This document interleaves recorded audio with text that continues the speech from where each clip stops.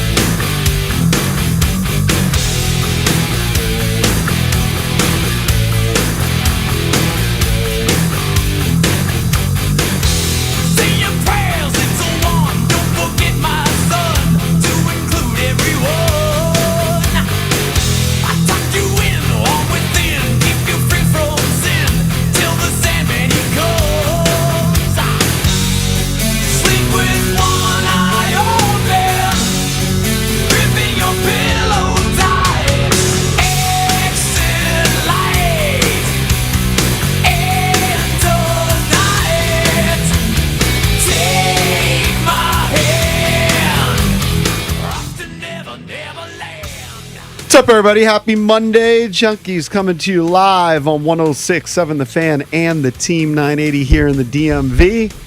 910 The Fan, 105.1 FM in Richmond. And you can watch us on the Monumental Sports Network all year long, celebrating 30 years of the Junkies, presented by Main Street Bank. Cheer local, bank local. Main Street Bank is a business-focused community bank, proudly serving the DMV since 2004. Visit mstreetbank.com to learn how to put their team in your office. Main Street Bank, member FDIC, equal housing opportunity lender. We thank you for tuning in this Monday morning, March 9th, 2026. I'm John Paul Flame, joined by Eric Bickle. Morning. Morning, and Jason Bishop. Yes, sir. What's up? Johnny Cakes will be back tomorrow.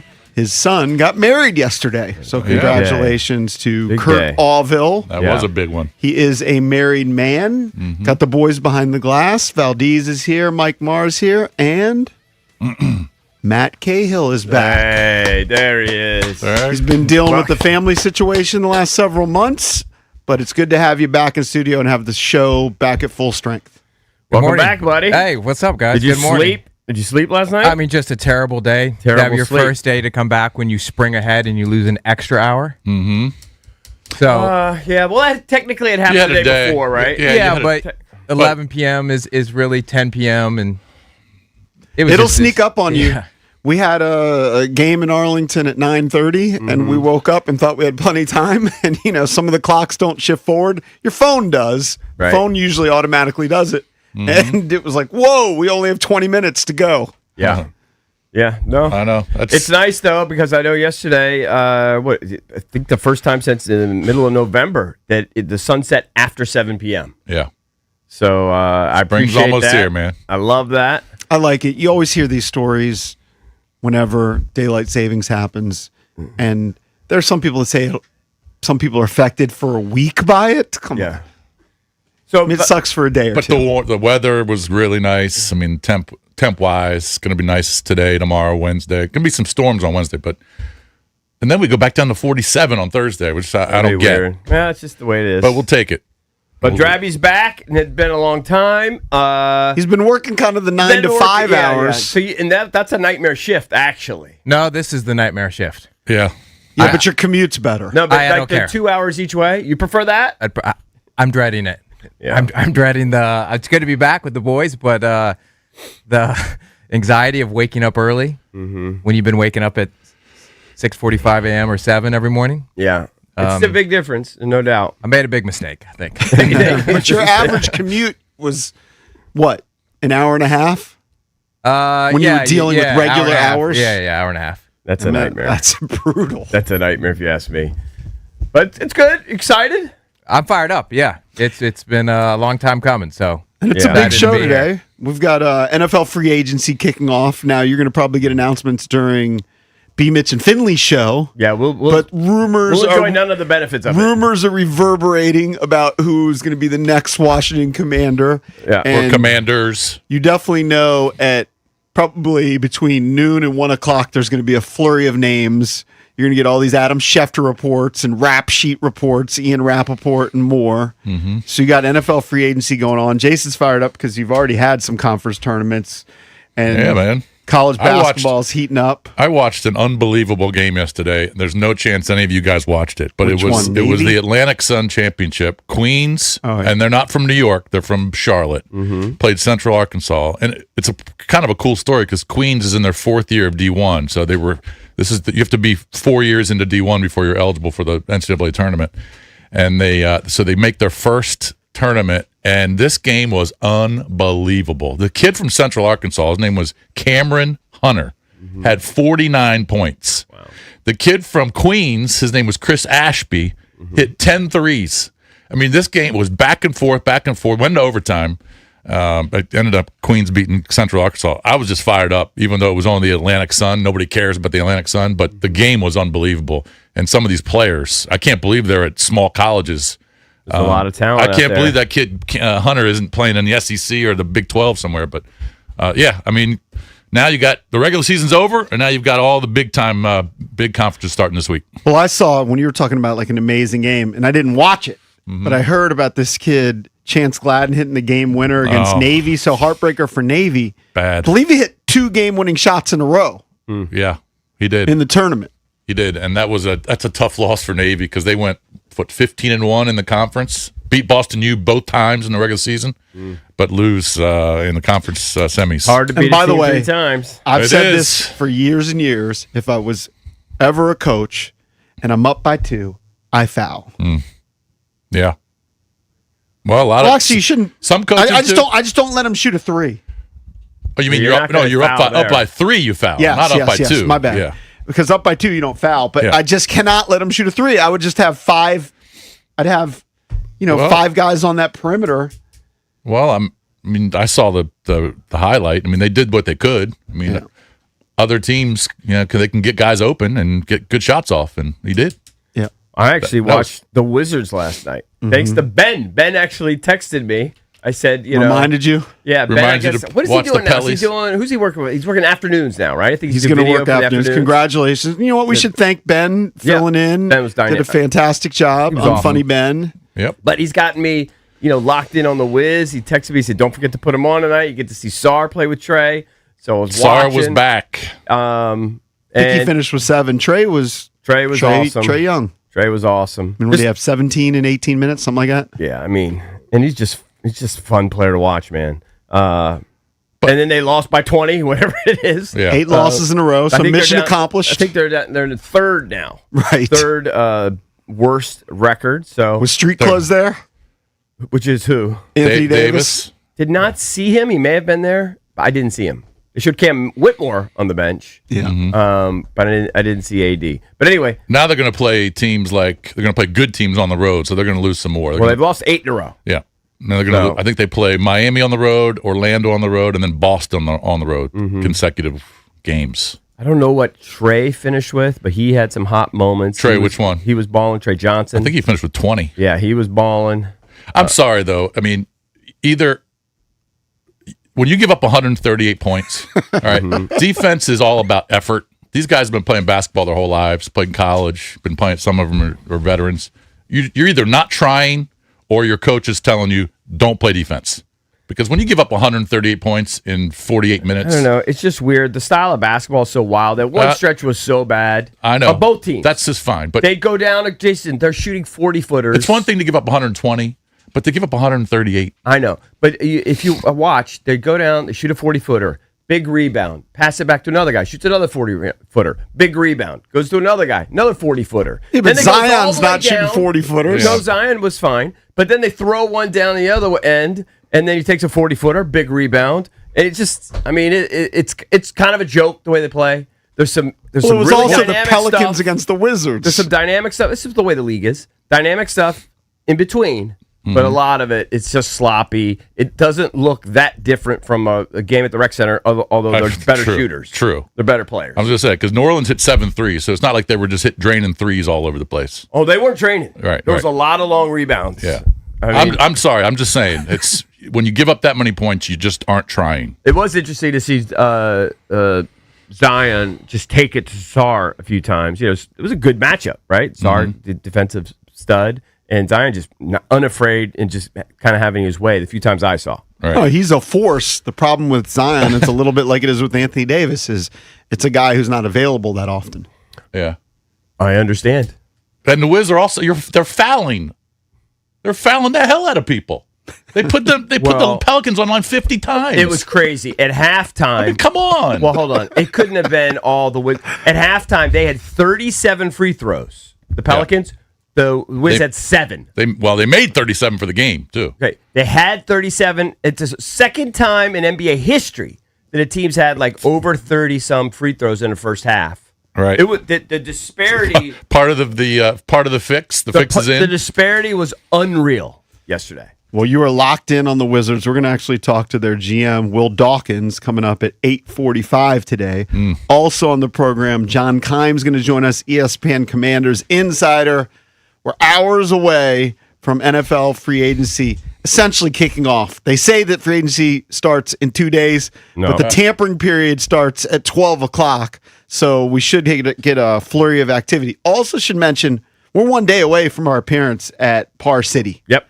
So we're celebrating 30 years. We're telling you this all year long, celebrating the 30th anniversary. Well, we're going to have a bunch of tour stops, our first tour stops at Par City in Arlington. You can hang out with us 4 to 6 p.m. It's a good giveaway for prizes. Right? Longest drive and closest to pin with their indoor golf simulators.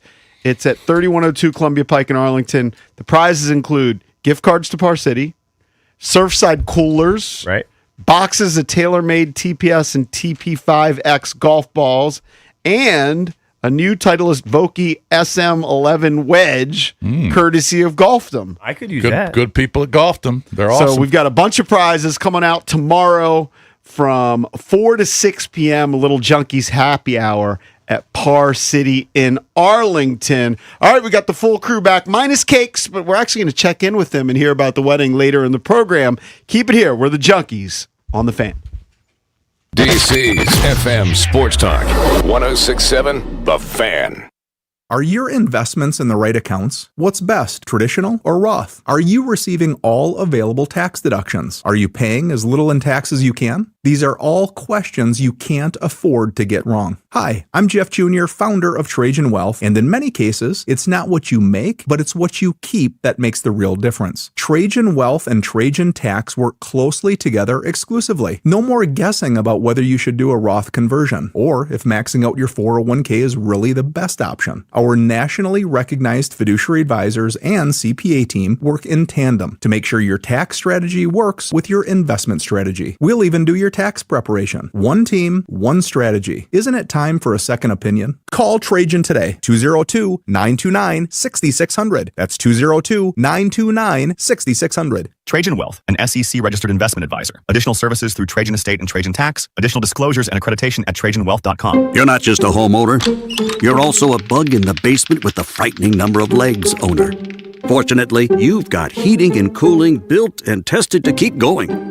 American Standard Heating and Air Conditioning, built to a higher standard.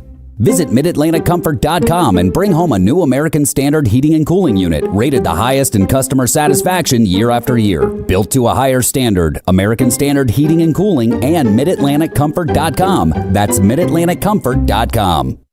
What if you could have the most reliable Wi-Fi? And get this, what if you could keep it at the same price for 5 years? That's the Xfinity 5-year price guarantee. Just 5 years of fiber-powered Wi-Fi that boosts speeds to the devices that need them most. That finds and fixes problems before you even notice them.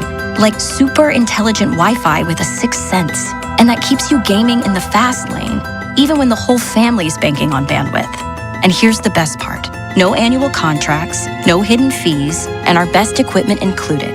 Plus, get online in minutes with same-day Wi-Fi. Hey, let's face it, a lot can change in 5 years. Kids grow taller, dreams grow bigger, but your Wi-Fi? It would stay reliable and the price would stay put. The Xfinity 5-year price guarantee. Lock in your price and unlock the possibilities. Xfinity, imagine that. Select plans only. Restrictions apply. Powered by fiber. Connected to the premises by coaxial cable. Actual speeds vary. Dribbles it down the court. Just a few seconds left. Pass to the corner. 2 to shoot. It's up. And it's good. This season, head over to Giant to get game day ready with all your favorite foods and snacks, and let Upside dish the assist with a $10 cashback bonus on your first grocery purchase.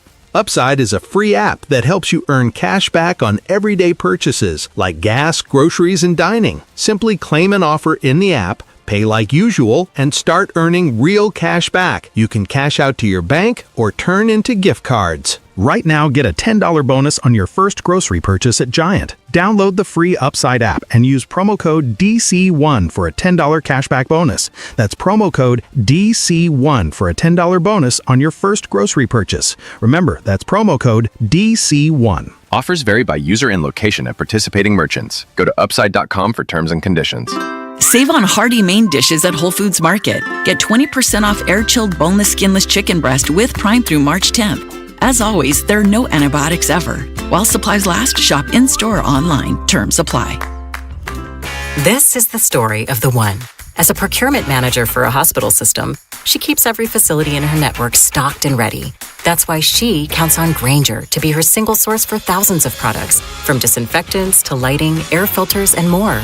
And with fast, dependable delivery, Grainger helps her keep every facility stocked, safe, and running smoothly. Call 1-800-GRAINGER, click Grainger.com, or just stop by. Grainger, for the ones who get it done. You know that Big Bargain detergent jug is 80% water, right? It doesn't clean as well. 80% water? I thought I was getting a better deal because it's so big. If you want a better clean, Tide Pods are only 12% water. The rest is pure, concentrated cleaning ingredients. Oh, let me make an announcement. Attention shoppers, if you want a real deal, try Tide Pods. Stop paying for watered-down detergents. Pay for clean. If it's gotta be clean, it's gotta be Tide Pods. Water content based on the leading bargain liquid detergent.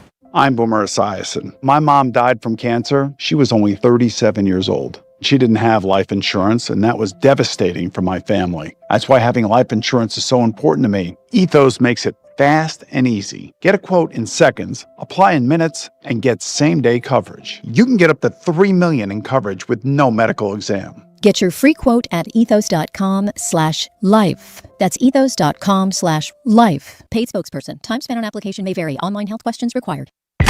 Hey, Joy. Oh, you are glowing. Oh, hey. More like Mira joyed that Miralax helped me go. I was so backed up. Tried mega coffees, prune juice, everything. Then Miralax. And hello, gentle relief without the harsh side effects. Ooh, how does it work? It works naturally with the water in your body for constipation relief. Find Miralax today at your local retailer. Use as directed for occasional constipation. It's clear, temperature in the upper 40s. Weather brought to you by Staples. From posters and presentations to labels and loyalty cards, Staples has all the print to boost your brand. Shop now in-store and online. Staples. That was easy. Celebrating 30 years of the Sports Junkies. That's got to be a record. Listen for details on events, exclusive merch. You'll like this. And follow or subscribe to the Junkies podcast feed for Throwback 30 segments every Thursday. Oh, wow. Presented by Main Street Bank. Cheer local, bank local. Main Street Bank is a business-focused community bank proudly serving the DMV since 2004. Visit mstreetbank.com to learn how to put their team in your office. Main Street Bank. Member FDIC. Equal housing opportunity lender. It's the Sports Junkies. Let's talk it out. You can watch the show live or on demand. What are we watching for? As I said, we're not sure. On YouTube.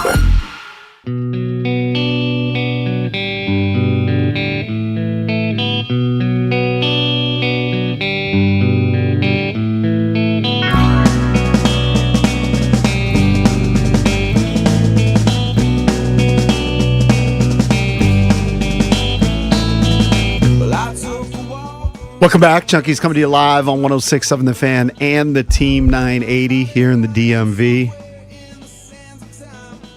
There was some big news over the weekend. Oh, Maybe it was Friday. Friday afternoon, maybe Friday evening.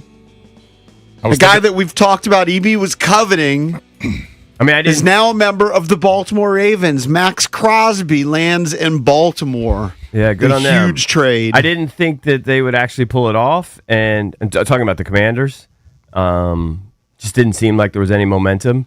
But it's a great deal, I think. Good on both sides. They got 2 first-rounders out of the deal. I know. Which I'm surprised. It's a lot. Not that he's not worth it. I think he is. I was thinking about Matt after that went down. I mean, the Ravens usually don't trade away draft picks. They love their draft picks. They've never dealt a first-round pick ever. Yeah, and they deal 2. Yeah. And they get Max Crosby, all right? He's 28, stud defensive end. He's an absolute monster. I mean, he if he's healthy and plays the entire year, he'll give you almost 20 sacks. But I was just thinking, Matt, do you like giving up 2 first-rounders for an edge? I don't like giving up 2 first-rounders, but in Bisciotti's presser, after they fired John Harbaugh, he said, I'm selling the team in 10 years, and I want to win a Super Bowl before I do so. So I guess this is the mandate. Going for it. He's had more pressures in the last 3 years than Myles Garrett. Yeah. He may not have won Defensive Player of the Year. He may not have won the sack title, but he gets pressures on the quarterback as consistently as anybody in the game. Mm-hmm. Absolutely. Yeah, he's a stud. Absolute monster. They get total game changer. And 2 first-round picks. I know the Cowboys were offering the first rounder and then a second rounder, and Jerry Jones wanted to get him, but the Raiders said no. We want 2 first-rounders. I would have done 1 first-rounder, even our 7th pick, which is a high pick. Yeah. But 2 is a lot. That is a lot, especially when we don't have that many. If we had stockpiled a bunch, who was it that we? Oh, it was the Caps that have like 23 picks in the first 3 rounds or something in the next 3 years, something like that. If we had stockpiled picks, maybe I would do it. I mean, there are some teams that disrespect first-round picks. The Rams, I just saw a chart, in the last 10 years have used a first-round pick once. Right. They constantly flip their first-round pick for players. Mm-hmm. I don't hate it. And they did it again. If you're good at it, I don't hate it. It's just a big deal. I didn't think that any team would give up 2 first-rounders. I thought he'd get a 1 and maybe a 3 or a 1 and a 2. Or I just didn't think any team would give up 2 first-rounders. But especially with him coming off an injury. Now, remember, they shut him down.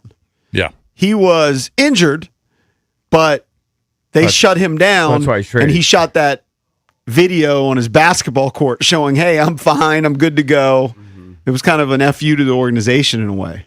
Well, yeah, I was frustrated.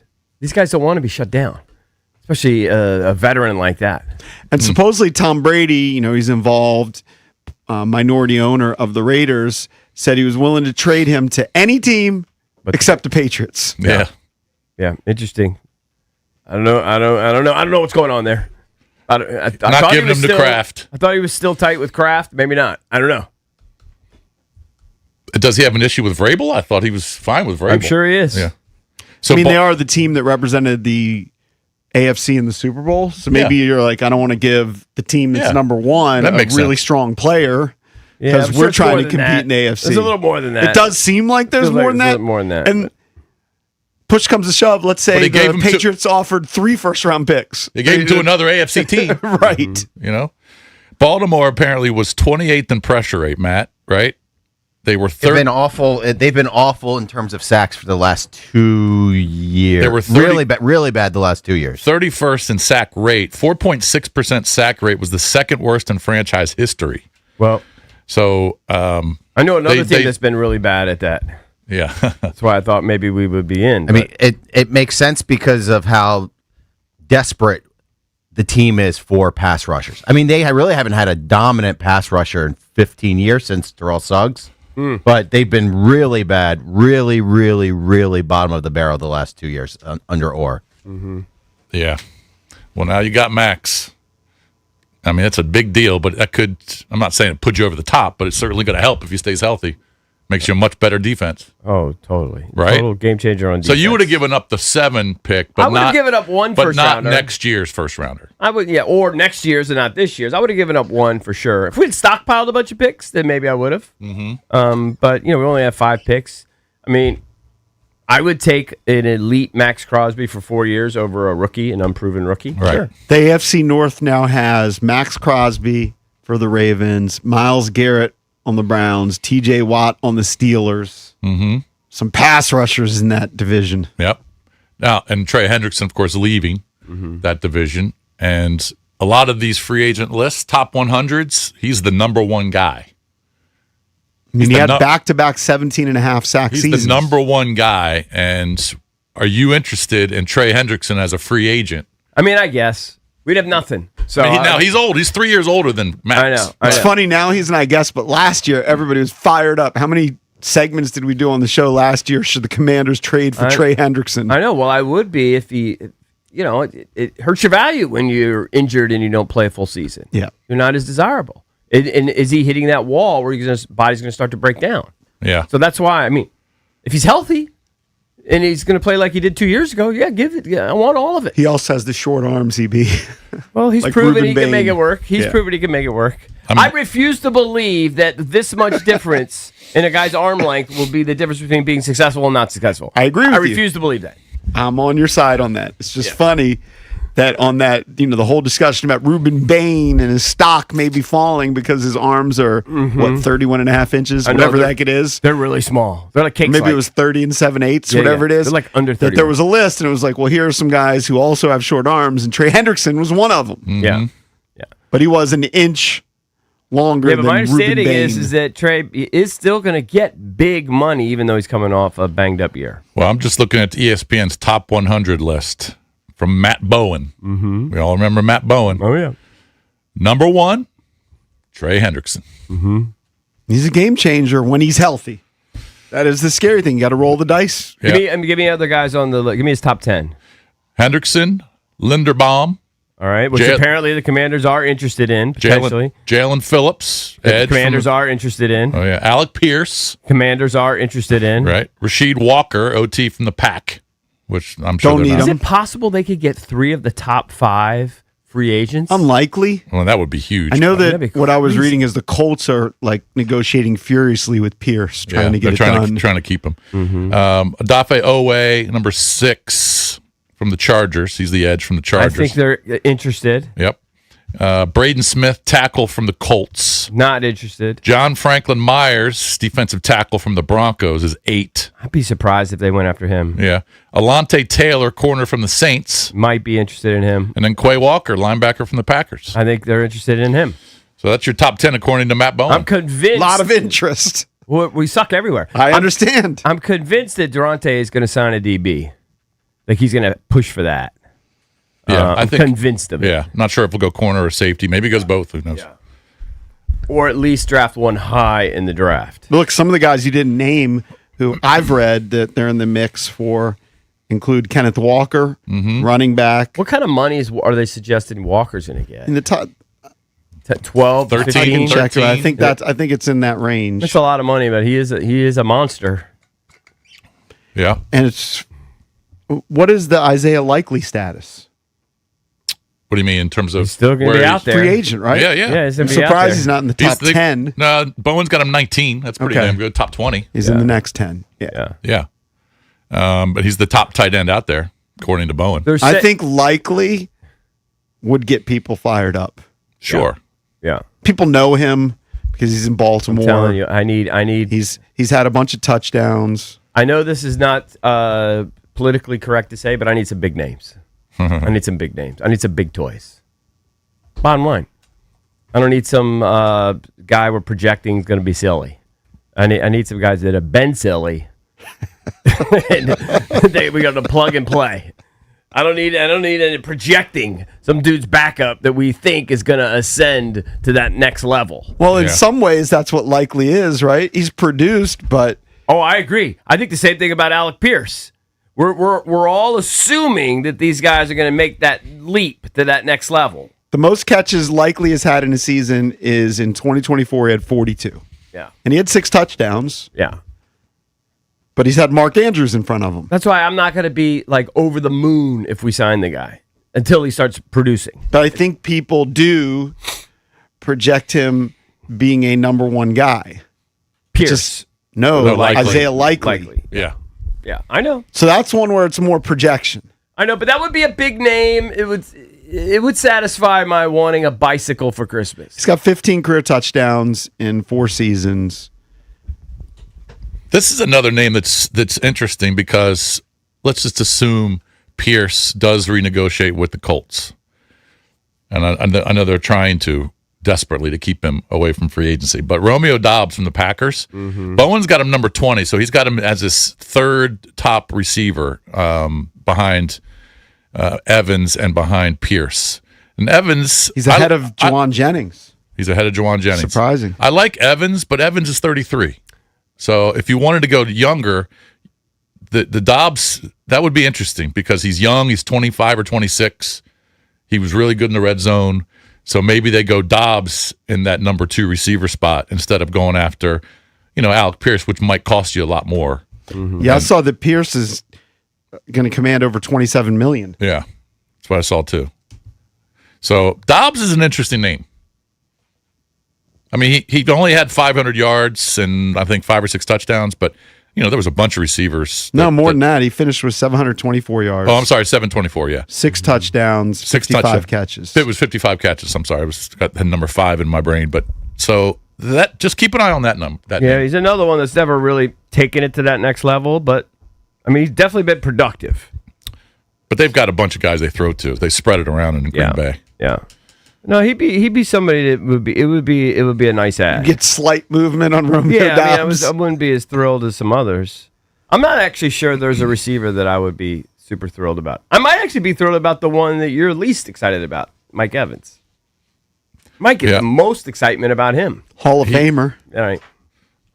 Because you've seen it. You've seen it with Mike Evans. Right. If he could play 14 or 15 games, he would give you 10 touchdowns. Yeah. He's going to give you double digits. But he doesn't give you the speed and youth that you're trying to get. Right.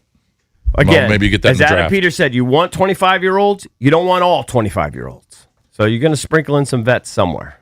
But there's got to be some names today. A couple names. Oh, I think there will be. Yeah, because they've got to spend money. But it's wild. The top 5 you mentioned in Bowen's list, 3 of them Washington is heavily interested in, yes. Rumored to be heavily interested in. Correct. Maybe even more. Yeah. The other side of it. I don't even know if they're interested in trade this year. Because he's number 1. Yeah. Yeah. The other side of it that we're not talking about is seeing teams sign the Commanders' free agents. They can have them. Who am I? I know. Of the ones that we've kind of, honestly, they've kind of signed all the ones that I kind of wanted. They signed Burks over the weekend.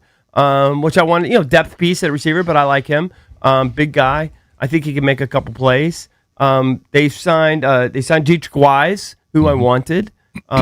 They signed the linebacker. God damn it, what's his name? I don't have it in front of me. But that Drake Jackson, I think. Yeah. Is that the name I saw? Drake, yeah. So the guys they've signed, I'm kind of good with. The only one that's out there that I would still be okay with, and it looks like the value is going to be about $15 million a year, so I think Cake's going to lose a bet on that, is Debo. Yeah. I think I would take Debo at $15 million if you can't get any of these other guys. But maybe a team signs Marcus Mariota. I'm not saying that you need him. Take him. That I'm not saying that you need him. That you need him. Take him. That obviously Take him. Wagner could get signed by the team. I would buy the plane ticket for Von these guys. Miller could sign somewhere else. I like Von. I've never seen more inconsequential sacks. Did they take care of Jacob Martin? Jacob Martin, I think they did. But that's one I'm interested in if they haven't. Yeah. If they haven't, that's one I'm definitely interested So anyway, it's two sides. It's Washington going out and getting free agents, but they are going to lose some players. Take them. They can have I generally agree with you. They can have them all. When you have the worst defense in the NFL, is it worth retaining some of these guys? I don't know. Probably not. I mean, some of those guys that were hurt last year, like the Wises of the world, I don't have a problem with it. The guys that played the entire year on a bad defense, okay, you can take it or leave it.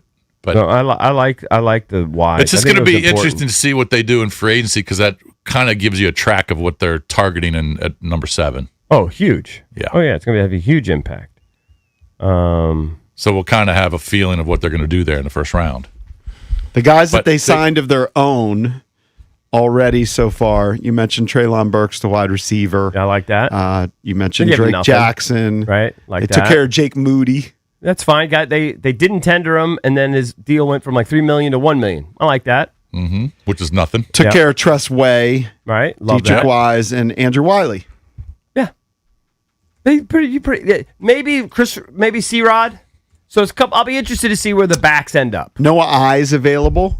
I mean, he's a free agent. I wouldn't mind him coming back at a very, very reasonable rate. McNichols and C-Rod. I'm interested in those.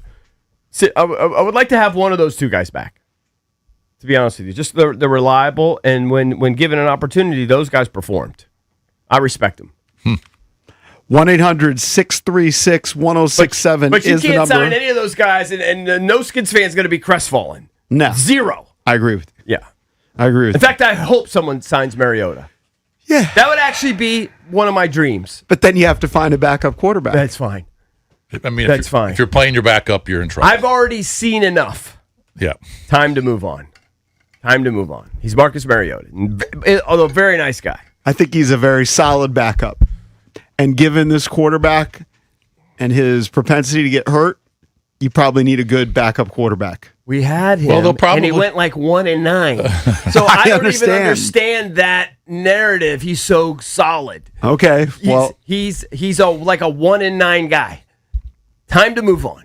He'd make just enough plays to tantalize you, and then he'd have a Taylor Heineke YOLO ball or something, or turnover.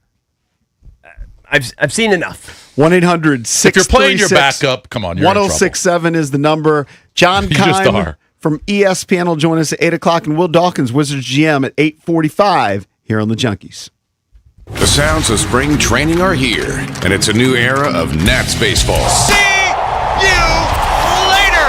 Follow every angle of spring training on your flagship home of the Washington Nationals. 1067 The Fan. For years, there's been one sound you just couldn't escape in the DMV.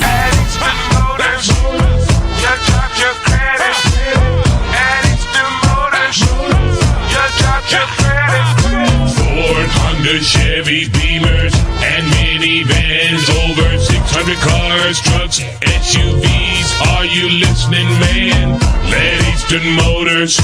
You sang it in traffic, joked about it with your friends, and caught yourself humming along. Some jingles fade away. This one's just too catchy not to shine. It's probably running through your head right now. Coming this spring, Easterns is rolling out an all-new version of the DMV's favorite jingle.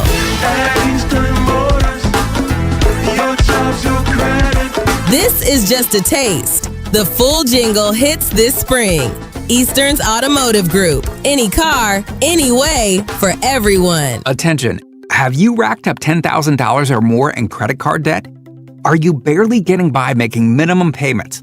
With credit card debt reaching all-time highs, National Debt Relief is notifying consumers about significant debt relief options currently being made available to help those with overwhelming credit card debt. These options may reduce a large portion of credit card debt for those who qualify. You don't need to declare bankruptcy or take out a consolidation loan, and you may only have to pay back a fraction of what you owe, even if you have bad credit. National Debt Relief has already reduced the credit card debt for more than 550,000 consumers. So don't wait. If you owe $10, $20, or even $100,000 in credit card debt, you can now take advantage of this financial debt relief as the cost of living continues to skyrocket. To check what debt reduction you may qualify for, call 800-894-7722. That's 800-894-7722. Again, 800-894-7722. If you or anyone you care about is facing a family legal matter, call Cordell and Cordell today at 1-855-GET-LEGAL or visit CordellCordell.com to schedule your consultation. There's a lot on the line in divorce. This is Joe Cordell of Cordell & Cordell, the largest family law firm in the country, with over 35 years of helping clients navigate divorce. But being big doesn't mean less personal or less local.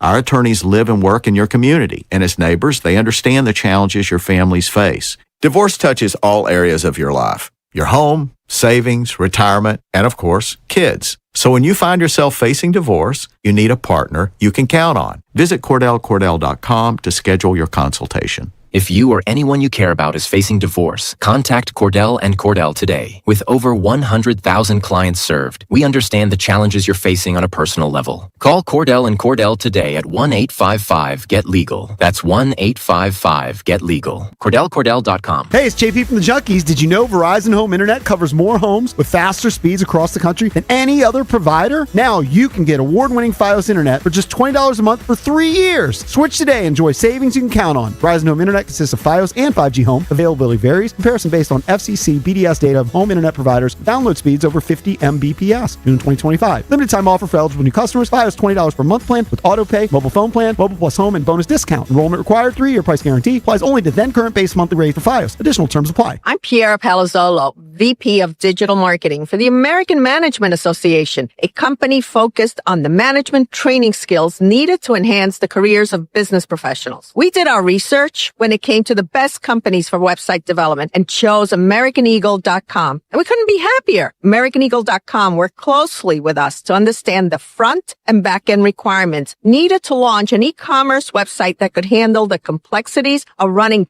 thousands of seminars nationwide. Our robust new website and improved SEO saw immediate increases in site traffic and web revenue. If you're in need of managerial effectiveness and success, visit our website at amanet.org. If you're in need of a website that provides an unparalleled consumer experience, I highly recommend AmericanEagle.com. Transform your business today. Dial 877-WebNow1 for a free digital consultation with AmericanEagle.com. Are you looking for a podcast about pro football that doesn't put you to sleep with an avalanche of analytics or insult your fandom with brainless hot takes? Well, hi. I'm Dan Hansis. And I'm Mark Sessler. Oh, hi, Mark. And we're the hosts of Heed the Call, the NFL podcast you've been waiting your whole life for. Heed the Call covers every game, every storyline, everything that matters, and we do it all with a touch of mirth. Football is fun. Why shouldn't your football podcast be the same? Follow and listen to Heed the Call NFL podcast wherever you get your podcasts. It's the Sports Junkies. I hear what you're saying. And I like it. On 106.7 The Fan. And always live on the free Odyssey app.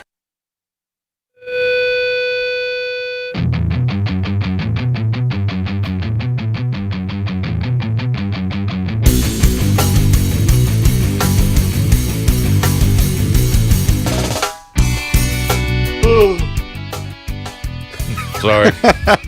Still tired there, buddy, huh? Oh, man. Did you go to bed late? 8-ish, 8:15. Oh my God, that's so early. but I got up at 2:30. My body just woke up and I couldn't fall back asleep. Fall back asleep at all? Pretty sure I was still having dinner. I actually went and paid a visit to the Palm in D.C. Oh, nice. It's been years since I've been to that spot. I haven't been there in a while. But my uncle Carlos is in town for a cardiology conference, and he's staying at a hotel somewhat nearby, and I've seen him every day. So I paid the night before. I told him he got a bad deal because the night before picked him up after his seminars, and he actually came to one of Isabella's soccer games, and we brought him back to the house and had some people come over to the house. And on our way back, because it was a late game, we just ordered Moby Dick. Yeah. So I paid for Moby Dick. And then he paid and for then the he was Palm. like, he wanted to pay that night. And I was like, no. And then we weren't sure if we were going to get together. He finished around 5:30. So he's staying at a hotel off Connecticut Avenue, drove down there. Just happened to be close to the Palm. And I put steakhouses. We were actually going to go to Morton's. Yeah. But where I parked, the parking garage, the walk to Morton's, we walked right by the Palm. And I was like, well, why are we going to walk an extra 3 blocks? Let's just pop into the Palm.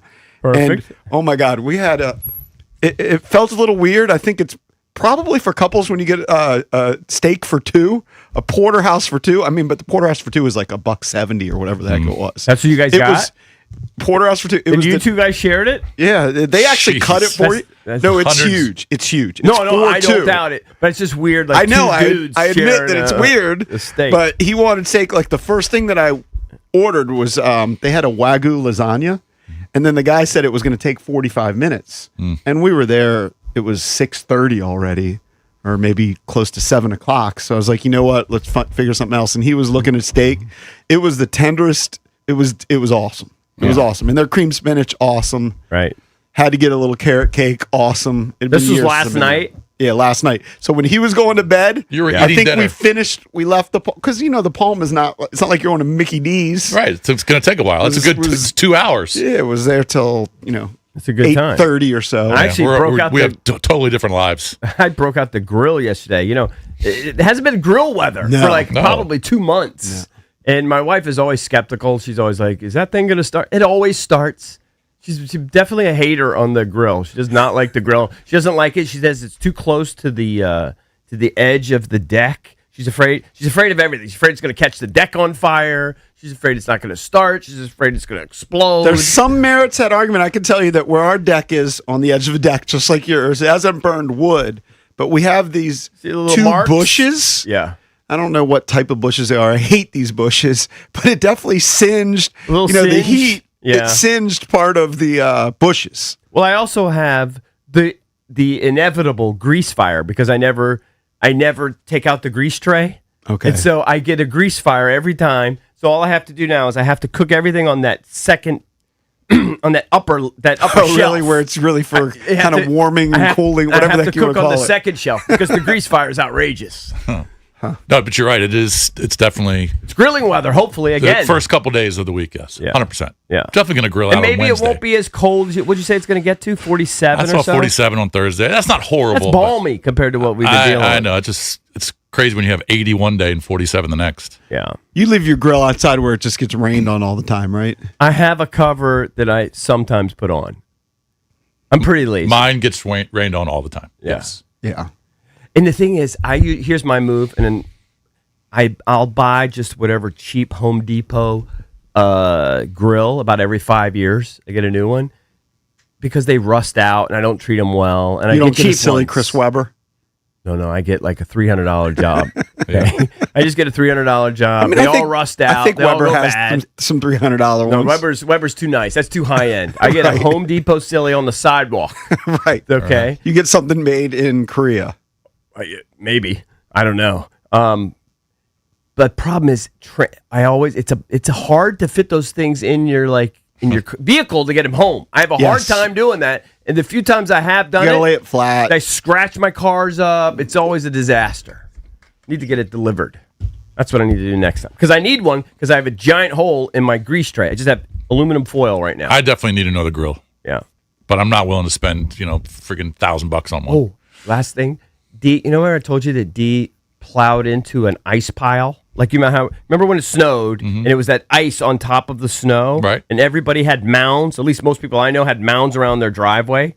So it was so tight that she when she went around the corner, she put a big hole the size of 2 bowling balls in the bumper of her car. Okay. Yeah. And I think you told us that. Yeah, she's plowed Back through bumper, it. front bumper. Front bumper. And it's an eyesore. And I can't have that, right? But it's going to be so expensive. I'm in the process of doing the world's nubbiest thing. I went to a guy that runs a junkyard. Squeaker's Court. And he's sending me an old junker bumper that I'm getting for $2. Yeah. Now, he's going to deliver it this week. What do I do with that? Who's going to put it on? Great question. Great question. So you're asking a listener to come over. No, I'm just saying. Great question. Great question. And how am I going to drive around with that thing's pretty big, a bumper. Yeah. I don't have like a manly truck or anything. I got a minivan. Yeah, you got to figure that out. Yeah. But that's a good deal if you can get for $200. But it's all scratched up. It's going to look nuts. What are your thoughts? You must have a thought of who was going to put the bumper on. No. My thought is some local guy. I don't know. I honestly don't know. I have a couple body shops. So you bought the in bumper area. without thinking about that at all. Oh, so No, there are I body thought shops. about So it. you were There going are body shops in Kensington. Okay. I don't use them. Right. But I You guess just I'm show going up to use with the one bumper. now. Hey, I'm just can you going to put show this up with a bumper on bumper for me? I don't know. I've never done it before. I've never put a junkyard piece on my car before. Hey, look, my uncle Alexis in Puerto Rico, that's what his profession was. He owned a junkyard. Yeah, no, I think those guys are rich, I'm sure. I have 3 uncles on the Puerto Rican side. 2 are doctors, and then one was a junker, and I think he might have been the most well off. Oh, yeah, I'm sure. But you could definitely find a place. Just call them up and say, hey, I got this old bumper. I know. Can you hook me up? The problem is I'll pay you cash. Getting the bumper to the spot. I Yeah. guess I could throw it in the back of the van. Maybe. It's big. I mean, a bumper is a big thing. You don't have a truck, an SUV? I don't have a van. I'm sure I have you the can. X5. You could probably get it in there. I probably will. So a little controversy in the world of running. A couple of us here have done marathons. We had Mike Marr do an 8-mile run to work recently. Impressive. In LA, they had the LA Marathon. My daughter just did the Santa Monica Marathon. Mm-hmm. She's done 6. And this has never happened to her. But LA Marathon organizers apparently rewarded runners who made it through 18 miles of the course. They were participating. What do you mean rewarded? They had the option to receive their medals at the 18-mile marker. They didn't have to cross the finish line after 26.2 miles. Because? The McCourt Foundation said on the website, if you're having a tough day and want to end your race before 26.2, you can choose to take the turn at mile 18 and head into the finish line early. You do not need to notify anyone of your decision, can opt to take this route at any time. Listen, some people are outraged. It is outrageous. I'm not outraged, but it's ridiculous. I could never run 18 miles, let alone 26. Okay? I wouldn't accept a medal if I only completed 18 miles, though. The whole point is finishing a marathon. Whole point of a most marathon people is finishing it. I mean, some people are competitive and want to set times and break certain marks. Sure. But I think by and large, people do marathons to complete the marathon. Yeah. And it's a notch like I finished the marathon. I would not accept it if I can't accept it. I wouldn't accept it for 18 miles. Now, it's was there a weather issue? I think they said it was 80 degrees. It was so it wasn't pouring down rain. It reached hot. as high as 88 degrees in LA. That's pretty freaking hot. Okay, it's hot, but Now, you know that according going in. According to this story, marathon organizers in the past have canceled races or moved them earlier or later because of hot and humid conditions. The guy who won, I couldn't believe it. I saw he him was come from behind. Yeah, but he was sprinting. Oh yeah. That was unbelievable. Yeah. To beat the other guy. I mean, the other guy was kind of lollygagging his way in, which we all would. And then once he got past, the other you know guy. what you beat him by? Like 0.2 seconds. 0.01 for like 1/1000th of a second. Yeah, it was incredible. I couldn't believe the guy were sprinting after 26 miles. Right, the American one. Martin. He said he made his move. I thought I read he made his move 5 miles before. It's like when he really made his move. Mm-hmm. And I guess he was gaining on him there in that last quarter mile or so, and then just he had gas left in the gas tank. Very impressive, dude. Incredible. How crestfallen is the other guy? I've said this before. When you actually average out what these guys are running per mile, and I don't know what the average was in this race, but it's ridiculous. Like it's absurd. Let's just go with 4:45 mile. Yeah. I always wonder how long could I keep pace of that? Could I even do it for 30 seconds? 1/10 of a mile? I don't know, 30 seconds. Like, maybe. could I do it a quarter of a lap? I think at a track. I think, and they're doing it for 26 miles at a pace which feels like a sprint to us. Yeah. Drabby, what were you going to say? I was watching it. Why didn't the crowd let the guy know who was in first place that the guy was coming up on him? He didn't look over his shoulder once. He had no idea. I know he had no idea. I wonder if they even realized what was going on. They must have. I mean, they saw the guy sprinting. Yeah. But he had nothing left. He had his pace. No, he didn't even look. No, he had no idea. Yeah, I don't think he knew. He kind of came from nowhere. It's definitely stolen valor if you're getting a medal after 18 miles. Yeah. It says right on the medal, 26.2 finisher. Right. I'd be pissed off. I'd be pissed off. Think about all those people that have stupid stickers that say, you know. Yeah, do they give you that sticker too? They either have you get stickers. 26.2. That would actually be worse. Their stickers. You can buy that at any shop. You can buy that. You can put that on your car, Eric. Okay, right. It's true, but people are flexing those are the real flex. No, you're not walking around with a medal anywhere. You got on the train home, and then that's it, right? The sticker. People put those on those cars for years. Yeah, but there's no chance. There's no chance these people go around and say, I ran the LA Marathon, but I stopped after 18 miles. But I was 6 miles short. Yeah. They said I did the LA Marathon. Yeah. They're not doing the caveat of I walked off after 18 miles. Do you think some of these people that picked up their medal at mile 18 still finished? They just didn't want to deal with there might look. I've done two. Yeah, but you're not going to run with that thing on. To get the stupid medal, sometimes you got to wait afterwards. But you don't want to run with that thing flapping around. Like, what would you do? I don't know. Put it in your pocket, holding your. Some people run with fanny packs. So I mean, you run with food. I'm not in the community. Like Kelsey just did one, and she's got Rice Krispie treats. She's got the other thing. You know, you have to fuel yourself during the race. Mm-hmm. You have like these little packets which you'll drink. Do they have a ton of porta potties on those races? Yeah. Yeah. I'm sure they do. Everyone's going there dropping deuces. I don't know. Not the winner. Sometimes you got a deuce, but you got to pee a lot, I think. Oh, really? Oh, yeah. Because you're drinking constantly. Yeah. Now, he still brags about his half marathon all the time. He should. And no, it's an but accomplishment. I feel like you got to get to 26.2. You can't brag about your half. Yeah. He's not bragging. He's probably just casually dropping that when he ran his half. Right? Is that what he's saying? I haven't heard him say he wants to do another one. You have a feeling of euphoria after you do it because you accomplish something, and then you in your head you kind of want to one up your accomplishment. Mm-hmm. But so you have a fleet about a day. Yeah, right. Yeah, that's how I felt after my first. There's a couple days where you're like, oh, I could have done better. Could have. And then those days pass, you're like.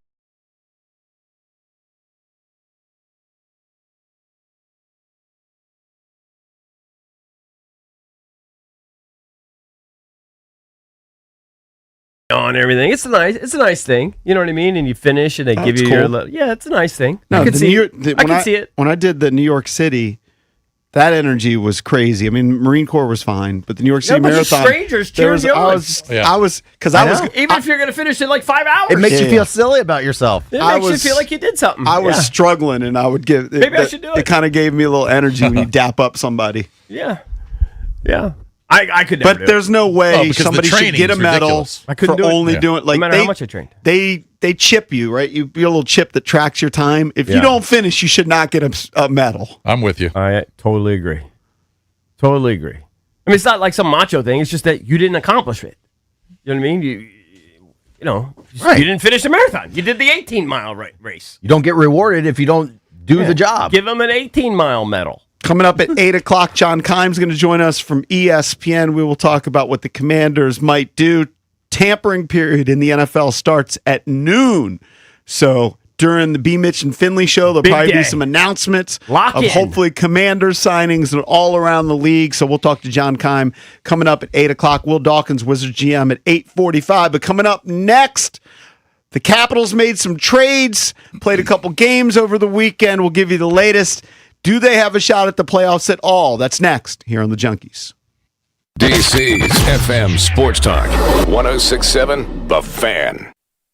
This is an Odyssey Sports Minute. You have to give the Los Angeles Rams credit. They are going for it. They traded a first-round pick this year, a third-round pick next year, a fifth and sixth-round picks this year for Chiefs cornerback Trent McDuffie. It's a lot to give up for a corner. They're going to have to pay him top-of-market price, but the Rams know this could be Matthew Stafford's final year. The division's absolutely stacked. The Rams are saying, you know what to them picks and going for it, and I think that's worthy of respect. I'm Nick Costos. This is the story of the one.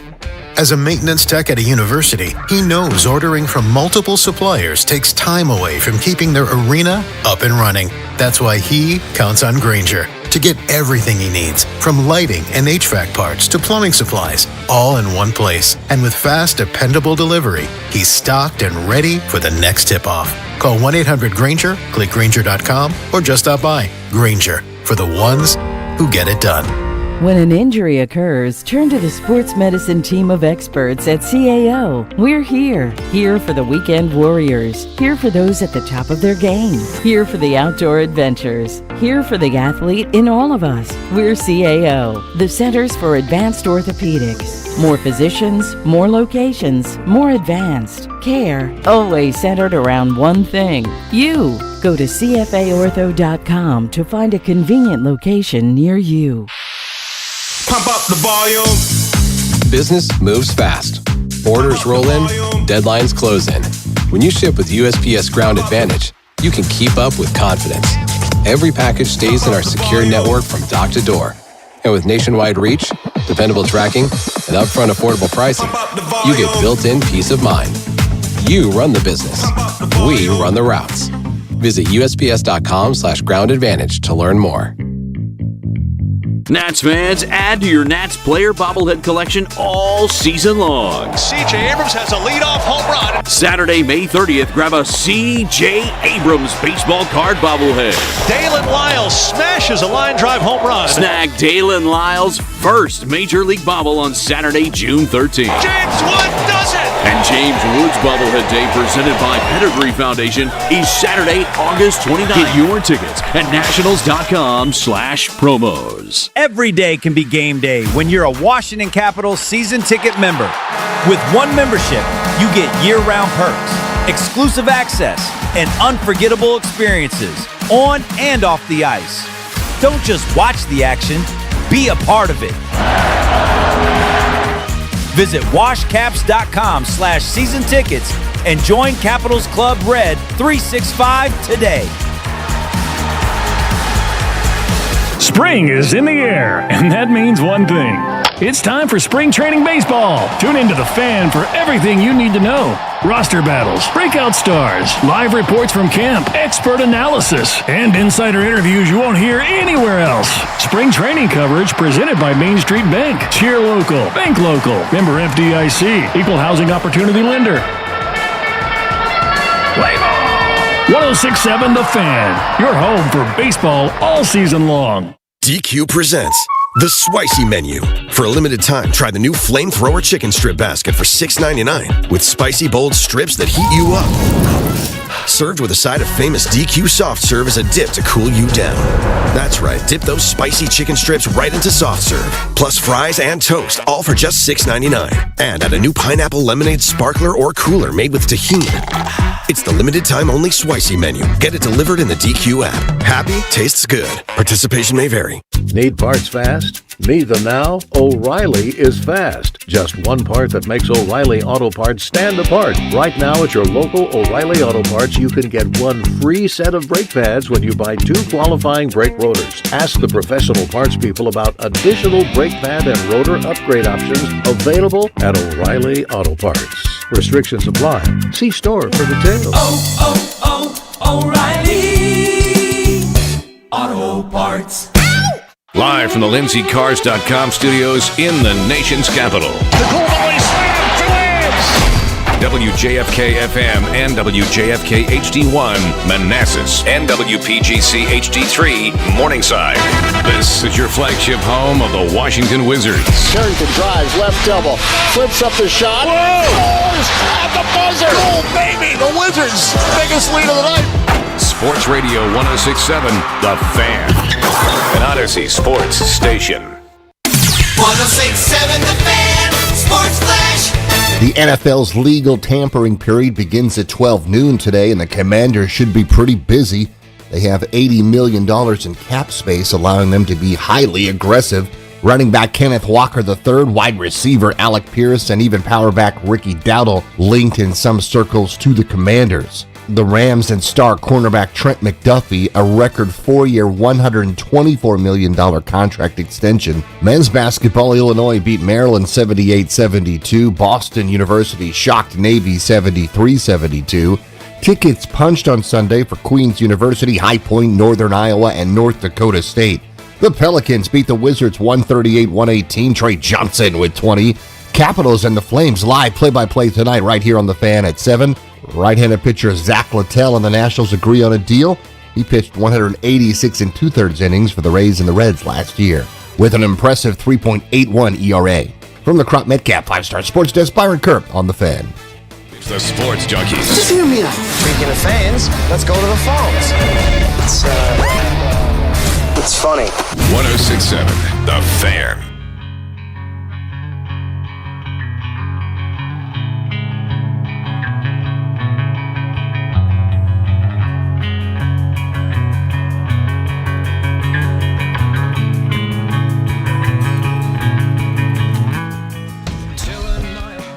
Welcome back. Chucky's coming to you live on 106.7 The Fan and the Team 980 here in the DMV. 910 The Fan, 105.1 FM in Richmond. You can watch us on the Monumental Sports Network all year long, celebrating 30 years of the Junkies, presented by Main Street Bank. Cheer local, bank local. Main Street Bank is a business-focused community bank, proudly serving the DMV since 2004. Visit mstreetbank.com to learn how to put their team in your office. Main Street Bank, member FDIC, equal housing opportunity lender. I'm John Paul Flame, joined by Eric Bickle and Jason Bishop. Cake's out. His son got married yesterday. They had a wedding. Congratulations to Kurt. For sure, Cakes is a little hungover this morning. You think? For sure, 100%. You can't marry your son and not have a little bit too much to drink. It's impossible. It's impossible. By the way, we'll see. You have brought this up many times, like which of the Junkies is going to be a granddad first. Cakes, of course. Now his kid's married. Of course. Now he's a doctor and there's residency. He's probably working 100 hours a week. What does this? You think he doesn't have time to get it in? Well, no, of course. But we don't know their family plans, but a lot of times that's a good bet. He's definitely. It's a good bet. I mean, it could happen to anybody. But how old is his son? 26. I think he's 27. 27. I think he's like 2 years older than Steven. 27. He's 25. I think. I don't know. I can't keep track. Yeah, Stevie's 25 because Kelsey and Stevie are 6 days apart. I can't keep track. I just can't. Right? He's born September 14th. Stevie. 14th, yeah. I just can't believe that one of our kids is married. Well, here's what I sometimes am amazed by. Yeah. Is he gets married at 27, and nowadays that feels about normal, maybe even on the young side, right? I think it's on the young side. My mom got married at 23. Yeah, I wouldn't say I think it's on the young side, 27. That's pretty.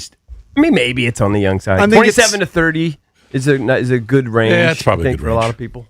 Yeah. I don't know. I was 29. How old were you? The first time? Yeah, the first time. I think I was 28. Yeah. You were about 27. 26. Oh, you're pretty young. Yeah, but Dee and I dated for like 10 years. I mean, we dated a long time. Maybe 9 years, something like that. So, but we'll talk to Cakes later. When Cakes was here on Friday, he was talking about the likelihood of the Washington Capitals making the playoffs. He was checking the percentages, and I can't remember exactly what it was. Well, at one point it was 18 to 20%. It was like 17%. Yeah, they dropped to like 18%. And I don't have the probability at this point. It's zero. It's zero. I would agree with that. You look at the wild card standings. The Boston Bruins are the second wild card team in the Eastern Conference. They have 76 points in 63 games. The Capitals have one extra game and only 69 points. So they're 7 points behind the last wild card spot. Trading John Carlson, I think, signaled that they were completely all in for the future. Of course, they traded Nick Dowd before that. It's unfortunate. This town, this year, it's one of the all worst. 4 teams will have missed the playoffs, and some of them were spectacularly bad. So the one hope of the Big Four sports was the Washington Capitals, and they're not going to make the postseason. Well, I think the Commanders were a big hope. And Oh, yeah. They were hope. disappointment. That's what I'm saying. I said a spectacular disappointment. Yeah. The Commanders, spectacular disappointment. The Nationals, we kind of expected it, but they're rebooting the rebuild, however you want to dub it. Mm-hmm. So they're not going to be winning anytime soon. It's been an awful and year. The Wizards are tanking. It's been an awful year for Washington sports. And then throw into college sports. Mm-hmm. Yeah. College hoops and football. Right. I mean, for most of the schools. Right. It's been a dreadful year, 25 and 26. Right? Yes. And even though, we looked at this last and we week, expected the Caps. I expected the Caps to make the playoffs. I thought that if I had to bet at the beginning of the year, I would have bet on the Caps and the Skins making playoffs. Those two teams I would have bet. That was a good bet. You bet wrong. You could make the argument that next year the Wizards could be the only team in the area to make the playoffs. Because there's 8, there's 8 total teams that can do it. In football, it's you have to win the division basically or a wild card to get in. The There's not that many. Capitals have a chance to make it next year. You're just saying in this calendar year? No, it's just because it would be overall. next year. Next season. Because why wouldn't you say the Capitals have a chance next season? Well, if they're selling a lot of these pieces, yeah, but they're hoping that their young players can develop. Are going to develop. I'm just saying the Capitals aren't as a shoe-in as everyone. That might be thinks. as you normally from think year that, from as year you to year. Normally think maybe we would take we would take it for granted that the Caps would be in the NHL playoffs. Look, to me with the Capitals, and I get it that maybe they're 15th or whatever they are in scoring. To me, they just don't have enough scoring. And you look at the last couple of games, which basically solidified them not making the playoffs. Because look, Carberry came on this show and he said when they had 20 games left, we need to go 14-6. Mm-hmm. Yeah. I think they've already lost the 6 games. No. Well, they've lost 3 in a row. They didn't lose 6. Okay, maybe they've lost 4 of them. Maybe 3. No, they've definitely lost at least 4 of them. Yeah. They lost 3-2 to Utah, which we talked about, and then they lost 3-1. It's just Ovi was their leading scorer. Ovi used to score, 40, 50 goals a season. They don't have somebody like that. Mm-hmm. They don't have anybody close to prime Ovi. But what's funny is Willie's pretty good. I think Leonard is on. That's not close to prime Ovi. No, maybe. Willie's got. They need to get younger. In like fact, Commanders. Ovi leads the team in scoring with 24. But I know that's a simplistic. What's look. confusing is they had won 6 of 7 before the Olympic break. Right. Yeah. I told you that break kind of screwed them. That screwed their momentum. And they've come out and we said, no, this game against the Canadians, the game against Utah is going to be tough. Right. But they've lost 3 in a row. It's over. They need some of their young guys. It's over. Whether it's Leno, who right now has 11 goals, or Protas's brother, who is in the system. They need one of these guys to become the man. Scoring wise, in my opinion. So they had lost 4 of. They had won 4 of 5 before the Olympic break, and then they came out and they won the first 2, the Flyers and the Golden Knights, and then they've lost 3 straight. Right. It's okay. So, I've written it off. Yeah, no, we're just kind of pulling for them. I mean, it's over. It's okay. Life goes on. I get it. It's just been a bad what year. I think people have to come to grips with, though, and I think most Caps fans are aware of it, but it's just there's not a lot being made of it, though. I do believe in my heart this is Ovi's last season. And, we kind of, I've talked to some people around the team, and they kind of think so. Jason, I know you've reached out with a couple people within the team. Mm-hmm. They kind of privately off record will tell you, they kind of think so, it's too. over. I mean, nobody knows officially. No, of course not. But and just the vibe I get from just seeing Ovi, I think it's over. I mean, he could still play because he could still score. He'll always be able to score. But I think this is it. He still currently leads the team in goals and points. Yeah. He's awesome. But I think it's over. I think, I don't. I mean, it's just a gut thing. Yeah, and I would not bet any sort of amount on it. I'd say, if I had to guess, 70% he comes back for one more. I think that's. I think it's way too high. Yeah, I think it's way too high. I think he's mentally done, and I think he's always wanted to play in Russia. And he's going to play a couple years in Russia. Yeah, I don't know if he's going to. And then he's going to play in a beer league. But what's interesting is the rest of his life. He's the type of person where he doesn't want to wave goodbye. He doesn't want a lot of attention to every stadium, every arena he plays in. Not going to let everybody give him a rocking chair. But what's interesting is maybe before that last home game, he waves goodbye to the Caps fans. You think he's already decided? Oh, yeah. I mean, if I had to put money on it, I'd say yes. I do. Could I be wrong? Of course. Yeah, I think if I had to bet, I would bet. Yeah, he's decided. But is he going to pull a Michael Jordan and just kind of ride off from the sunset without saying goodbye? No, they'll do something. It's possible. I think they'll do something. But they did so much for him last year during the chase. Yeah, but this is breaking different. the record. This is different. This is saying goodbye forever. He doesn't like all the attention. I know he doesn't. So, but maybe for one game. Yeah, maybe for one game. The last home game, he just says, "This is it." Or they just bring him back, next year, and they do all the ceremonial stuff. You mean when he's done? When he's done, when he's retired. Yeah. Well, then you can give him the rocking chair and a motorcycle and whatever a sweater. Yeah, I don't know, whatever you give. He doesn't like that, but you're right. It could happen that way. Yeah, but I do think it's over. Certainly, the season's over, and I think Caps fans are okay with it. You should be okay with it. They've been the anchor for this town for 15 years. It's okay. They missed the playoffs. It's okay. Yeah, but it's a step down. I mean, last season they were really competitive, and we thought they had a chance in the playoffs. Kind of overachieved a little bit. They were kind of threading that needle with old guys, young guys. This year they haven't been able to do it. It's okay. But once they trade Carly, they've given up. And Dow. They want to get. That was a huge piece. But Carly is the big one. I mean, he's been here forever. Yeah, no, understood. Well, they knew Dow it was over. As big a piece. Yeah. Are unlikely to make a playoff run, so let's get a first-round pick. Yeah. Yeah, it's amazing. Let's get they some could do that. picks. And we were talking about it with Drab during the break. I mean, there is some talk that they certainly, I had to explain this to my daughter. Both of my daughters were actually crestfallen that they traded Carlson. I said, it's possible they could bring him back. It is possible. They kind of, some people have alluded to leaving the door open for that. I think, honestly, most diehard Caps fans are ready to move on. Time for a new era. But it's possible they could come to an agreement, bring him back for another year or two at a reduced rate. I don't know if it makes sense because I said that the Capitals are kind of doing what the Commanders are trying to do. They're trying to get younger and faster. Yeah. Right. Right. And I think that's why ultimately I don't think they'll do that. But it's possible they could. I'd love to see how much money they have to spend in the offseason if they'll go after a big-time free agent or two. Yeah, I don't know what their Commanders. Yeah, I don't know what their caps. I know they have a ton of picks over the next 3 years. I can't remember. They kept promoting. They've got a lot 22 of picks. or 23 picks. Yeah. Just to me, again, I think they need to find somebody who's going to be a primary goal scorer that's going to get 30, 40 goals.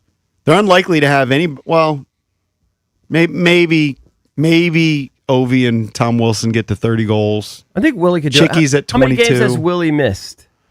He's played in 54. Out of? Do the math. 64, maybe? 64? I think he's missed about 10 games? Yeah. Willie's certainly capable of 30 goals. 100%. Oh, yeah. And I think Leno eventually will be too. Leno's got to be the guy. Yeah, he's got to be the guy. Right? I mean, he was their high pick. I think he's made nice progress. Oh, yeah, he's getting better. He's made nice progress. He looks a or lot more Protas confident. takes the next step. But they need to hit some picks in the draft. I don't know what they have in the system. I'm sure they got a couple nice young players that they like that they're kind of relying on. But I don't know. It's just disappointing when you have all of these teams.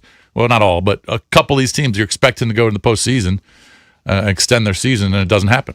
Coming up next, the Washington Commanders are linked to a bunch of big names. Do you still trust their GM, Adam Peters, to make the right decision? You can give us a call at 1-800-636-1067. We're the Junkies on The Fan. Sports Radio 1067 The Fan. Xfinity Tech Support, Matthew speaking. Hi, I live in a pretty remote place, like Jurassic Park remote. No! Wow. Will Xfinity Mobile work out here?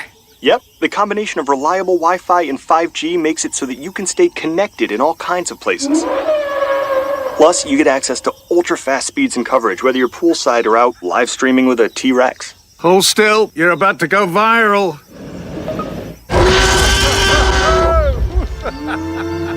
Welcome to a new era of Wi-Fi boosted mobile. Cut your mobile bill in half with 2 lines of unlimited. Learn more at xfinitymobile.com. Xfinity. Imagine that. Watch Jurassic Park with Xfinity. Restrictions apply. Xfinity Internet required. Savings comparison based on promotional rate for 2 lines of Xfinity Mobile Unlimited versus 2 lines of T-Mobile Experience More, Verizon Unlimited Plus, and AT&T Starter as of February 10th, 2026. taxes, fees, extra. Hey, it's your boy Bish here for Foley Mechanical. When my HVAC system went down last summer, I needed a team that could handle the cold. I called Foley Mechanical. Dan Foley, that's my guy. This isn't some big corporate outfit. Dan Foley owns the company, and his crew really knows their stuff, especially if you've got an older home or radiator heat. These guys are pros. They did a great job at my house, and Foley Mechanical serves D.C., Maryland, and Virginia. And they proudly install Amana HVAC equipment. When the cold comes at you like a breakaway, you want the right team in net. Call Dan Foley and his team at Foley Mechanical. They're the real deal. If you or anyone you care about is facing a family legal matter, call Cordell & Cordell today at 1-855-GET-LEGAL or visit CordellCordell.com to schedule your consultation. There's a lot on the line in divorce. This is Joe Cordell of Cordell & Cordell, the largest family law firm in the country, with over 35 years of helping clients navigate divorce. But being big doesn't mean less personal or less local.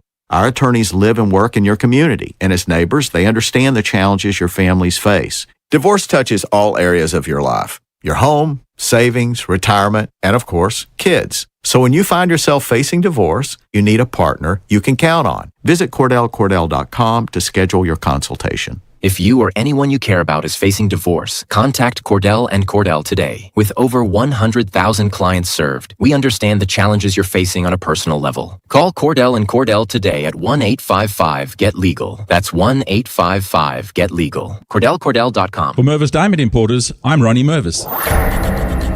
Over 1 billion years ago, diamonds were formed deep under the Earth's surface. Then, in 1871, a great event occurred when the richest diamond field in history was discovered in South Africa. News spread like wildfire. The rush was on. By the early 1900s, Morris Mervis was furiously working the diggings, and the Mervis Company had become a leading diamond trader. Today, Mervis Diamond Importers is active globally, and our diamonds rank among the best in the world.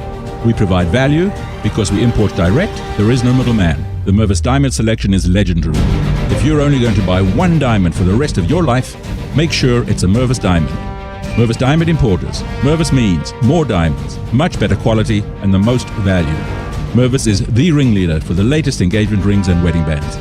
Easy financing is available. For an appointment, go to mervisdiamond.com or call 800-HER-LOVE. That's mervisdiamond.com or 800-HER-LOVE. After a magical 2024 season turned into a nightmare 2025. Jaden Daniels is going to be shut down. The future of the Adam Peters and Dan Quinn regime comes down to the moves they make this offseason. From free agency to the NFL draft. The Washington Commanders. This is your station for breaking Commanders news, expert analysis, and debate. Every move. Rework this deal. I think it's going to be tough. Every day. I'm definitely excited about We are football. Sports Radio 106.7 The Fan.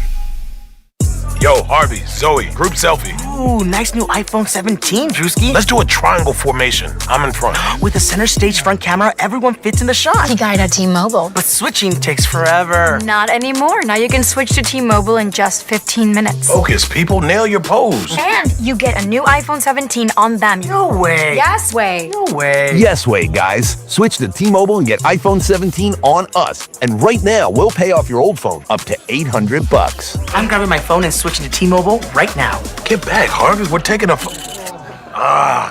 let's go again, y'all. With 24 monthly bill credits, finance agreement, 256 gigabytes, $830, eligible trade-in, example iPhone 13 and new qualifying line, $60 plus per month plan with auto pay plus taxes and fees. For well-qualified customers plus tax and $35 device connection charge. Credits end and balance due if you pay off early or cancel. Contact us. $800 via virtual prepaid card. Card typically takes 15 days after rebate submission, no cash access, and card expires in 6 months. Check out in 15 minutes per line. Visit T-Mobile.com. It all comes down to this, folks. Yep, the entire season is on the line. But my throat has officially thrown in the towel. Sounds like you need Vicks VapoCool drops. They're max strength and vaporize sore throat pain. Whoa! These VapoCool drops hit fast. Speaking of fast, did you just see that play? Yeah, he vaporized that ball. That pun should have come with a penalty. Vaporize sore throat pain with Vicks VapoCool drops. Use as directed. It's the Sports Junkies. All right, I'm going to give you real quick. A good reason to listen. On 106.7 The Fan, and always live on the free Odyssey app.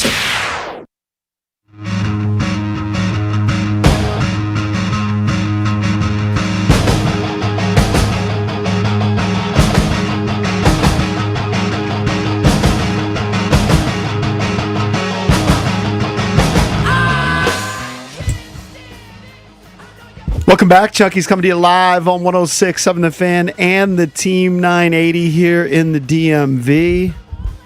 The NFL tampering period kicks off in less than 5 hours. That means there's going to be a lot of free agency moves coming up today, including, hopefully, the Washington Commanders in the mix. And we wanted to get into your faith in Adam Peters.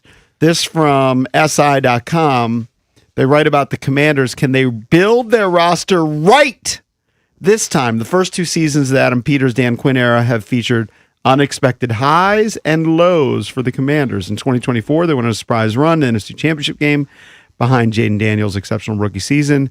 They then attempted to go all in with Daniels on his rookie deal by bringing in a number of older veterans to try and expedite their run at a championship. In the process, the Commanders seemingly skipped the true rebuild, and the strategy failed as injuries, a lack of youth, and defensive woes got the better of Washington. All that said, have we lost faith in Adam Peters as general manager to make the right moves? Or are you still on board?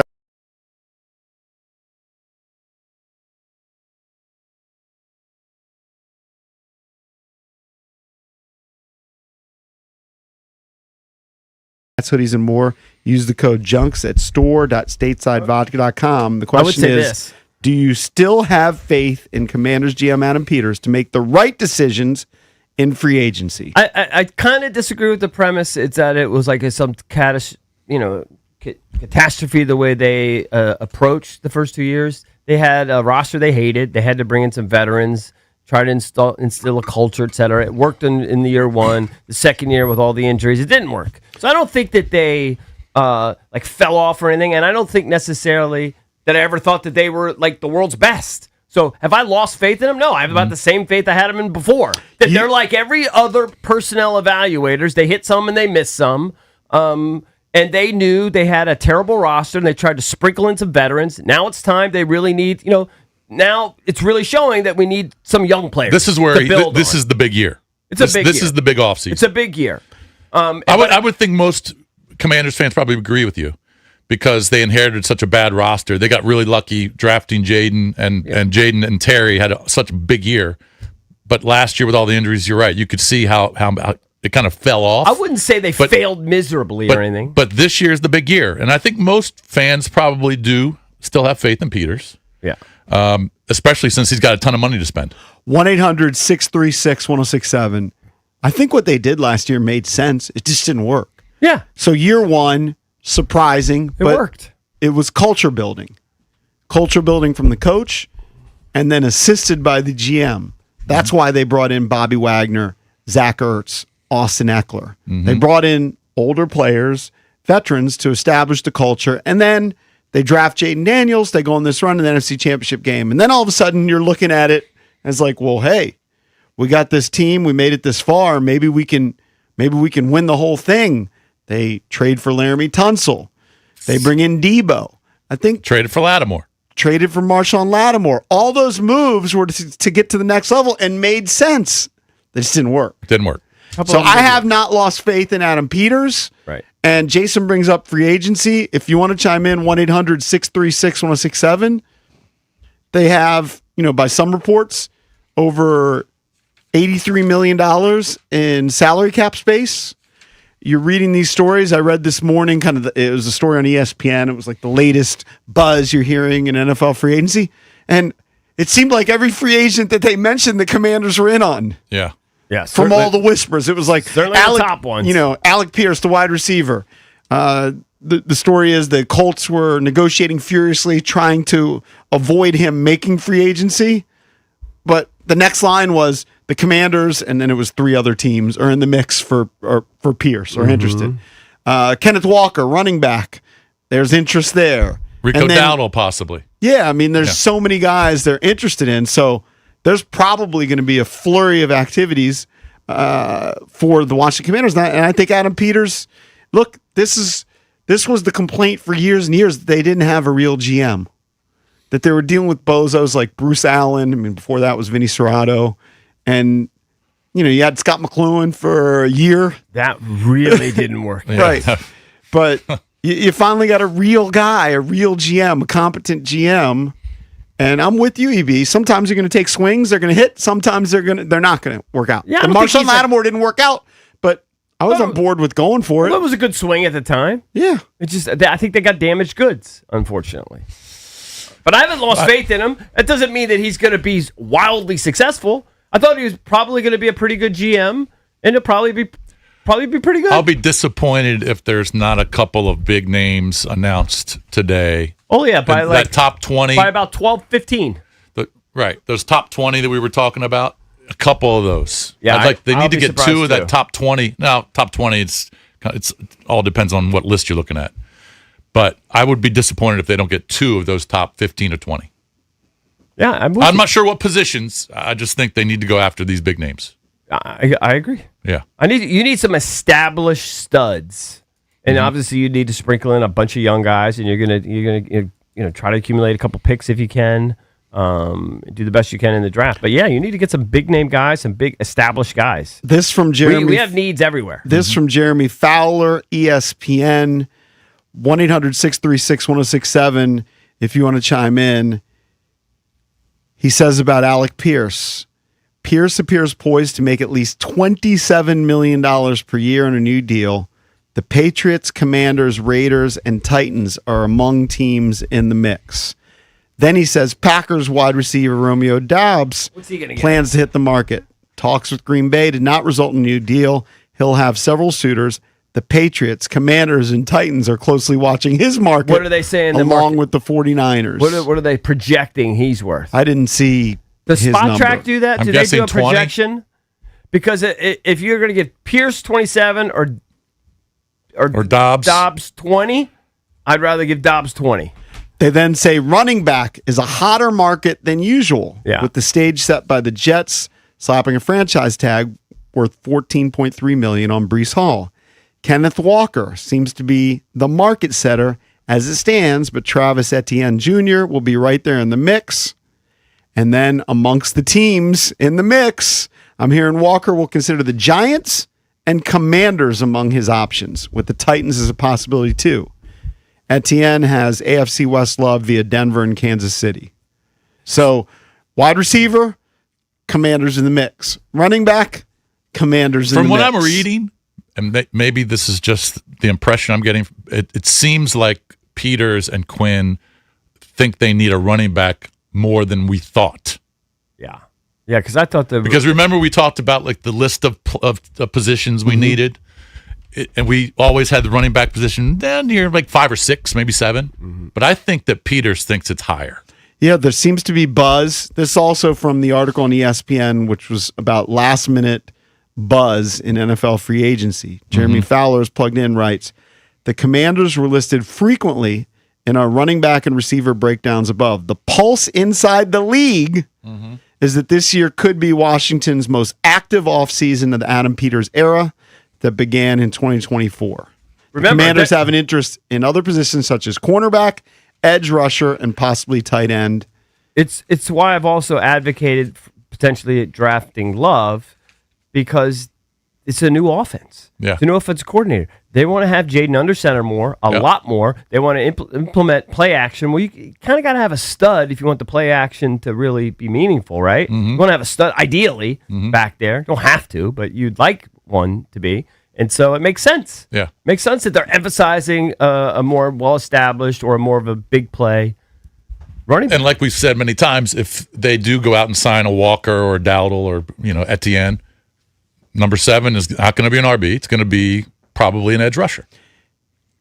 Or maybe Downs. I think it could be Caleb Downs. It could be Downs. I think it could be Sonny Styles. I could see Caleb Downs. I'm just saying it's going to be a defensive guy. Yeah. I could see that, especially again. I'm fixated on Durante's DB history. Pedigree. Right. Yes, his DB history. That's gonna be a priority. He wants to have that back end locked up as much as we need pass rushers and everything. They have so many needs; it's actually comical. So some people have the whispers kind of tell me though. We said we were going to learn in free agency, whoever they sign, what they're likely to do in the draft. Well, you're already the whispers are telling me they're going to draft defense and not Jeremiah Love at number 7. Isn't it a tell when these reporters, and they don't know, But when they're reporting, they think the Commanders, that means the Commanders are already talking to their agents. They already are interested. So they actually are interested in Walker. They actually are interested in whoever these other guys are. It doesn't mean they land them because there's other teams too. Of course not. Of course. But when you say, it looks like he's going to be choosing among 5 teams, that means they've already expressed interest. Probably. Yeah. Yeah. All right, which is telling me again that they're probably not going to take Jeremiah Love. Some people have lost faith in Adam Peters already. Oh, yeah, I know. Let's go to Gary in Upper Marlboro. Gary, what's your take on Peters? Gary, what's up? 800-636-1067 if you want to chime in. Good morning, John. Yeah, I'm a little down on Adam. I think he has a history of doing better in free agency with his first free agency class. But I was very disappointed in his free agency class last year. And I'm more down on him with what he's done with overall player acquisition. Give me some examples of guys that have upset you. Oh, definitely Lattimore. But hold on. I agree. Yeah. But don't you think Lattimore at the time it made sense? And that was a trade, by the way. I was one of those guys that was not on Lattimore because I have a lot of New Orleans Saints fans. Okay, all right. So you had intel. All right, so you're out on Lattimore. Give me another one. Yeah, I was out on Lattimore. I was out on Deebo Samuel. Okay, you could tell the man was a shell of himself. All you had to do was look at his film. I thought he was solid. I think it's unfair to say he was. Yeah, he was solid. Yeah, but I just wasn't happy with giving up the draft capital. And I'm telling you guys, I called your show after 2024, and I said they need to continue to slow build this team, throw 2024 out, and continue to slow build the team. I called your show and said that because I thought 2024 was fluky. Now, I don't necessarily blame Adam and he might have gotten pressure from that owner to try to win the Super Bowl. But they gave up, how many young players did they give up for 3 guys? Now, Laramie Tonsel's, a different story. But they gave up a lot of draft capital, and that's why I'm really down on Adam. And his draft has not turned out well. I think that if they have another flat season this year, I wouldn't be surprised if he got fired. So I'm a little down on Adam. I think overall his player acquisitions through the draft and trades have just not been good. All right. I hear you. Listen, I think that. Thank you. I think he's in the minority because it's so easy to say that now that the 24 season was a fluke. On some level, it was because they went against so many weak quarterbacks, but you thought you had. They got a lot of breaks. You thought you had, and I think they do. You have a generational player in Jaden, and they were just going to build on him. And you know, the conventional wisdom is, if you get a quarterback like that, you got to win in their rookie contract. You got to go all in. Yeah, and they kind of did that, and it just backfired. He got hurt. Other people got hurt. A couple of other guys didn't pan out, and disaster hit. Now his problem with trading a draft pick to get Deebo, it was a 5th rounder. All right, so I think it was worth it. I do too. And if Jaden was healthy the entire year, Deebo's numbers would have been better. So I think and he also wasn't healthy. He was playing on banged up. I don't know what it was. That was worth the reach. Lattimore blew up in their face. Tonsel did not. So I can see now. Again, these are all trades. Free agency, different story. Not every move's going to pay off. They're not. I thought it was worth the gamble at the time. Yes, just didn't work out. Yeah. Right now, 80% say they still have faith in Adam Peters. Yeah, that makes sense. I don't think there's reason to jump ship right now, but we'll see what happens this season. I think this is a big year for Peters and Quinn. They're pretty much married. They came in together. GMs usually out-survive them. I know that. They get a little longer. I know that, but they weren't hired at the same time, and Peters hired Quinn, but they're pretty much married to me, attached at the hip.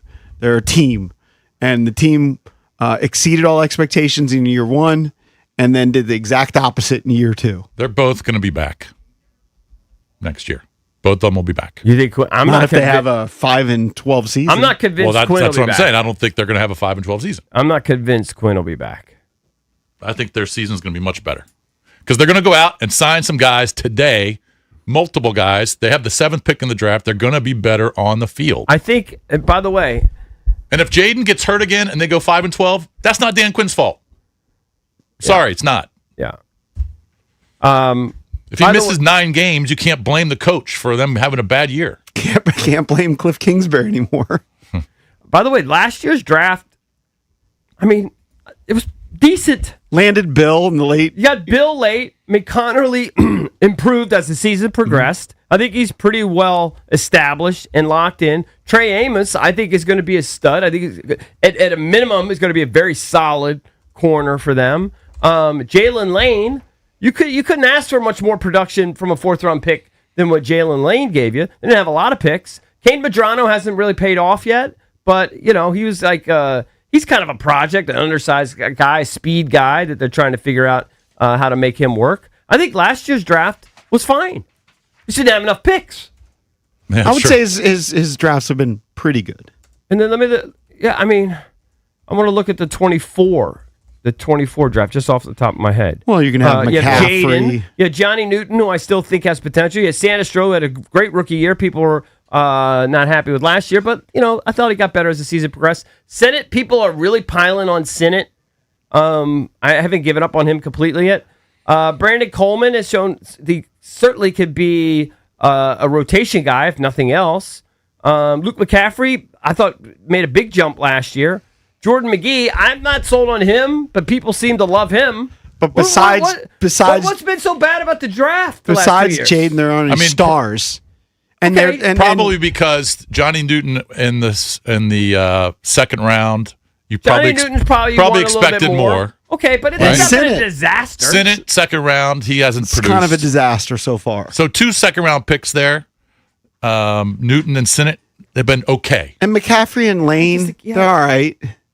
Yeah, but that's pretty good production for You also bypassed Cooper DeJean for Newton when everyone said you needed secondary help.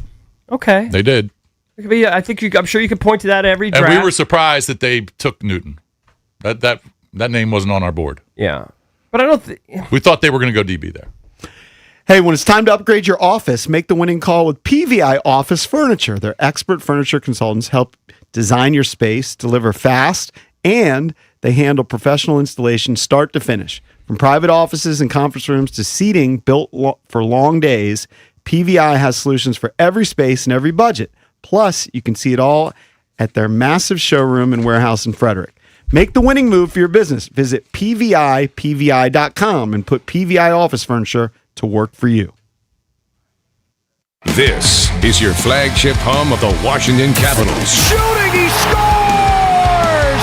It's a power play goal! And DC Sports Talk all day. Sports Radio, 106.7 The Fan. What if my child gets sick while I'm at work?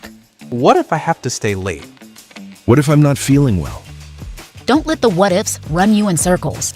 If you carpool, vanpool, or use transit, Commuter Connections will give you 6 free rides home in case of illness, emergencies, or unscheduled overtime, even if you're commuting just a few days a week. Register or renew free for Guaranteed Ride Home at commuterconnections.org or call 800-745-RIDE. Some restrictions apply. Hey guys, EB here. If you're planning to sell your home, I've got many great reasons why you should call my friends, the Realtor Rockstars, Debbie, Sarah, and Reynolds and Power Room team with Keller Williams today. Debbie and Sarah net their sellers over $30,000 more on average. Plus, Debbie and Sarah sell their homes 3 times faster than the average agent. How do they do it? Well, Debbie and Sarah already have the buyers, people. Over 16,300 ready buyers in their exclusive database looking to buy right now. This is why many of Debbie and Sarah's homes are sold even before they hit the market, and how their sellers are more likely to receive multiple offers. Anyone can list a home, but not everyone can sell it right. Debbie and Sarah are so confident in their abilities to get the job done that if your home doesn't sell, they will buy it at a price agreeable to you, guaranteed in writing. So take it from me. Call right now, 844-654-SOLD. That's 844-654-SOLD, or visit DebbieAsTheBuyers.com. That's DebbieAsTheBuyers.com. What's up, guys? It's Grant and Danny for our friends at Quo. I have a buddy who has a small business, and he was complaining to me about being super busy. He's coaching a youth sports team. He was missing calls, and he's missing out on money because of it. And I said, dude, Quo is the way to go. QUO, Quo. Missed calls are missed money. You've got to make sure that wherever you are available to answer the phone and work with your team, and Quo will help you to do that. So I always tell people it's time to try Quo. Quo is the #1 business phone system that streamlines and scales your customer communications. It works wherever you are. We are all so busy, right from the app on your phone or computer, so you can run your growing business without juggling devices or systems. Quo makes response times faster than ever. Your team can share one business number for calls and texts, creating seamless collaboration so nothing is missed and customers never have to repeat themselves. Keep your existing number. That is the best thing about Quo. Right there on your phone, your calls come in. No missed calls, no missed customers. Try Quo for free at quo.com/fan, F-A-N. QUO.com/fan. Guys, it's Grant and Danny for our friends at Window Nation. We absolutely love Window Nation. They have taken care of me in multiple homes over the years, beautifying my home, lowering my energy bills, and they have an A+ rating in the Better Business Bureau because they are great to work with. These installers are experts. It'll take just about a day, and Window Nation products are backed by a lifetime warranty. Simply no better time to upgrade with Window Nation. In March, the more you buy, the more you're going to save, up to 50% off all window styles. Visit windownation.com for your free consultation today. Straight Talk Wireless presents Pickup Truck Wisdom. If you're only good to your new friends, you're not going to have any old ones. Straight Talk gets it. That's why new and existing customers get free 5G phones on Verizon's 5G network. Pretty simple, really. You keep good people by being good people. Find us at straighttalk.com and Walmart. Straight Talk Wireless. Straightforward. Always. Taxes and fees apply. Plan purchase required for free phone offers. Copyright 2026 Verizon. Want consistent color for every job? Milo's Pro Rewards members get a 20% paint discount on future purchases after paint annual qualifying spend reaches $3,000. Plus, order eligible in-stock paint and paint supplies by 2 p.m. for free same-day delivery by 8 p.m. Improving is easy at Lowe's. Excludes spray paint and mist tints. More exclusions, terms, and conditions apply. Subject to change. Details at Lowes.com/terms. Same-day delivery valid in select zip codes. Subject to driver availability. Details at Lowes.com/same-day delivery. At Uline, the prevailing opinion is, if you don't live it, you don't believe it. The people at Uline believe in hard work, and they live it by being there 24/7 to answer your call, having 41,000 items in stock, and offering same-day shipping from 12 locations across North America. Business owners, sellers, buyers, shippers, and packers believe it. Uline is the hard-working, dependable source for your shipping and industrial supplies. Visit uline.com. Okay, class, let's begin. Psst, love your boots. I just sold a pair like that on eBay. Oh, really? Yeah, it took like 2 seconds to list and they sold almost immediately. I've been selling everything lately. Some chunky boots, a faux fur coat I never wore, and a vintage chair that was more of an expensive clothing rack. You know, I actually bought these on eBay. Wait, are you Kitty Sell Stuff from Brooklyn? Okay, quiet, please. Find what you love, sell what you don't. eBay. Things people love. It's the Sports Junkies. You're on the air. Listen anytime, anywhere on the Odyssey, iHeartRadio, or TuneIn apps.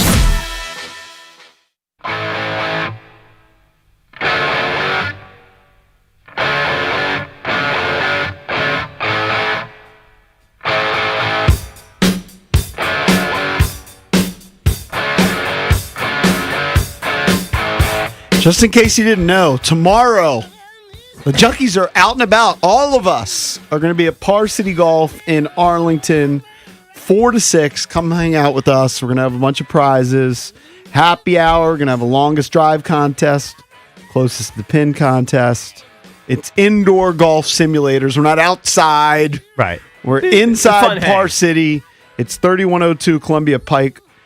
Prizes include Par City gift cards, Surfside coolers, boxes of tailor-made TP5 and TP5X golf balls, and a new Titleist Vokey SM11 wedge, courtesy of Golfdom. This is where I know my eyes are somewhat failing. You know, we're at that age where some of us have to put it further away or move it in. Mm-hmm. And I read that the first time as TPS, and I'm obviously not a golfer. It's TP5X golf balls. Real quick, I wanted to mention just terrible news. I found out yesterday, they just made it public yesterday, and I was kind of alerted immediately, that my favorite chef from my favorite bakery passed away. He was hit by a car last week. Wow. So Harry, I've talked about Harry. I've tweeted about Harry and Lace Delise for a long time. Yes, you have. They did our wedding cake. I first ran into them. They used to be the primary bakery that was used for Indian Spring Country Club when I worked there back in the early 90s. Fell in love with their chocolate raspberry mousse cake that they would often be used at like weddings and bar mitzvahs. We had a version of that. We had a white chocolate cake actually for our wedding that they did. We use them for every special occasion, every holiday. In fact, in February, we have 2 birthdays and Valentine's Day. I think we use them for 2 of the 3. We said we're going to cut down this month. We'll just, instead of buying 3 cakes, we'll get 2 out of 3. It was just there a couple weeks ago. I always say hello to the family. They know us. We know them. Tragic news. If you're in that community, you've used that bakery, I'm sure, in that Rockville area off Goody Drive. I think it's the best bakery in the world. I think it's the best cake in the world, that particular one. I often get a cake, and then I get extra pieces. I pay like $8 a piece to get extra pieces. I eat them in the car as I'm driving. It's so good. It's just just the epitome of a family-run business, and to see the father, the husband, the brother die like that, it just hit. When did you find this out? Yesterday, last night. Wow. I didn't know. I had known that he actually was walking on all streets, Norbeck Road. I saw there was a story that a pedestrian was killed on Norbeck Road. I mean, what are the odds it's him? And I didn't know much of it. You always think, I hope that's not anybody you know or anything. And it turns out that was Harry. Just devastating for the wife, the daughter, the son-in-law. Any details on what happened? I don't know. And I almost don't even want to know. That's awful. I think he was killed instantly. So just terrible, terrible news. I don't know what to say about it. We just, it's not like we were friends that did social things together, but we were there all the time. Yeah. The family knew them. We knew them. They knew us. And it's just terrible. So rest in peace to Harry. I just devastated. How many times have I talked about the Lace Delise cake? Many that times. we get all the time. I think you brought it in once for us to try. Yes. Spectacular. I hope that they're still open. I'm sure he's passed on the secrets. I'm sure all the family knows how to do it. But the guy was brilliant. But it's just terrible on a personal level for them. I just feel bad. Yeah, it's a huge tragedy. Yeah, sorry to hear that, man. Yeah. I could tell something was on your mind. It was just bothering. I mean, when I saw that, it was one of those like stunners. Yeah. What'd you think it was? He was thinking about Alec Pierce? No, I knew he wasn't. All right, it wasn't something positive. What's going on with Burger King? I'm hearing a lot of hype that they're changing things. Well, the Whopper, a lot of people complained about the Whopper that it would get smushy. All right, that the bread and the packaging, you would get the Whopper and it would be smushy. Okay. And so this is a little wrapper. It's not in a box. They have now upgraded their bread. Number one, it's like a thicker, fluffier bread. All right. They have changed the packaging where now you'll get a cardboard box. All right. And not just the wrapper. And I think they changed the mayonnaise. I think the mayo, beef is a little thicker. The mayo is creamier. I'm not sure about the beef. I don't know if they've changed the beef. They says the burger is thicker. Doesn't that mean the burger? That's because the bread is thicker. The burger is thicker, So more the meat's flavorful, and doesn't cost more. Win-win for customers. I'll tell you what. Apparently, there's a rumor around here that Valdez has never been to Burger King, or he's never had a Whopper. Mm-hmm. I've gone to Burger King on food runs for you guys when we were in Fairfax. But you never when JP wants French toast sticks for breakfast. So good. Or you guys want breakfast sandwiches. But I've never gone to Burger King on my own and ordered a Whopper. It's a huge I've miss. never had a Whopper. I get a Whopper with cheese. You've ordered other things at Burger King. No. Really? Never There wasn't one in He doesn't Pasadena? go to For himself, no. They must not have had one in Adina. No. Were you just anti-Burger King? We never had one around. We had a Hardee's. We had a Roy Rogers. And you went to those? Yes. Yeah. But so what I'd say this is... That's kind of a stunner. It's maybe a stunner that you've never had a Whopper. I don't remember. I'm sure I've had a Whopper, but I've always been... I think they have something called the Big King, which is like a double cheeseburger. That's been my go-to for years at Burger King.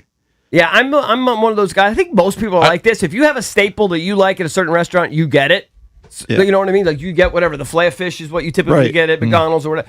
I always get the Whopper Junior with cheese. Yeah, I you've actually been just a get Whopper the Junior. Junior. I get the Whopper Junior with cheese every single time. Been doing it for 25 years. What makes it so special? I don't. That's Just big and tasty. flavorful. I don't know what to tell Whopper you. Junior's not It's necessarily just big. full of flavor. Well, not the Whopper Junior. I get size. Everything in it. It's my favorite burger Kinda of weak these. Huh? It's kind of weak that you get a junior. I get a junior. Grown ass man buying a junior cheeseburger. I eat like a little bird. I Do you eat get little something bits. else? Do you get Watch fries his with it? figure. or- I'll get it with the meal. Yeah. I get a Diet Coke and the I mean, if fries. And you're a Burger King, you should take advantage of the onion rings. The last time I went, I actually did get the big Whopper because I was hungry because I'm fasting, and it was like I hadn't eaten in 16 hours, so I actually did get the Whopper. But typically, I would get the Whopper Junior. What I've were you gonna never say, noticed Mark? a problem with their buns, but I don't doubt it. There are certain places can get a where little messy. there are certain places where your burgers will fall apart, and I guess that was the complaint. The other item which has gotten some hype, which we brought up a couple weeks ago, I guess Mar has officially tried it, is the Big Arch. Yeah, the Big Arch is big special. Is that, hold on, That's slow the- down. Is that what the CEO tried and everybody mocked Yeah. him for? Yes, he had the tiny little What's bite. supposed to be so special about the Big It's Arch? just the double quarter pounder, right? Yeah, it's 2 quarter pounders, but They have there's a also special sauce. Yeah, it's the special Yeah. sauce. But just going back to the Whopper for a second, the thing about the Big Mac is it's the Big Mac sauce is the star of the show. The Baconator, it's all the bacon. The Whopper, it's just a classic American cheeseburger. That's what steals the show for them. But I think it's very good. It's my favorite. It's my favorite over a Big Mac. It's a favorite over whatever Wendy's offers. Mm-hmm. Who else is in the running in that? I mean, Wendy's realm? just gives you, if you can go single or double or triple with cheese. I mean, but you literally, said they have the I've never ordered Baconator. Single with cheese from Wendy's is legit. When I go to Wendy's, It's I'll my get a one chicken seed. sandwich. I would get a chicken sandwich and a Frosty. I mean, if you go to Wendy's and don't order a Frosty, you're un-American. You go to Wendy's, you're gonna get a Frosty, even if you just get a little senior cup or something. I get the mini because I've got the key tag. It's one of the best investments you can make. Yeah. So hold on, Mike. How would you grade the Big Arch? it's definitely the best burger they have at McDonald's. Really? It's Yeah, better than their it's Big Mac. I've seen negative reviews. Well, they don't You're know giving both. it a positive review. Very positive. I'd give it out of 10, like an 8.8, 8.7. What do you give a Big Mac? Like a 6, 6.5. What about a quarter pounder with cheese? See, my go-to at McDonald's is a quarter pounder with cheese. It's very, very similar, but the sauce Okay. is just special. It's like a sweet sauce. I don't know. It's not spicy. It's not like a barbecue. It's one of a kind. They still throw the standard ketchup, mustard, and onions in No, there. it's the sauce is the star of the Oh. show, I'm gonna and go- then there's like yeah. crispy fried onions on it as well. Oh, that's big. And then a poppy seed and sesame seed combined bun. It's got to be here to stay. Draft, do I get a little more respect for if I don't get a filet of fish, I'll get the 2 cheeseburger meal though at McDonald's. Sometimes you can mess around and get the 2 The 2 cheeseburger meals pretty cheeseburgers good. are easy. And that's when I get weird. I could take a bun off or 2 buns. I can just pinch the burger and just eat it. You prefer the 2 cheeseburgers versus the Big King? I've never even heard of the Big King. I think you're the only one who's ever had the Big I don't King. know what the Big King is. I haven't heard the Big I don't King. veer off my stand.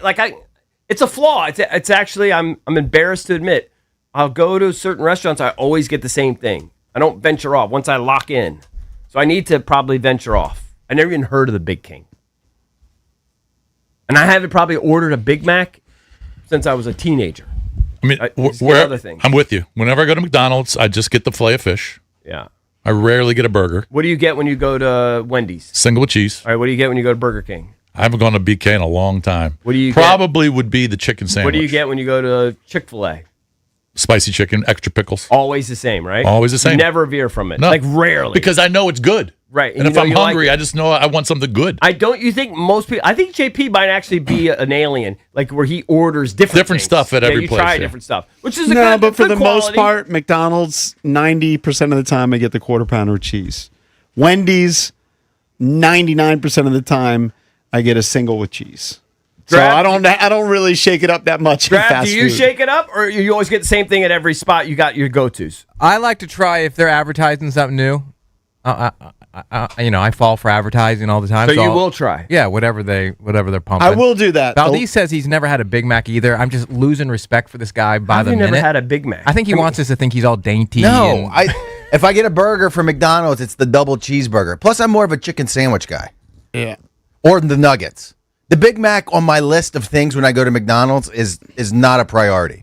And I've never wanted to try it in my life. I just remember when my brother got one, it looked so unappetizing to me that image just stuck with me for But it 30 has years. that Thousand Island dressing or whatever they have, right? But I will try now, based good. on Mars review. I'm going to try the Big Arch. So maybe I do shake it up a little bit more because I'm a little bit like Drab. The advertising will get me because the more I think about it, the last time I went to a drive-through was a Wendy's, and they are advertising like it's very similar to us. Like usually my go-to is the single with cheese, and it's called something like the cheesier. What's in it? The cheesier bacon cheese. I know we got to go to break. What's in the Big Arch? 2 pieces of cheese, 2 quarter-pound patties, crispy fried onions, and then this sauce. What's And that? then What kind of sauce? Is it like a Big Mac sauce? Yeah, a little bit similar. It's sweeter though. But set aside like 30 minutes after because you're gonna feel terrible. It's that big. It's over 1,000 calories. Oh, I can't. Coming up next, John Kine from ESPN.com as we talk free agency and what the Commanders may do. DC's FM Sports Talk. 106.7 The Fan. This is an Odyssey Sports Minute. All signs are pointing to Travis Kelce returning for his 14th NFL season. Kelce's a free agent, and sources are saying that his reps will talk to everyone. I find it hard to believe that Kelce will return as anything other than a Kansas City Chief. If he's coming back to win. He's marrying a billionaire, let's be honest. He doesn't need the money. The best chance to win is staying with Mahomes, staying with Andy Reid, and staying as a member of the Chiefs. I expect he'll be back in Kansas City soon. I'm Den Day.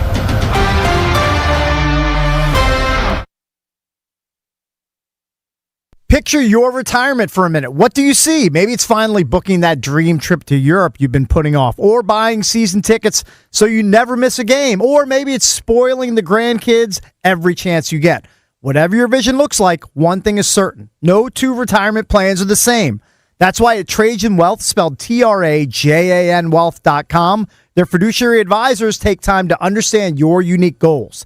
They'll build a strategy designed around your lifestyle, your comfort level with risk, and your timeline. And here's the best part. Trajan Wealth keeps you focused on the big picture, not the daily headlines, because markets shift, laws change, inflation happens, but your dreams shouldn't have to. It's never too early or too late to get a plan in place. Call Trajan Wealth today, 202-929-6600. That's 202-929-6600, or visit TRAJANwealth.com. That's TRAJANwealth.com. Advisory services through Trajan Wealth LLC, SEC registered investment advisor, client paid advertisement. Additional disclosures at TrajanWealth.com. Hey, it's B-Mitch here. Don't get caught in the cold with an outdated furnace or heat pump. Rude Pro Partners have access to 60 months of same as cash promotions on qualified equipment from February 1st to April 30th. Rude also offers other aggressive financing options. As temperatures continue to stay cold across the DMV, make sure you're saving money with the most efficient HVAC equipment. Rude makes it easy to upgrade your home's comfort without breaking the bank. Find a Rude Pro Partner near you at rude.com. And remember, if it ain't rude, it ain't right. Grab a better breakfast at Whole Foods Market. Save 30% on all Chobani items with Prime through March 10th. Make a fruit-filled yogurt bowl or take a drink on the go. While supplies last, shop in-store or online. Terms apply. Dribbles it down the court. Just a few seconds left. Pass to the corner. 2 to shoot. It's up. And it's good. This season, head over to Giant to get game day ready with all your favorite foods and snacks, and let Upside dish the assist with a $10 cashback bonus on your first grocery purchase.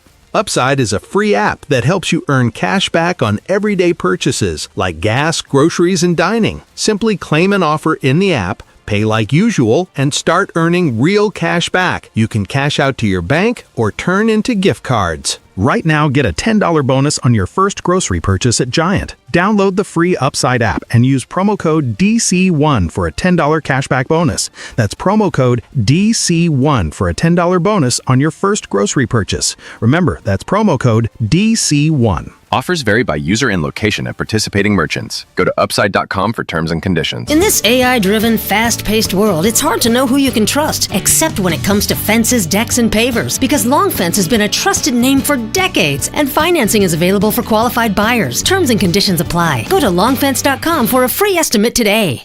This is the story of the one. As a maintenance tech at a university, he knows ordering from multiple suppliers takes time away from keeping their arena up and running. That's why he counts on Grainger to to get everything he needs, from lighting and HVAC parts to plumbing supplies, all in one place. And with fast, dependable delivery, he's stocked and ready for the next tip-off. Call 1-800-GRANGER, click Grainger.com, or just stop by. Grainger, for the ones who get it done. No! It's just a golf lesson, champ. Loosen up. I can't. See that Hyundai Santa Fe? Yeah. I only paid to now sell. Finish up on your own. I gotta run. Deal's so right, it almost feels wrong. The Hyundai Getaway Sales Event. Get 0% APR for 60 months, plus 0 payments for 90 days on the Hyundai Tucson, Tucson Hybrid, Santa Fe, or Santa Fe Hybrid. Now, during the Hyundai Getaway Sales Event. Hurry, offer ends March 31st. Call 562-314-4603 for details. Live from the LindsayCars.com studios in the nation's capital, WJFK-FM and WJFK HD1 Manassas and WPGC HD3 Morningside. Back to the air, deep left center field, going toward the bullpen. The sounds of spring training See you later. are on your flagship home of the Washington Nationals. Bang! So back-to-back go the Nationals. Sports Radio 106.7 The Fan, an Odyssey sports station. 106.7 The Fan, Sports Flash. Picture your retirement.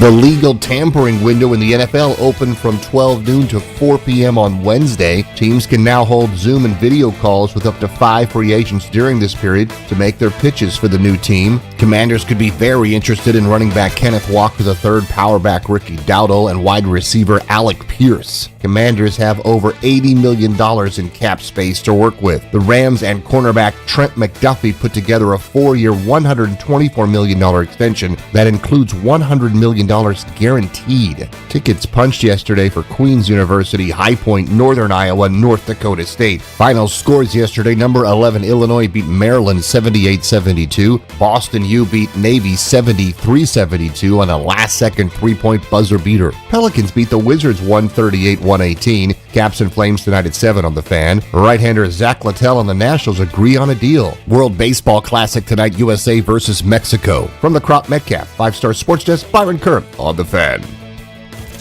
It's the Sports Junkies on 106.7 The Fan. Man, these guys are so classy, you know? Pretty damn good. And always live on the free Odyssey app.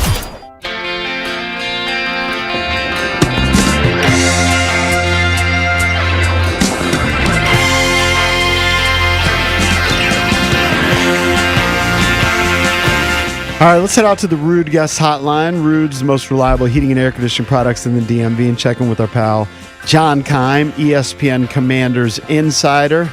Hey, John. What up, fellas? JK, what's big up? Big day. Most people are expecting, Washington and Adam Company to be active. Yes. Yeah, most people are reporting that. Yes. By the way, I'm sorry, EB. Real quick, are you at the park all day, or are you just kind of? No. I'm at home. Okay, you're just nothing. Yeah. There's nothing to be gained by being out there. Okay, yeah. All right. They're not. It's funny because back in the day, this is illegal tampering. So on the first day of free agency, players used to visit facilities, right? And so it would make sense to be out there during the day, but now, there's no benefit. Isn't that funny? Is that the money's so big now that it doesn't even matter? You could have a trash facility. Yeah. It just doesn't matter. Right. Well, they actually got great grades in the NFLPA grades. Understood. Yeah, but still. No, but still, because back in the day, the facility wasn't very good. Yep. And but they listen, man. As long as the money is good, right? You'll make anything work. Yeah. So I'm looking at in particular Bowen. Is Bowen an ESPN guy? Matt Bowen, yeah. He's an ESPN guy, and we're looking at Bowen's list, and of his top free agents, I've heard reports that we're kind of in potentially on all of these, or at least have interest, like the top 4 guys. Yeah, and so I have heard for a while now that they're going to be not just active, they've been active the last couple of years. They had to sign a lot of guys, right? So they were going to be active, and they were aggressive pursuing those guys. What I've heard consistently, and I even wrote an article on this last week for ESPN, is just that not only, that they are more capable, willing to spend at players, at the top end money for a guy at a certain position, right? Or various positions, whatever it is, as long as the player's the right fit. This is not a return to the Dan Snyder era. I hope people listening remember that those crazy spending days typically didn't work. That said, like there are guys in this free agency period that make sense for them at positions of needs, and they're always expensive. So like, receiver, Alec Pierce, I would say, like, do you really want to get to $28 to $30 million for a guy he's had 1,000 yards? He's a big playmaker, but, he's not, we're not talking Justin Jefferson here. Now, you wouldn't get that kind of money, but you know what I mean? Like, what's the limit for him? And then, I can't remember who else Matt had up there, but there's like... He's got Hendrickson 1. Yeah, he's got Hendrickson 1. He's got Linderbaum 2. Jalen Phillips 3. Phillips is definitely one. And Hendrickson, I'm not sure on. Right. I will say, like, both... Same thing with Linderbaum. Like, they're both at positions of need. Right. So, like, would they make sense? Yes. I think, like, ideally, they would prefer younger. So, like, if you have a chance to get a Jalen Phillips, unless the Eagles re-sign him in the next few hours, then, again, you don't, that's the ideal because he's younger. You're going to have him for several years. With Hendrickson, 31, coming off the injury, great pass rusher, but, he's at that age, right? And so, like, would that make a difference? Possibly, but he is a position of need. Mm-hmm. And same with Linderbaum. The whole thing with him, when you cut Biadasz, it's like, okay, what's next? And would he make sense? Of course, because he's the dude's going to get paid, right? And but how much the question I would have for them is how much do you want to invest in that, knowing you're going to be paying Tonsel big money, Cosme's making good money, and obviously Connolly's not at that level financially yet, but you have invested in the line.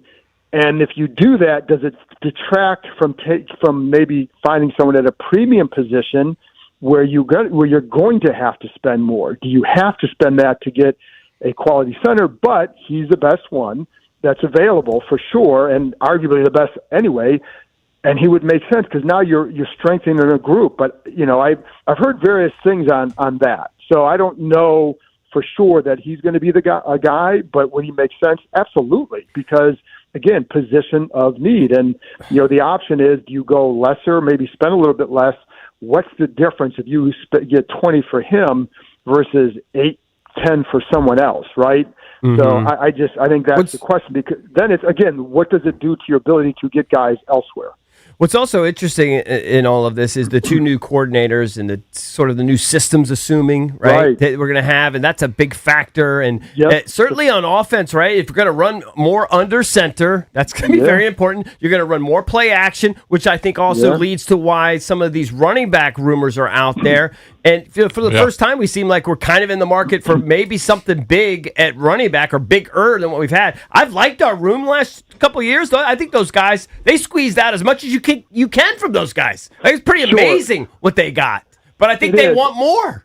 Oh, well, they definitely. Well, here's the other thing. They not only want more, they need more because they only have one guy under contract. Right. So you have to sign guys. Yeah. Right. So, but the question is, what level? And again, Kenneth Walker, Rico Dowdell, Algier from Atlanta, right? Like, there are guys that make sense there. I don't know that they're going to go like for an ETN who might cost more. Won't Walker be expensive? Yes, but he's also, I think he's a very good fit for that run game. If you see, and here's the thing too, like, again, like, what are you looking for? And I think, what do you think you can get out of Krosky Merritt next year to supplement what you would get out of a Walker, right? Do you have to go spend for an ETN if you have Walker, who's, he had, I think his percentage of carries of 10 plus yards was among the highest in the NFL last year. And so, like, that would give you something you don't have. Mm-hmm. Regardless, they need to improve that run game. Like, it's been an emphasis for Dan Quinn in the offseason, and it was absolutely an emphasis of his, like, talking to people after the season, especially when it related to like the Kingsbury thing or just philosophical differences. Like, that was always a sticking point for him. And from what I've been told. So it makes sense that they would want to do this. And then again, some of it's about helping take the pressure off of Jaden, right? And like creating a more balanced situation where you don't have to rely on him running the ball. You have a guy who can do that. So, I think you have to, but again, you have one guy under contract. You have to sign somebody. Right. The question is who. But Walker would be expensive for sure. You make a good point about Alec Pierce. I like Alec Pierce, but I don't know if I'd be willing to spend 27 to 30 on that guy. You're still projecting a little bit. You know what I mean? All right, but here's my okay. Go ahead. I'm sorry. No, go ahead. No, I agree with you. Go ahead, make your point. Well, I was going to say, is it your gut that they're going to? I think they're going to go after two pretty big names, and when I say big names, I just mean two of the top 20 free agents. Do you think they're going to do that and spend a bunch of money on a couple guys, or do you think they'll spend less money per player and try and acquire more free agents? You understand what I'm saying? Yes, okay. And now I will say I think it was the last 2 years they've signed 50 guys. Now that includes some of the re-signings too, right? Yes. So they don't do, they have 56 under contract now. You need to get to 90. You're going to have right now 6 draft picks, maybe 7 to 10 undrafted. So you kind of deduct that, and that's what you're looking at as far as how many guys you're going to sign. I do think if going back to Pierce, this is what I'd say. Okay, would you rather have him for 20? Let's say, I don't know what the number is going to get to. The reason why he's testing free agency and not going back is because you can sniff the money, man. You can feel it. Why wouldn't you test it? So let's say he gets 27 to 28. Would you rather have that, or would you rather have Romeo Dobbs and then Brandon Ayuk, something like that, where it's a combo where are you getting more out of that than you? And Ayuk would be on a 1-year prove it deal, right? So it's not. We're not talking huge money there, but what's better? Would you rather have Pierce, and then would that limit your ability to then get another top player somewhere else? That's going to be the question. So again, Pierce is very good. He's a big playmaker, but if he we're talking maybe a kind of like a Deshaun Jackson type where you're going to, can he be more than that 50-some catch guy, big plays, great yards per catch, but could you get more from that money? Shaheed is another one. Rashid Shaheed is another one to put on that list. Yeah. Because he offers that speed and the return game. So you'd have in a return game where you have two guys like Jalen Lane and Shaheed to have for kick and return punt. And then you have the speed on offense. Is it, and he's not going to be nearly as expensive as Pierce. And then you can spend elsewhere. So he's a big name, but he's not a Pro Bowl receiver, but he is a good talent to add. John, I'm convinced, not only is it because of his background, but there's a need, clearly, for DB help at corner and maybe even at safety. I'm convinced with Durante's past and his focus on DBs and everything, and his history, they're going to go hard after either in free agency or via the draft, and they need to. If you had to guess, which way do you think they lean on that? For defensive back? Yes. Oh, I think they definitely have to try and get a corner here for sure. Yeah. Because again, the only starters, or the only two guys that you would say are roster players right now, Amos and Mikey. Amos and Mikey, right? So you need another guy for sure. So I do expect them to be aggressive in that market. And there are interesting guys available. There's Alontae Taylor, Jamel Dean, guys like that. And I think it puts Caleb Downs in play big time. Well, too. And here's for sure. Now, obviously that's drafts, but so you got to get a corner. It's not going to stop you if you want to go get Caleb Downs. And I think part of it too is what he likes to do a lot is disguise coverages. Right. So you need players who can be versatile, whatever, right? Mm-hmm. A guy like Alontae Taylor, for example, people view him probably best in the slot, but he can play outside. Mikey, I think, could be, I could see him playing a little bit more outside next year, but he obviously can play in the slot. Well, now you have the ability to mix coverages a little bit more because of that, right? If they're all on the field with Amos. Then if you have Caleb Downs, he's got that versatility well. And this is a good safety class for the draft. So you don't have to take him there if you feel like there's guys in the third or fourth round that you could get. But it is a good safety class, and he clearly is considered the best one of that group. Very smart. So I think that would mesh well with what he likes to do with the coverages. And when you watch the Vikings, there's a lot of times where it's a quarterback holds the ball, Rush gets home. Mm-hmm. You know what I mean? So that starts with disguising coverages. So you better get guys who know how to do that. So that's absolutely a definite focus. Listen, man, there are very few positions where we can say, oh, they won't go there. Right. Like tackle, you're not going to sign a starting tackle. You got two. But you know what I mean? Like quarterback, you don't need to start quarterback. But other than that, there are a lot of spots you can go. Yeah, they finished 5-12. We're talking to John Keim, ESPN Commanders insider. On that note, we were talking about earlier the guys that they have that are free agents, that haven't been signed yet by the team. Is there anybody there that's surprising to you? EB was like, well, you can just toss them all out. You can have them all. But, there are guys like Noah Marcus Mariota, Jacob Martin, I would want back. McNichols, Chris Rodriguez. Do you think some of these guys will be back, or they're just going to let them all go? Debo? I would say I think some of them would be. I think like Jacob Martin makes sense. I know they were talking. I thought he may have gotten done by now. He was solid for them. He'd be a rotational guy, but he gave them exactly what you could have expected. I mean, he was one of the few guys who were like, yeah, this is what I expected, maybe a little bit better, and he had to play more because of injuries, but he was solid for them. Bobby Wagner done? Yeah, I don't. I would say this: if he came back, I would be surprised if it were in the same role. Mm-hmm. You know what I mean? I don't think they've talked all off season about speed and at length, athleticism, youth. But he can still play the run, and he's still a very good leader. But I think if you want to do certain things on that D, I'd be surprised if it were in the same role for if he comes back. I don't expect Debo. They want a true number two.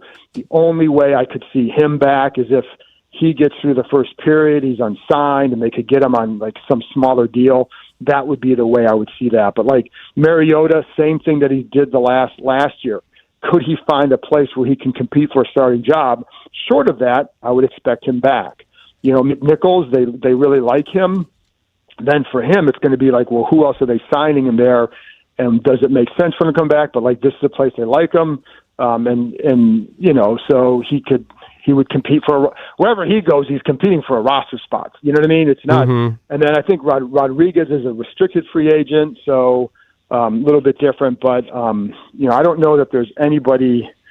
A guy like Eddie Goldman, I'm not sure. Then it depends on what are you looking for up in that front. You want more quickness up there, So we'll see. All right. Maybe we'll see on that one. There's some I'll be curious to see what they do with that interior D line, because I think there's some guys who can be versatile pieces for you, or at least provide more depth. Should be a busy day. Busy day. All right, John. Thank Appreciate you, buddy. the insight. Appreciate it. Everybody follow John. Good job, bud. Good job. John Keim from ESPN.com. Coming up at 8:45, going to give you a chance to win some tickets to go see the Wizards on Monday, March 16th against Golden State. Catch a special performance from Red Panda. It's a crowd favorite. So that's at 8:45, and Will Dawkins, the Wizards GM, is going to join us. But next, we're going to make some predictions, maybe put up some cash. Who will the Commanders sign in free agency? We're the Junkies. Keep it here. DC's FM Sports Talk. 106.7 The Fan. All right, guys. EB here. What if I could tell you could sell your home faster and for more money without the stress most sellers go through? Well, that's exactly what my friends, the Realtor rock stars, Debbie, Sarah, Reynolds, and Power Home Team with Keller Williams are known for.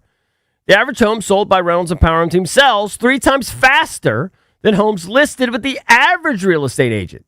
That faster sale means fewer days on the market, fewer disruptions in your life, and yes, less stress wondering when your home will sell.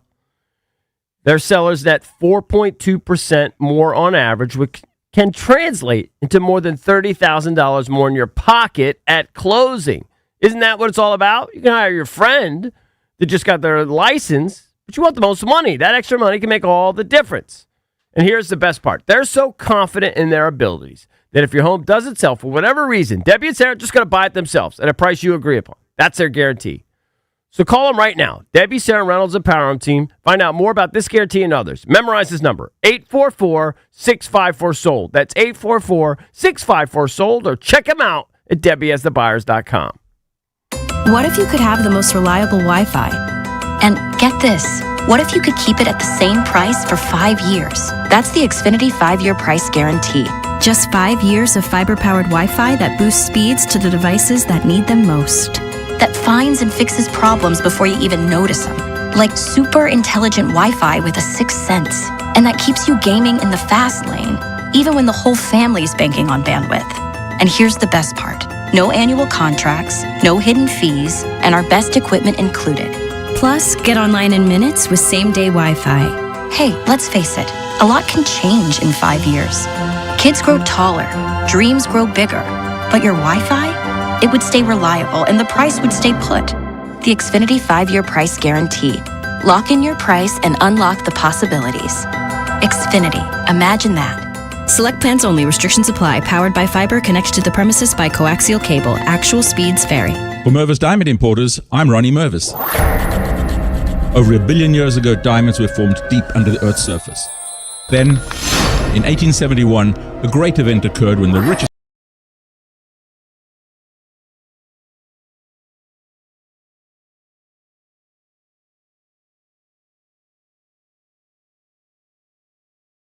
diamond trader.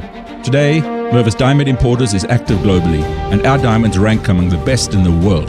We provide value because we import direct, there is no middleman. The Mervis Diamond selection is legendary. If you're only going to buy one diamond for the rest of your life, make sure it's a Mervis Diamond. Mervis Diamond Importers. Mervis means more diamonds, much better quality, and the most value. Mervis is the ringleader for the latest engagement rings and wedding bands. Easy financing is available. For an appointment, go to mervisdiamond.com or call 800-HER-LOVE. That's mervisdiamond.com or 800-HER-LOVE. After a magical 2024 season turned into a nightmare 2025. Jaden Daniels is going to be shut down. The future of the Adam Peters and Dan Quinn regime comes down to the moves they make this offseason.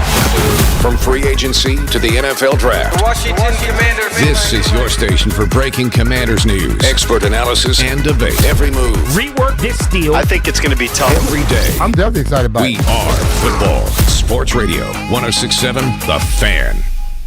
My name is Whitney Allen, and I'm a widow. My husband, Ryan, died. We never thought we'd ever have to use life insurance, but the unexpected happened. With Ethos, signing up was fast and 100% online. You can get a quote in seconds, apply in minutes, and get same-day coverage. No medical exams, and you can get up to $3 million worth of coverage. I'm grateful we were prepared. Get your free quote at ethos.com/radio. That's ethos.com/radio. Paid spokesperson. Time spent on application may vary. Online health questions required. Wesley Financial Group is not a law firm, and Chuck McDowell, definitely not an attorney. This is Chuck. Do you feel stupid for buying a timeshare? Don't. It's not your fault. You were most likely told you could rent it, and it was a great financial investment. And the deal was available today only. If this happened to you, contact your resort or Wesley Financial Group for help today. Call Wesley now for your free exit information kit. 800-939-1441. 800-939-1441. Too many tools, too much stress, and way too many bills. Odoo replaces it all. One connected platform for every part of your business, so you can work faster, smarter, and for less. Odoo, the only software you'll ever need. Try it free today at odoo.com. That's ODOO.com.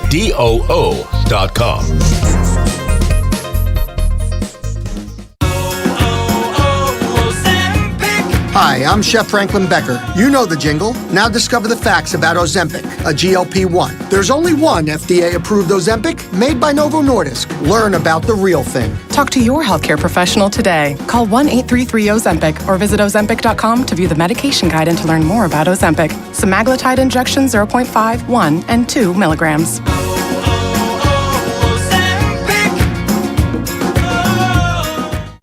It's the Sports Junkies. Let's talk it out. You can watch the show live or on demand. What are we watching for? As I said, we're not sure. On YouTube.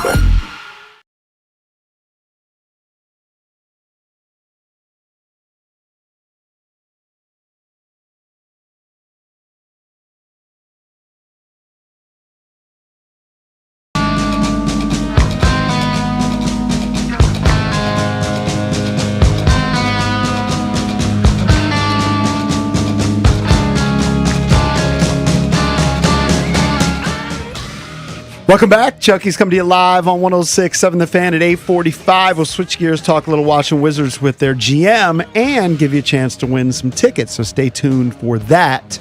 Will Dawkins joins us at 8:45. Of course, Trae Young has returned, but they continue to lose, which is what we want because they're in the midst of the tank. That is correct. Some breaking news in the NFL. Look, tampering period starts at 12. Free agency will be underway, even if it's not official. You're going to hear all the news.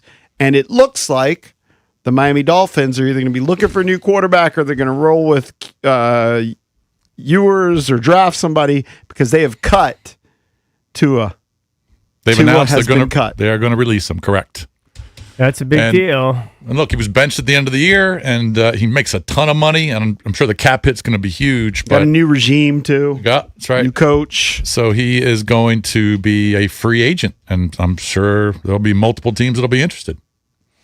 Yeah, so you've got Kyler Murray out there. Mm-hmm. You've got Tua out there, and then Malik Willis, which I'm a little hesitant on Malik Willis. Like, he did show something in his limited work in Green Bay, but it was such a small sample size. He just hasn't played a lot. And you got Kirk Cousins, and so you've got some names, some older Marcus names. Mariota. And Marcus, but the Tua thing is, it's not really a head scratcher because the team just wasn't very good, and he had the concussion issues. But man, a few years ago, and his play tailed off. He threw a lot of picks. He signed a huge deal. That's the big thing. He threw a bunch of interceptions. Yeah, true. So you thought he was going to be there for a long time, but he's been released. Yep, he'll be out there. Mm-hmm.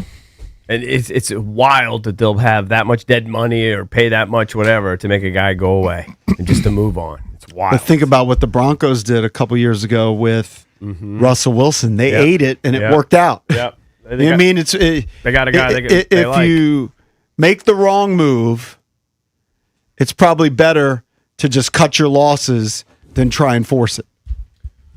And that's what the Broncos did with Russell Wilson. They then, draft Bo Nix, and they've become a contender. And Miami's like, why are we going to force it? We don't like Tua. All right, let's go around now. Today's a big day, and a huge day for the station, huge day for B. Mitch and JP. Those guys, right around noon, you're going to start hearing these deals that are coming together. Well, I'm sure a bunch will break through during Grant Danny's show too. Oh, it'll be throughout the day. Yeah, but you'll hear some starting around 12 o'clock. You'll start getting those tweets. Let's go around and let's go one at a time. Well, hold up. We need to establish something. Jason needs to use his notebook because via email, or maybe it was text message or text chain, we were kicking around putting up $5 each. Okay. Now, $5 ahead since Cakes isn't here. Cakes off because his son got married yesterday. Congratulations again to Kurt. Cakes will be back tomorrow, but that's just $10 to the winner if it's the three of us. But I'm in. Well, the draft and Valdez and those guys don't want to be in? He can give us his names tomorrow. Want to be in? No, because it's got to be. No, because people might sign by noon. At 12 o'clock. He can give it to us today. He can text us. We'd have to text him. He's probably. I'm telling you, he's the world's slowest texter. Yeah. You know that. He doesn't care. He's out. All right. He's out. We could put Mara in if you want. I could almost, although if I was Cake, I would predict that Cakes would go Alec Pierce, Isaiah Likely. I'm not sure. So because I think we're going to do 4. We're going to pick 4 guys. We're going to do 4, and the winner has the most, correct? Yes, whoever has the most guys. So we could pick the same person. Okay. Yeah. Who is just us 3? I guess. Okay. All right. That's boring. All right, you go first. All right. You know what? I think they're gonna go after a couple big names. All right. Let's just do one person first. Okay. And I'm taking a flyer on this. All right. I don't know if it's gonna happen, but F it. They got a ton of money to spend, and they need this position. So maybe this means that they go a different position at number 7 in the draft. I'm going Trey Hendrickson, edge rusher, Cincinnati Bengals. That would be fun. Even at age 31, all right, he's relentless. And his 17.5 sacks and 65 pressures a couple of years ago are just numbers that they haven't seen in a long time. And I'm just going to say, F it. They're going to go after a big name. He's like 1, 2, or 3 on most free agent lists, and I'm going to go Trey Hendrickson as one of the guys that they sign. That's a big splash move, big name, like you said, number 1 on ESPN's board. Although EB said slight movement for Trey Hendrickson. You're not all in on him. He's a little older, coming off an injury. I think they're going to do something at that position, but I think they're going to go with a guy where they take away from their rival. I think Jalen Phillips could be. So you're going target. Jalen Phillips. He's younger. Yep, he is. He's got some great numbers too. Fits in, big guy, 6'5". He's accounted for 28 sacks and 150 pressures in his last 5 years. That one makes a lot of sense. There's been a lot of rumblings about sort of talking to him. So I'm going to say they pull off the deal for Jalen Phillips. So I like that he has an edge. You have an edge. I also have one, and I have a different guy. Yeah. I think they're going to go with ex-Raven Odafe Owe. He's 27 years old. All right. Now, in 2024, he had 10 sacks. Yeah. And Valdez, maybe you can chime on this. I think he played 5 games for the Ravens this year, then he ended with the Chargers. In the 5 games with the Ravens, he had 0 sacks. Yeah. But he ended up with 7.5 with the Chargers. I think he fits the mold, and you don't break the bank on Owe, and he's young, 27. That's who I have as an edge guy that they will pick. Because we all, look, all 3 of us, and we didn't coordinate, all 3 of us had edge guys. Yeah, I mean, it's a huge need. Yeah. Now, he's got the biggest name. You got a pretty big name. I think my name's pretty big. Mine's all of them are big names. I wouldn't say he's a bargain, but compared to those guys, he's somewhat of a bargain. Yeah. What's your scouting report on Owe, Valdez, being a Ravens aficionado? He played well under the McDonald system, and then when Orr took over, he was nubs, and then they weren't gonna extend him, so they traded him away to the Chargers for a draft pick. All right, let's go around with another guy that we think they're going to. All right, since they're spending a bunch of money on Hendrickson, this is another position of need, wide receiver. I don't think they're going to go with the top dog, Alec Pierce. That's probably going to cost them too much if he doesn't already re-sign with the Colts. I'm going to go Romeo Doubs from the Packers. Probably won't cost you more than $15 to $20 million per year. And he was a good red zone target last year. He caught 5 of his 6 touchdowns in the red zone. Put up 730 rough yards, but they spread the ball around in Green Bay. They had Jalen Reed, they had Christian Watson, a couple good tight ends. But I do think it's a position of need. He can catch balls, got good hands, good route runner. I think they go Romeo Doubs as their top receiver in free agency. So I've got a receiver on the board too, and maybe I'm doing a bargain basement thing because I'm not going for the top guys. Doubs is on most lists ahead of this next guy. I've got Juwan Jennings. So Jennings, you got Adam Peters ties, right? San Francisco. Yep. He's played 5 years in San Francisco. Little bit nervous. He's never had a 1,000-yard season, right? So he's going to be the number 2. I would ideally love to get somebody that could supplant Terry as your number 1. He's going to be just kind of your solid number 2. But last year he had 9 touchdowns, 55 catches, 643 yards. The year before that he had almost 1,000 yards. So it's not as splashy as getting an Alec Pierce, but I think Juwan Jennings, the Adam Peters tie makes sense to me. All right. I like that. I think that if you look at their history, what have they done? They drafted Brandon Coleman. They drafted Connerly. They signed Laramie Tonsel. They extended Cosme. They just released their starting center. I think they're going to get a center. I think they want to protect and they want to have bolster that offensive line, have the best unit in the division if possible. I think they will spend the money and try to sign Linderbaum. Oh, that's a good one.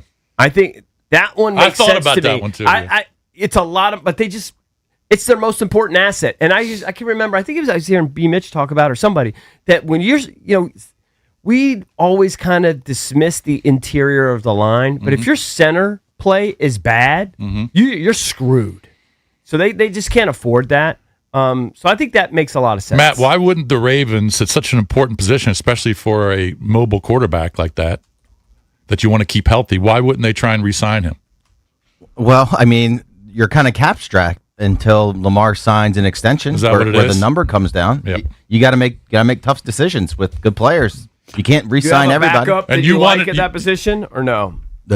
No, there's no real backup. You wanted to keep him. I think Linderbaum's a really good center.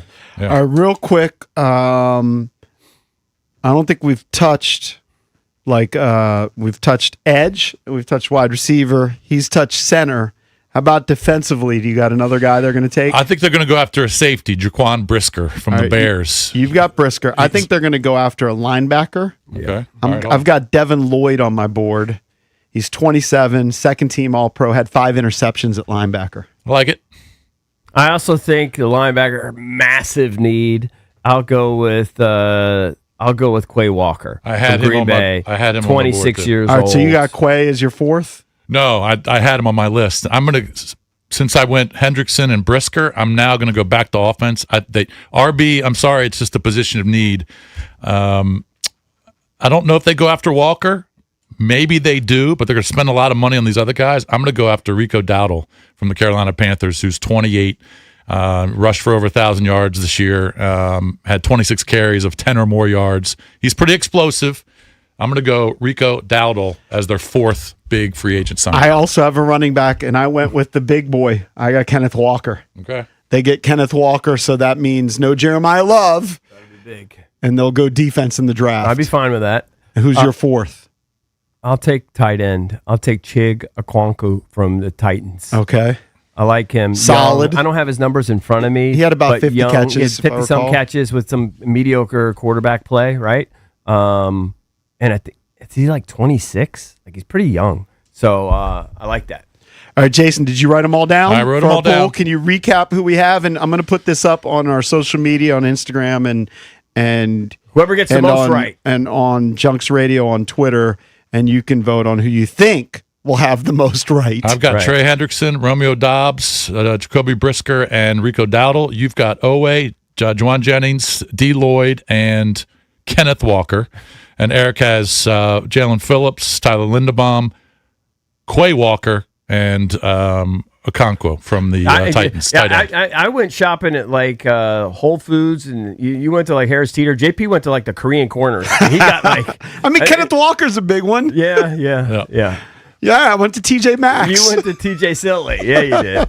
Coming up next, give you a chance to win some Wizards tickets, and we'll talk to the Wizards GM, Will Dawkins, next here on the Junkies. This is your flagship home of the Washington Wizards. The cool volley slam to And DC Sports Talk all day. puts up the shot. Scores at the buzzer. Sports Radio 106.7, The Fan.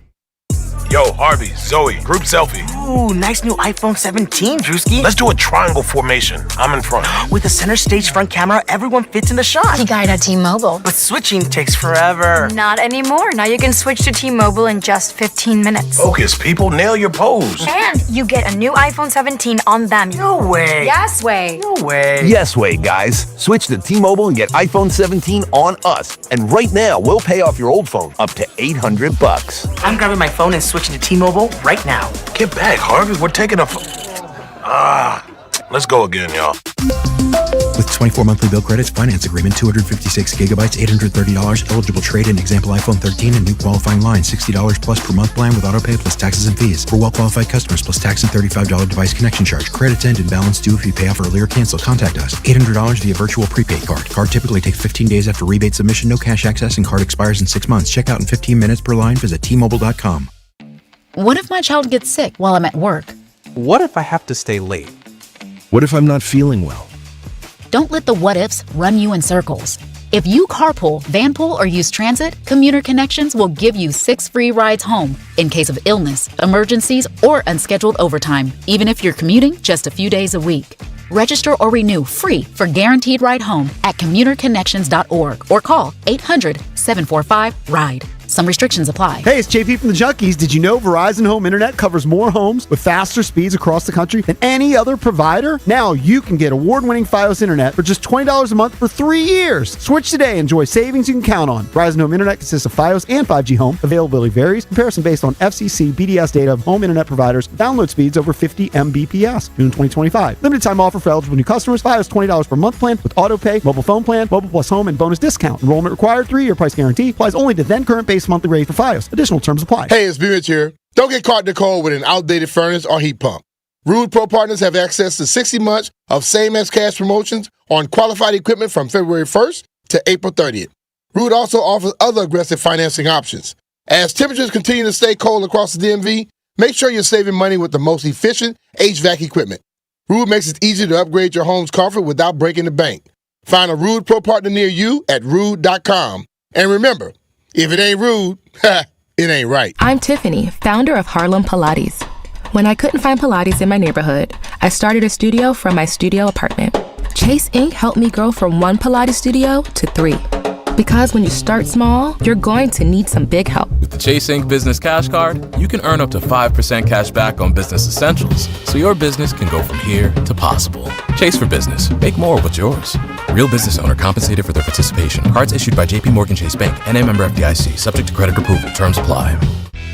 If you're running for an elected position this year or represent a political PAC, understand winning isn't about being everywhere. It's about reaching the right voters with your message, often enough to matter. Odyssey DC delivers that advantage with the Triad's top-rated radio brands, reaching almost 700,000 voter-aged, engaged listeners, according to Nielsen Research. Odyssey reaches voters where trust is built, during commutes, at work, home, and all points in between. And when you pair radio with Odyssey's digital app and podcast network, your message extends even further with precision targeting and measurable frequency. Eager voters are listening to Odyssey DC right now, and so are you. What would you like to say to them? Get started by calling Odyssey DC 202-971-8007. That's 202-971-8007. 202-971-8007 for Odyssey DC. I checked Allstate first and saved hundreds on my car insurance. Really smart. Unfortunately, I didn't check if I took the gas hose out of my car's tank. Ooh, not smart. And I drove off while still attached to pump number 3. Yeah, checking first is smart. So check Allstate first for a quote that could save you hundreds. Potential savings vary, subject to terms, conditions, and availability. Allstate North American Insurance Company and affiliates, Northbrook, Illinois. This is the highlight of my morning. Hey, what's up? It's Island. And I'm Josh. And a little thing we love about the Chick-fil-A Bacon, Egg, and Cheese Biscuit is that it's our go-to morning comfort. And you've got that nice golden fluffy egg. With a soft, flaky biscuit. Crispy bacon. Melty cheese. You want something quick, you want something convenient, but most of all, you want something good. There's no better way to start your morning. There we go.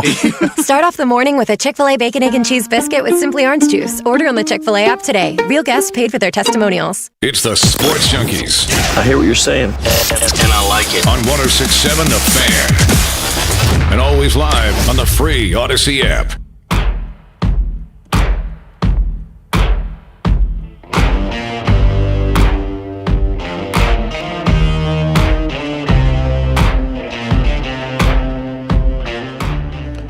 We told you at 8:45, give you a chance to win tickets to see the Wizards in action. You can call in now. Caller number 10 will hook you up with 2 tickets at 1-800-636-1067 to see the Wizards Monday, March 16th against Golden State.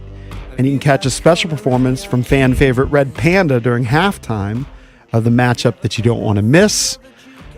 So caller number 10 at 1-800-636-1067. All right, join us right now on the Ruud Guest Hotline, Ruud's most reliable heating and air conditioning products in the DMV. It's Will Dawkins, Wizards GM. Before we get into it, Red Panda, is that something that you pay attention to? You're a front office executive, but do you pay attention to halftime performances? Good morning, fellas. What's up? Not during our games or during NBA games, because I'm typically like going back to my office or talking to the players or coaches or whatever, but we do so much traveling and scouting that you get to see the halftime acts at the college games. So I've probably seen Red Panda, not lying, over 60 times in my life. Right. It's amazing every single time. 60 times you've seen Red Panda. Has she ever had a big fail while you were watching? Yeah, there was a run where oh no, she wasn't performing at her best, but she got back on the unicycle and has dominated since. So that's amazing. My kids have seen her. Like it's a big deal. So Monday night that should be good. So what other acts have amazed you? Because have you seen it? I mean, I've seen over the years like weird contortionists and stuff. Like, is there anything else out there that amazes you? That doesn't do it for me. Quick Change. I don't know if you guys remember them. But it was the first initial Quick Change duo when they first came out. we had them pretty often in Oklahoma City, and maybe even for the finals. Like, they were pretty good. What were they changing? Just their clothes real quick? They changed their clothes within like a second, and it's like a distraction. You don't know how they do it. It's pretty impressive. Valdez says you got to ask about Simon Says. Yeah, the dude that's doing the fast Simon Says at halftime. He would even come and just like dominate, and he'd be like, I got 5 minutes. I'm going to whittle it down to these many people, and every single time you get them out, it's really impressive. I actually think I have seen that once or twice. Yeah. That's right. What about the long putts? Are you interested in the long putts where you got to sink a 90-foot putt? I was at Carolina the other day, and they give you 3 putts from like the full size of the court in this tiny hole. I'm like, this is not realistic. So I've never seen anyone make that. All right, so let's get into basketball. Wizards fans very excited to finally see Trae Young, and he hasn't disappointed in his limited play. No, he hasn't. I would say Wizards fans aren't the only ones excited to see him. His teammates and coaching staff is excited to get him fully healthy and get him back out there. Obviously, he's on that minute restriction that he's going to be on for a little bit longer, but you just see the playmaking, the scoring, the presence that he has. We're just naturally moving and sharing the ball and being dangerous on that end of the floor. So we got Alex back last night to see him play with Alex a little bit, but I think Trey's benefited. And hopefully we'll get even more healthy here soon and see the whole team together. So do you think his minutes eventually will go up to, if they're 17 to 20 now, will they go up to 25 or 30, or is he going to stay right around that 20 mark for the rest of the year? I think it'll stay where it's at for a little bit, but definitely increase gradually as he continues to cross off the different benchmarks that he has. Yeah. He looks great, as you know. They're just making sure he doesn't get hurt for the big picture. Hey, Will, there's a term that I've heard used a lot this year by NBA insiders and analysts, and I'm wondering if you put any stock into it and what it means, and it's just gravity. They talk about players' gravity, and I think like Luka Doncic is maybe number one in gravity, and maybe he can explain it. Is that something you pay attention to? And I would guess Trae Young is one of the higher gravity players. Probably not a term we use, to be honest. When I think of gravity, for us, it's someone that probably has more gravity off the court than on the court. That can kind of help shape our beliefs, our habits, and things of that nature. And I think we have a lot of players that have that. So when in our scouts use the term gravity, it's probably not as it's used more commonly in the NBA. I just want to get back to Trae or whatever. It's been so exciting and refreshing. And I said this from the beginning. When you first acquired him, that's great. You got Trae Young, got a big name. Let's see. Maybe it'll work out. Maybe it won't. But the way he's embraced the city, the way the city's embraced him, his passion clearly for basketball, the energy that he brings, and then it just elevates everybody, right? I feel like even the other guys around him, their game's definitely elevated playing with Trae. Yeah, I think those that have watched Trae Young since he's been in Oklahoma and then played in Atlanta, the type of player he is. But I don't think people really get to see the type of passion and person he is, so I'm glad he's been able to show that. And starting off being in D.C. on the right foot where he wasn't able to play but was able to connect in the community, able to connect with the fans, I think people got to see the real him.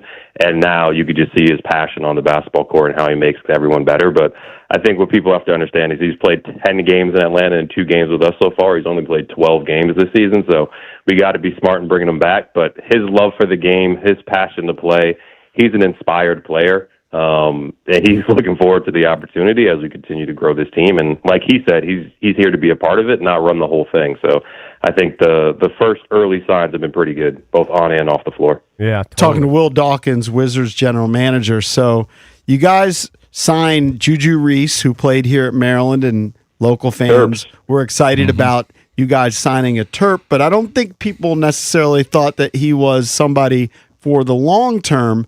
Then he gives you a game where he gives you 20 rebounds and almost puts up 20 points, and you start to wonder, like, maybe he could be a piece of the puzzle. What do you see in Julian Reese? Yeah, it was good to add Juju. Obviously, Alex was down. Tristan was down. We're starting to get those guys to start coming back. So when we wanted to address a need, it was to find a big. And when you thought about our team, someone that had some physicality, some toughness, and could rebound the ball was what we were looking for. Having someone who is local and a product that we've got to be able to watch over the years. And I was actually at Maryland yesterday watching their game. Like, you've seen him practice and play so many times. You know who he is as a person. he's got a connectivity with Bub and Cam and some of the other guys on the team. So we figured we could put him in this environment and let him thrive and kind of get an opportunity. And I wasn't expecting him to have the game he had game 3, but he's been consistent, dominant on the glass, physical, good hands, making good passes. He's got some upside to him that I don't know if everybody realized. So we're happy to have him. Unfortunately, two-way contracts can't play every single game, so we do need to space some of his games out for the rest of the season just based on how the league works. But having Alex back, getting Tristan back here pretty soon kind of makes sense. But we'll find some more time for Juju once he takes a stint with the Go-Go here. Well, can you explain how that works, just in 30 seconds or less, the two-way deal? Yeah, so players who sign two ways have 50 games that they can play in. That's the rule. They cap it at 50. And if you sign during a certain period of the season, it's prorated. So I think his was 14 or 15 games left when we signed him. So we got to make sure we space them out. Gotcha. Gotcha. And again, Will Riley continues to impress. Instant offense. I mean, I have to admit, when you draft him, I didn't think much of it. I know you've been watching these guys since they're like in 8th grade or whatever, so you know exactly what you're getting. But, man, he's fun to watch. He's got a lot of wiggle to him for a bigger guy. Like, wow. Yeah, it's fun to see Will grow and to see his confidence grow with the ball. Confidence is soaring, it looks like, yeah. You see his teammates celebrating him, and now it's no longer like shock. It's like expectation from the February that he had. I think he was shooting close to 38% from 3, 15 points a game. So he's really taking those steps like Keyshawn did this part of the season last year. You saw those guys take strides, and hopefully they build into the summer, work on their body, and come back better next season. But he's embracing where he's at. He's embracing these opportunities, and BK has really grown to trust him, and I think our players have as well. So kudos to him. He's got a lot of work to do, but he's going to have to keep putting that time in. And good thing about Will is he's not afraid of that. He's got to be up there in points per minute for you guys. Do you guys keep track of that? Who's your number one points per minute guy?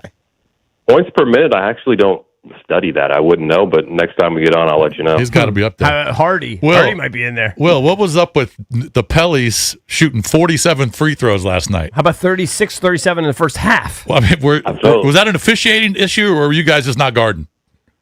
And talking to BK after the game, it was probably a little bit of both. Okay. It's never only one thing. We definitely had our hand in the cookie jar a little bit too much, and some soft fouls at the rim probably let him get into the paint a little bit too much. But again, when you're shooting a record free throws in the first half this season, it's probably a little bit of both. But again, we got to be better. We got to be smarter. I think defensively we had gotten better, so it's something we got to get back into. But last night, offense wasn't the issue. Defense definitely was. Yeah. When you said BK, you were talking about your head coach. But we actually talked about BK earlier on the show. Does Will Dawkins have a go-to Burger King order? Oh, you guys will be mad. At Burger King, I'm going straight tenders and nuggets at Burger King because I like the fries. And dipping sauce, sweet and sour, or ketchup. It's probably my go-to at Burger King. I keep it simple. I'm thinking that's kind of weak. If you're at Burger King, get the onion rings because most fast food places don't have onion rings. Burger King does. Yeah, but you got to like onion rings. Maybe you don't like them. Who doesn't like Not onion my favorite. rings? I'm going fries over onion rings 9 times out of 10. See? Yeah, not everybody does. All right. I mean, I think I like them. You and I do, but Well, you don't do does. tenders. You do the Whopper. No, but you're saying onion rings. Like I like onion rings, sure. But I prefer fries. Likewise. That's where I'm at. I'm with you. All right. Right. Maybe you win. All right, Will. All right, thank you, buddy. Appreciate it. Keep it up. Good talking to you guys. All right, Have buddy. a good one. Thank you. Okay, pal. Definitely wins in life. Keep Good it up. looking, fit. It's an NBA GM. Keep it up. Keep up the losing. Well, just keep it up. They're developing all these young players. And dude, they might actually found something with Juju. Like, he's not anything offensively, but he's like, he's a real rebounder at this level. He is. Well, we'll see. At least against the teams they they got played. other guys. Yeah, I mean, They got other guys they want to try to develop. No, I mean, I'm not saying he's going to be a starter or anything, but he could be a piece. He could be 8th or 9th, 10th guy. Why not? 1-800-636-1067 is the number if you're going to chime in throughout the show. Coming up next, we'll open up EB's entertainment page, find out what's going on. Don't go anywhere. DC's FM Sports Talk 1067 The Fan. This This is an Odyssey Sports Minute. United States, Mexico, two undefeated teams face each other tonight in the World Baseball Classic. Mexico will have Manny Barrera on the mound versus the reigning Cy Young winner Paul Skeens for the United States. If you are not watching the WBC, what are you doing? This is must-see TV. This game will be closer than the U.S.'s 9-1 rout versus Great Britain, but I still think Paul Skeens will lead his team to yet another win. I'm Maddie Bates. Get Italian staples at Whole Foods Market. Save 25% on Matica Parmigiano Reggiano with Prime from March 6th through 8th. Grate this exquisite cheese over your favorite pasta dish. While supplies last, shop in-store or online. Terms apply. Become a VIP with Virginia Lottery Rewards. It's an easy, exciting way to earn points for playing your favorite lottery games in-store and online. But not just your favorites, any lottery game. Pick your play and earn along the way. Log in or sign up today at balottery.com/rewards and start your journey toward play, points, and prizes. Must be 18 or older to play. Please play responsibly. 888-532-3500. The Virginia Lottery. Coach Wooten's Basketball Camp, the world's #1 teaching basketball camp since 1961. Your child will learn the game, play the game, have fun, and get an experience of a lifetime at Coach Wooten's Camp. Let your kid be a kid. Down the screen and go do what we do. Let's go shoot some hoops. Early registration discounts available. CoachWooten.com. Hey, it's your boy Bish here for Foley Mechanical. When my HVAC system went down last summer, I needed a team that could handle the cold. I called Foley Mechanical. Dan Foley, that's my guy. This isn't some big corporate outfit. Dan Foley owns the company, and his crew really knows their stuff, especially if you've got an older home or radiator heat. These guys are pros. They did a great job at my house, and Foley Mechanical serves D.C., Maryland, and Virginia. And they proudly install Amana HVAC equipment. When the cold comes at you like a breakaway, you want the right team in net. Call Dan Foley and his team at Foley Mechanical. They're the real deal. Xfinity Tech Support, Matthew speaking. Hi, I live in a pretty remote place, like Jurassic Park remote. No! Wow. Will Xfinity Mobile work out here? Yep, the combination of reliable Wi-Fi and 5G makes it so that you can stay connected in all kinds of places. Plus, you get access to ultra-fast speeds and coverage, whether you're poolside or out live streaming with a T-Rex. Hold still, you're about to go viral.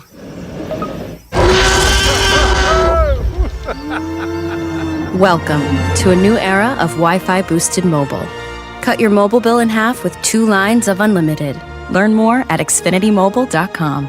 Xfinity. Imagine that. Watch Jurassic Park with Xfinity. Restrictions apply. Xfinity Internet required. Savings comparison based on promotional rate for 2 lines of Xfinity Mobile Unlimited versus 2 lines of T-Mobile Experience More, Verizon Unlimited Plus, and AT&T Starter as of February 10th, 2026. Taxes, fees, extra.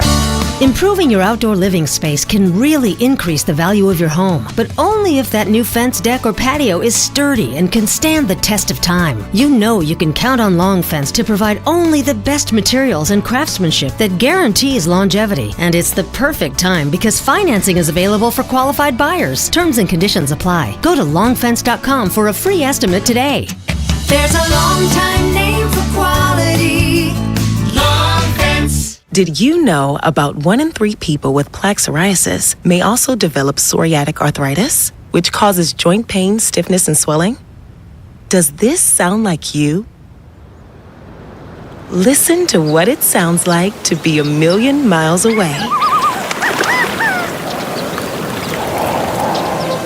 Tremfya guselkumab, taken by injection, is a prescription medicine for adults with moderate to severe plaque psoriasis who may benefit from taking injections or pills or phototherapy, and for adults with active psoriatic arthritis.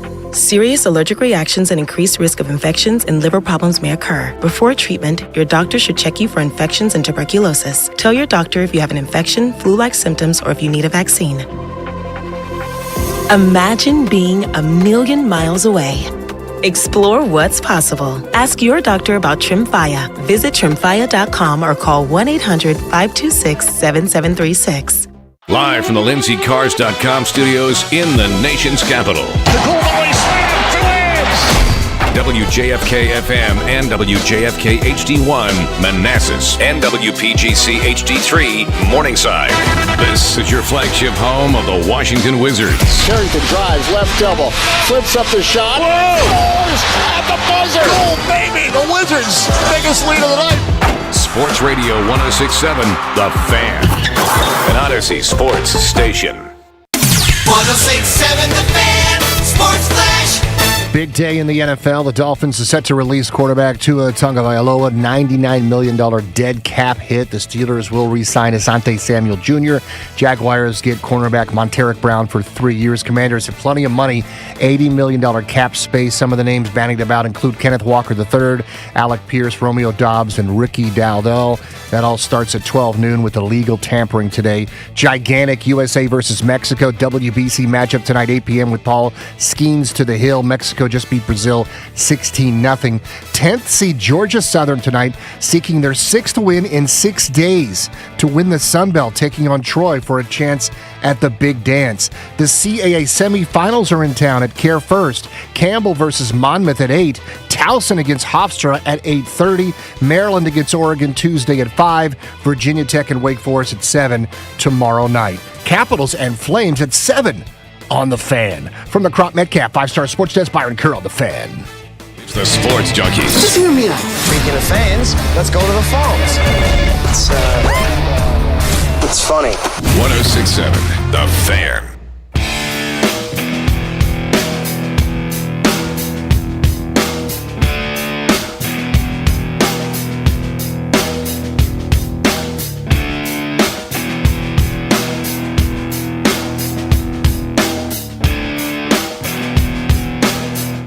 Welcome back. Chucky's coming to you live on 106.7 The Fan and the Team 980 here in the DMV. 910 The Fan, 105.1 FM in Richmond. And you can watch us on the Monumental Sports Network all year long. Celebrating 30 years of the Junkies, presented by Main Street Bank. Cheer local, bank local. Main Street Bank is a business-focused community bank. Proudly serving the DMV since 2004. Visit mstreetbank.com to learn how to put their team in your office. Main Street Bank, member FDIC, equal housing opportunity lender. It's Bish, EB, and JP. Cake's out. His son got married yesterday. Big day. So he had a planned day off today. He will be back tomorrow, but I think we're going to check in with him later in the show, hear how the wedding went. Is that on the agenda? Is he been aware? on the docket. Does he know that? It was in the text chain or email. Are we just going to call him? It was unprovoked. Like he doesn't know. We're just going to call him. I didn't want to bother him early. Yeah. Yeah. I mean, for sure if we his just head call hurts. him, he may not answer. I mean, for sure his head hurts. Unless he's checking stocks at the same time. Then he'll have his phone with him. Check his 401k. He checks his stocks more than anybody I know. You'd think he was a day trader. Yeah, but I don't think he'll be sleeping. I He don't may think not he'll be answer the sleeping. phone, but Yeah. you know. I think it's 50-50 I'm not on even whether he sure answers the if phone. the guy's phone rings. Probably it might not. be like perennially on Do Not Disturb. Yeah. But you know what? Sometimes he's a notoriously late texter. I just got a text from somebody that we know that was like a week late who said his for some reason his text messages are popping up. It was somebody that's very important to this show that I told you privately. I was like worried. I was like, I haven't heard from this guy in forever. And he said that his messages are just popping up as new. Meanwhile, they're from like a week earlier. He's probably all backed up. Maybe that's a Cake's excuse because he's a notoriously late texter. No. You know how everybody here on the show, to an extent, loves when other guys have some misery? Yes.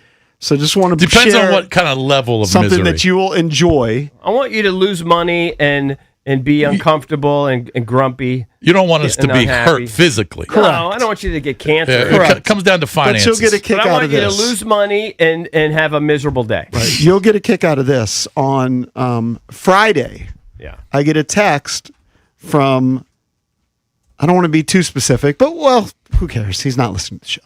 From one of Jess's cousins. Okay. Met him one time before. It was a couple years ago. I can't remember if it was for a funeral or something, but met him once. Really nice guy. Yeah. But he sends a text and he's like, hey, he lives in Massachusetts, by the way. He says, I'm in the area. I'm heading to MGM, but just kind of, he's like a Rolling Stone. Like he decided out of nowhere by himself to travel. Ultimately, he has a sister in Florida. He's going to go to Florida. And so kind of last minute, just throw it out there. I was like, well, if you need a place to crash, you can spend the night at our house.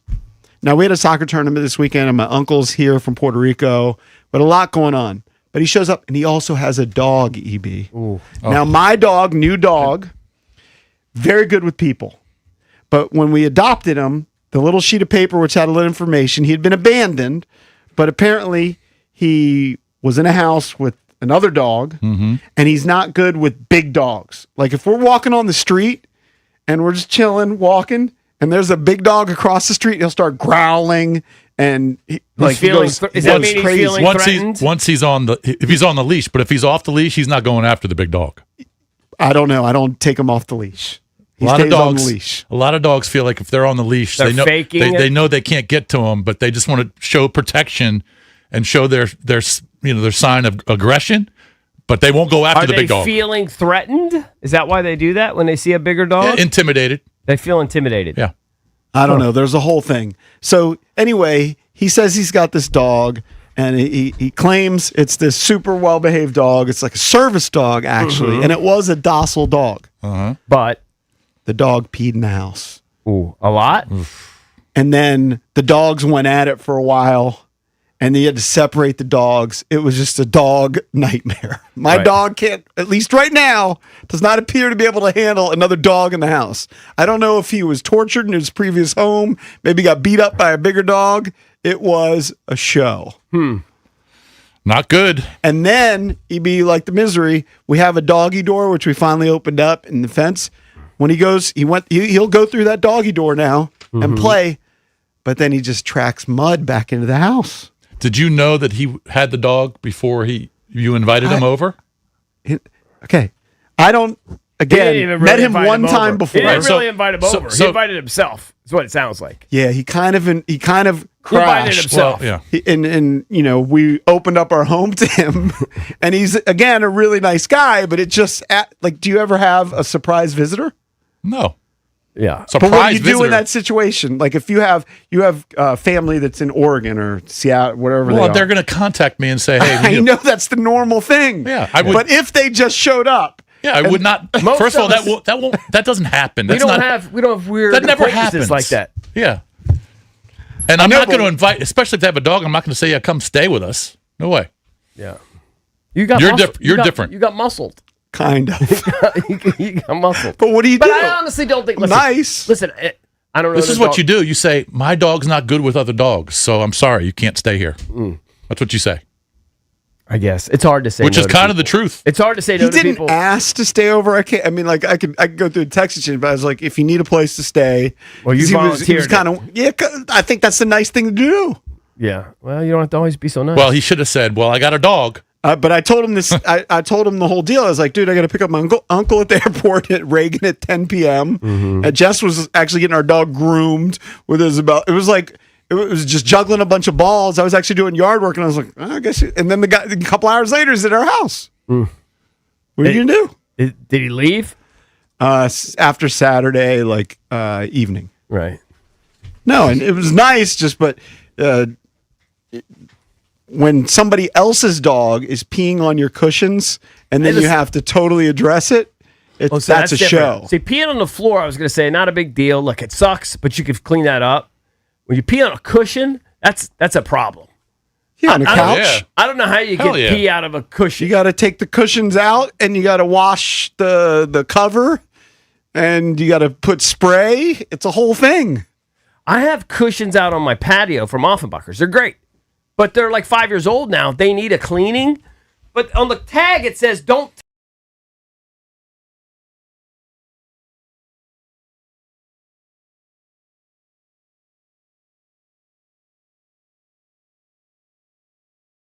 As a zipper, and What happens when they get wet?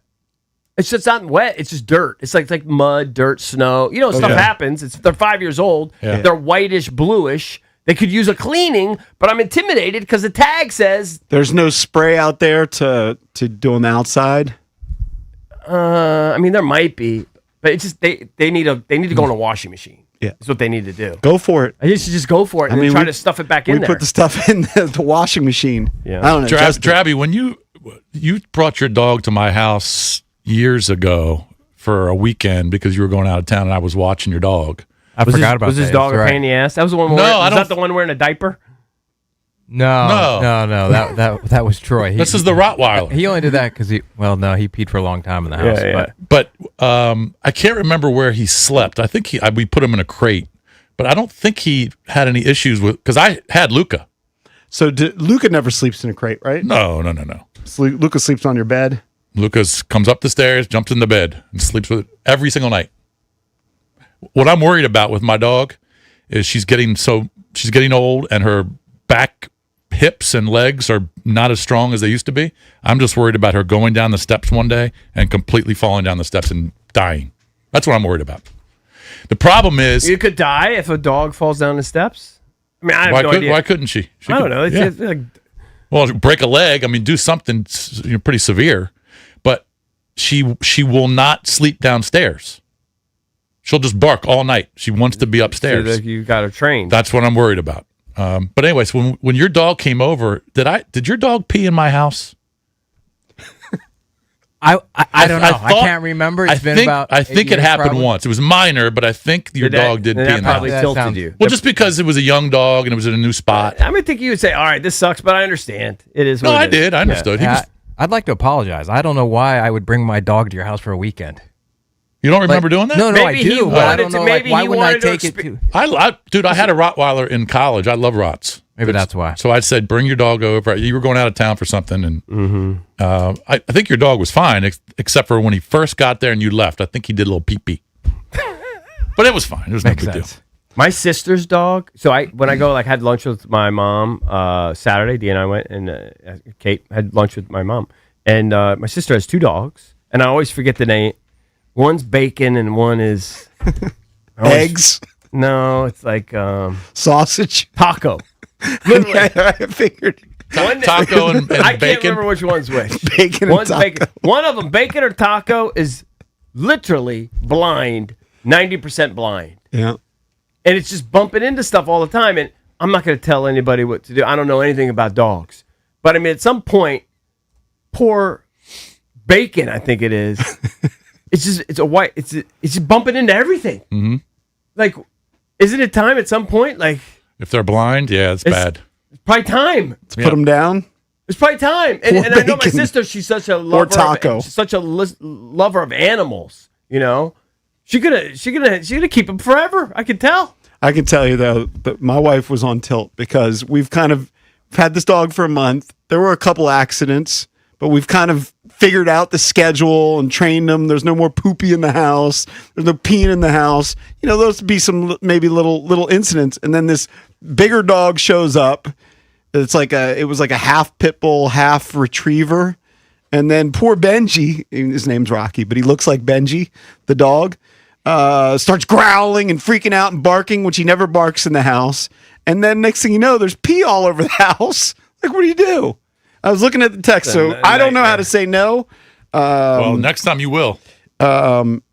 He goes, I'm not sure your extra spontaneous availability, but I took a last-minute adventure south and believe I'm somewhat in the area. So he was opening the door, right? And then eventually I said, how long are you staying? And then I said, well, you're welcome to visit. Somewhat of a crazy weekend. We have a soccer tourney, and tonight I'm picking up my uncle at the airport. You put a bunch of hurdles in there, and he still jumped over them. Yes, he still showed up. I ran into a visit. I mean, it was fine. The visit was not defined as a sleepover and staying because then all of a sudden you got to figure out breakfast. You got to figure out everything. No, it's a whole course. I did something unusual for me. I ran into a buddy I haven't seen in like 2 years. He was in town. He might be in town again this summer, and I said, you're welcome to stay. Yeah. Right. I said, because he was telling me where he was staying, what hotel he was staying at, and he was just going to stay for 2 weeks. I said, dude, if you're in town next, just hit us up. Right. And now I'm driving home and I'm going, I wonder if he's going to hit us up. By the way, it would be fine, but, it's just an extra thing to do. This guy, though, again, I'd only met him once, and he's really nice. He wrote back when I said, where are you staying? He goes, everything was unplanned and it's still to be determined. The goal was Florida. While on the way presents itself. Oh, that means he's totally winging it. And he a guy wanted like us you to present it. And a guy like you, yeah, you sitting duck. You were a sitting duck for him. Sitting duck, and the house was a bit of a mess. But all right, why don't we do this? We'll call. I got AP. I got some good stories here. I don't even know what's going on with some of this stuff. There was a celebrity who at home was hit by gunfire. We'll talk about that. I heard about that. I don't know what Jamie Lee Curtis is doing. There's actually a little bit going on in the world of Hollywood and entertainment. And then, at some point, we'll see if we can't wake up Cakes and find out how that wedding went. Nice. Don't go anywhere. Sports Radio 106.7 The Fan. All right, guys, EB here. Right now, FanDuel customers can get up to $300 back in bonus bets every day for 10 days if your bet loses. Here's how it works. Place a tournament bet using the token, and if it doesn't win, you'll get up to $300 back in bonus bets every single day for 10 straight days. That's 10 chances to play all tourney long, from game props and money lines to spreads, totals, futures, and so much more. You can even mix things up with same game parlays for a shot at a bigger payout.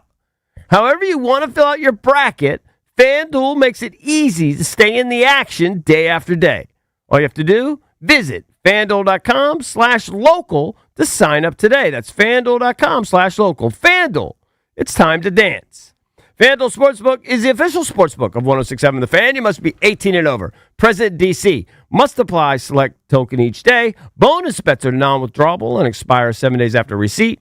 Tokens are received in increments of 1 per day. Restrictions apply. See terms at sportsbook.fanduel.com. Gambling problem? Call, text 1-800-GAMBLER. High five! Up top! Dave's company just got the 5-year price lock guarantee from Comcast Business. Yeah! It's 5 years of gig speed internet, advanced security, and a great rate that won't change. All from the company with 99.9% network reliability. Heck yeah! He hasn't given this many high fives since Deborah brought in her famous banana bread. Yes! The Comcast Business 5-year price lock guarantee.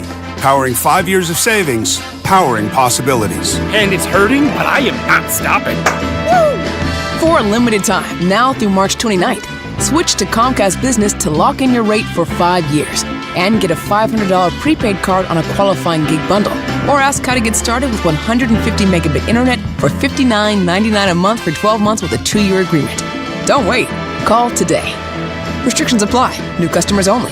1-year contract required for guaranteed rate. Paperless billing and automatic payments with bank account required. 5-year pricing applies to monthly service charge, excluding taxes and fees. This is an important message for anyone struggling with $10,000 or more in credit card debt, medical bills, or personal loans. Due to ongoing inflation, job loss, and the rising cost of living, many Americans are facing overwhelming credit card balances. If you're drowning in credit card debt, you may qualify for powerful debt relief options currently being offered by National Debt Relief that can significantly reduce what you owe.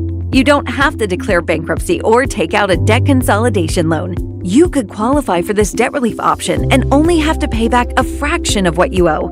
Act now to see if you qualify. With thousands of 5-star reviews online and an A+ rating with the Better Business Bureau, National Debt Relief has helped over 1 million consumers with their debt that qualified for this relief option. So don't wait. Call the Debt Reduction Hotline now. Dial 800-428-5757. 800-428-5757. That's 800-428-5757. Every pitch, every home run, every high five. Don't miss a moment. The 2026 season is here. Time! The Nationals win! And he caught it! He caught it! Dalen Lyle with the absolute roaster. Great job by number 3. He has tossed 7 scoreless innings. Grab your seats now. Nationals.com/tickets. Hey guys, it's Grant and Danny for Window Nation. Spring weather is unpredictable. You never know which way you'll be adjusting your thermostat unless you have the right windows. With Window Nation, you can count on your home being comfortable regardless of the weather. Their windows are customizable and energy efficient. Expert installation takes just 1 day, and Window Nation products are backed by a lifetime warranty. There's no better time to upgrade with Window Nation. In March, the more you buy, the more you could save. Up to 50% off all window styles. Visit windownation.com for your free consultation today. Celebrating 30 years of the Sports Junkies. That's got to be a record. Listen for details on events, exclusive merch, You'll like this. and follow or subscribe to the Junkies podcast feed for Throwback 30 segments every Thursday. Oh, wow. Presented by Main Street Bank. Cheer local, bank local. Main Street Bank is a business-focused community bank proudly serving the DMV since 2004. Visit mstreetbank.com to learn how to put their team in your office. Main Street Bank. Member FDIC. Equal housing opportunity lender. This is the story of the one. As a maintenance tech at a university, he knows ordering from multiple suppliers takes time away from keeping their arena up and running. That's why he counts on Grainger, to get everything he needs, from lighting and HVAC parts to plumbing supplies, all in one place. And with fast, dependable delivery, he's stocked and ready for the next tip-off. Call 1-800-GRAINGER, click Grainger.com, or just stop by. Grainger, for the ones who get it done. Spreadsheets, clunky software, 100 different logins just to run your business? Ah. There's a better way. Odoo. One simple, connected platform that handles sales, inventory, accounting, and more. So you can focus on growing, not juggling. Make the switch today at odoo.com. That's ODOO.com. You've got a big day, so you use Unstoppable Scent Boosters to give your laundry non-stop freshness. So no matter how long the day goes, you can't stop this power, this walk, this pose, this strut, this look, this talk. Your clothes will be so fresh you can confidently strut into that end of the day meeting like a boss, boss, boss, boss, boss, boss, bosses. Let's talk business in my office. Add new Unstoppables beads to your wash for 24-hour non-stop freshness so you can smell unstoppable. It's the Sports Junkies. All right, I'm going to give you real quick. A good reason to listen. On 106.7 The Fan, and always live on the free Odyssey app.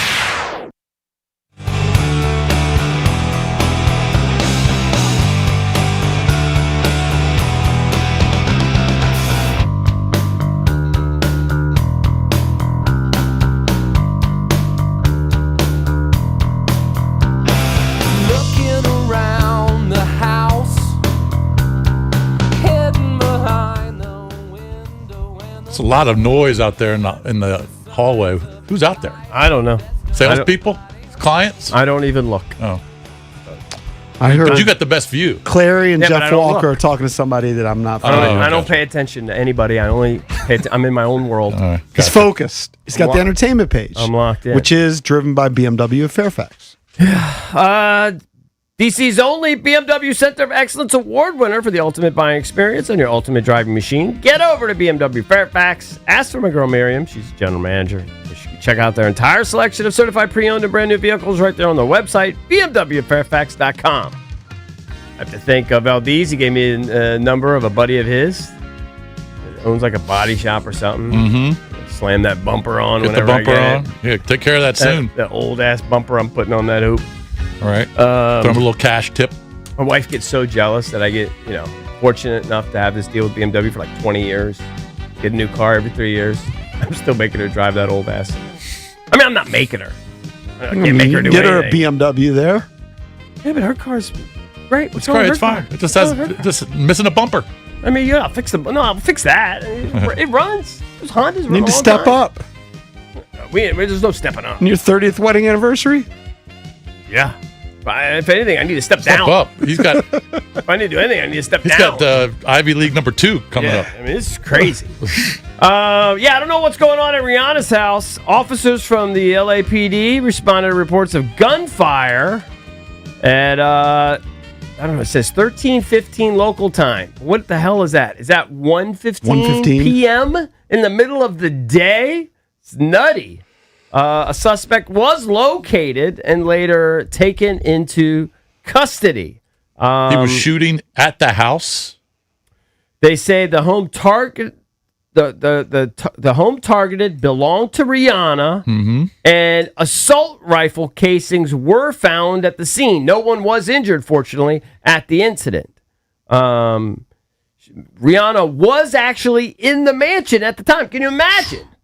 She's in her house. Okay, it's a big house. Still, it's Huge the house. house. Not like it's a mall or something. She's in her own house. A guy firing off assault rifle shots at her. You don't usually hear about drive-bys at mansions. Here's the thing. The suspect, a woman in her 30s. How many times have you seen that? Never.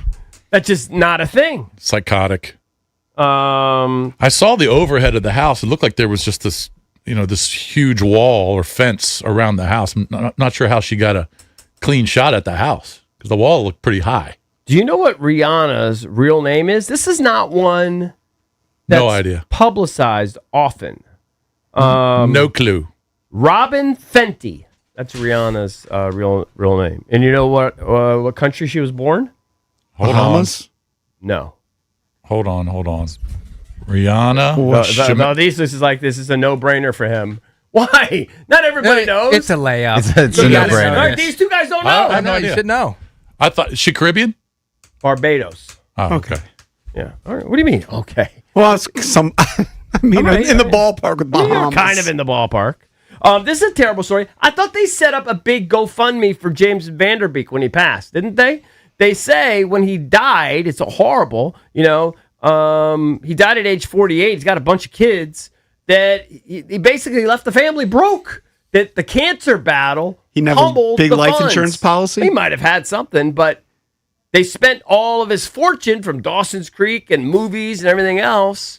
They spent it to try to save his freaking life, which any normal person would do. But didn't they do a big GoFundMe for the kids? Like I remember there was one that was set up, but maybe they need more help. So keep that in mind. How many kids did he have? 6? I don't know. I don't know if he had 6, but he had a bunch. If you say so, I'll believe I you. thought it was 6. There's been another celebrity death, an 80s star. Jason, you can Google, because you'll know her by face. Jennifer Runyon, dead at 65, star of Ghostbusters and Charles in Charge. They don't say exactly what she had, but they said it was a long health battle. She was just 65 years old, which, doesn't sound that old anymore. She was born in Chicago. Charles in Charge with Scott Baio. Yes. I remember the blonde girl, so this one's probably not the blonde. Yeah, it is. Oh, it is? I think so, yeah. Yeah, I recognize her a little bit. Yeah. But, man, that's sad. How old? 65? Jeez. 65.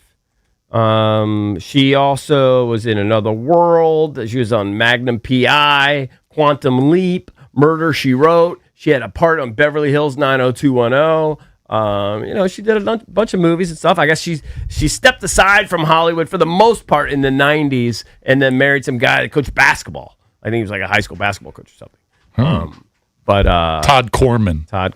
So pour some out for her. That's terrible. I don't know what Jamie Lee Curtis is doing. She's 67 years old. The actress took to Instagram to share her support for her goddaughter, Maggie Gyllenhaal's new movie, The Bride. She said, I guess she sent her some lingerie. So she's like flashing her tees in her Instagram post. She's like in her car and she's, I guess it's not a nip slip when you pull down your shirt and you show the lingerie that she's wearing. But I guess people are going crazy for it. She got some nice milkers still. Are they nice? Yeah, I guess so. Why not? For a 67-year-old. Right? I thought she had legendary jugs when she was younger. I think so. Yeah, but you just don't think about it, I definitely don't think about it when I see her now. Right? But yeah, if you're into that kind of thing, if you're into old lady, you like that old thing. No, he likes old guy, super young chick. Hey, you gotta give some details about that. What do you mean, super young? What's the cutoff?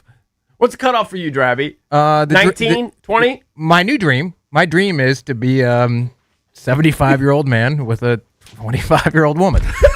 That's a brand new dream now, isn't it? Right? Yeah. 25? What about 20? Would you cut it off at 24? What if you ballpark it? I think I saw Kevin Costner. He's 71, and his current his girlfriend, whatever, their chick, arm candy is like 28. 71 and 28. It's magical. And by the way, he looks pretty good for 71. He does. He looks really good. Well, he's always looked good.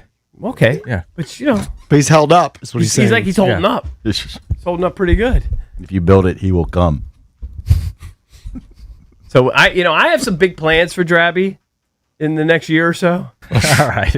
Relax. I do. I'm just saying I have some big plans, but I like didn't know. But now you've added a detail to the plans that I hadn't thought of. I like that you're in my corner. I am in your corner. You can maybe do some appearances in some local colleges. That's right. I remember the big plans came up Friday. I have some big plans for Drabby. By the way, there's breaking news right now on ESPN, but it was already big. Is that the Tua or is there something else? They had a huge breaking news thing, but I just missed it.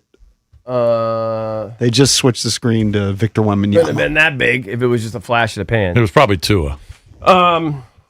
Timothy Chalamet I can't remember. Is he still dating the Jenner girl? Like there were some rumors that they had broken up, but I think they're still dating. They think they're still together, right? He took some shots at ballet and opera, and people are getting all pissed off. Yeah, here, I guess. this is what. Remember the interview that he did with Matthew McConaughey? Yep.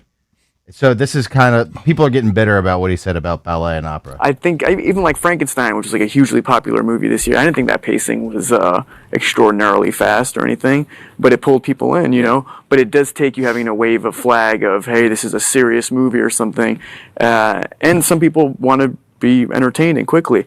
I'm really right in the middle, Matthew, because I admire people, and I've done it myself, to go on a talk show and go, hey, we got to keep movie theaters alive. You know, we got to keep this genre alive. And another part of me feels like if people want to see it, like Barbie, like Oppenheimer, they're going to go see it and go out of their way to be loud and proud about it. And I don't want to be working in ballet or opera or, you know, things where it's like, hey, keep this thing alive, even though no one cares about this anymore. All respect to the ballet and opera people out there. I just lost 14 cents in viewership. But, damn, I just took shots for no reason. Why is he saying he lost 14 cents? Is it like a YouTube thing? Is he doing some YouTube super chat or something? I don't understand that. I don't understand that. Anyway, but I actually side with this point. It's not a great look for an A-list actor to be crapping on people who are stage actors or ballet, and he just kind of looks like a D-bag in the interview, and that's why people are coming down hard on him. And they're actually saying it could cost him the Oscars. Yeah, maybe, but it was lighthearted. It seemed like a lighthearted atmosphere and discussion. And I actually think he makes a point. I think he's talking about that, you know, people.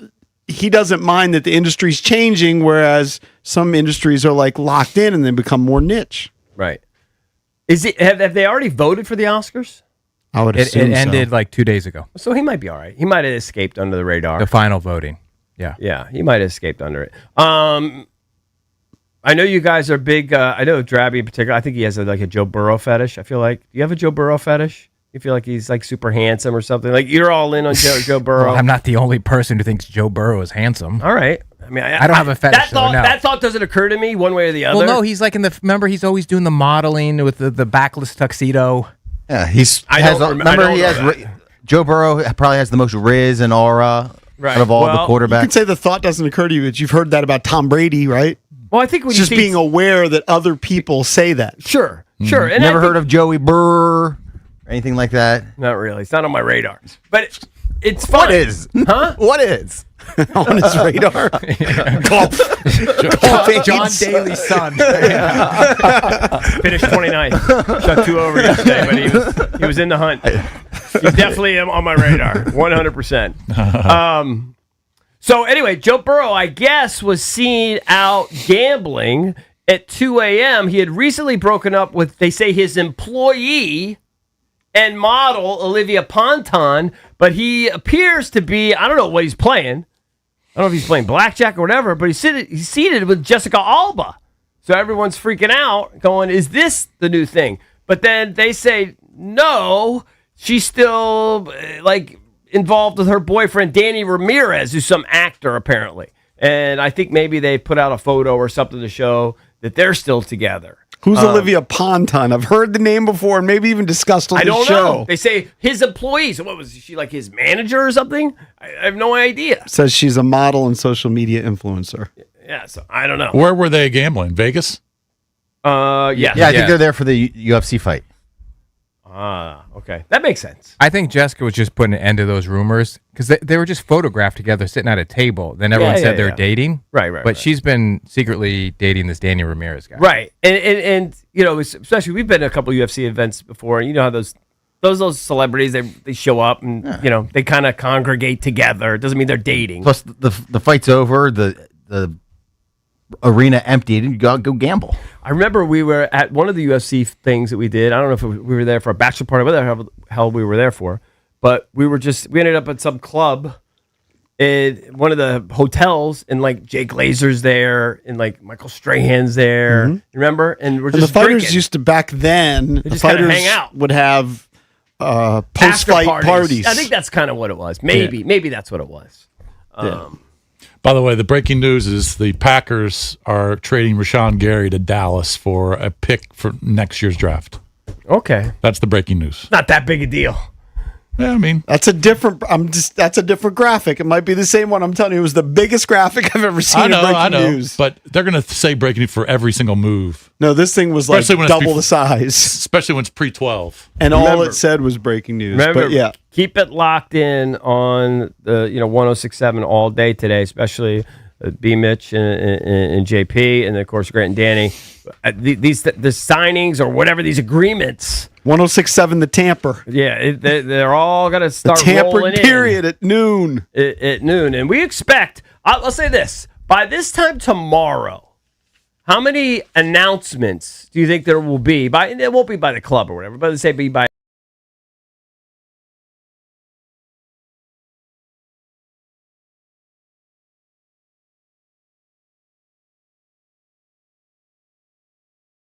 agency.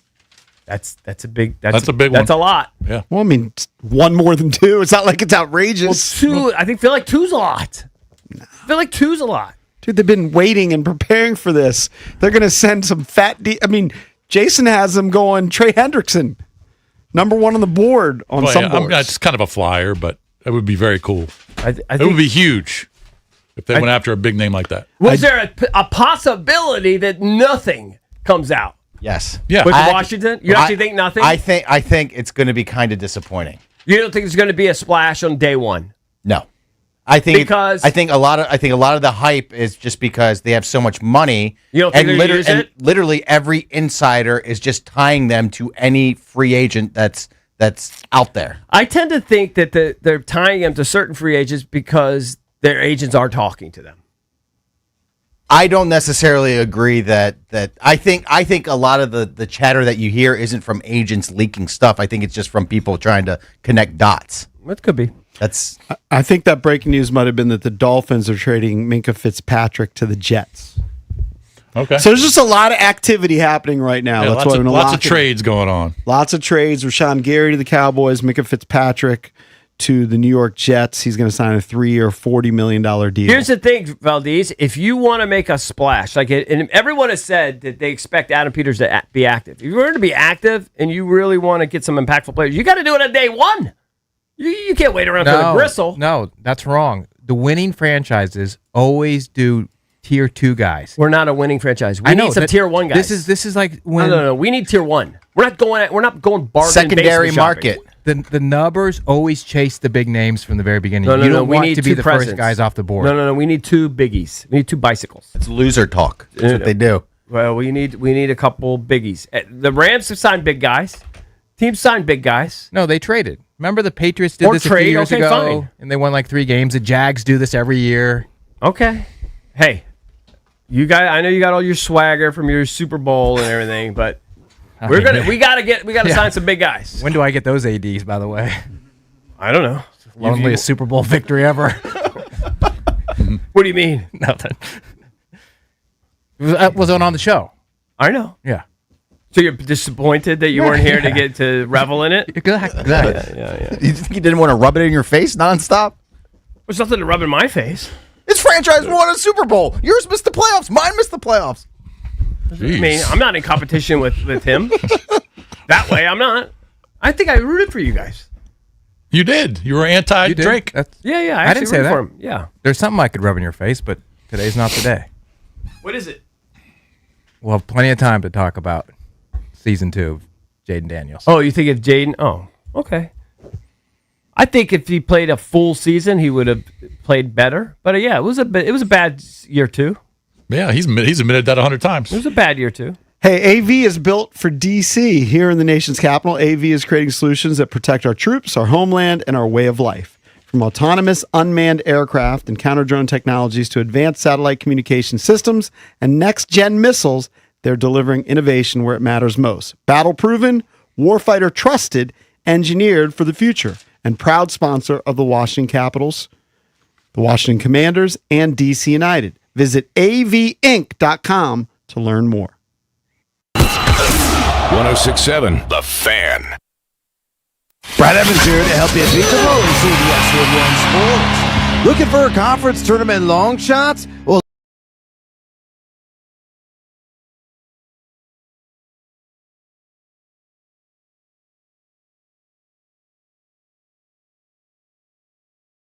to earn the Big 12 auto. Cincinnati is worth entertaining. Bet smarter, beat the books. Download the BetMGM app today. I'm Boomer Esiason. My mom died from cancer. She was only 37 years old. She didn't have life insurance, and that was devastating for my family. That's why having life insurance is so important to me. Ethos makes it fast and easy. Get a quote in seconds, apply in minutes, and get same-day coverage. You can get up to $3 million in coverage with no medical exam.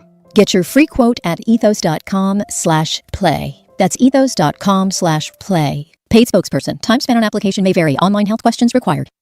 Hi, I'm Kamiko, the founder of Miko's Hot Chicken. When we started our family restaurant, we were also raising a family. But let me tell you, it wasn't easy. Our Chase Inc. card was there to reward us on all of our business needs. Now we have a thriving location, and we're hungry for more. With the Chase Inc. Business Unlimited card, you can earn unlimited 1.5% cash back on every purchase, so your business can go from here to possible. Chase for Business. Make more with yours. Real business owners compensated for their participation. Cards issued by JPMorgan Chase Bank and a member FDIC. Subject to credit approval. Terms apply. What if you could have the most reliable Wi-Fi? And get this, what if you could keep it at the same price for 5 years? That's the Xfinity 5-year price guarantee. Just 5 years of fiber-powered Wi-Fi that boosts speeds to the devices that need them most. That finds and fixes problems before you even notice them. Like super intelligent Wi-Fi with a sixth sense. And that keeps you gaming in the fast lane, even when the whole family's banking on bandwidth. And here's the best part. No annual contracts, no hidden fees, and our best equipment included. Plus, get online in minutes with same-day Wi-Fi. Hey, let's face it, a lot can change in 5 years. Kids grow taller, dreams grow bigger, but your Wi-Fi? It would stay reliable and the price would stay put. The Xfinity 5-year price guarantee. Lock in your price and unlock the possibilities. Xfinity, imagine that.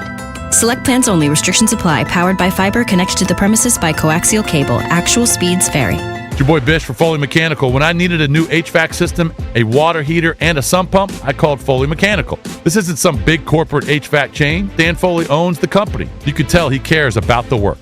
His crew is top-notch, especially if you've got an older home or radiator heat. They did a great job at my place. They will at yours. Foley Mechanical serves D.C., Maryland, and Virginia, and they proudly install Amana HVAC equipment. Call Dan Foley and his team at Foley Mechanical. They're the real deal. For Mervis Diamond Importers, I'm Ronnie Mervis. Over 1 billion years ago, diamonds were formed deep under the Earth's surface. Then, in 1871, a great event occurred when the richest diamond field in history was discovered in South Africa. News spread like wildfire. The rush was on. By the early 1900s, Morris Mervis was furiously working the diggings, and the Mervis Company had become a leading diamond trader. Today, Mervis Diamond Importers is active globally, and our diamonds rank among the best in the world.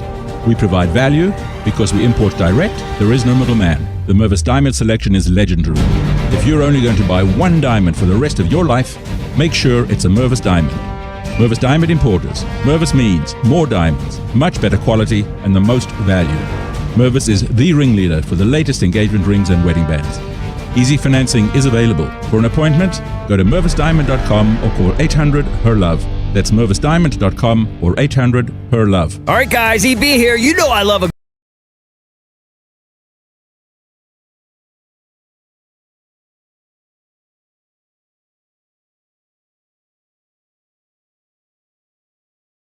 In golf, I'll take strokes on a parlay plus money. So why not take a silly deal on a basically new ultimate driving machine for my girl Miriam at BMW Fairfax. Now, lease a new i4 for just $349 a month or an iX for just $499 a month. BMWFairfax.com. My son loves to fly kites, but my active psoriatic arthritis can sometimes hold me back. Now with Skyrizi to treat my skin and joints, I'm ready to go. Skyrizi, Risankizumab Riza, a prescription-only 150 milligram injection for adults, helps with less joint pain, stiffness, swelling, and fatigue. For those who also have plaque psoriasis, 90% clearer skin is possible with just 4 doses a year after 2 starter doses. Don't use if allergic to Skyrizi. Serious allergic reactions and an increased risk of infections or a lower ability to fight them may occur. Before treatment, your doctor should check for infection and tuberculosis. Tell your doctor if you have an infection or symptoms such as fever, sweats, chills, muscle aches, or cough, or if you plan to or recently received a vaccine. With Skyrizi, there's nothing like clearer skin and better movement, and that means everything. Ask your doctor about Skyrizi today and visit skyrizi.com or call 1-866-SKY-RIZZI to learn more. It's the Sports Junkies. You're on the air. Listen anytime, anywhere on the Odyssey, iHeartRadio, or TuneIn apps.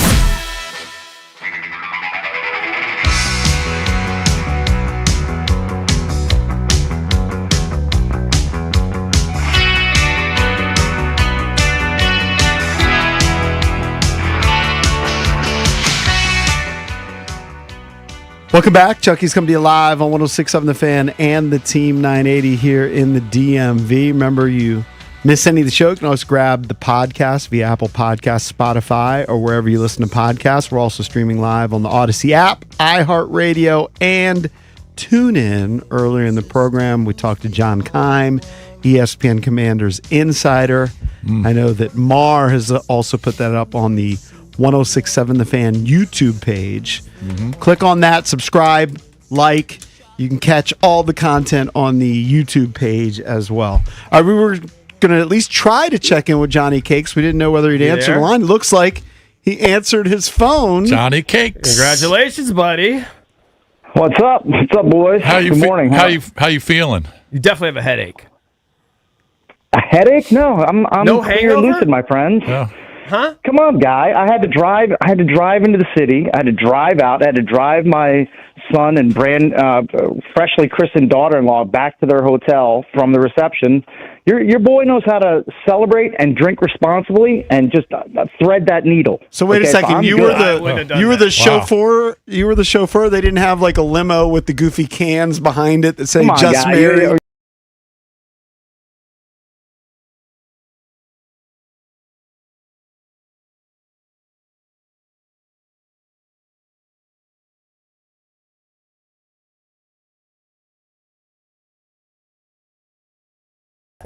That is a good joke.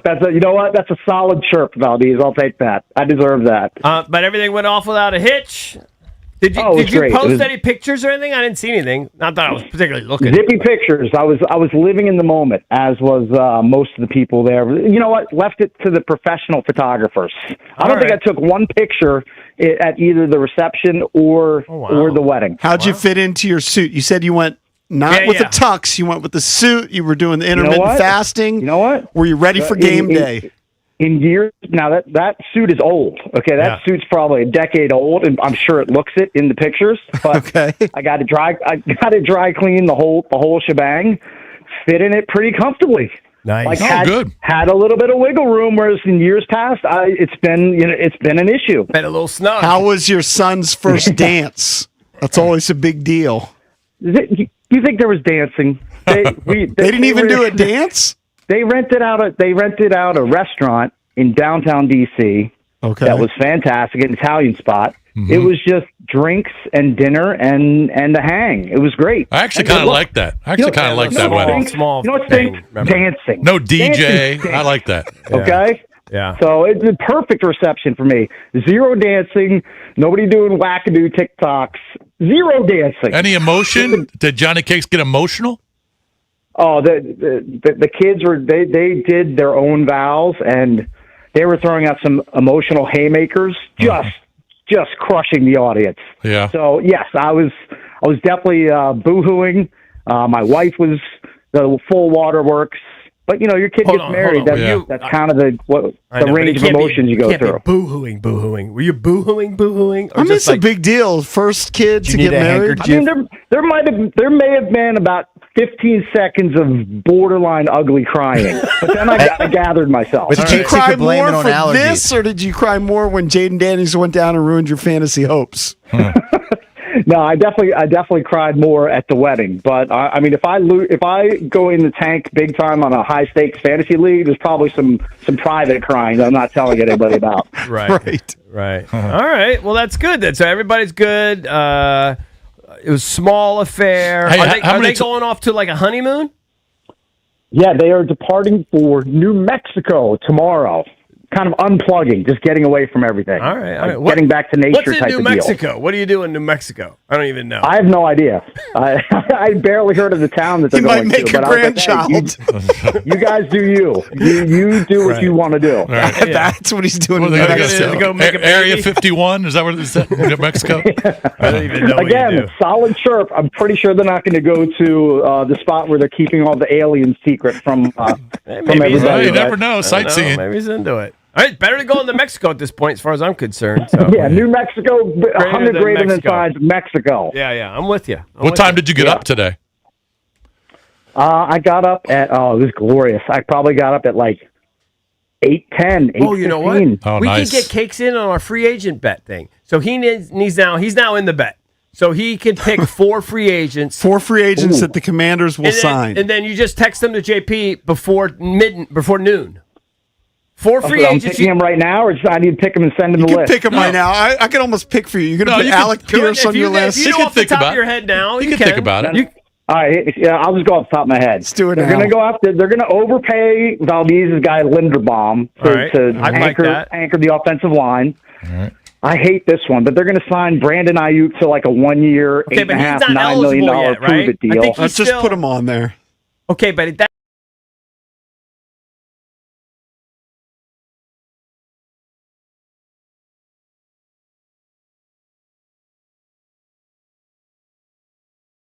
Likely is coming here. I'll just lock him in because they're so terrible at tight end. Isaiah Likely signs. Okay. All right. And So predictable. give me the Chargers pass rusher. Is it Boye? Owe. Or am I getting him mixed up? Owe. Owe or Boy? Whatever. The Chargers pass rusher. Okay. That guy. All right. That's my 4. I think you should give him another one. Okay, because get rid of Ayuk Brandon is not- Ayuk. All right, get rid of I don't Brandon think you can Ayuk. sign him yet. Pick a wide receiver probably that's a free agent. All right, a wide out. I'll go Romeo Dobbs. All right, Dobbs. All right, we'll put that up. All right, he's got the same. I'm gonna have to. He's got the same picks as 3 of us, or Nice. He's got Fatal Dobbs. case of groupthink. He's got Dobbs, which I have. He's got Linderbaum, which Eric has. He's got Owe, which JP has. Okay, well, we're going to have some overlap. That's okay. It's all good. All right, congratulations, buddy. All right, boys. I will see you tomorrow. All right. Work's so fun.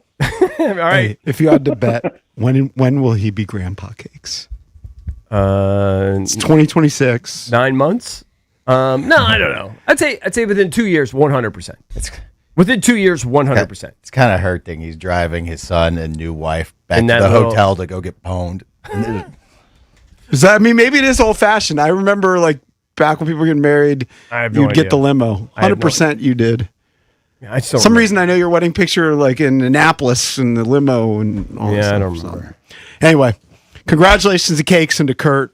We're out of here. Coming Big up day next, today. B. Mitch and Finley here on The Fan. This is an Odyssey Sports Minute. With the Miami Dolphins set to release quarterback Tua Tagovailoa, we can say this about them this year. They are going to be very, very bad. And it's not because Tua won't be there. I don't think Tua will ever be a full-time starting quarterback in the NFL again. But this is a Miami Dolphins team at the start of what could be a very long rebuild. Next year is the big quarterback draft in the NFL. It will benefit Miami to be bad in 2026. I'm Nick Costos.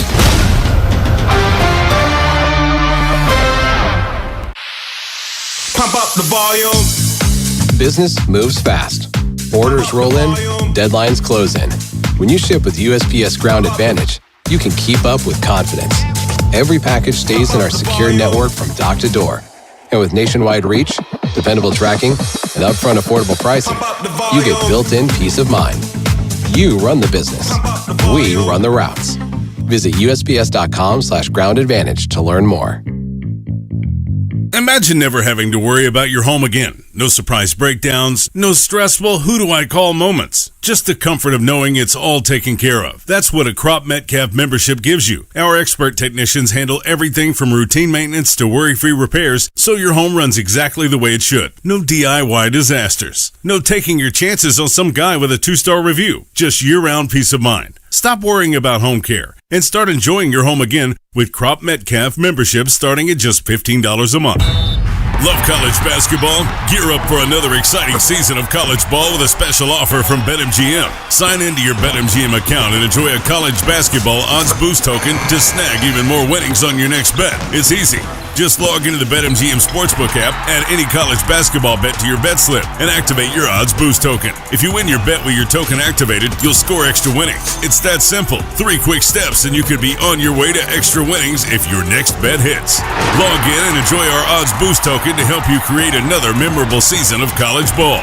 Get off the bench, join the huddle, and head for the net with BetMGM all season long. BetMGM and GameSense remind you to play responsibly. Gambling problem?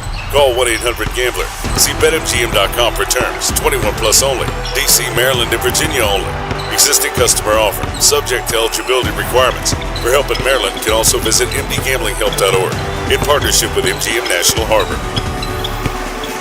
EB here for Par City Golf. If you love golf, or even if you don't, you've got to check out Par City Golf. This isn't just a simulator sport. It's hospitality, golf, and entertainment all in one. Premium.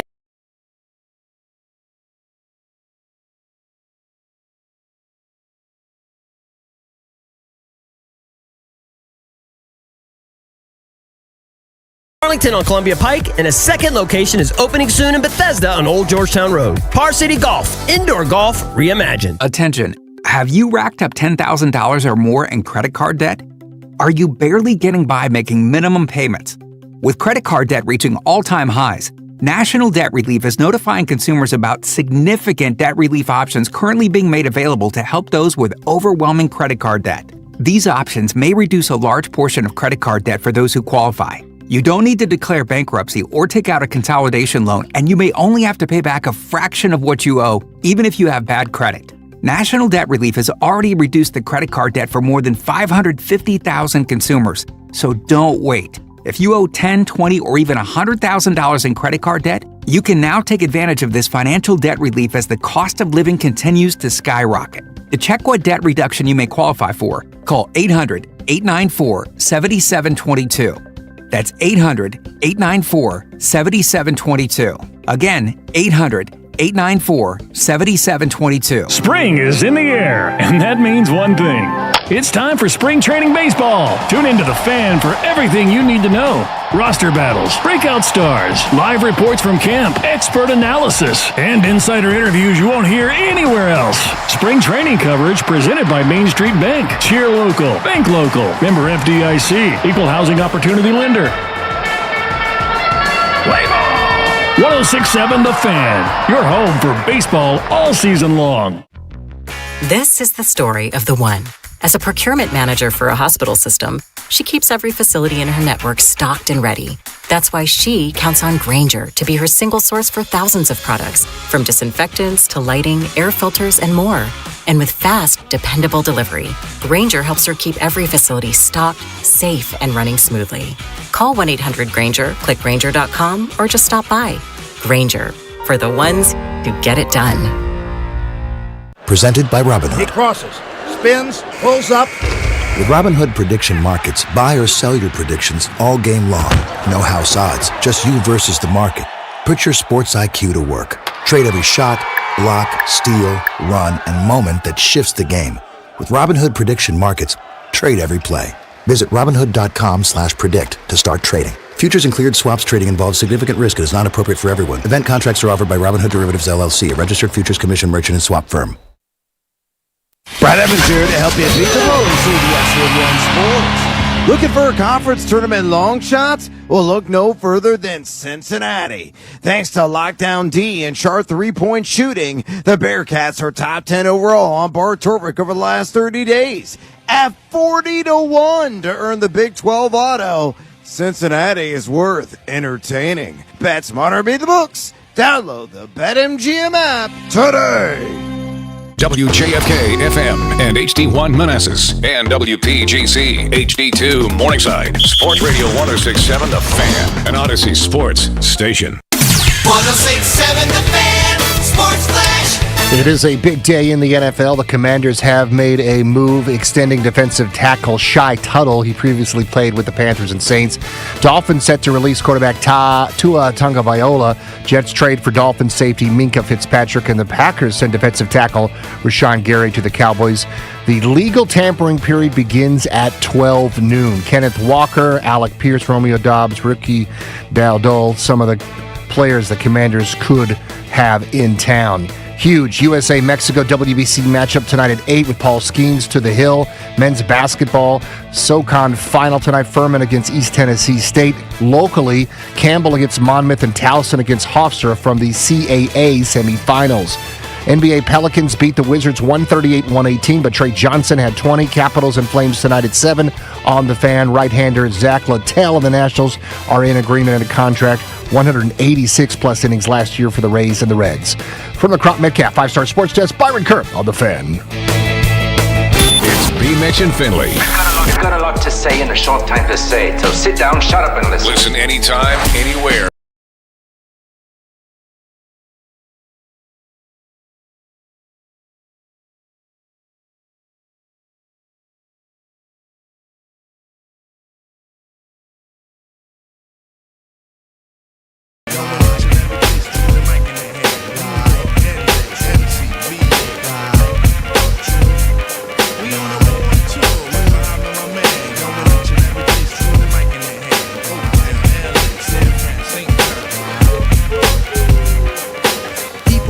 So I be sublime. It's enjoyable to know you in the concubines.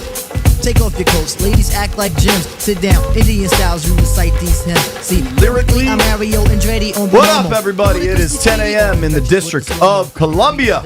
Points north, south, east, and west. You're listening to B. Mitch and Finley. We're all back, baby. I guess I'm kind of back. Brian is here. Jeff running the board. Ryan Clary, the Stallion.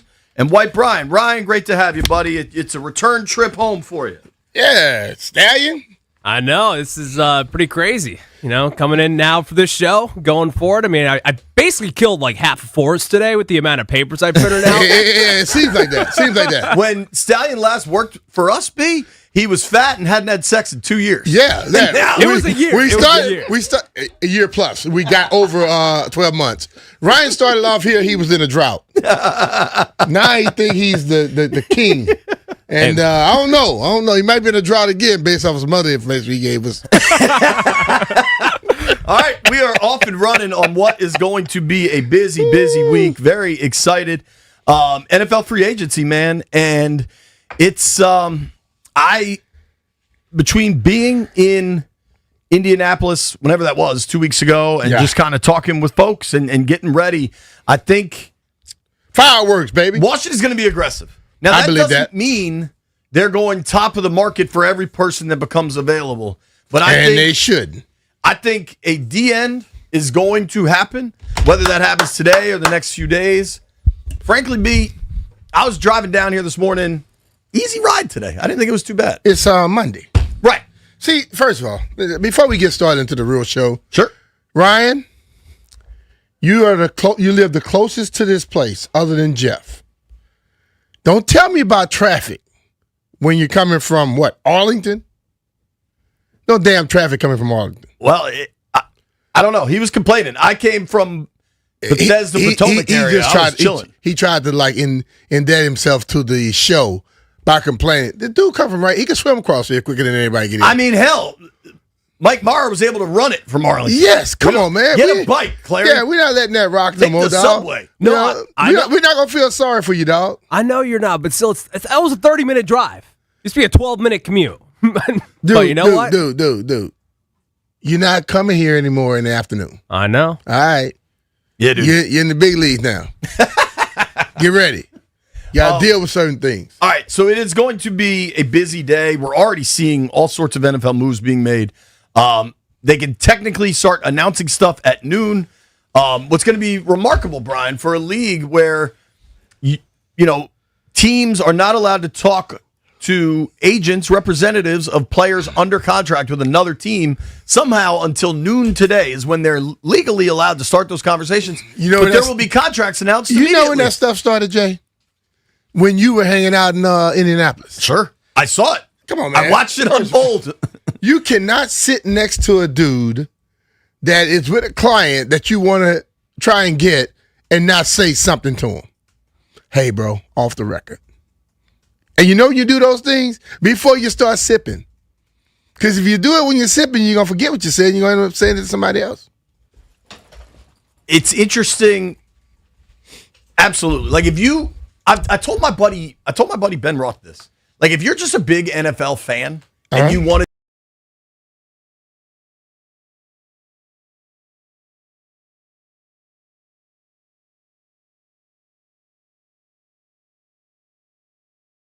It early, and then book dinner reservations at like 2 or 3 different spots each night, and you would see every major player in the NFL. Not the players, but I'm talking about like the power players, the owners, the agents. Like, if you're into the NFL, that could be your ultimate vacation because that's where everything is happening. You know what? I would suggest most people do that because some of the stuff I hear them talking about, they are nowhere close to the NFL. So maybe you'll give me some real information. Instead of some of these dreams people be having. Yeah. What's great is there's a lot of people that are like, from what I have heard, I'm never denying that people are having conversations with people. They're just not having conversations with decision makers. like, yo, that's cool. You heard that. Hey, man. Like, somebody told you that. My cousin is a janitor over at the complex. Right. And he said he overheard somebody in the bathroom talking about this dude they're going to sign. Mark that down as fact. My cousin plays Madden with this dude that plays for the Texans, and it's like, okay, yeah, good for you, dude. I'm gonna take that information and run with it. Just so people understand, like actual sourcing. To call someone a source means you're talking to the person making the decision. So in the football world, there's generally 2 sides. There's the team side or the player side. If you are getting something that isn't from one of those two, it's not something you can report. It's not a source. There's going to be ample fake reporting over the next few days, that happens and that's fine. So much. Who's my man? Who's the fake Schefter account? Adar and Schefter? You know that dude's gonna have a busy week. You know that account that posted that I was gonna be a coach? Yeah. And also it posted that people had passed away and all kind of other stuff. It just posted that we actually signed Jefferson. Right. It was on last night. So I went on, I said, man, this site is a bunch of BS. Please stop paying attention to it. After I read like 50 comments that they are buying it hook, line, and sinker. I don't know. How does that site get away with all that? I don't know. I don't understand the proliferation of legitimate fake news, but damn if it ain't out there. Especially Facebook is a cesspool of fake news. All of them. So all of them. Let's try to run through like what we know here in Washington so far. Starting with the Tyler Linderbaum stuff. What was your reaction? I think it was a surprise to all parties when they released Tyler Biadasz, whatever that was, 10 days ago. It was a surprise. Yeah. Whoa, that one kind of came out of nowhere. And my thoughts were kind of one of 2 things, right? Either they're making a run at Linderbaum, who I had 2 different independent talent evaluators at the combine say he's the best player available in free agency. Now, he won't get the most money because Malik Willis is a quarterback and Alec Pierce is a wide receiver, but the best actual player, like, not remove all of the positional value dollar conversation. Yeah. But if I told you there's one player at one position who is super durable, very young, and possibly, if not, the best player at his position. Yeah. That's the best available player in free agency, right? Yeah. Because the guys that might make more money, Willis, is there any way you could look at me with a straight face and say he's top 3 at that position in the league? I can't say he's top 30. Right. At this point, to be honest with you. And I'm not lying. Right. Alec Pierce, could you tell me he's a top 10 wideout in the NFL? Probably not, but he's close. I don't know. Based off of what he is there for, he's close. He might be a top 5 deep threat. But all I'm saying is those dudes are going to get paid based on positional scarcity and the value of those positions. Whereas Linderbaum is going to get paid top of the market. Like, anybody that thinks that's not coming in over $20 million, you're nuts. This is the offseason of the center. Look at how much money centers are making. There's been center trades. But Linderbaum,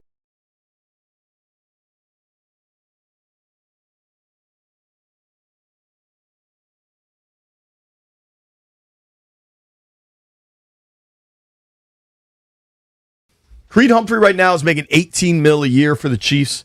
This thing's going north of that for sure. Biadasz immediately re-signed with the Chargers, and you got to you got to give some credit to AP and DQ. One thing they did help Biotish with by releasing him early means he got to shop himself immediately and gets gobbled up immediately. That makes me believe it's not a knee thing and that their plan is to go after Linderbaum. You've heard some reporting with that. What I have heard specific to the Linderbaum stuff is they're not sure they can go where it's going to go. Yeah. We want you, but we're not going to break the bank for you, basically. Which to me is like, well, then you're not going to get him because somebody's going to break the bank. I think the Raiders specifically are going to break the bank for him. But you know what, though, Jay? Sometimes when you say I'm not going to break the bank, and then you get into that bidding, sometimes you go, you know what? Another $1.2 million ain't going to kill us. Let's go for it. Sure.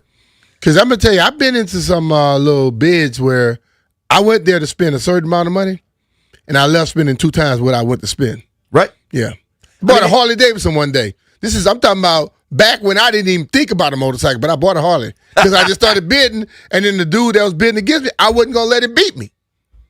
Then I sold it, but Right. I mean, my boy Papa, he gave me great advice talking about houses. It's like people will get caught up buying a house on $40,000. Like, I'm only going to pay, $1.5 million, and then they're like, it's got to be $1.075 million. Do you realize you're paying that off over the course of 30 years? Yeah. Do you realize what that difference is? Don't make it really that much of a difference. And I think with these free agency contracts, one PSA for everybody as we get into NFL free agency today: never, ever believe the first number that's going to be reported. The first number that's going to be reported is coming from the agent that wants to make that deal look like the biggest possible deal. Yeah. The reality is, like, you're listen, I'm no math guy, but I can do contract math. Your rough contract math, whatever the term is, however many years it is, cut that in half. And whatever the reported value of the contract is, cut that in half. If they're saying 4 years, $100 million, what it probably is 2 for $50. But you know what, Jay? That's the guaranteed money. That's what you're on the hook for. But see, that is a waste of your time to explain that one, because the people that are going to take those numbers and run with it, they think every athlete made $1 million for the last 25, 30 years. See what I'm saying? They don't look at anything else but whatever that final number is. That's what they justify everything off of. So they don't care.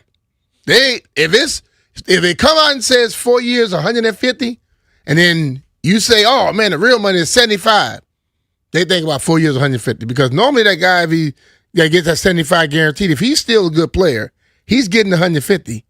And if they cut him, he's gonna probably go to another team. He's gonna get the money anyway. That's the way they look at it.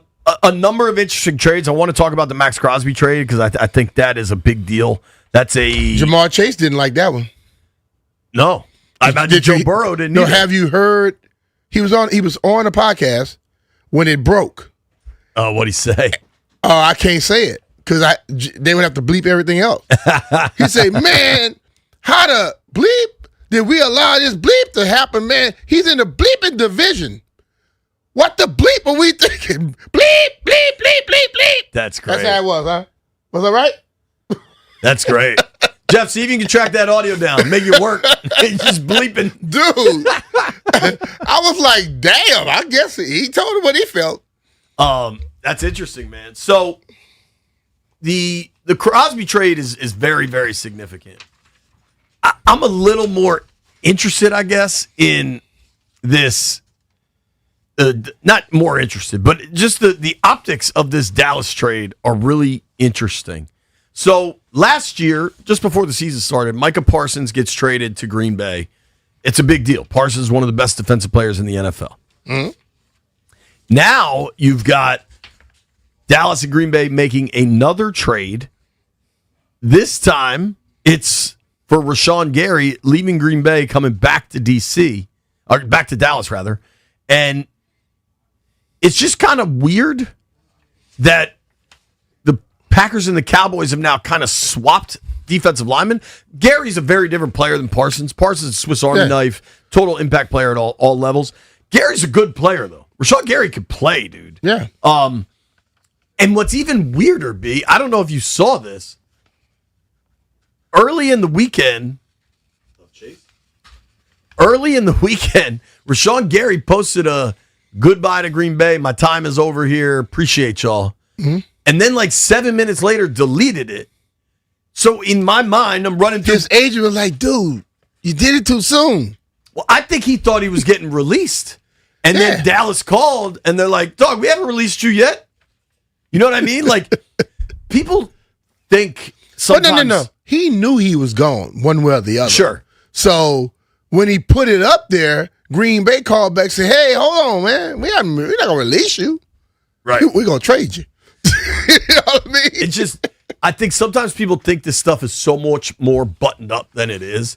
And it's just like a dude in an office getting 50 texts and 4 phone calls at the same time. Like sometimes it just gets a little chaotic. Yeah, it's like, but the thing of it, in this day and age, where players now want to put out information too, if a team tells you something and you take it to heart and you go post it, it may not be finalized just yet. Right. And guys want to get it out so quick that it could be a problem sometimes. Well, I believe the only interview Max Crosby has done so far since the trade is his own podcast. I mean, you talk about controlling the content, man. Hey.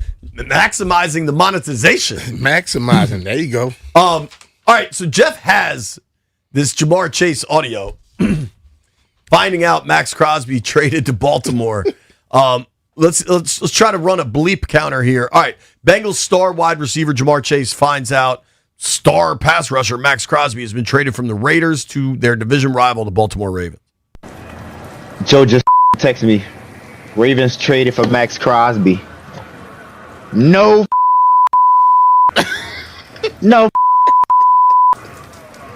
No, brother. I'm highly pissed right now. Oh my god. Oh my god. How the do we let this go to the division, bro?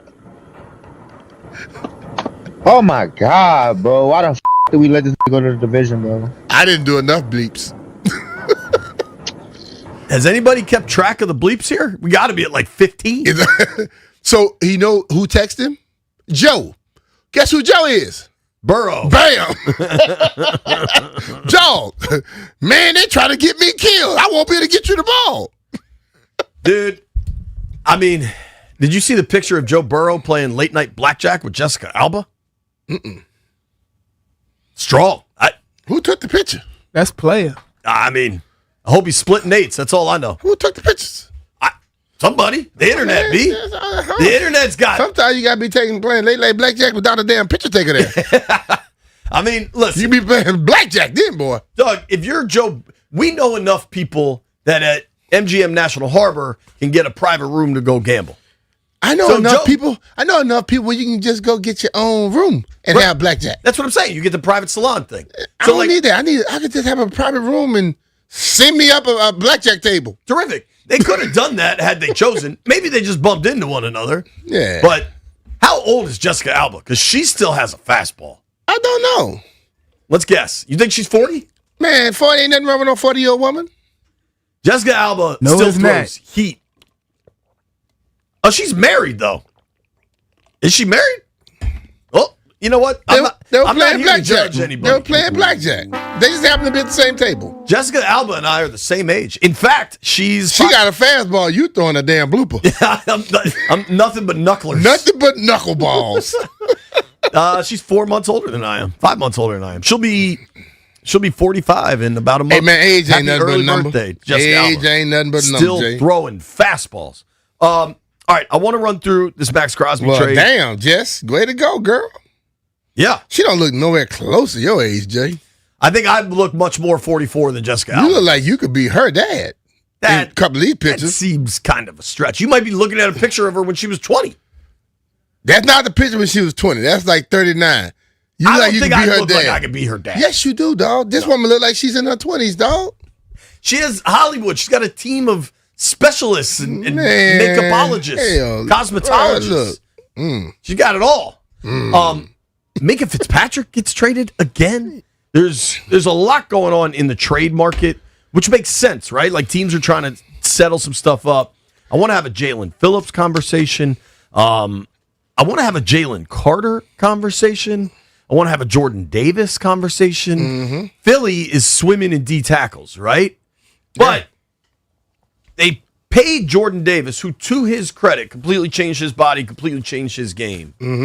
What does that mean for Jalen Carter, who is, I would say, not by a wide margin, but by a decent margin, the better player than Jordan Davis? Yeah, but he might be. You don't always stay on the team because you're the better. Sometimes you stay on it because you're the more affordable. I don't think it's straight cash either. It might not just be straight cash, homie. NFL free agency all day. David Aldridge will join us at 11 a.m. Nobody go anywhere. Be Mitch and Finley. Be Mitch and Finley.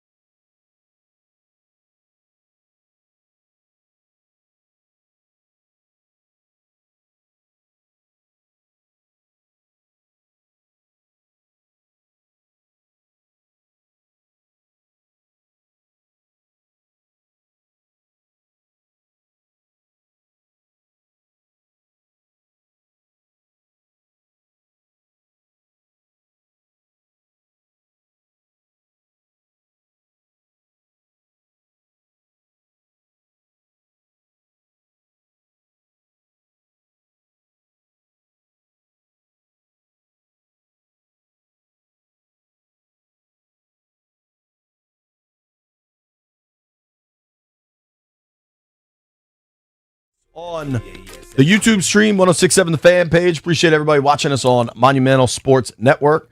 B, that's good, Jay. I thought you'd like that. It's like a Cajun trail mix. There's one thing in there I really like. I can't identify what it is without like. What is it? Let me see it. The little crispy thing? Look Yes, like a pretzel? that joint. Yeah. Whatever that is. Banging. It's like something like a pretzel. I may have indulged a bit over the weekend. Down in the islands, getting some sunshine. I got up early, went for a run, went for a what islands? We were in St. Thomas, Virgin Islands. Yeah, and I taught Ainsley. Why were you there? What do you mean? I'm messing with you, though. That's an old joke. You lost me. Virgin Islands. Oh, I got 2 kids, baby. I don't know why they call it that, but they do. There were new islands. Yeah, I guess Virgin probably had different implication back then. So I got up early, got some exercise, got some sweat out. Feel like I needed that. Get ready for the week. Want to feel shot out of a cannon. And what's interesting is Nick Allegretti's talking with the media right now, right? Mm-hmm. So Commanders cut Biotish, keep Nick Allegretti, who's a dude I really like. Yeah. He's a total like great locker room guy, and people kind of gravitate towards him. And him and Wiley and Von Miller had this like really cool the neighborhood in the locker room. Old school. Do you think they would be comfortable going into the season with Allegretti as their starting center? I think so. I think so. I think, you make a move like that and you make sure you lock him up just in case you don't get, if you're looking for somebody else. So it is going exactly how after the move was made with Biotish, the way that I thought they should kind of move. You got to get somebody sure, and then you can go look for somebody spectacular. Get what I'm saying? Yeah. And if you miss out on the spectacular, you got sure with you, right? Right. Speaking of the spectacular, I think there's no doubt Max Crosby's one of the best players in the NFL. Hell yeah. I had a feeling he was going to get traded just because I thought the conversation had shifted so much. Once you started hearing about how Tom said something, then he was highly critical of the dude that Tom Brady put in place. And those two have been connected for a while. You felt like, okay, something's going to happen now. Yeah. And, dude, I said this a couple weeks back. If you look at the Raiders, they have a ton of cap space. Mm-hmm. They presumably, the Raiders right now have $95 million in effective cap space. They're over $110 million in just overall cap space. The difference there, so folks understand, is effective cap space is taking into account roughly what your draft picks will require money-wise, right? Because you are going to draft all these dudes. You need to know what that's going to cost. But if you look at the cap space, you look at now the significant draft pick arsenal Vegas has. They go 114, 36, 67, 102. And then they have a comp at 117. Okay. Like, I'm sorry, that's a pick they acquired in a trade. They have 2 comps later. The Raiders, I don't know that they will, but like, to me, they become a pretty interesting situation here. Mm-hmm. And I just think they have the ammunition to go out there and do some great stuff. But their shooter might be blind. I like the dude Spytek. I do. I don't know. Do you think Mendoza's the dude that they're gonna pick? Obviously they're They're pick picking him. I'm saying, do you think he's the right guy? At this point, it's kind of hard for me not to, because see, I'm not looking for spectacular. I'm looking for consistency. I'm looking for a workaholic, and he's that. And I think sometimes we get so caught up in looking for what looks juicy, and the guy doesn't have the work ethic, that when you look at the NFL, it's not about just how exciting you could be in a few plays. How consistent can you be over time? I believe Mendoza will give you that. So I think he'll be a stable player. I don't think he's going to ever be a spectacular quarterback, like, break off the big runs and things of that nature. But he's going to always have his team in it. So for the Raiders, it makes sense. You're going to suck the guy's mad, trade him. You get 2 first-rounders. Apparently, Dallas was in on this. Jacksonville was in on this. Nobody else wanted to go to 2 first-rounders. For Baltimore, they're drafting way higher than they're expected to there, coming off a down season. By and large, the talent people tell you this draft's not that good. I think a big part of Adam Peters being so aggressive with trades last year was knowing that he didn't value this draft all that much. Because if you look at Washington, they're still in good shape for 27, which is supposed to be the loaded draft. And in 27, you should have a bunch of quarterbacks that matter. Now, who knows? That changes year to year. But the quarterbacks are what drive trades. They also, I believe, next year, the kid from Bama and the kid from Ohio State, the 2 receivers that have just been outrageous, I assume, will come out and get drafted. So, it's just a very high-profile offensive draft next year. For Vegas, it makes total sense to me. You're going to be bad. The guy's mad anyway. You got 2 firsts. Move on. I understand for Raiders fans it sucks because Crosby really seemed to embrace that whole notion. He's going to embrace Baltimore, too. Believe that. Oh, for sure. Now, for Baltimore, a team that missed the playoffs last year, but for a period of time was a legitimate title contender, right? Like winning their division.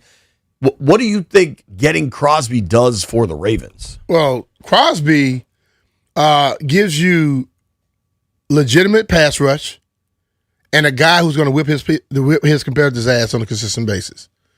You don't need no scheme to make him be good. You watch this guy; he barely misses the sack, then he makes a tackle down the field. He has an extreme motor.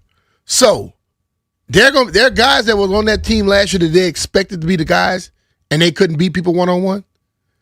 Well, now the best guy going to be on him. Okay, they're going to try to double him. You better be able to beat somebody one-on-one now because you're not going to be able to blame Zach or anybody anymore. Now it's going to be on you.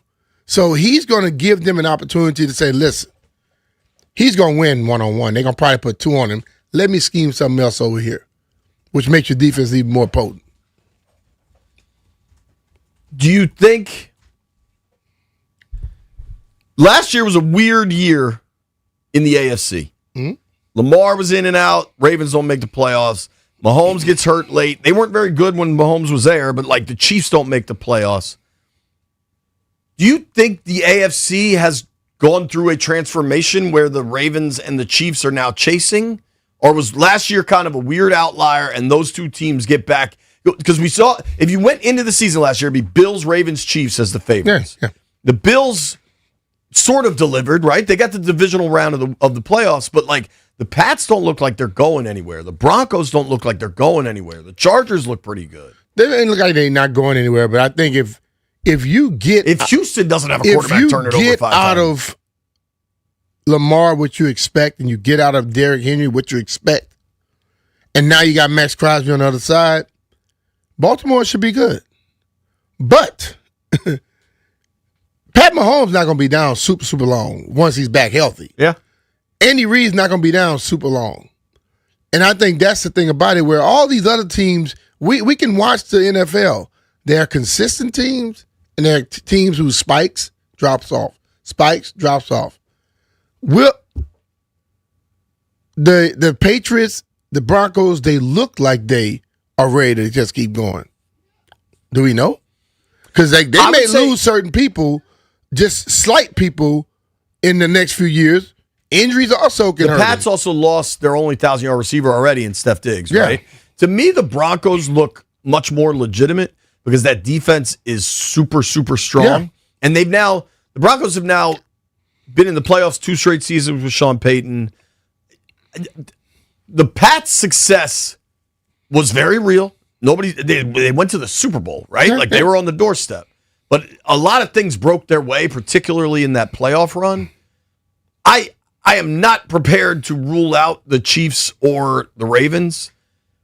Lamar's health, though, for all the consternation about keeping quarterbacks healthy, Lamar's durability has been a question for the last 5 years. He misses a lot of time. Yeah. And that's a problem for any quarterback. Some of them had nothing to do with injury, had to do with sickness. Bubble guts, whatever it was. So, I mean, listen, bro.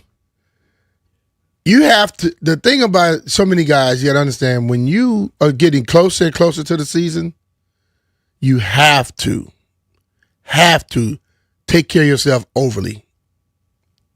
You know, you got to be like, nah, I can't do this, can't do that. Sometimes you just got to like disappear. Show up for your games. That's what that pushes you, man. You've also got a You gotta Lamar find a way. contract situation looming. Like, there's a lot going on. I saw this morning at the gym that the Ravens Super Bowl odds, I believe, went from plus 1,100 to plus 950. So they improved. I don't know that was a significant improvement, but we shall see. David Aldridge joins the boys at 11 a.m. Beat Mitch and Philly are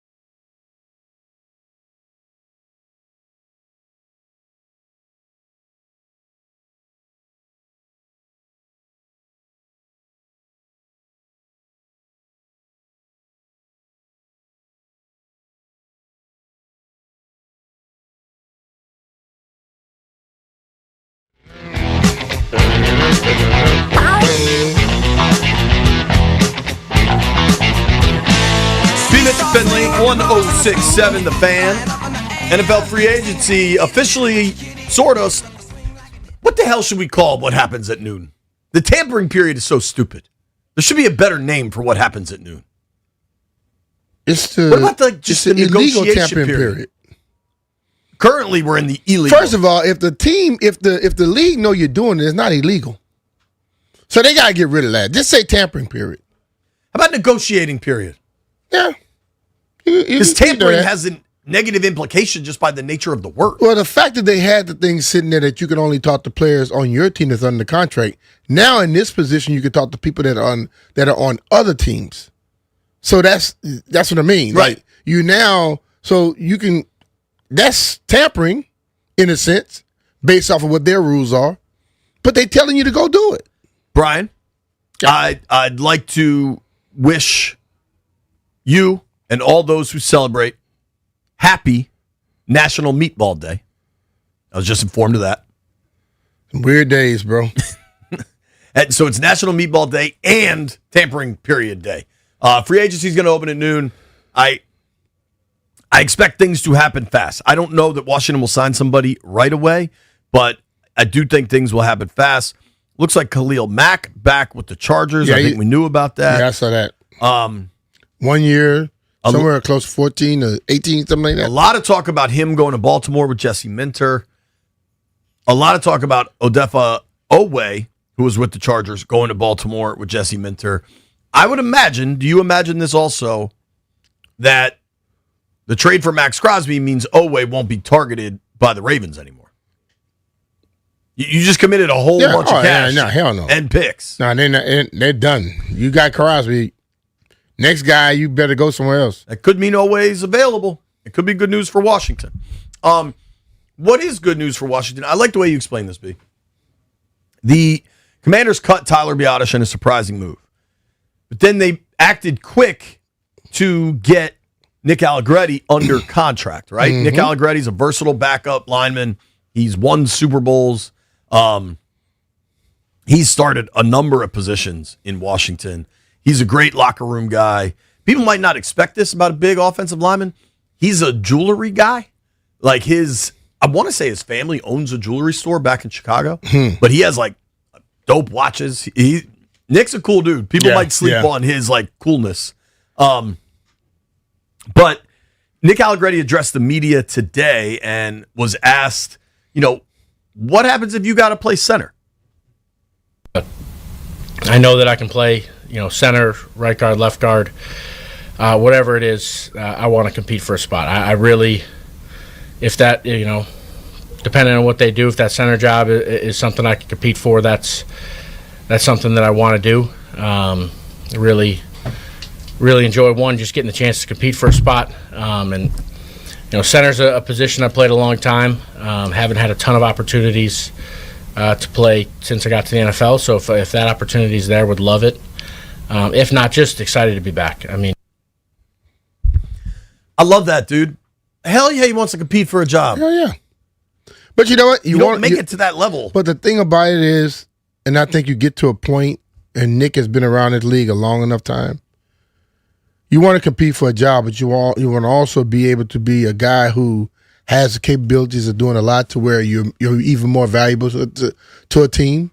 So if he's not competing for a job, they say, well, this guy can play center and guard for us. He's a value. So they locked him up. See what I'm saying? So you could be a guy who can only play one position, and you compete for a job, and you're expensive, they get rid of you, and they keep somebody else around. But when you can play multiple positions, you're a bigger value. When you can play multiple positions and you can lock it up going into free agency, so it's one thing you don't necessarily have to you don't have to debate. You know what I mean? Like you've got something in place. And I think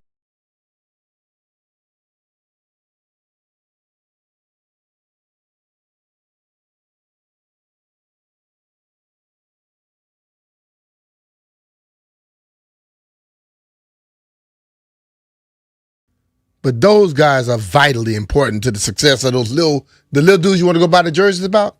Those dudes help them out. I learned this from a man from Louisiana that played 14 years in the NFL, you got to build inside.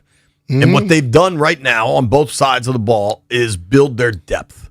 And Wise, honestly, was projected to start and help them. And then he got hurt week 2. I remember watching him. The hardest part about that Dietrich injury, people may not realize this, the Packers play at Lambeau Field. People probably are aware of that. The visitors' locker room at Lambeau Field, granted, that building's probably close to 100 years old. The visitors' locker room is incredibly difficult to navigate, including players have to walk up a flight of like significant stairs to get to the locker room. Or you can go this really long way to the tunnel. But and then the locker room is super choppy, and it's generally they don't make visitors' locker rooms that easy in any stadium, but that one's particularly difficult to navigate. And then Wise on crutches having to get to the buses. That was a tough scene. But they brought him back for a reason. Shy Tuttle's an interesting player. He played his college ball for the Volunteers, I believe. He's been in the NFL a long time. He's a guy, when you hear Durante Jones talk about versatility, this is a dude that can play a true nose for you. He can play in the gaps. Like, he's a versatile, big defensive piece. He was here late last season. Not young, not exciting necessarily. 6'3", 3 Bills. He's a guy that can play for you if you need something. And I think their defensive line packages are going to be so different than what we saw the last 2 years with Joe Witt. So the fact that Jones is like, I want is that. Is he versatile? He is. That's probably why he's back. Right there. When we come back, David Aldridge will join the program. Beat Mitch and Philly are presented by John Leahy and the Fine Living Group.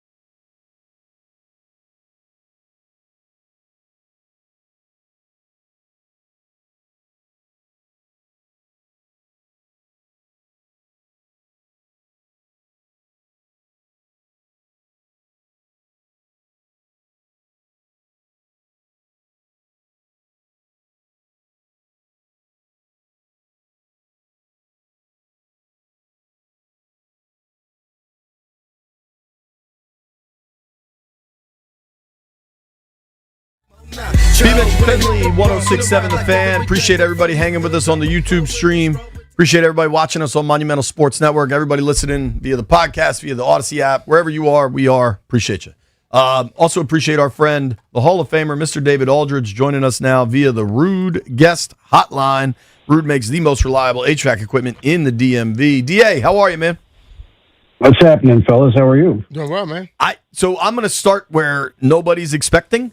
Yeah. I know how much attention you pay to Patriot League hoops. And Got that right. I hate that Navy got knocked out on a half court buzzer beater last night. Had a tremendous regular season, and probably you're looking at the NIT now. Yeah, I mean, I sort of feel bad for them because I do think they were the best team in the league this year. But that's what's great about tournament. Yeah, you got to win your way in. Like, you can be the best team in the league all season, and you get some advantages for that. You get home field, home court throughout the tournament. As long as you keep winning, you get to play at home every day. So that's a big advantage, right? Yep. So you have to take advantage of that. And the kid, Gladden, that took them out, is the same kid that took us out on Thursday. He's a hell of a freshman guard. Like, he just, walked down. Both the guys that he beat were first team, all defensive team Patriot League guys. And they were both upperclassmen. And he just took them both out. Like, it's just like, no, you can't guard me either. You know what I mean? Like, so I love that. Like, I just think that's good for the league to have players of that caliber in it. And it's just, when you win it, like we did last year, it's the only time you're going to hear me say we, by the way, with American University You're basketball. allowed to. It's your Hey, alma we mater. understand that, Dave. Like, we had to win 3 games in 3 days, or not in 3 days, 3 games in a week to do it. We had to beat off the best teams in the league, including Navy.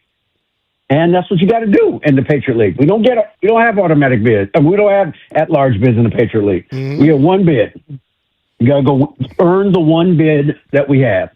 And that's what I love about it. I saw some people saying that, this is terrible. Navy should get in, like Navy, like, it's terrible. And I feel bad for them. I do, because we were in the same position they were in last year. Right. Whole bunch of seniors that stayed together for one shot at it. I get it. It's hard. It's tough. And if you don't win, it's devastating, especially the way they lost, right? Yep. But that's what you got to do in the Patriot League.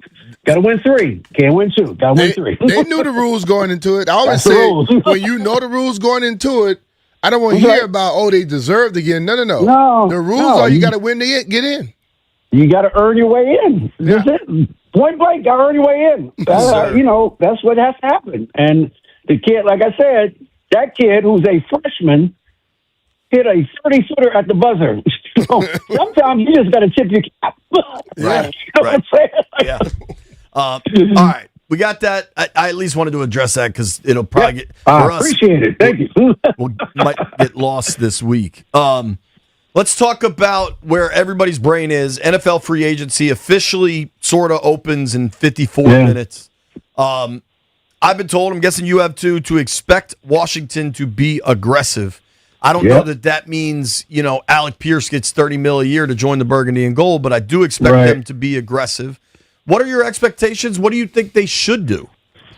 I mean, we've all heard the same things, like, stay by your phone. It's intriguing because I think this is different from the old days that we will all remember not fondly, where they didn't take any consideration about roster or any consideration about fit. It's just like, let's go get the shiny object and make people think we're doing something, and throwing money at people that can't play. You know what I'm saying? So, I think these guys have a lot more discernment about themselves. I think they're going to go after guys that can actually fill holes. The problem is they got a lot of holes, and I don't know that they can fill them all in free agency. So the question is, which ones are the most important to them? Clearly, I think they need a center now. They made that call on Biadish, so they got to go get a center. Now, look, if they get Linderbaum, great. It's just a guess, guys. I'm not based. I don't have any information. My guess is it's probably going to be a level below Linderbaum, like I think Mays would make some sense, right? He's 27. He fits the timeline a little bit. Yeah, look, if they give Linderbaum $20 million a year, good for them because he's worth that, right? You know what I'm saying? Like, I love people who say, it's an overpay to pay for the best guy. Hey, that's what you have to do to get the best guy. It's life in the big city, fellas. I don't know what to tell you. Like, the best players, the best free agents get the most money. That's how it works in this business. If you want to buy a house in McLean, it's expensive. Yeah. Don't think you're going to pay the money you're paying in Herndon. Right. Our great friend John Thompson used to say he's a capitalist. Yeah, that's right. That's right. Yeah. This is capitalism. You know what I mean? So I think that certainly center is a priority. I do think edge is a priority, although I could see them addressing that through the draft, right? Like that would certainly make some sense, or addressing it at a greater level through the draft. Maybe you sign a defensive end. I don't know if you go top of the market for an edge guy. Maybe they do. But I think it's probably more likely that they go get a decent, good, but not the best guy. Like I don't. Mm-hmm. Did I see somewhere Trey Hendrickson's going to sign with the Cowboys? Did I just see that somewhere? Is that an actual thing? Or that could track, dude, because they were in on Crosby, didn't get to the finish line. Right. Yeah. Right. I mean, look, I'm not saying don't go. I wouldn't go after Trey Hendrickson if I were the Commanders. I just don't know that's the best use of your money right now. Yeah. Because he is, 35 years old? 35. Close. He's 30 years old. 30. That just is a little too long in the tooth for me, right? To go out 3 or 4 years at top dollar, whereas Linderbaum's 25. That's just a huge difference to me. And it hasn't missed a game in 2 years. Yeah. Linderbaum's durability is significant. I think, do people have to sit back a little bit, because what they do in free agency is going to dictate what they do in the draft for the most part. That's right. So if they don't get somebody, understand they may be leaning that way in the draft. Right. So I would think, like, if you're asking me, like, I think wide receiver, they'll bring somebody in. I don't think it would just be Ayuk. Like, I do think I think Ayuk's going to come here. I mean, certainly seems like that's the way this thing is leaning. But I don't think that's the only thing they will do in free agency at receiver. I think they will add another receiver to the room. She would obviously make a lot of sense, right? Like that would be impactful, I think. To me, is there not specific to Shaheed, and I've been meaning to ask B this as well, is there not too much overlap with Jalen Lane? There is some, but I think he's better than Jalen Lane. I'm sorry, I just think he's better. I don't Certainly know. more proven. Yeah, so to me, it's like, I don't dislike Jalen Lane. I think he's got a lot of potential, but he's got potential. You know what I'm saying? He's done it on the field. Well, Jalen Lane took a couple back. I can't say he didn't do anything last year. He took 2 kicks back for touchdowns. That's a big deal. Mm-hmm. That matters. That does matter. There is some overlap, but I just don't think, to me, I don't think you could ever have enough good receivers in the room. So if it's Shaheed, fine. If they bring back De'Ami Brown, that's fine with me too. You know what I mean? Like, De'Ami Brown played great 2 years ago for them at the end of the season. He was terrific in the playoffs. So I've got no problem if they bring him back. Mr. January. Yeah, I think Shaheed and Jalen Lane being on the same team, although they overlap, what you can do, one of the guys you can push them more towards a full-time receiver. Right. Because I think Bobby Ingram is good enough to get those guys running some routes. If one of them starts to peak as your receiver, you're not going to want him doing all the return stuff. Right. And you have some, you have some flexibility there because you still got McCaffrey to return kicks, right? Yeah. So it's not like they got guys to return kicks. So to me that would make sense. He would make a lot of sense if they were to figure out a way to get him in here. Brother runs with the win. I just think you need to give 5 as many potential weapons as possible. Agreed with that. Talking with our friend David Aldridge here on the Rude Guest Hotline. Rude makes the most reliable HVAC equipment in the DMV. You can give DA a follow at David Aldridge DC. Read all of his work at The Athletic. DA, if you had to put one position at the top of the list for what they have to address, what would yours be? It would be center. Like, you've got to get that. You walked away from a good center. Tyler Biadasz is a good center. Like, I know he didn't have as good a year last year as the year before, but guess what? None of them did. Nobody. Okay, who had a better year last year than they had the year before? Nobody, including Jaden. Okay, so that's I'm not cutting half the team because they had a bad year last year. Like, they all had a bad year last year. Dan Quinn had a bad year last year. You know what I mean? Like, so I don't get that. Like, I mean, now obviously they had a reason. You know, I don't think they just did it willy-nilly. But now you got to fix it, right? And so you got to go get a center because that's important. Very when important. You're trying to block Davis and Carter, that's important in this division. You know what I mean? That's important when you got the guys in the middle, Kenny Clark, and the guys in the middle of defensive lines in this division. You got to have somebody that can block them. Dexter Lawrence. Like, for real, block them. You know, like, so a guy so to me, you got to fix that immediately. That's you said that you want to do better. Okay, if you want to do better, you got to pay for it. Totally, you got to pay for it. Totally. So go pay for it. But that position right there, Dave, like you said, is more important than people give credit. Yeah, absolutely. Let's put it this way: you rarely pay attention to the center position unless it's being played badly. Right. There you go. Right? Well, and releasing Biadasz, you kind of now they've re-signed Allegretti. He says he wants to compete for that job. Right. Re-signing Wiley and Allegretti to me makes all the sense in the world. You know what I mean? Absolutely. Those are good, good locker room guys, good versatile, athletic O-line pieces. I think they've done the same thing with the D-line with Wise and Tuttle. Those aren't the answers, but like building an NFL roster is about a lot more than just the headlines. You know? That's right. And you know, let's just say if they were to get Linderbaum in the air, now you look at that line and you're going, whoa, this is pretty good. Now, I mean, I assume that they're going to get Tonsel extended. I mean, I can't imagine that's not going to happen. And if they do, then they got a much bigger problem than personnel. If they don't get him extended. But now it's a real strength. Like, the line becomes a real strength. And now you can run the ball really in any direction, either direction. I just think I think that to me is the most important position. After that, I mean, edge to me is clearly something they have to address both through the draft and through free agency.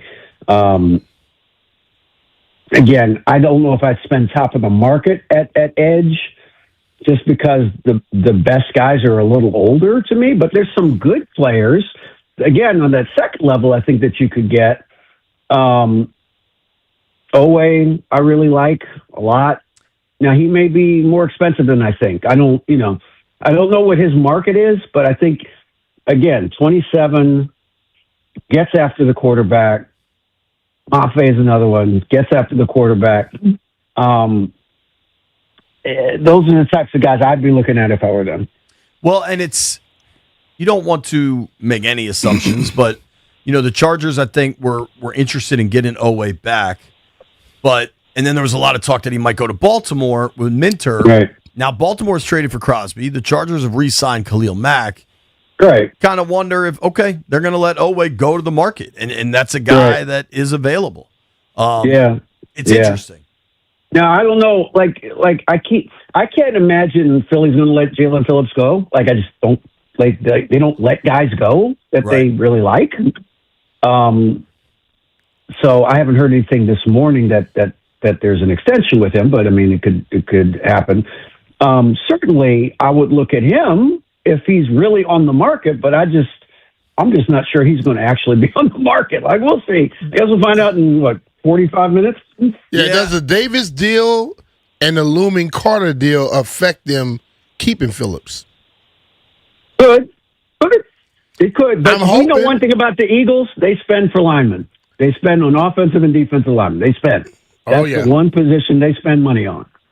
So I would, that's what I'm saying. Like, I would be surprised if he is actually on the market at 12 o'clock. Like, that would surprise me. Talking with our friend David Aldridge here on the Rude Guest Hotline. DA does a hell of a job covering the Commanders, but DA, I did want to make sure we make time. Talk about the Wiz. I made a point of watching last night because it was Trae Young and Sarr on the court at the same time. Right. I believe that's the first time we've seen that. Just watching Trae Young now a couple games. Trae is special. It seems like whatever went wrong in Atlanta, and obviously there were some injuries, but I think there was more to it. He seems to have rediscovered his joy of hoops. And it's a short sample, but it's fun watching that dude play basketball. Look, he's better than anybody at that position in a long time. He's just better. Like, it's not debatable to me. Like, and so the question is, like, when they're all together on the court, when Sarr's his first game back in 2 weeks, when he's healthy, at some point Anthony Davis will play for them, I think. May not be till next year, but if you'd like to see that group together for 20 games to see what they could be. I'm not saying they would be great. I just would like to see that group play 20 games together. Yeah. I'd like to see Trey Johnson and Trae Young and Anthony Davis and Alex Sarr and whoever they get in the draft, and Keyshawn George and Will Riley and whoever they get in the draft play 20 games together. And then if it's not good enough, we'll find out. But I think it will be a lot better. It'll be a lot more fun. It'll be a lot more competitive. And I don't know, and again, you didn't mortgage anything to bring him in here. Right. You didn't give up anybody that was going to be a part of this thing down the road. You didn't give up any draft picks.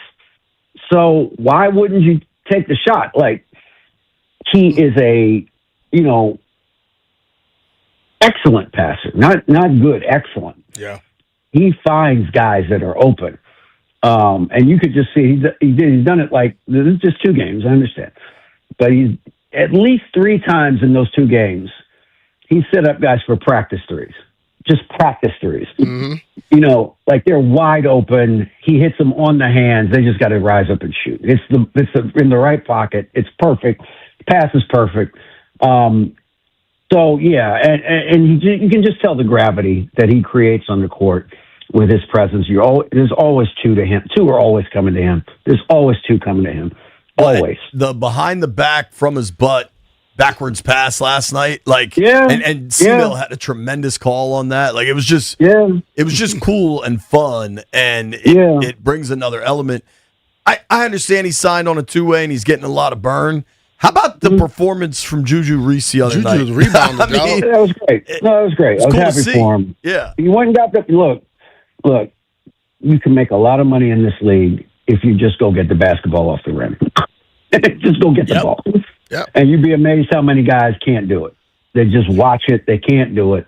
And guys that have that thing in them that says, go get the ball, they can make a lot of money. I hope Juju understands that. And, whether it's with the Wizards or with somebody else, like, you can make a lot of money this year going to get the basketball. And he showed that he can do it in an NBA game. I don't care who they were playing. I don't care if they were tanking or not. You don't just go get 20 rebounds in an NBA game. That's not normal. Okay? Nope. So if you can do that in an NBA game, then you can do that for a living in the NBA. And so I was happy for him. He seems like, I don't know him all that well. I just, watching him at Maryland, but I don't know him. But he seems like a really nice kid. And I'm hopeful that he will get an opportunity somewhere in this league going forward, because he's got a skill. That is a skill. That's absolutely a skill. And he's good at it. So go get it. Go get your money, young man. And yet, people better look up Dennis Rodman's career and stop thinking it's just about the MJs, because if you can get the ball and give it to the MJs, you make a lot of money. Yeah, there's a role for sure. Absolutely right. And yet, DA, for all the excitement surrounding these Wiz, they are firmly in the bottom 4. They understand the assignment, man. We are in on this. I mean, I don't know what, like, this is, again, I understand the problems with tanking. Believe me, I've written a lot about it. It's terrible for the league. It's a terrible thing. But if you're going to tank, at least be entertaining what you're doing. Yeah. Be entertaining. And I would say, at least right now for these last 20, with Trae Young here, I think they're going to, that was fun to watch last night. They got blown out, but they weren't boring, like that was entertaining, and I think most fans will understand that this is what you have to do to get the best shot at getting a guy that can make a difference going forward starting next season. Hell yeah. DA, thank you for the time, All man. right, It's Dave, going to be a thank you, busy bro. week. Appreciate you. All right, gentlemen. Good talking to you. Gotcha, man. It's our friend David Aldridge. You can read his work in The Athletic. Give him a follow at David Aldridge DC. We come back. Let's put together our big board. What do we want the Commanders to do? Coming up, we're about 37 minutes away from possibly all hell breaking loose. Nobody go anywhere.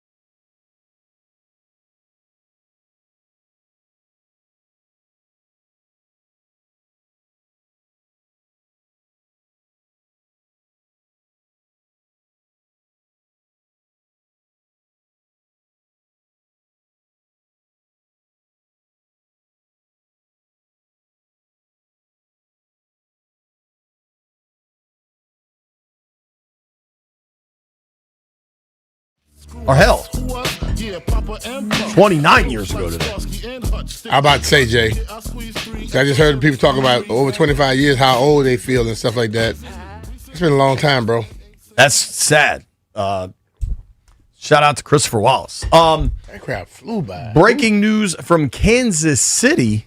Chiefs future Hall of Fame tight end Travis Kelce expected to return to the Chiefs for a 14th season. Yeah. That's per Ian Rappaport. Kelce coming back, man. He's got to get new receiver gloves or something. Because the amount of passes that hit his hands and ended in interceptions. I don't think new receiver glove. I think he needs to just come back in better shape. Like that, those balls that went off his hands where he couldn't get off the ground or he didn't get off the ground, just get up a little bit. They won't hit here. They'll hit in the palm of your hands.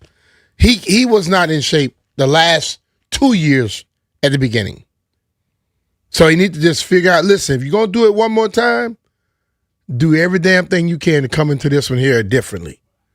Because he still has the talent. You know, we saw Kelce and I think Ertz was running about the same speed. But Ertz was able to position his body and do different things. Well, Kelce often relied on his athleticism and stuff, whereas Ertz was always kind of that tactician. But if he comes back and do what he's doing, do that, he could have a hell of a year going out. Jay Glazer over the weekend, I think maybe last week, was on Dan Patrick's show and said he thinks Mahomes is back before week 1, like in training camp. We were talking about it earlier. So, you know, you get Mahomes back, you get Kelce back. They're certainly not getting younger, but I at least land in the camp of like count the Chiefs out at your own discretion. That is not something I think is a smart place to live. I saw this morning, and ESPN, of course, like I understand why, right? But they flew the huge breaking news banner. They were all in. Breaking news. Dolphins set to cut ties with Tua. Everybody knew that. Everybody knew that. Now, it is going to punish them from a salary cap perspective. But you know what? Better to get it out now.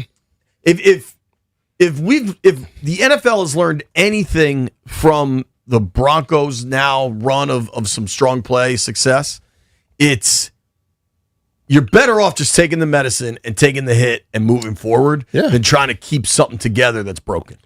Yeah. Now, do you want to hear the numbers on this? $99 million. Hit. Yeah. Are they making it a post-June 1? Post-June 1, 99. So the hit drops a little as a post-June 1, but that is... It was going to be 100 plus. Yeah. Now it's 67. Maybe they try to figure some stuff out. Are you seeing the developing news of who is trying to sign him? Atlanta, huh? Is that...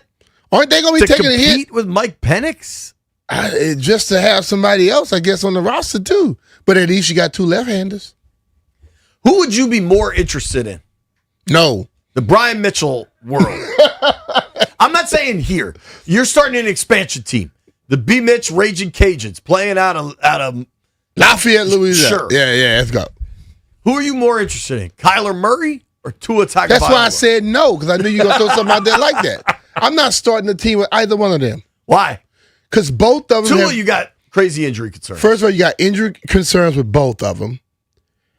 And both of them have proven to me they are not leaders. Tua don't like to be challenged. And Kyler, I think, still wants to be like he is. He looks like a little kid. They don't want to grow up. They're both small, too. Tua not super small. Kyler is, obviously. Kyler is super small. I'll never forget the moment I was at the Combine in Indy, and the whole story was about what will Kyler Murray's height be. And can you draft a dude that's 5'9" or whatever at number 1 You remember overall? I was there, and I told you, I said, dude, that dude is shorter than me. I was looking down at the top of his head. When he walked in the room, I said it out loud. I was like, damn, he is small. Listen, you remember when Ahmed and I met Bryce Young. Bryce Young. I told you how small I thought. Bryce is taller than him. Now, he's a little thicker than Bryce, but Bryce is taller than him. Yeah, hell, I agree. My grandson Bryce might be taller than him. if you have Mike Penix and you're letting Kirk Cousins go, I just don't understand how the answer is then Tua. You know what I mean? Another dude who's hurt all the time. One thing I always tell you, Jay, and I will go to my grave with this one. When guys are first rounders, the team that drafted them wasn't the only team that thought they were a first rounder. And every time that guy may pop up or become available, there was another team like, man, if we had got him, he wouldn't be that. And there's a coach who thinks they can fix him. That is why you see people lining up for Tua now. Somebody think they can fix him. I'm going to lean on our guy Jeff for a moment here. So Dan Orlovsky, I think, is somewhere between a very good analyst and a dude that like oddly makes stuff about himself. I would say like he's not scared. He works with Stephen A. Right. What the hell you expect? But I do think Orlovsky, like when he does film stuff, is actually pretty sharp. So Orlovsky was asked this morning on Get Up, which is a program that like prides itself on just creating content more than necessarily furthering the conversation. So Orlovsky said about Lamar Jackson after the Max Crosby trade, I love Lamar. There ain't no more excuses now. This is all in. Orlovsky quote tweeted that and said, got to get it done. It's been that way. It's even greater now. Within the last 10 minutes, Lamar Jackson is one of the most quiet, true superstars I would say the NFL or maybe really any league has. Like, he's almost like the Kawhi Leonard of the NFL. Like, you never hear from these people, save for when they're, like, forced to do media responsibilities. Lamar responded to Orlovsky, and it says, Dan, there has never been excuses for Lamar, though, with what I think is a cigarette emoji. Jeff, help me. Break this down for me. I'm leaning on a young man to help me, especially with the emoji. That's like, you ever seen the meme with Jordan got the I think it's Jordan. He be like, I don't care. He be like, Scott something Bulls and 6. That's what the cigarette is. The cigarette is it never been an excuse for me, Dan, sizing them up. He responding like that. He got to have a good season. Yeah. But I got to be honest, I'm not sure Jeff's explanation helped much. I don't know. It's hard to explain. But if you on the Twitter world, you know what I'm talking about. I'm on Twitter. But I listened to Orlovsky talk. Just because they signed Crosby doesn't mean that defense is going to be great. You should have help with Crosby.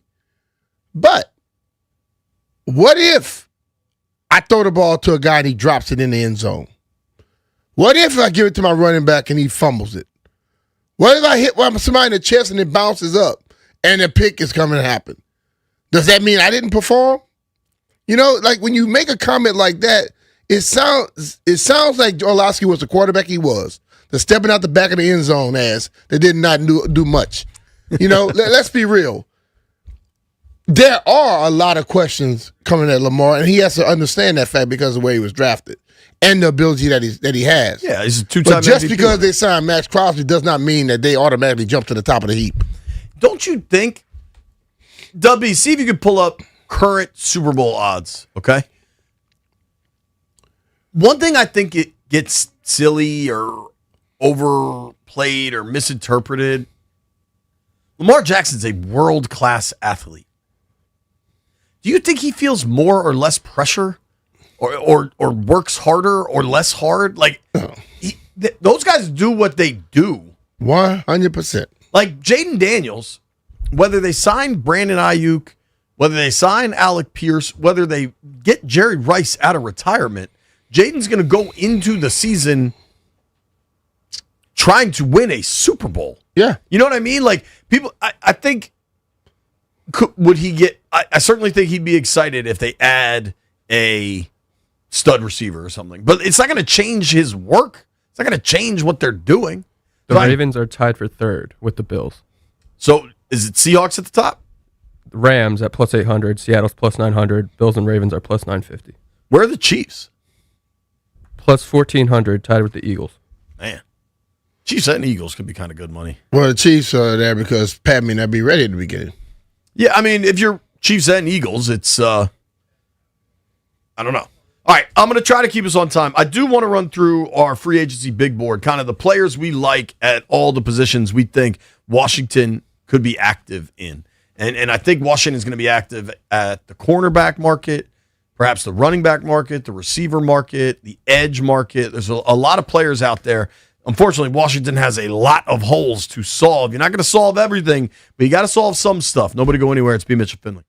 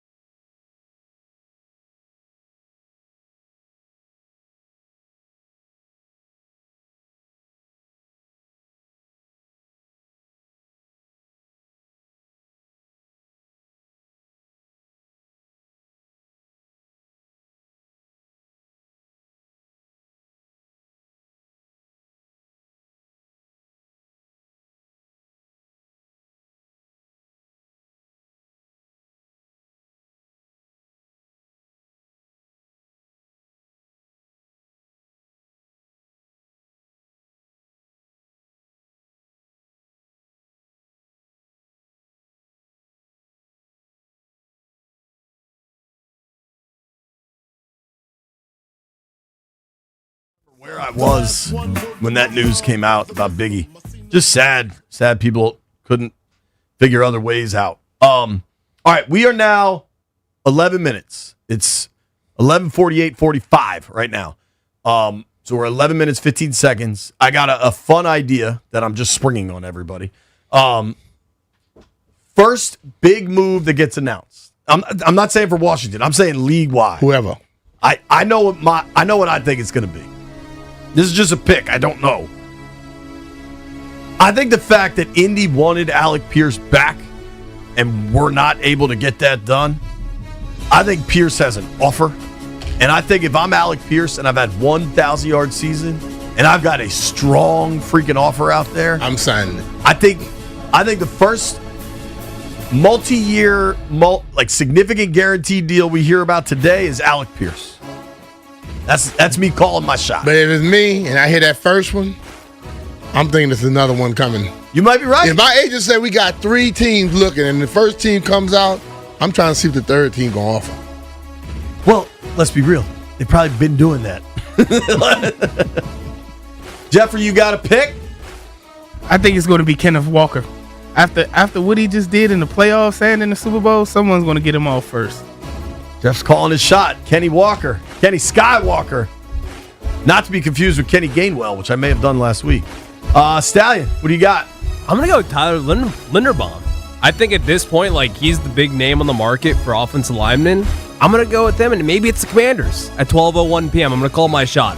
That's going to be the signing. Malik Willis is a quarterback that doesn't give a lot of people much to go praise about. But the teams that want him don't have a quarterback. And they want to be able to say, oh, we got our guy. I go with Willis. I like Willis. The teams that want him the most don't have any money because they just cut Kyler Murray and Tua. That's the trickiest part with Malik Willis, dude.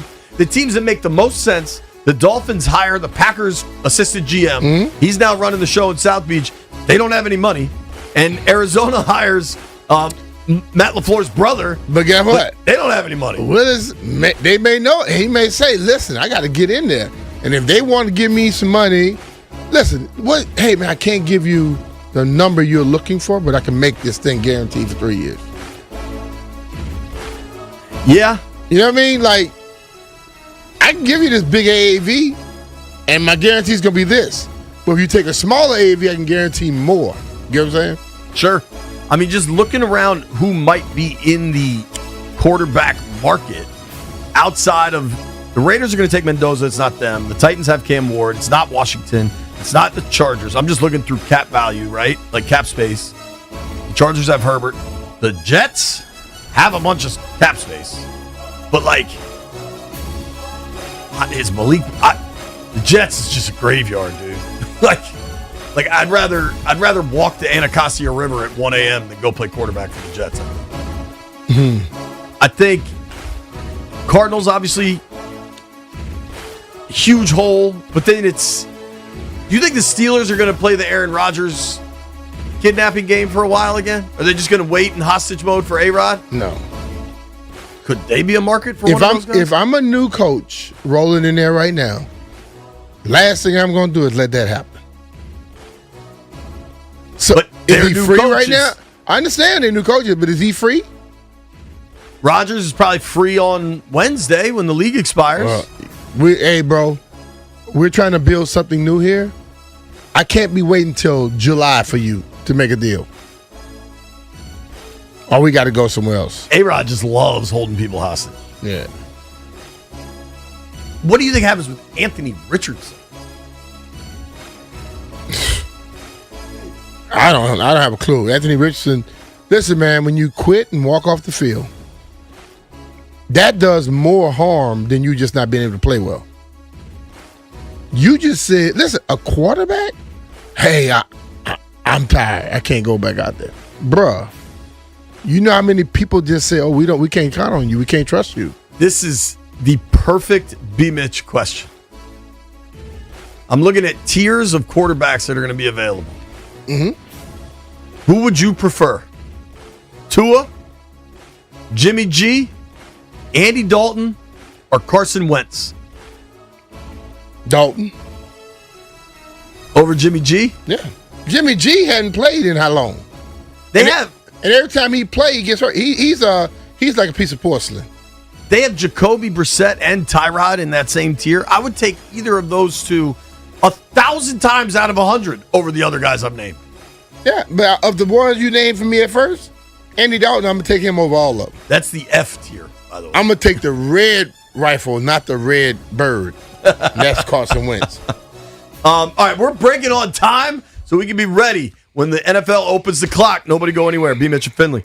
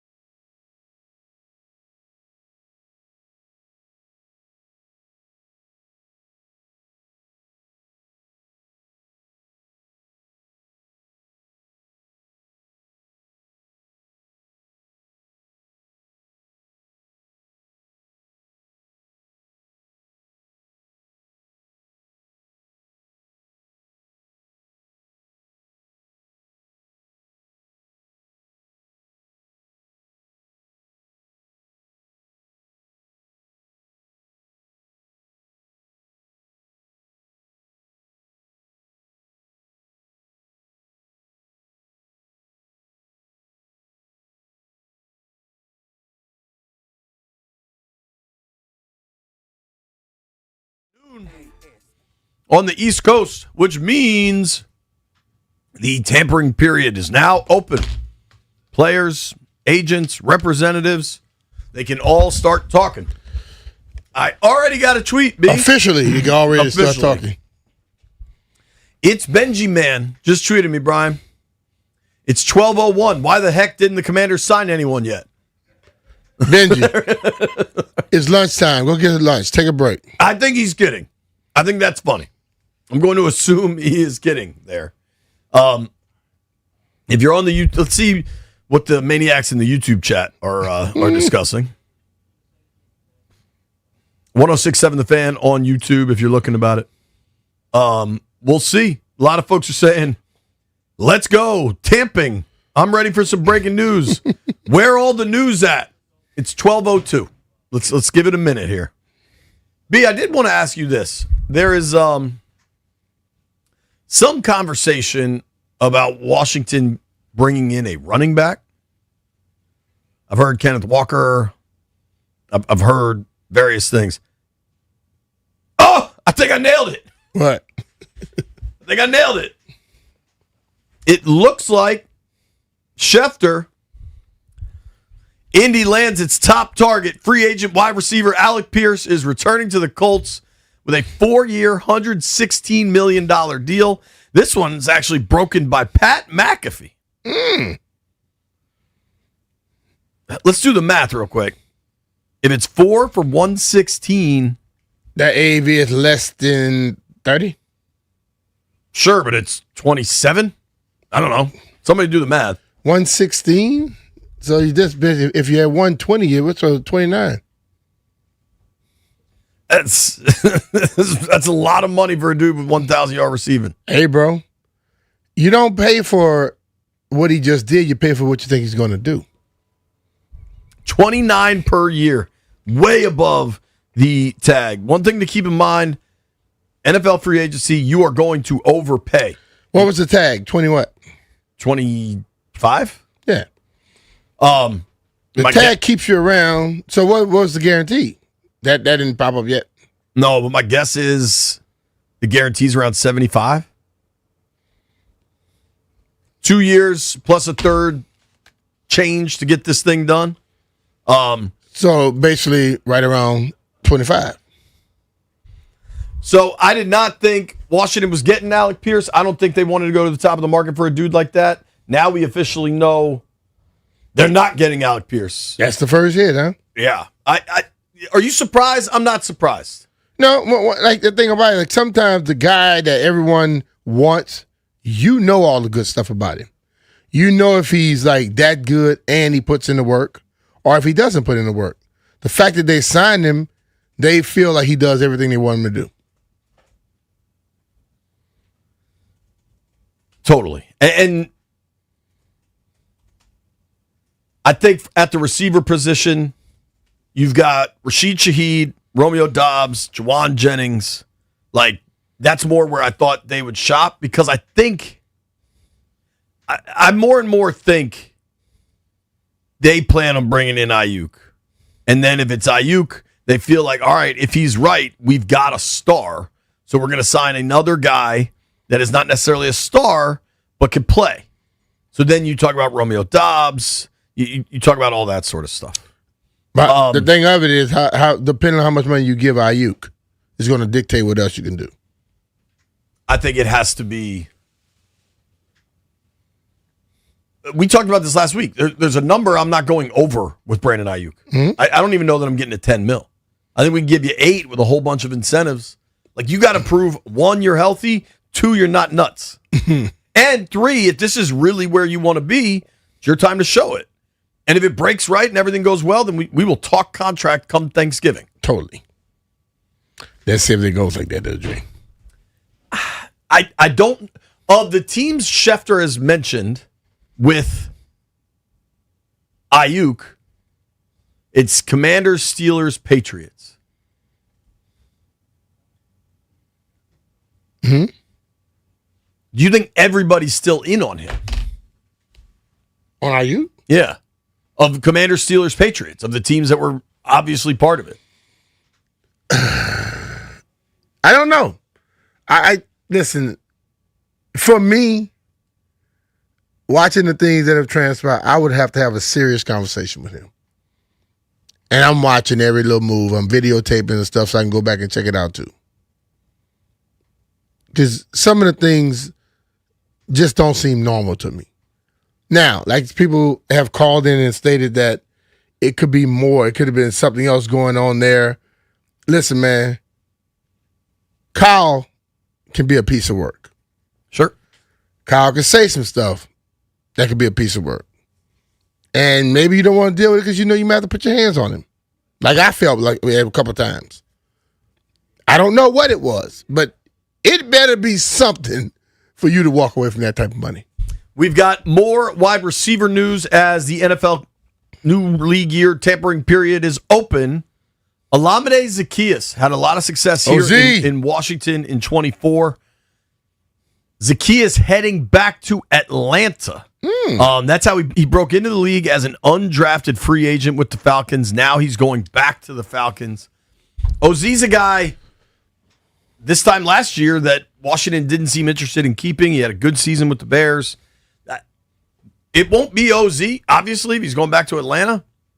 But that's where I want Washington to be. Let's get a couple more professional receivers that you can count on for 700 yards and 5 touchdowns. Just guys you know have been in the league, show them what they can do, etc. So I think that also reminds me of one of the funniest stories ever when Cliff Kingsbury said at first he was calling him Oz, and finally the teammates were like, yo, it's OZ, not Oz. And Cliff said, I had never felt older or whiter in that moment of calling him Oz. Probably why he didn't speak back to you. You didn't call me the right damn name. We got another one here. The Pats spending some money. Defensive lineman, kind of a linebacker, kind of a tweener. Draymond Jones to New England, 3 years, $39 million. He was with the Titans when Vrabel was there, then got traded to the Ravens. Now he's going to be back with the Patriots, back with Mike Vrabel. The Alec Pierce thing. Did anybody... I never thought... Once I saw, or honestly, it was when I was in Indy, because people in Indy were saying he's not getting out of town. But to me, when I started understanding the cash he was going to get, I was kind of out of the Alec Pierce business. Were you surprised? Did you think Washington would be a more firm player in the Alec Pierce saga? With all this talk about Ayuk, and I think that they were feeling they didn't have to go into that one. I didn't think they would go to top market with him, but still, we have to understand if we're going to compete with the other teams, we can't get everybody at a discount. You got to pay for some people. I agree. And I don't know what position it's going to be, but you got to pay for somebody. I agree with that entirely. Rap has more details on the Alec Pierce contract. I think I nailed this. $60 million fully guaranteed at signing. About 84 in guarantees, which means in that third year there's another year guaranteed for injury. And then a max package of around $116 million.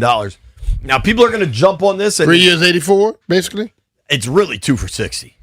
Because the guaranteed for injury, they could bench him, they could cut him, they could do a lot of stuff. If he's healthy, you just release him, or you have him play. Maybe this is just the beginning for Alec Pierce, and he's about to become a superstar. If it's 2 years, 60, that's $30 million a year. I'll take that. Ain't no problem to me. Right. And if you let me go, guess what? I'll be trying to get another deal. Now, people are going to misconstrue this. He becomes the highest paid free agent receiver in NFL history. That's just the AV. No, it's the rest of these receivers don't get to free agency. Justin Jefferson, Jamar Chase, CeeDee Lamb, they signed massive contract extensions. See, that's just like when you say someone has the largest streaming thing ever in history today. Thriller album, if it came out today, it would shatter everything that come out. Right. So we got to understand it's the times you're dealing with, but people don't care about that. People just want to move on and say what's what. Well, it's also that the agents want everything to look like the biggest contract ever. You know what I mean? So Alec Pierce, good for him. This is a dude 1,000 yard receiving 1,000 got his cheddar yard receiving season, and he's now making roughly $30 million a year. But don't let it confuse you that Jamar Chase is making 40, Justin Jefferson's making 35, CD's making 34. Just those guys were all extensions. A player that some thought Washington might be interested in is Raiders corner Eric Stokes. He has re-signed in Las Vegas, $20 million guaranteed. That's a David Mulugheta deal. It's happening now, man. There's going to be a lot going on. They're going to be jumping around, baby. Who is your top wide receiver candidate now that Pierce is officially off the board? Here? Yeah.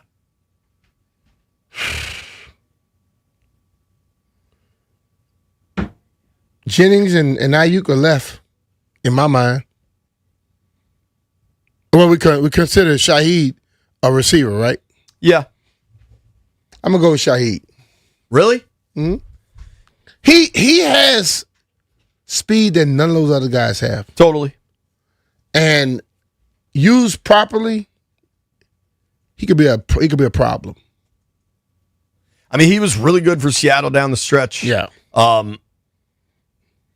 Rashid Shaheed is going to be 28 in August. True speedster in every sense of the word. Never really sniffed a 1,000-yard season. Had 720 yards in 23, where I think he was a Pro Bowl return guy. He's had some durability questions. Shaheed? Yeah. For me, that just feels like too much of an overlap with a young player I'm excited about with Jalen Lane. I think, to me, like, if you put Brandon Ayuk in a separate category of this, like, all right, we're going to roll the dice with a question mark kind of thing, and we need to supplement that with somebody, maybe it's too much recreation of the Niners. I like Juwan Jennings a lot. I also think if they're going to get under center more and they're going to try to be more physical and they're going to try the play action, Juwan Jennings is a dog of a blocker. But, dude, if Juwan Jennings costs you $21 million a year, I don't know. That might give me some pause. I like Romeo Doubs. I like his size. Maybe we open the phones on that because we're going to have a ton of breaking news. 800-636-1067. 800-636-1067. Alec Pierce officially off the table. All right? Mm-hmm. He is now on Pat McAfee talking about his new contract. So this isn't reported. He's a player with that team, so he's able to sign. It's official right now. Oh, yeah. Alec Pierce off the board. Who is your number one priority for Washington? What receiver do you want them to go after? They could also try to go heavy defensively here and then draft somebody, whether it's Carnell Tate, Jordan Tyson, somebody at number 7. But Alec Pierce is gone. Who do you want?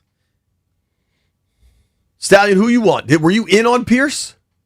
I was in on Pierce, but honestly, like, am I going to pay that much for him? He's a good deep threat, but what do we need at this point? Like, I feel as if we need a weapon. I think Shaheed's still going to be out there. I think you can go with Isaiah Likely. Like, and also there's still the NFL draft that you could find some talent in. And so I think right now for kind of what we need, like, maybe go after and get a Kenneth Walker. That would be kind of one of those, like, get a weapon, help Jaden Daniels, and I think that's probably what helps this team most right now. B, what do you think of them spending what will be expensive at running back? I believe you got to spend money to compete, though. At that position. I don't care what position it is. You can't bargain shop all the time. If that running back right there can make your offense more potent and take a lot of pressure off your quarterback, do it. I think because Breece Hall got tagged, that's about $14 million. Kenneth Walker coming off there has never been a better time for him to be a free agent. Coming off a Super Bowl MVP. Oh, hell yeah. And I just wonder. But do you think there's a cap on him? You think people think about, because if you look at the little projection deal, they show him getting about a $40-something million deal, but guarantees of about 22. You look at 3-4 years in that, you're talking about like 7 years, $7 million, $8 million a year. I can see that as legit. My pause with Walker is that he was kind of benched halfway through the year. Like, they were going to Charbonnet Because they were Charbonnet throwing the gets ball, hurt. dropping it off to him a lot. Charbonnet was more of a passing dude. But did he not learn when he got that chance again? What did he do? Yeah. And dude, he was so good in the Super Bowl, and I do think there's real value in playing your best in the biggest moments. There's been talk about Rashad White, who's a really good pass-catching back from the Bucks, only 27 years old. I've talked about Rico Dowdle. I just think he's a really tough downhill runner. And yes, he is 28, but like there's not a lot of tread on those tires. He hasn't really played much except for the past 2 seasons. Let's go to Reggie in D.C. Reggie, Alec Pierce is off the board. Who do you like for Washington? Our number 2 receiver is already. We're just waiting on him to get released. Is Brandon Ayuk? I don't know if he was on the podcast with Ryan Clark last year before he signed his contract, and Fred Taylor asked him, "Hey, listen, if you go to a new team," and he was kind of insinuating Washington, what can you expect to see? And he pulled out the play where him and Jaden did kind of an audible at the line of scrimmage against Oregon State. You're going to get him. I think B said this earlier. For you to walk away from $26 million, and really the only thing you had to do was just come to the facility and I guess train or maybe see the doctors or whatever you got to do. It's got to be something deeper. You just don't turn your back on if all you are asking me is to come into the facility and kind of work out. And remember, they was going to trade him last year to Pittsburgh in New England, and he said no, he wasn't going to re-sign the contract. So then, he wound up re-signing with San Francisco. You get a healthy, motivated Brandon Ayuk playing with his college buddy, best friend, Jaden Daniels, with Terry McLaurin, and now you can, Trey Burks or McCaffrey, Lane. I mean, I'm good with those two. Pierce, to give him that type of money again, deep threat, absolutely. But I haven't really seen him expand the route tree for the handful of games I see the coach that would have made me feel like, oh, my gosh, we signed him for that amount of money. Absolutely not. We have our number 2. Focus on everything else but that because Ayuk is coming. That's a done deal. Hold on. My best friend is the quarterback. You don't think there's some back channel conversations that have already been had between him and Jaden and snuck into Adam Peters' office? Hey, man, look, man, my boy ready. It's already a done deal. Hey, man, love the show, man. And Pete, man, you're one of my favorites, man. Favorites. Got your jersey, too. One of my first jerseys I got was the Brian Mitchell, man. Thank you, Reggie. All right, bro. Appreciate you, man. I think a lot of people feel like the Ayuk thing is done, and maybe that's why. Everywhere I've been, they think so. I do think we have to allow for the possibility that something weird happened in San Fran that none of us know. But Ayuk I need to know what that was to make you make that big of a decision. The thought that Ayuk doesn't have an opportunity to get his side of the story out is flawed. He's had an opportunity. If he wanted his side of the story he's had out, opportunities. It would be out. Yeah. When we were in Indy, when the hell were we in Indy? 2 weeks ago? A month ago? A week ago? There was this big story that the NFL got the NFLPA report cards blocked. They would no longer get released. And they came out. And 3 days later, they were out. Yeah. If Brandon Ayuk has a story to tell, he could tell it. That could get out. So I think we have to allow for the possibility, yes, maybe something crazy happened from the organization in San Fran. Maybe he just went a little crazy. We got to allow for all possibilities here. All right, phone lines are lit up. Alec Pierce not hitting free agency, signs a massive deal to stay with the Indianapolis Colts. What should Washington's next move be to get receiver help? Taking your calls next on The Fan. Beat Mitch and Philly are presented by John Leahy and the Fine Living Group. Find out how much your home is worth.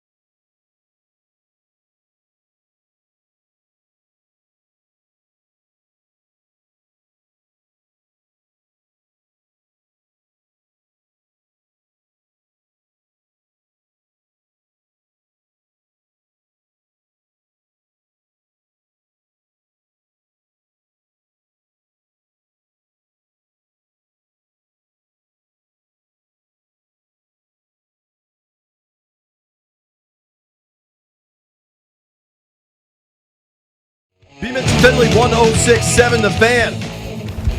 NFL free agency underway. The top wide receiver option in NFL free agency, Colts speedster Alec Pierce, off the board, has re-signed with the Indianapolis Colts. The top running back prospect available in NFL free agency, Kenneth Walker, the Super Bowl MVP, Seattle Seahawks, off the board, Kansas City Chiefs. B, what do you think about Andy and Pat? Get Kelsey back, and then you add that's the first legit running back they've had. They normally don't have legit running back. They normally have tweeners. Clyde Edwards-Helaire was decent for them for a little while. He was a Pacheco tweener, was though. decent for them for a little Tweener? while. Yeah. This guy's a running back. And he can catch the ball at the backfield. He's not like the top dude, but he can catch it out the backfield. But the fact that he can run between the tackles and give them that threat, you're going to have a lot of one-on-ones. And they got speed at receiver. And if you hope Kelsey come back and get on the Jeff diet, lose a little weight, he might be able to do some stuff again. And then Pat comes back healthy, it's going to be a problem. Are you surprised, disappointed at all that Washington has now missed out, if you want to say that, or not gotten the top receiver or running back on the board? I'm not surprised. I'm not disappointed for sure at the top receiver because like we said about Pierce, I didn't know if you have to go top dollar for him. Looking at Kenneth Walker, I felt even when people start talking about Jeremiah Love, I think the receiver position is more valuable based off of how the league has it set up today, not because of my personal feelings. If you get another receiver that is a threat, then all of a sudden the dude you got on your team right now in Bill, he could be a problem for people. You know what I mean? So that I think that's the whole thing about it. You got to look at how you build your team. People always say, "Oh, you start with the run," but hell, if you got a receiver, then they have to make sure they take care of them. You don't have that extra guy in the box that affects our run game how it used to be. Cade Otton is a player I've liked a lot. Tight end for the Tampa Bay Bucks. Tom Pelissero says he's going back to Tampa. So if you were interested in that Chigakonkwo, Isaiah Likely, Cade Otton portion of free agency at the tight end position, which frankly I'm not sure Washington is. We'll see if they're willing to spend that cash. That's one option off the board. Kenneth Walker to Kansas City I like a lot. I personally didn't want Washington to spend the money to bring him here. I guess Standing is reporting they were never in on him. I think there are other options. Rashad White, Rico Dowdle. There are running back options. I do want to hit some of these phones as we're starting to get free agency news. Alec Pierce is off the board. Greg in Springfield, how do you make the next move? I mean, all the wide receivers you mentioned, they're all professional receivers. They're going to give you kind of numbers, but I think it's the only one that moves the needle. And I think you're going to have to take that swing, even if it ends up being a failure, because his upside's just so much more than everybody else. And really, Terry's never been across from a receiver that's better than him. And this might be the first time he gets more single coverage, and it just makes everybody better. And you just hope he's not too nuts. I don't know what to say about him, but he's very talented. I mean, he's very talented. What are you going to do? I mean, you got to, and I think but I do think, JP, when you talk about $10 million, I think it's going to be $20 million or north of that probably. You're not going to get him cheap. There's too many people that want good receivers, and there just aren't many of them available. That's just my take. I think he ends up doing it if they feel like he's not going to be crazy, and Jaden thinks he can work with him. I think that's the play. That's why I think everybody says that, because of that. Everything seems to line up that way. He hasn't caught a pass in the NFL since October 20th of 2024. Yeah, but you know what? He's coming off an ACL, and I actually prefer a guy that's been off an ACL for more than a year. I don't like having guys the first year. They're always better the second year. He's going to have a market. I don't think it's getting to 20. We'll find out. I tell you what, Greg, I got a soda bet with you. You keep track of it. You call back. Okay. I will. Absolutely. All right. Later, dude. See you, man. Good. Speaking of soda, when we got home last night after 4 days in the Caribbean, which was incredibly pleasant, I went and got a big gulp because I needed ice and I needed real American soda. We'll keep the phone lines going. Mark is in Largo. What's up, Mark? Alec Pierce is off the board. I think the next move, really the original move, in my opinion, is Romeo Dobbs. And maybe you can get Yami Brown back and go from there. But I think you have to go for Romeo Dobbs. Maybe you could slide. I mean, if Brandon Ayuk is available, that's not going to happen probably this week. I think if they get Ayuk, it'll probably be in the next 2 weeks. So you got to get Dobbs. But I also think they got to go after Jalen Phillips and Nakobe Dean. I think what Washington needs to do is what Andy Reid did 26 years ago. You remember that, B-Mitch? He started taking most of he built his team up on getting mostly former Commanders than Redskins players. And that's what I would do if I was Philadelphia. Go get Phillips and go get Nakobe Dean in the meantime while you're trying to wait to get Romeo Dobbs.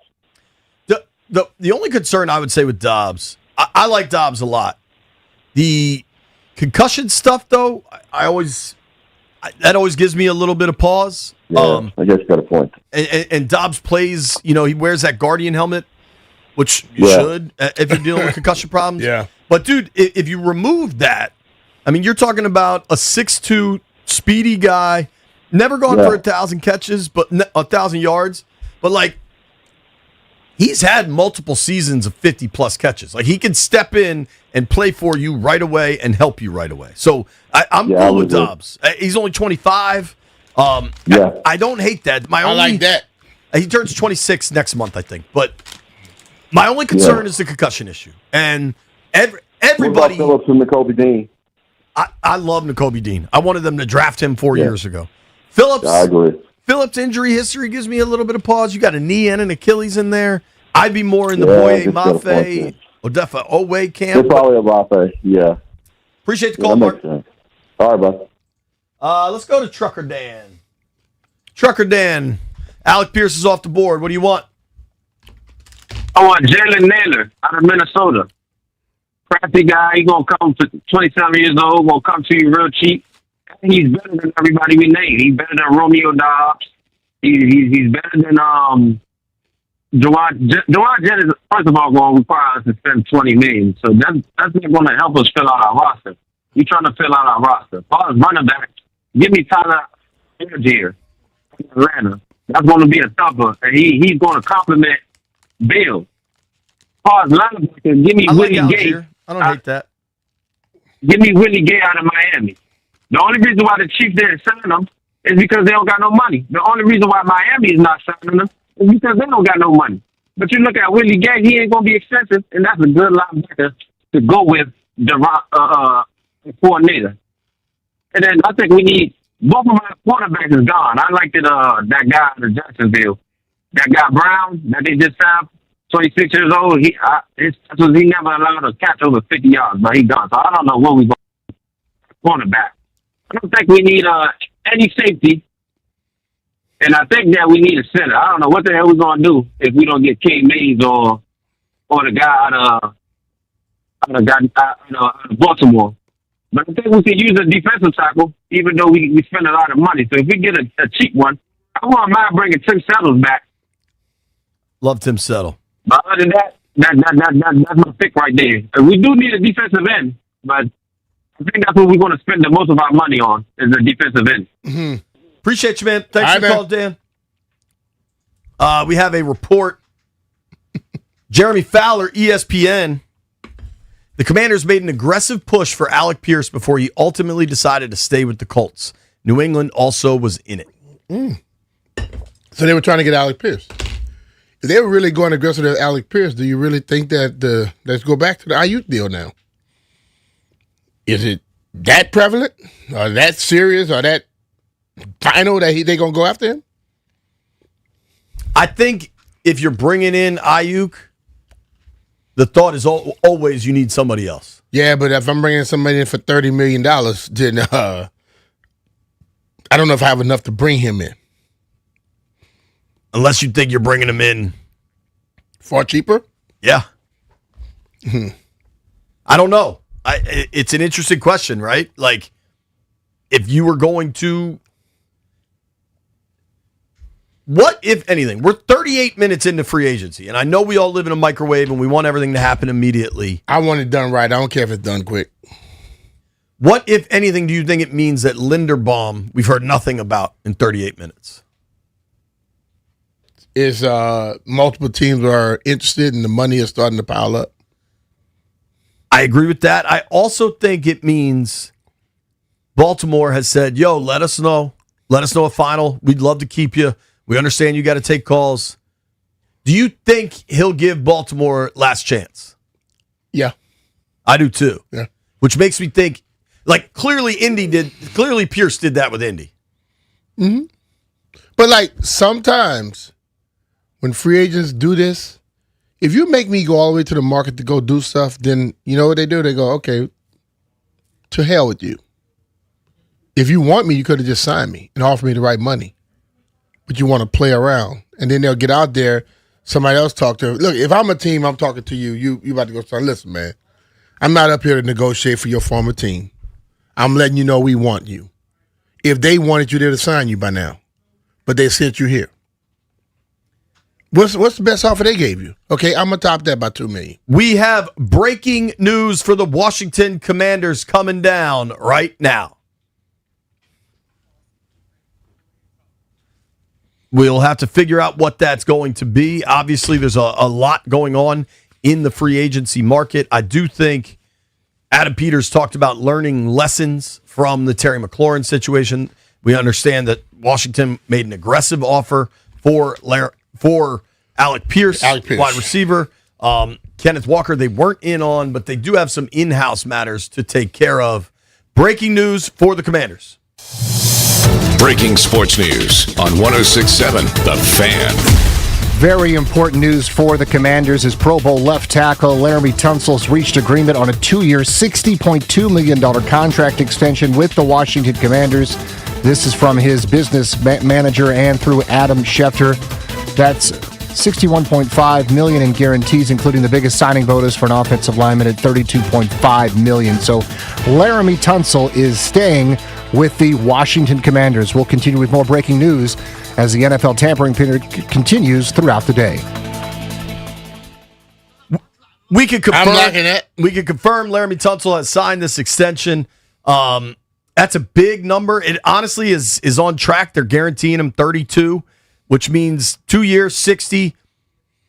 He was set to play this year with no guaranteed money.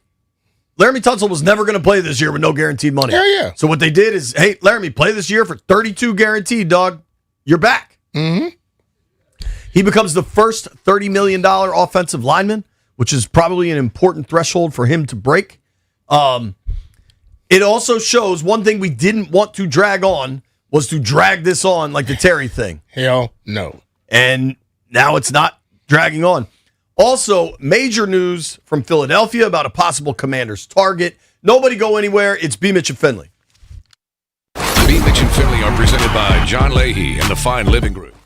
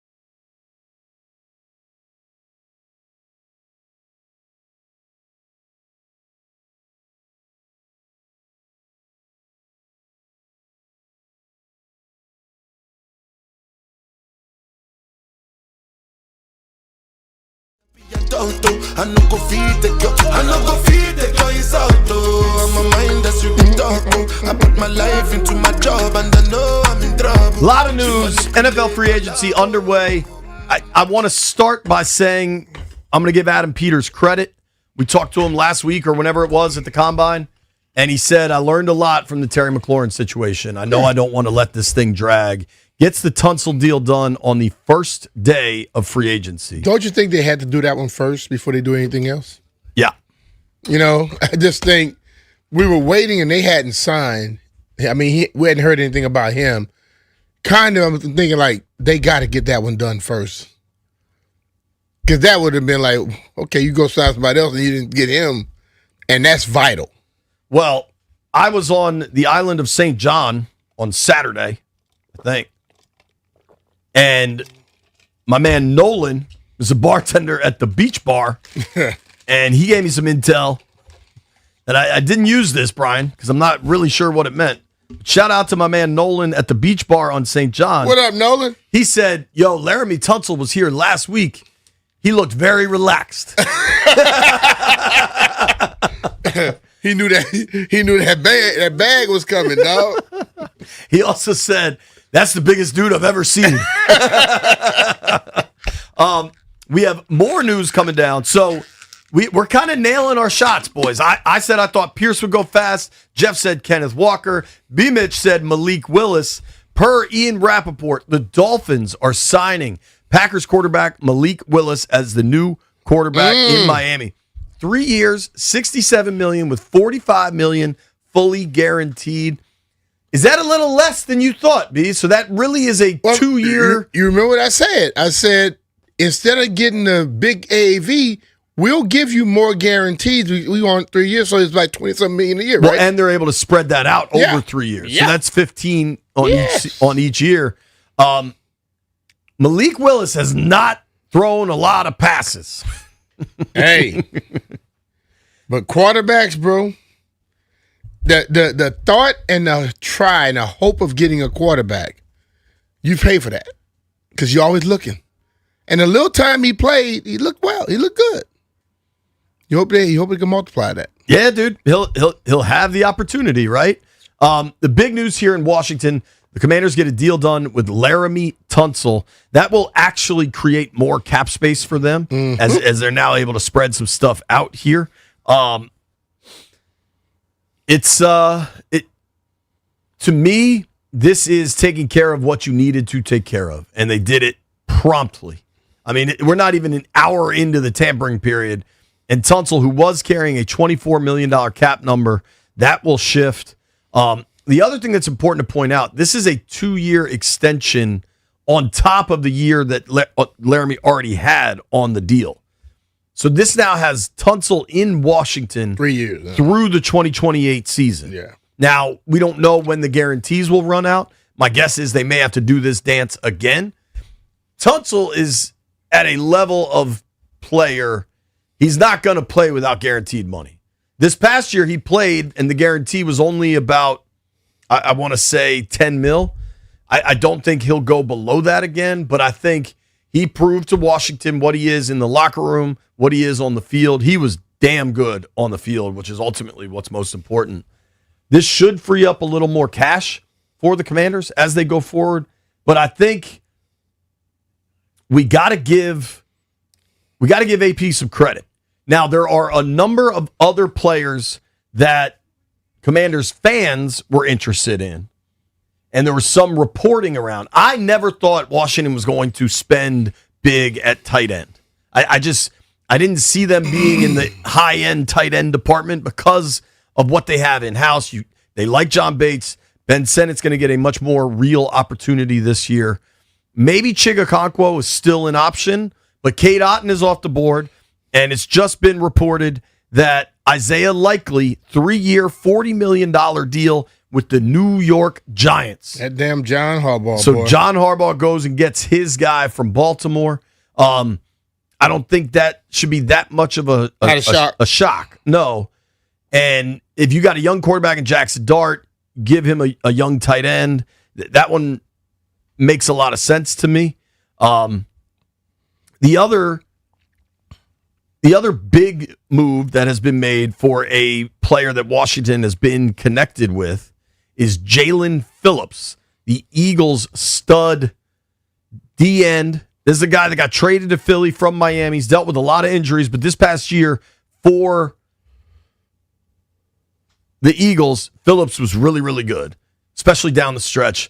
Phillips signs a massive contract with the Carolina Panthers, a team that could really use some pass rush. So Phillips is now off the board. If we're talking specifically for Washington, I'll open the phone lines back up. Maybe we might have more breaking news the whole show, people, so we're going to do our best. We're going to do what we can. Jalen Phillips is off the board, signs with the Panthers. Who's your top target in free agency for edge rusher in Washington? 800-636-1067. 800-636-1067. We haven't heard Boye Mafe's name yet. We haven't heard Trey Hendrickson's name yet. Tyler Linderbaum, we haven't heard anything from yet. There's a lot of moving parts. It's B. Mitch and Finley on NFL Free Agency Day. Nobody go anywhere. B. Mitch and Finley are presented by John Leahy and the Fine Living.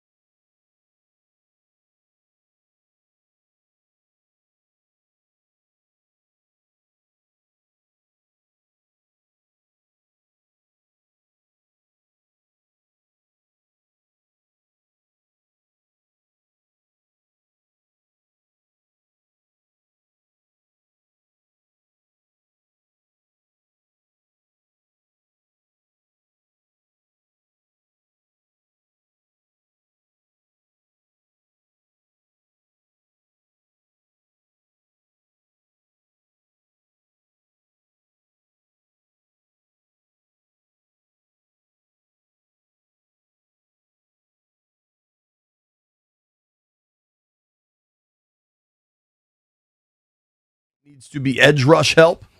I'm with that. Certainly you need offensive help too. They got a lot of problems. They went 5-12. You got holes, right? Yeah. But I've been pretty clear that my thought is on the edge. Players I like include Joseph Asai. Well, he gone, B. Joseph Asai has been really good for the Bengals over the last few years. Also is one of these versatile defensive linemen. Just signed with the Jets. So the Jets, Jets add Joseph Asai from the Bengals. Combine that with Jalen Phillips of the Eagles signing with the Carolina Panthers. That is two of certainly the top 10 available free agents. Probably the top player in free agency. You can make an argument it's Hendrickson, but there's a lot of excitement about Jalen Phillips. Phillips is gone.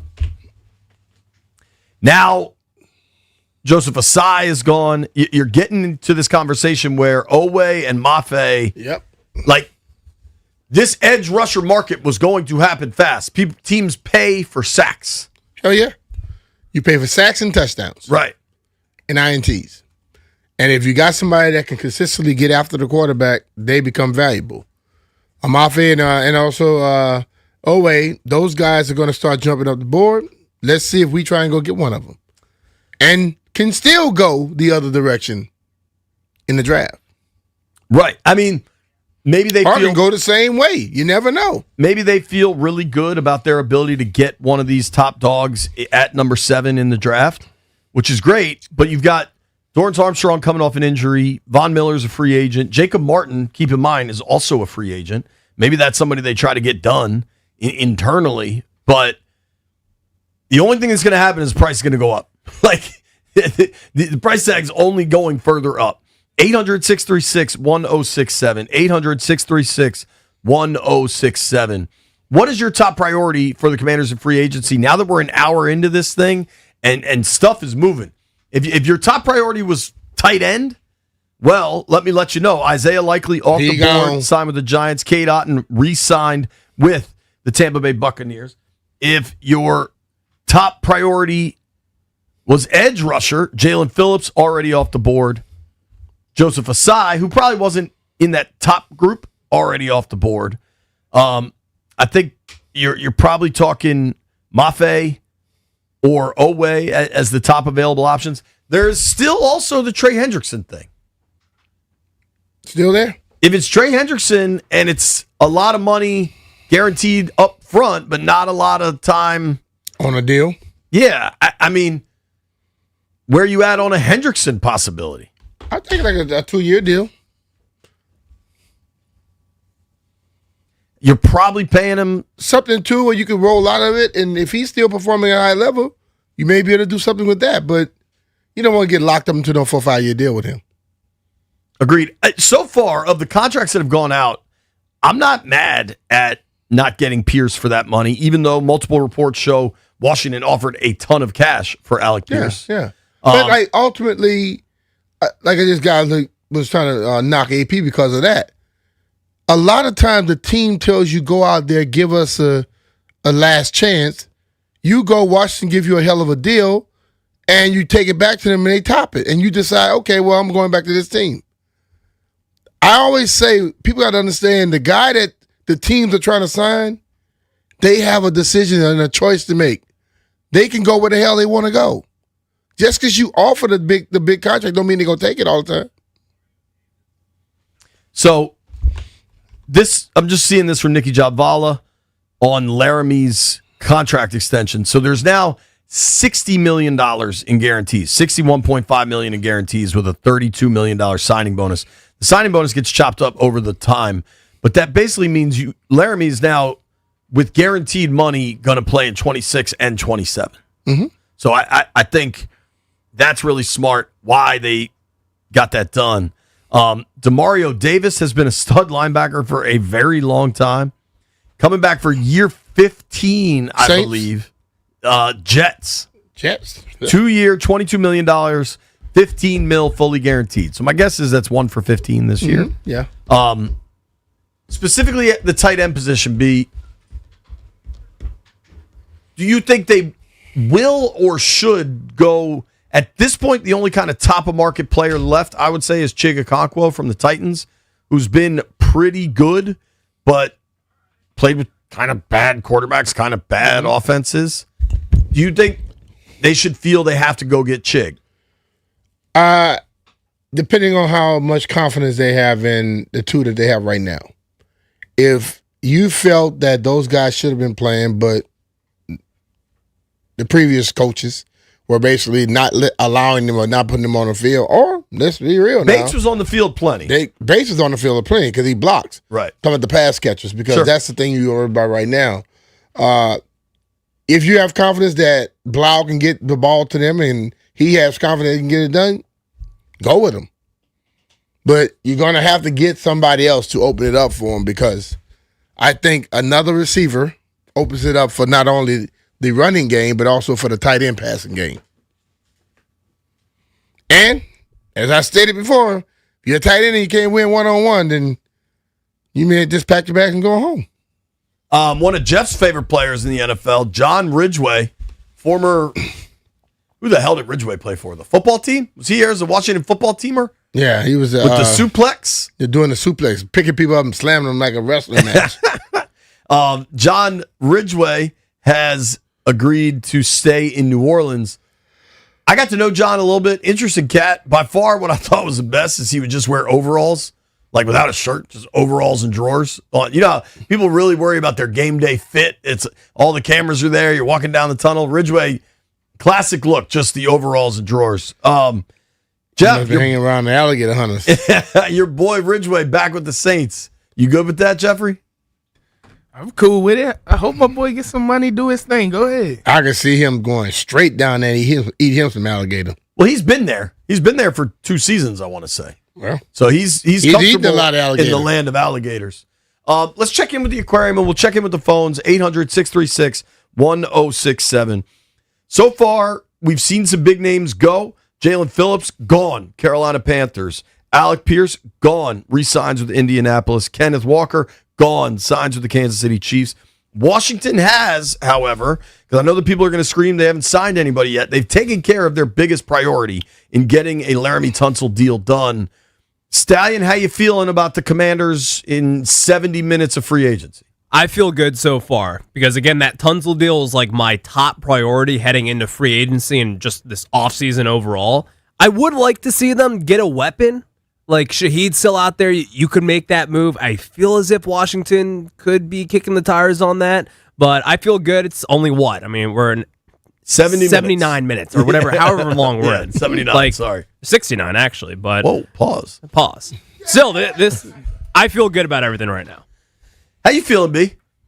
I'm cool. You usually take the patient approach. Yeah, I mean, bro, we can all get up in the morning and make our mind up on something, and when they don't do what we say, we get pissed off. How much do we really know? You know, like, they can go out there and offer the absolute best deal, and that team told them to come back, and you feel good, and then they call, hey, they offered me 28.4.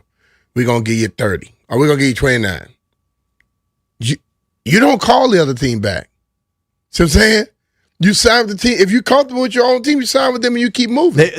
The other team can also say, yo, we have this deal, 29 guaranteed for 2, whole bunch of injury guarantees in the 3rd year, but we need to know right now. Yeah. You know what I mean? That happens, and then people get mad.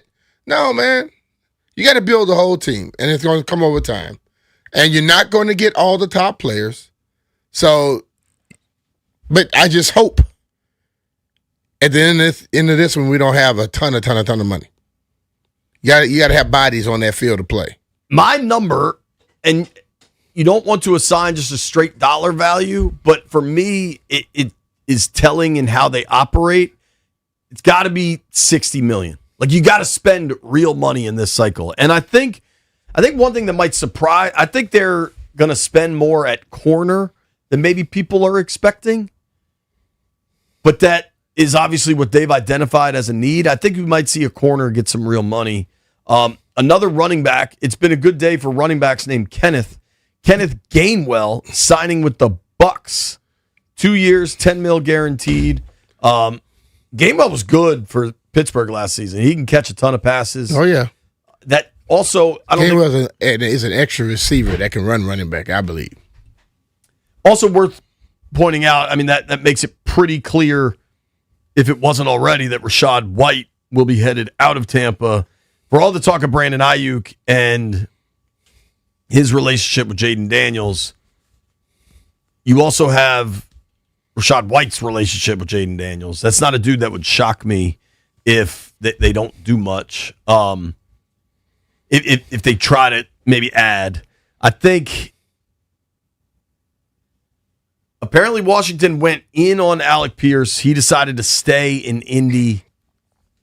There's got to just be some level of comfort there. You know what I mean? Because I mean, you played it for a certain place for 4 or 5 years, and you sit there and you're comfortable, and then they offer you the money you want. Why pick up and move? My only thought, if you're Pierce and you get to play with Jaden, is that worth more than being comfortable? I don't know. The Michael Pittman trade, have we seen what the trade compensation was to get Michael Pittman? Because as everything was unfolding with Alec Pierce, I was kind of curious what would happen with Pittman. And now you were going to have to pay him, right? Which Pittsburgh has. Late round pick flop. So it's basically Pittsburgh just getting him off. It's basically Indy just getting him off the books and Pittsburgh agreeing to pay him. I'm not sure I would have hated that. That's a NFL receiver that can make it happen. Do you think, Brian, that they've gotten the Tonsel deal done, that the Linderbaum situation is off the board? Like, do you think now that they've gotten the Tonsel deal done? No, I don't believe it's off the board. I mean, Tonsel's deal, as you said, that kind of extends and lowered the number that he was going to take from you. So they didn't lose tons of money. They basically increased a little bit. So you can still get that deal done. I really have wondered throughout this if the tight end situation is not as dire in Washington as fans feel. At least the coaches feel that way. The last kind of the high-end tight end possibilities would be Chig Okonkwo, and, played his college ball at Maryland. I don't think that's a factor whatsoever. But it's going to be interesting, man. Washington is taking care of their biggest need in getting the Laramie Tonsel deal done. Imagine if that goes the other way, and that's a holdout that lasts a while. That's Jaden Daniels, left tackle, going into a season where they're expected to put him under center a whole lot more. Yeah. So, I don't think we should downplay how important, how vital that was. I think there's a lot of moving parts. There's a lot of players yet to be signed. If you're interested, kind of depending where you're looking, Washington still has a ton of money to spend, a lot of options, and it's a big league. I don't know if you saw, I don't know where Schefter is, but they have him with this big NFL map behind him of all the different teams and all the different cities. And I just thought it was a good example of when a lot of times you never watch Game of Thrones, right, B? No. Jeff, I know Jeff thinks he just discovered Game of Thrones. He's the biggest expert on the planet. No, I didn't just discover it. I just finally sat down and watched it. But the open to Game of Thrones, how it shows all the little city-states popping up on the map, and the map just keeps expanding? Yep. I always think of the NFL like that because it's like we are so consumed with what the Burgundy and Gold are doing. There's 31 other franchises trying to do things today. And there's what? Hell, we'll go off-season rosters. What's 32 times 90, B? These are 90-man rosters right now. You got 32 teams with 90 players. They're all trying to juggle. There's so many moving parts. You can't get too freaked out about what happens right at the beginning. 30-some-thousand, something like that? 3,000-ish, right? Yeah. 30 times 90 is 2,700, right? Yeah, so a little bit over. Lamar is in Virginia Beach. Lamar, how you feeling so far? We're just getting started. They got Tonsel done, but a couple of other targets have gone. Hey, listen. Hey, B. Mitch, you of all people, I'm feeling great because I'm gonna tell you right now, you can't have Jaden Daniels hit from the blind side, and I'm the old way.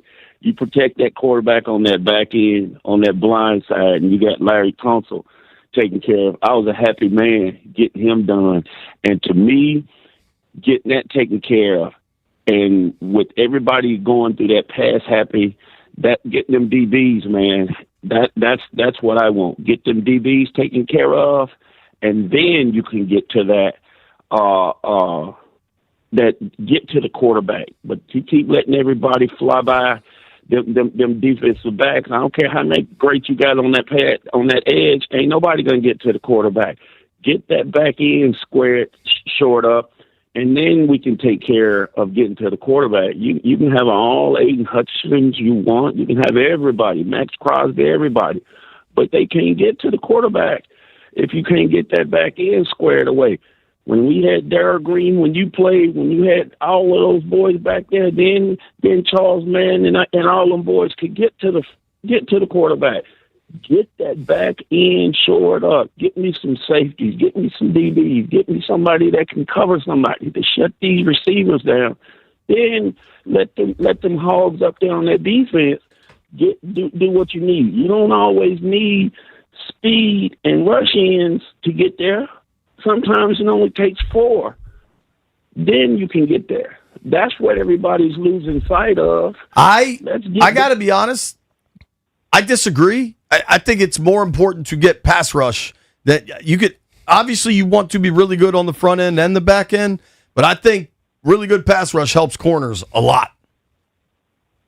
But let me ask you a question. Let's go at it. How did the Seattle Seahawks win the Super Bowl? By dominating the front. Dominate pass rush. I mean, they were able to get home with 4. So they had great coverage. They rushed 4, but they rushed 5 and 6 sometimes too. I mean, who was the corner? Witherspoon. They kept blitzing Witherspoon. Yeah, that's right. So it took if you take away their corners, could those 4 get home? They were getting home quick. I appreciate the call, Mark. We got to keep it moving, man. Thank you for listening. I'm just saying, I understand the mindset because it can go back and forth. But watching Houston, watching Seattle, they got to the quarterback quicker than the quarterback wanted to throw the football. Yeah, I mean, I don't disagree that they could bring in some help, clearly. Maybe you bring in a slot guy, lets Mikey get back outside. There's a million things you could do with your defensive backs to help. But I think getting a true pressure guy would help more. Help most. Because the team has to prepare for him and a game plan for him, which means one more pass receiver not leaving out the backfield, which helps out your defense, your defensive backfield as well. We'll see how it goes down. Keeping the phone lines open. Grant and Danny coming your way at 2 o'clock. You're listening to B. Mitch and Finley, NFL free agency off and running. Adam Peters has taken care of his top priority, getting a new deal done for Laramie Tonsel. What's going to happen next? Nobody go anywhere.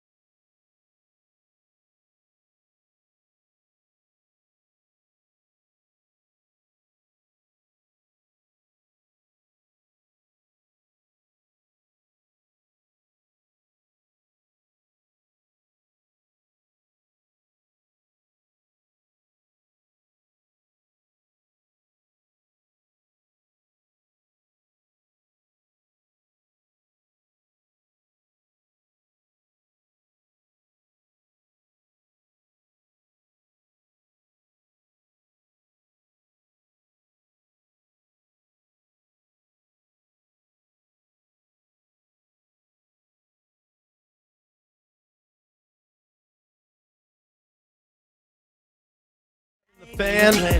Commanders have signed Amik Robertson, formerly with the Lions, veteran cornerback, turns 28 in July. Do you know much about Amik Robertson, Brian? No. What if I told you he's from the boot? From the boot? Where in the boot? Thibodaux, Louisiana. Oh, he's from Thibodaux. Played his college ball at Louisiana Tech. All right. He's from down south, but he went up north. He went way up north to Saskatchewan? to Lower Arkansas. I'll tell you immediately, I look at the size, 5'9", 183. That tells me this might be a slot guy, which might bump Looks like it. Mikey back outside. The thing that pops to me looking at this, B, durability. Hasn't missed a game in 4 years. From that boot, dog. I'm just saying, like. From the boot, JP. He's a young guy. He's 28. Hasn't missed a game. Now, he's not necessarily a starter, but if they're looking at him for packages and he's a smaller dude, like probably a slot guy, like this is not a wow signing whatsoever, but it doesn't mean it couldn't be important. Yeah, it can make things a little better, put people in their proper position where they're more comfortable and things can work out. So, all right, let's take some of these calls. Let's go, Meek. Our boy Los is on the line. Los in Severna Park. What's up, buddy? What's up, guys? Hopefully you guys can hit the golf course today. It's a beautiful day outside. I doubt it, though. It's work time, man. Yeah, I know. Believe me, I wish that we still had snow. But anyways, I know you guys don't like hearing that. But I'm glad that we got the Laramie Tonsel signing done. But I'm a little bit underwhelmed. Why is it that we can't get on top of the train when it comes to, like the Panthers getting Phillips, Or why can't we talk to Kenneth Walker? Maybe, and I rather hear reports that Kenneth Walker didn't even want to talk to us. He just wanted to talk. I rather hear reports about them not choosing us rather than us not doing anything. And I know the free agents, it's only the tampering period, and it hasn't started yet. And I know that we just signed Robinson, but wow, or, our sarcastic EA.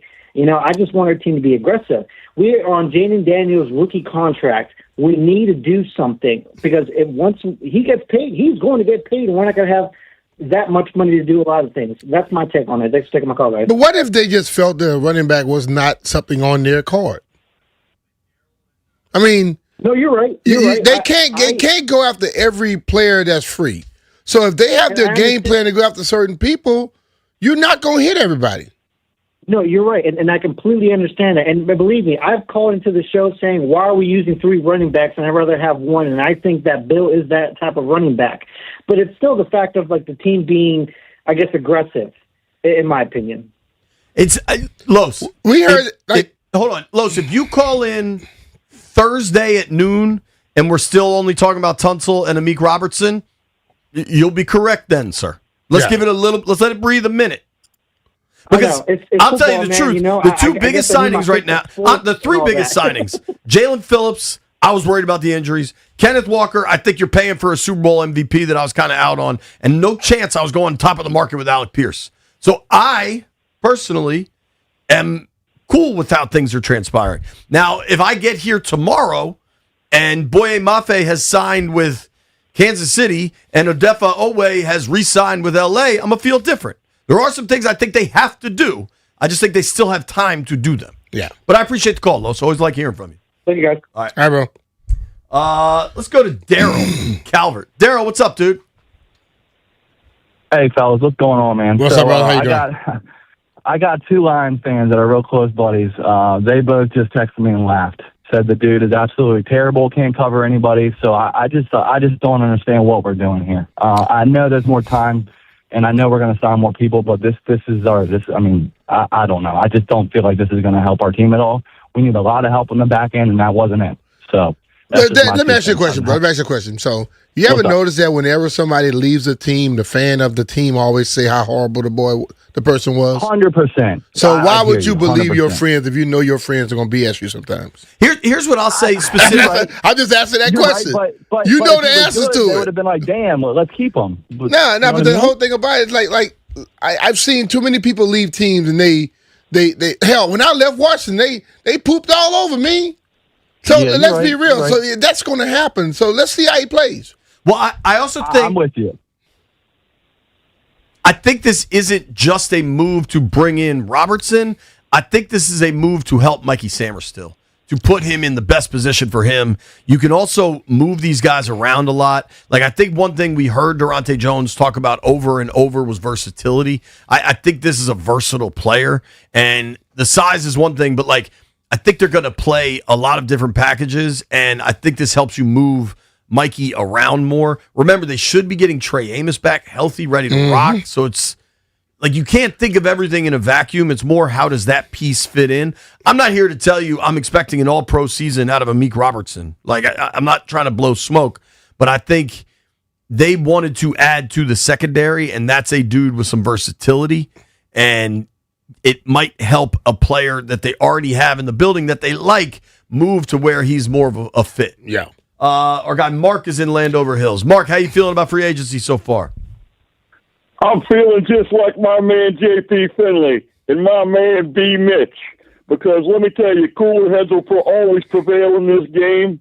And I'll tell you, one other thing I got to say, and I'll get off here because I know you guys are in a hurry, but, man, I'm with B. Mitch, man. I think because you haven't heard anything about Linderbaum, I think they're trying to sign him, and I sure hope they get him, buddy. And I'll tell you, JP, spot on for being ahead of the game and calling this stuff ahead of time. It shows your education and you're working with a good man and a smart man, because he's right about everything he said today. And take care, fellas, and have a good day. Thanks, buddy. Appreciate the call, Mark. Always positivity with our guy. I love Mark. A lot of interesting moves. There is a lot still happening. And I think folks are going to try to draw way too many conclusions way too fast. We got to chill. I think the Robertson signing is about helping Mikey as much as it is about bringing in Robertson. Because what Mikey has that can't be taught is playmaking skills. Like, he has a knack for the football. And I think when you have that, it is really clearly it's a dude you want on the field, but he was put in positions, and some of this is on him, where he didn't have success. So let's figure out how to find success with this kid we used a second round pick on, and that Nick Saban called pound for pound the best player in the draft. I think, like, the thing of it is, you want to put Mikey back in a position he's more comfortable, but you want that guy to come in and be damn good too. And I doubt if Durante Jones and those guys are signing off on the guy that can't play at all. You know what I mean? So I think ultimately, like you said earlier, don't look at this thing in a vacuum. You have to look at the overall deal. You know what help out Mike and help out Amik and Robinson as well? A damn pass rush. Unlike what the caller said earlier about that they were going to help out the pass rush, if you get a legitimate pass rush, that'll help everybody out. But if anybody expected any cornerback to be great last year with that pass rush, you're fooling yourselves. All right, here's one I think is a big deal. Cade Mays was the Panthers' center, right? There was some talk maybe Cade Mays is the guy Washington's going to get. Cade Mays signing with Detroit. 3-year, $25 million deal, $14 million guaranteed. If you're shopping at the top of the center market, that means only Linderbaum's still available. Something to consider. All right. Are they going to go to the top? Linderbaum's going to cost you, I bet, $23 million. May get to just 20. You never know. Because no other center is over 20. No other center is over 14. 18. So I read a thing where it says $14 million. Only no center. There were two guys at 14. And then you'll jump to him. But my whole thing is, what if they offer May exactly what he just accepted from Detroit? Is that mean you're not doing anything? Because it's like, what I hear is every time somebody signed, if we haven't signed them, it's like a knock. I was offered deals by people when I was coming out, and I signed with who I wanted to sign with at the exact same deal. So that mean the other team didn't try to sign me? Let's go to Tony in PG County. Tony, where you at on the Commanders free agency so far?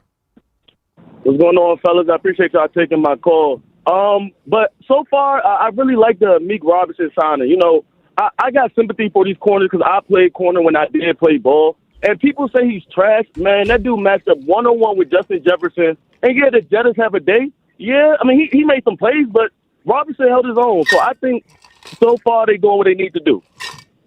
Appreciate you, All right, man. man. Appreciate the Thanks, call, dude. man. The what, like, Durante Jones was coaching in the NFC North the last 2 seasons. Yeah. Twice a year, he saw Amik Robertson on the other side playing Yes. for Detroit.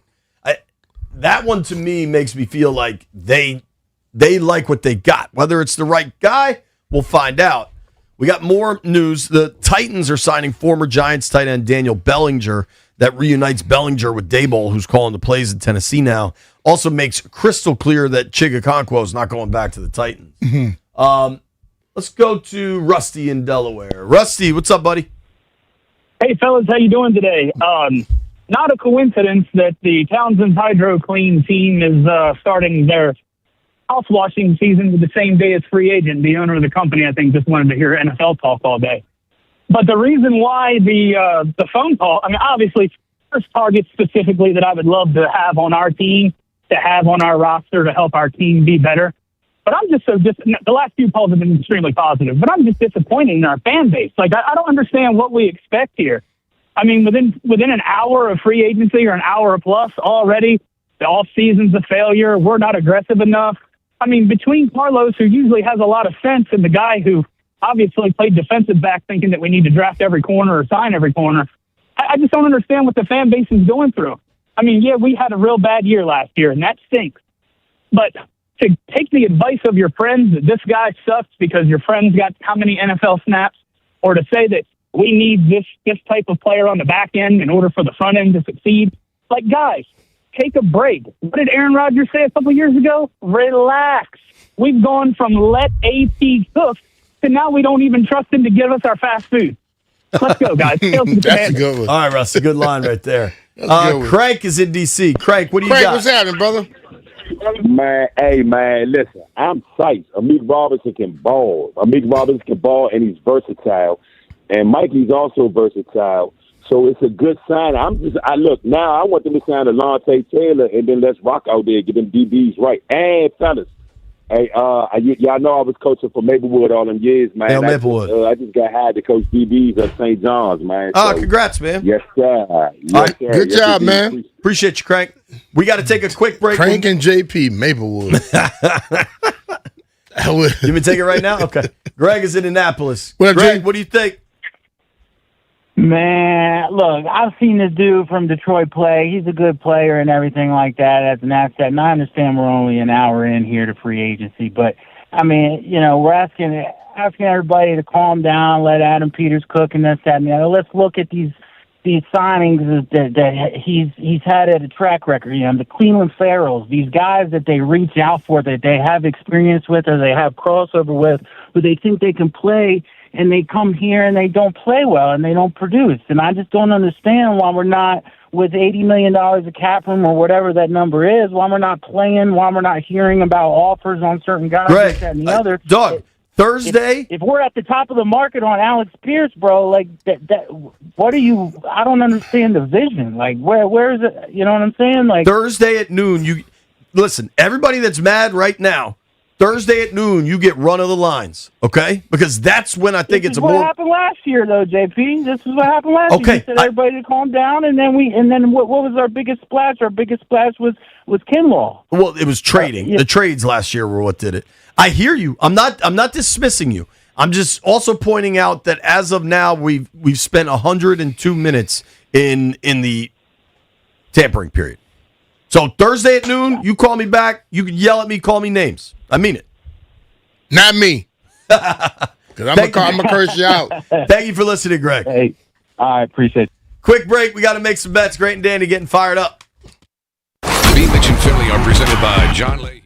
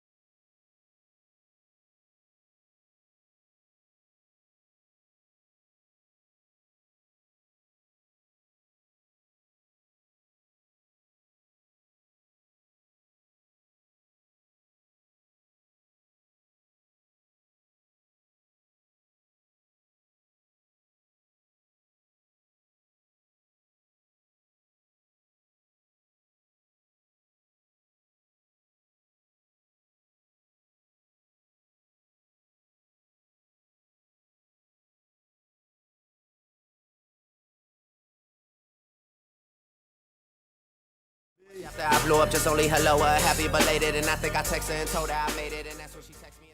The Commanders will not be signing Tyler Linderbaum, the stud center from the Baltimore Ravens. Mm-hmm. I told you he was going to go north of $20 million. He'd become the first ever center to make north of $20 million. Mm-hmm. $27 million per year. Damn. I told you I thought Vegas was going to throw a bunch of money at him. Vegas threw a bunch of money at him. 3 years, $81 million for a center. Damn. God bless him. Go get it. Creed Humphrey was the highest. 381 is it 362 is guaranteed, so. Well, apparently Baltimore made a similar offer. They just wouldn't give him a third year on the deal. Mm-hmm. So we'll see. My guess is that third year will have injury guarantees, which aren't guarantees. The previously highest paid center was Creed Humphrey, Kansas City Chiefs, who was making $18 million a year AAV. I mean, that is, you talk about the cap has gone up a lot and people got to get ready for it. That is a lot, man. Hey. Laramie Tonsel just signed at 32 per, and he plays left tackle. This is a center signing at 27. Yeah. But as we look at it, and you heard me say it before, everyone talks about the left tackle. I tell you the most important person on that line might be the center. They set the defense. They make the calls. Hell, they some of them help their quarterbacks out more than the quarterback knows. For sure. And if you're Vegas and you've got a ton of cap space and you're about to draft a rookie number 1 overall, it makes sense to get the best offensive lineman available. And I almost wonder. And when they offered it, he was like, "I'm taking the most money." I don't believe Trent Williams is going anywhere, but if the Niners are really about to offer Trent to the market, if I was Vegas, I'd sign him too. Mm-hmm. Like, hey, man, you're going to have a kid running around. It's no state tax in Vegas, in Nevada. I mean, imagine how different that is coming from the Bay Area. Sheesh. I'm talking about with Linderbaum. Sure. For anybody. No state tax. But I do think now Mays is off the board. Oh, hey, Jeff. Mays is off the board. Linderbaum's off the board. The decision to release Tyler Biadasz becomes a lot more curious unless you really feel confident that Allegretti can get the job done. I would have to believe that that's what they think, because as soon as they released Biadasz, they extended him. Yeah. Now, there are other free agent centers. Lloyd Cushenberry's a dude that's out there. There are going to be other people available. But damn. Linderbaum got all the money. Yeah, but did you want him to give him $27 million? I would rather have paid Linderbaum 27 than Alec Pierce 29, but I don't know that. So you wanted to go $9 million over what the top guy's making at that position? I think he's significantly the best player available. I don't think that, Pierce is we close. were talking 2022, 27. I think if you're even in the negotiation with that, you get out of it. If you and the Raiders are in a position now where they got to spend over. I never thought he was coming here. What I was told is we're going to be in it, but we'll see how it goes, right? I think Vegas had to do it. But damn. Vegas did it to make sure nobody else wanted to go. Sure.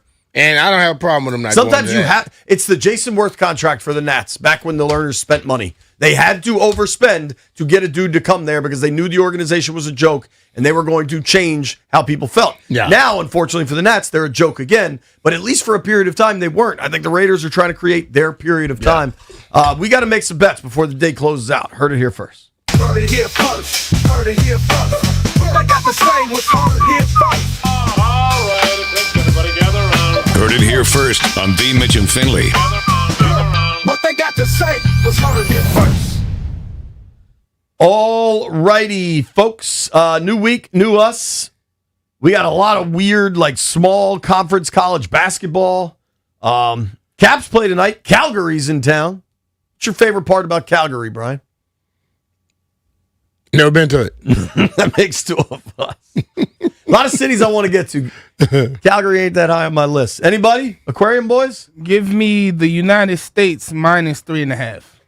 In World Baseball? Campbell fighting Camels.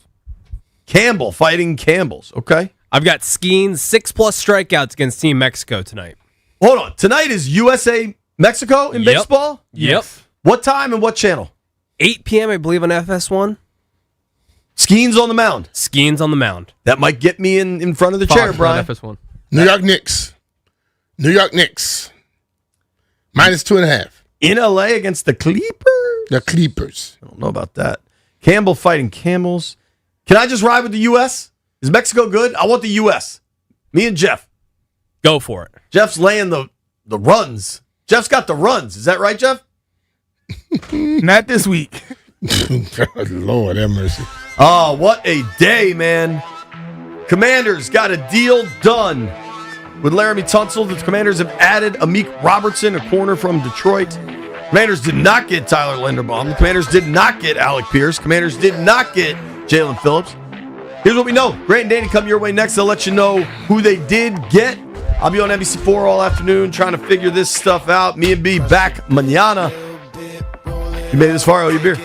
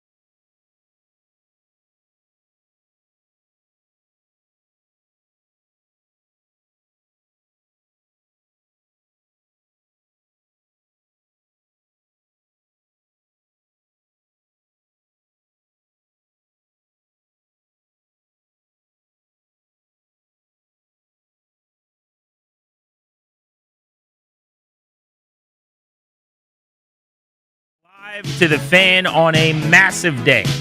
NFL free agency day one, legal tampering.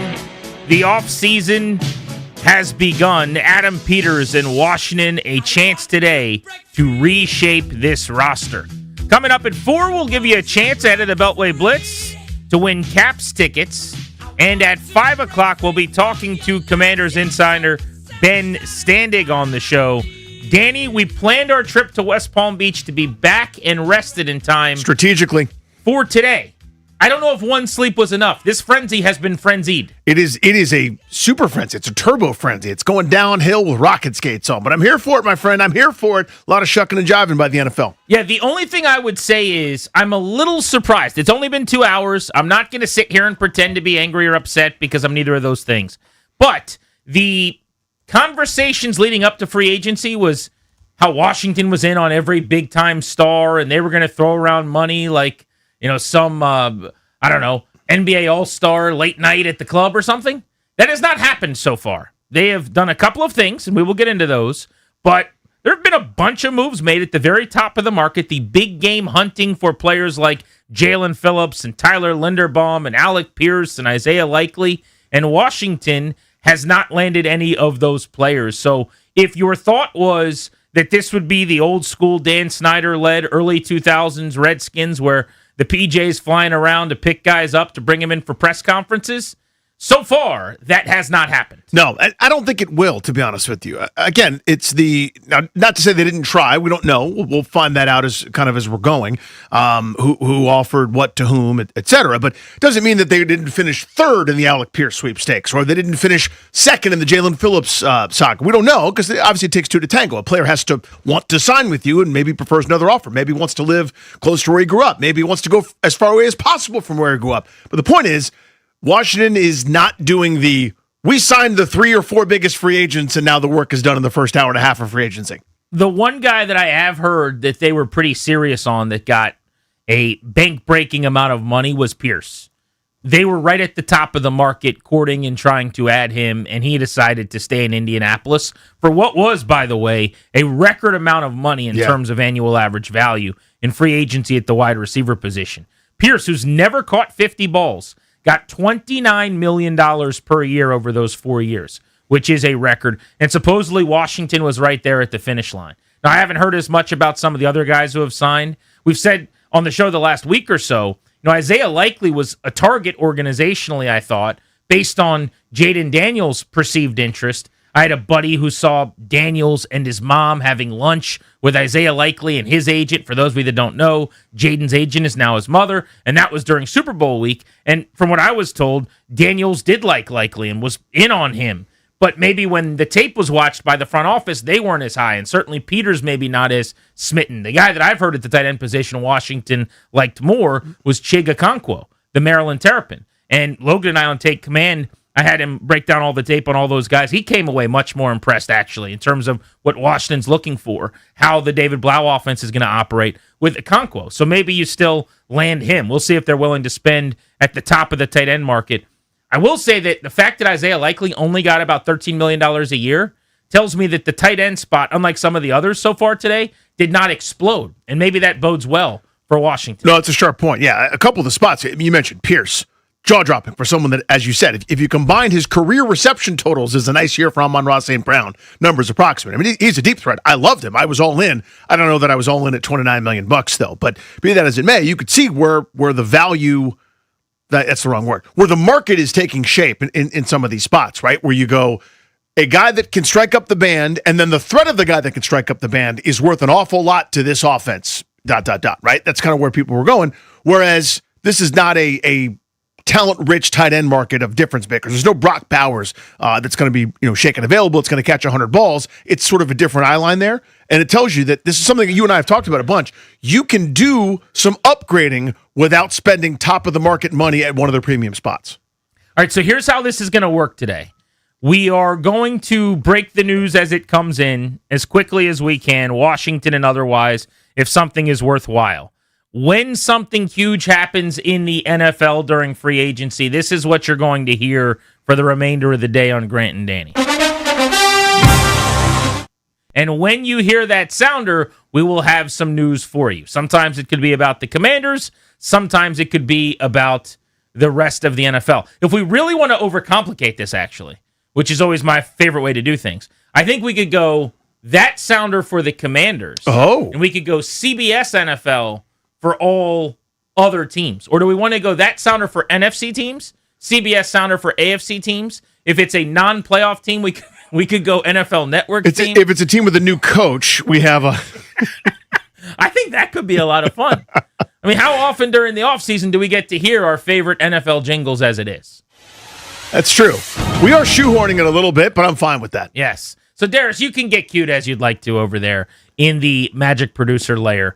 Let us hear some NFL jingles along the way. Let's talk about what's actually happened, though. So if you're a Commanders fan, here we are discussing the things that have not taken place. Let's talk about what has. And there's actually a big deal to get to, and that is Laramie Tonsel has been extended. You want to add talent. That's obvious. But you got to take care of your own. This was something significant that needed to be done. The 31-year-old left tackle who Adam Peters went out and acquired via trade. For as big a miss as Lattimore was, this was that big of a home run. The Lattimore acquisition for draft picks, the moment you did it, you knew you were going to have to extend him. And so you and I have been beating the drum for getting this done. Why would you wait? This should happen before the start of the league year. Minutes into this tampering period today, we find out that Washington got a 2-year deal in place, $60 million per. Laramie Tonsel was the first O-lineman ever to be a $20 million AAV guy, $25 million AAV guy, and now he's the first lineman ever to sign a deal as a $30 million AAV guy as his own agent, a sharp cookie, a 5-time Pro Bowler, and one of the best pass protectors in the National Football League. It was going to inform an awful lot. So when think of a starting pitcher, when he goes out and has a good outing, and then the second outing, you go, okay, how much of that was a fluke? How much of that is this guy's got something, right? So this was the indicator for this front office. If they did the San Francisco plan, and they did what they did with Terry McLaurin, which is we say all the right things, and there's plenty of goodwill, and you could just do a Mad Lib and just change the date about how much we love the player, we're a big fan of this guy, yada, yada, yada, yada, yada, and it lasted until the end of August or the first week of September, then you go, okay, this is just how they do business. So now, looking back, it informs an awful lot as to what they thought necessarily maybe about Terry McLaurin, about that position, et cetera, versus what they think about a guy that they went out and acquired that performed really, really well for draft capital. So it kind of tells you that it's not a rule that it's got to last deep into August and there's contract holdouts. It tells you they're capable of this if they feel like it, which is a very intriguing data point. So now going forward, next time they come up on a contract with somebody, and it digs deep into June and July and August, we'll kind of go, well, remember that one time they loved Laramie Tonsel and it was done in March, right? Tunsel's one of the best in football. And if you look at a 3-year run now in pass protection, so one of the metrics I like is basically like pass blocking, win rate, pressure percentage stuff. He's the number 1 pass blocking left tackle in the league.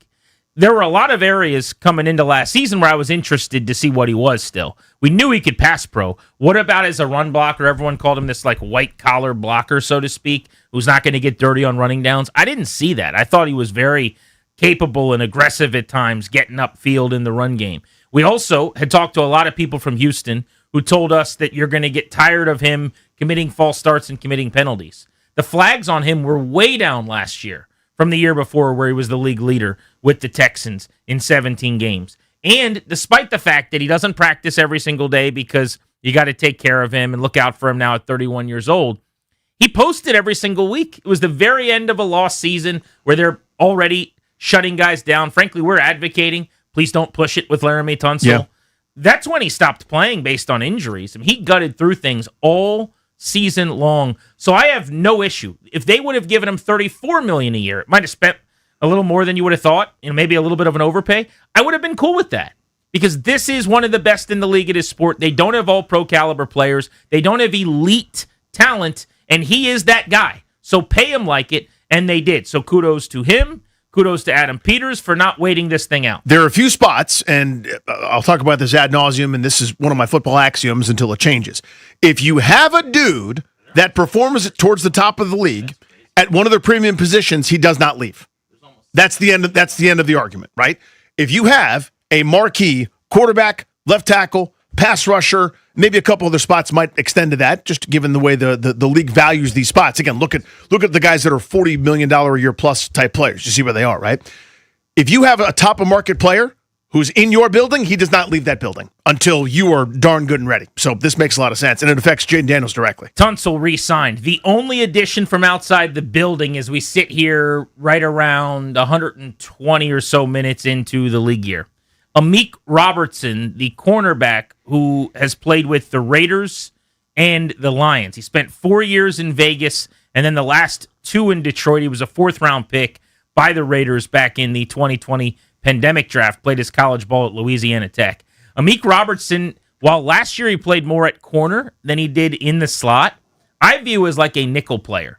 This is a guy that I think you bring in here to play on the inside, and it allows you to kick Mikey Sanristil outside full-time. Sanristil has been way better on the boundary than on the inside, and they were reluctant last year to kind of acknowledge or admit that. I remember over and over again talking to people, and they'd go, well, it's a small sample, he can do this. And he probably could. They drafted him to be a slot player. That's what they wanted him to be. Mm-hmm. He's a good football player. I'm sure he could figure it out. But he's been nothing but good on the outside. So why are we trying to keep making fetch happen here? Stop trying to fit the square peg, seemingly, into the round hole. He's showed you that he can be good. So what they did is they went out.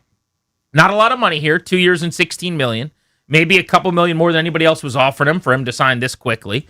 But this is a player that has some good tape. If you go back and you watch him getting asked to do things against Jamar Chase and Justin Jefferson, like he had some huge games last year for Detroit in that regard. There's advanced metrics that aren't kind to him. I posted that PFF ranked him 110 out of 115 cornerbacks that qualified at the position last year in their grading. Clearly the Commanders don't care much about that, and they don't have to. I think the versatility of inside-outside for an undersized guy, he's about 5'8", I think is what he's listed at, and right around 185 pounds probably, maybe 5'9". But you play him inside, you move Sanristil outside. They had 2 corners on their roster as of 3 hours ago. 2, yeah, now there's 3. That's it. It was Mikey and Amos. And now you got 3 starting caliber players. So this, to me, was a significant need, and they didn't spend a lot. So easy money for me. 2 years, potential starter, corner, good start. Let's keep it moving. Yeah, keep it rolling. Exactly. I think it's well said. The grading part of it, again, we don't know. It's not like I've broken down all 784 plays of his season and figured out what was his fault and what wasn't. You got to know scheme, you got to know fit, you got to know what role you want him in. So if you acquired him to do, as you said, to kind of play on the outside, you're probably mistaken. Looks to me like a nickel cornerback, and now we kind of know maybe more solidified that Sanristil's going to be on the outside. Where, as you said, he has been much better. Is he all league good, or is it just he was the best option they had here? I think time will tell in that regard, but certainly the signs are encouraging. The arrow's trending up both on him and Trey Amos. So, yeah, it's a nice start to me. This is kind of not a high ceiling signing, I don't think, but a guy that I've seen a couple of people post some clips of him giving some post game speeches and kind of has that. I'm a dog, dirty, kind of grimy, let's get after it, some toughness, tenacious type things. So I'm sure they like the character of the player. But again, this sort of boils down to what Durante Jones has envisioned or what kind of player they want. So if you get to the point where you're going to get more out of the new guy than the old place did, I'm all in favor of that. Wide receiver that I liked down the board a little bit among the best available just found a home. Jalen Naylor, 27-year-old wideout who's been pushed down the depth chart by the Vikings because they've got Jordan Addison and Justin Jefferson. I think he's a sneaky, really, really good player, watching the Vikings a bunch when Kirk Cousins was there. He just got 3 years and about $35 million from the Raiders, a little over $20 million in guarantees.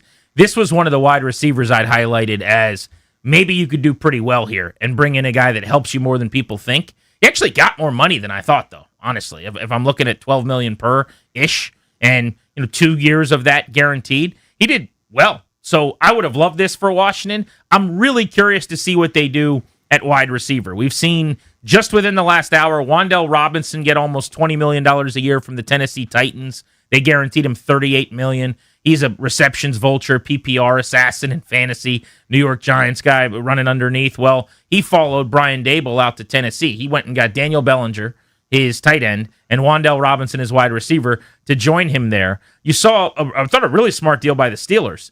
Once the Colts paid Alec Pierce, who's going to make more than anybody else in this market, $29 million a year, they could not afford him and Michael Pittman. So the Steelers get on the horn. They call the Colts and say, what are you doing with Pittman? They do a late-round pick swap, and then they pay him less than $20 million to come in there to be a real nice addition for whoever's going to play quarterback for them. Pittman, who's a second-generation NFL player, he's a good player, man. He's a big body. He runs good routes underneath. Another guy, it's more about volume for him. Like he's the opposite of Pierce, I think. Right. They were a nice compliment to each other. One guy is short and intermediate, big physical, to borrow from our guy Kirk Cousins, a third down war daddy kind of guy versus the deep threat in the league right now. 109 catches a couple years ago for him. He caught 80 balls this past year, but he's been right around 9 to 11 catches per year for the most part. He's basically like a tight end in terms of what he does in the middle of the field. But I would have loved that at 28. That would have been one where it's out of the box. Nobody's talking about him because he's not a free agent. But if you found out today Adam Peters had this trade for Pittman because they couldn't get Pierce, you'd go, oh, okay, they're getting cute. You're doing a late-round pick swap, which is next to nothing, as little value as you can give up. It's not like you're losing the 3 of the 5 or 6 meaningful picks that you have left, plus paying them a little bit more. I would do that in a heartbeat. Looking at the best available free agents at the wide receiver position, because Pierce, Zacchaeus, Wan'Dale Robinson, and a couple of others have now agreed to deals. Names like Jawan Jennings, San Francisco 49ers, who Peters knows very well. Romeo Doubs, Green Bay Packers, still interesting. Anybody else on that wide receiver market? Rashid Shaheed, Mike Evans, these are some of the big names. So we've seen that Evans is talking to teams about a one-year deal in the range of $27 million. I could not be more out on that. If they pay Mike Evans close to $30 million for 1 year here, the amount of cap, first of all, that eats up, you almost have to do a 2-year deal. And at his age, you just dragged Terry McLaurin through the coals because you didn't want to pay a receiver who was older. Evans has had some recent injury history and is old, and you're going to pay him? That would make no sense to me. I'd have a hard time wrapping my head around it, is what I would say, if they did that, because it would really be, you were just making stuff up about Terry at that point, right? You just didn't like the guy. I mean, would you like that? No chance. No, I would not. I would not be thrilled about that. But you seem hesitant to say don't do that. Well, because I love Mike Evans, but 1-27 is just. Do you like Mike Evans now, or do you like Mike Evans 5 years ago? Well, I don't know about Mike Evans right now. I mean, that injury he had, the broken clavicle and concussion, was a pretty freak thing. I don't know if that's the beginning of the end or somebody that will just be right back on the treadmill going for 1,000 yards and almost double-digit touchdowns again. I don't know. Rashid Shaheed, Mike Evans, Romeo Doubs, Darnell Mooney, Hollywood Brown, Christian Kirk. Those are some of the wide receivers now that are among the best available, and you know they're going to end up spending money at that position. Your thoughts on what they've gotten done so far? Laramie Tonsel extended $30 million a year, and a corner signed to help inside in the nickel and Amik Robertson. 800-636-1067 is the number. 800-636-1067. No reason not to stick with us. We've got live free agency coverage, reacting in real time to anything the Commanders do. We've kept the schedule wide open today so that you don't miss anything on Grant and Danny. The Sports Junkies are hitting the links indoors. Join us Tuesday, March 10th from 4 to 6 for happy hour at Par City Golf in Arlington. Play indoor golf or just come hang with the junks. Par City Golf, indoor golf, reimagined. Arlington now, Bethesda coming soon. AV is built for DC. Born in the shadow of Silicon Valley, but evolved to excel in our nation's capital. Raised on innovation with a hard-earned grit that is forged on the front lines. AV deploys solutions that give our warfighters the edge on every battlefield. In DC, trust isn't given, it's earned every day. And when the mission matters most, DC trusts AV, because AV is built for DC. Proud sponsor of the Washington Commanders, Capitals, and DC United. Visit avinc.com to learn more. Guys, it's Grant and Danny for our friends at Window Nation. We absolutely love Window Nation. They have taken care of me in multiple homes over the years, beautifying my home, lowering my energy bills, and they have an A+ rating in the Better Business Bureau because they are great to work with. These installers are experts, and it'll take just about a day, and Window Nation products are backed by a lifetime warranty. Simply no better time to upgrade with Window Nation. In March, the more you buy, the more you're going to save, up to 50% off all window styles. Visit windownation.com for your free consultation today. High five! Up top! Dave's company just got the 5-year price lock guarantee from Comcast Business. Yeah! It's 5 years of gig speed internet, advanced security, and a great rate that won't change. All from the company with 99.9% network reliability. Heck yeah! He hasn't given this many high fives since Deborah brought in her famous banana bread. Yes! The Comcast Business 5-year price lock guarantee. Powering 5 years of savings, powering possibilities. And it's hurting, but I am not stopping. For a limited time, now through March 29th, switch to Comcast Business to lock in your rate for 5 years and get a $500 prepaid card on a qualifying gig bundle. Or ask how to get started with 150 megabit internet for $59.99 a month for 12 months with a 2-year agreement. Don't wait. Call today.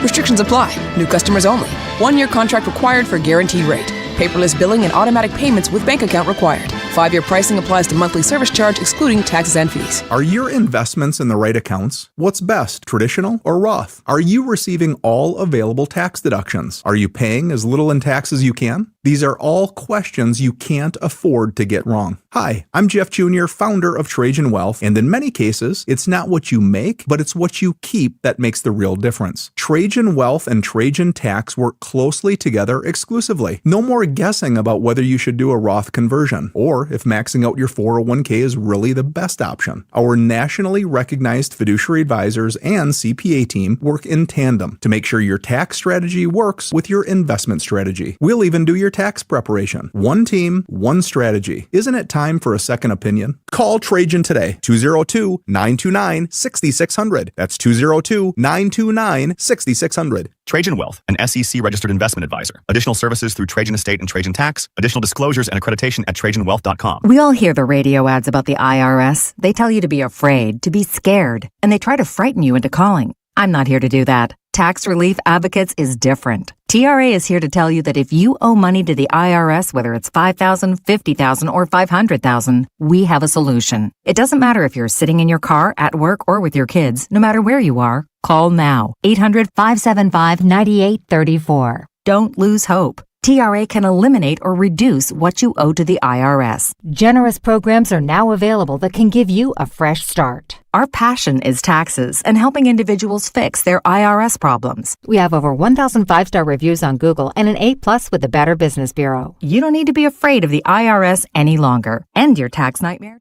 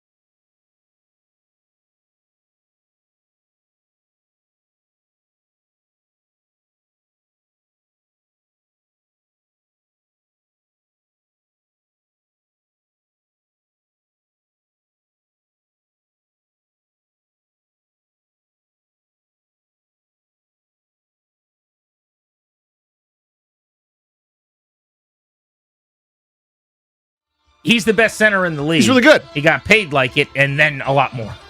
Alec Pierce, who I know you've been pumping up for a couple of weeks, stayed in Indianapolis. A lot of people did not see this one coming. 4 years at $29 million per, the highest AAV in history, annual average value in free agency for a wide receiver, a record breaker for a guy who's never caught 50 balls. Yeah, different kind of player. I mean, it sounds like he and Daniel Jones are BFF totes, and that was a huge factor in that, I suppose, that they're now kind of tied at the hip together. But the value of that deep threat is pretty clear at this moment. I mean, there's no Deshaun Jackson walking through that door. He's not the same player that Jackson was. He was a star, but he was the best available to me in terms of winning some of those deep balls, contested catches, going down the field and stretching things out for what teams really want to get to, which is that middle and even underneath. But a $29 million AAV for a guy, as you said, who's never caught 50 balls in a season, that's pretty rich. Chunk yardage league. Everybody wants speed. He has led the NFL in yards per catch 2 straight seasons. Deshaun Jackson never did that, by the way, back-to-back years. Special player, but that's a little rich for my blood. Washington was in on him until the end, from what I was told. It sounds like they were fishing right around that number, but he ended up staying in Indianapolis. Another name that's been linked to the Commanders quite a bit over the recent weeks, Isaiah Likely, signs a deal with the New York Giants today. He will come to the NFC East. He will follow John Harbaugh from Baltimore to play for his old coach. 3 years, $40 million for Likely. Last season, just 27 catches for 307 yards. I'll say the production does not really meet some of the hype when you look at it. 25 years old. I over-talked about Logan's evaluation of him, but it was so eye-opening to me. He watched the tape and he went, I'm not really seeing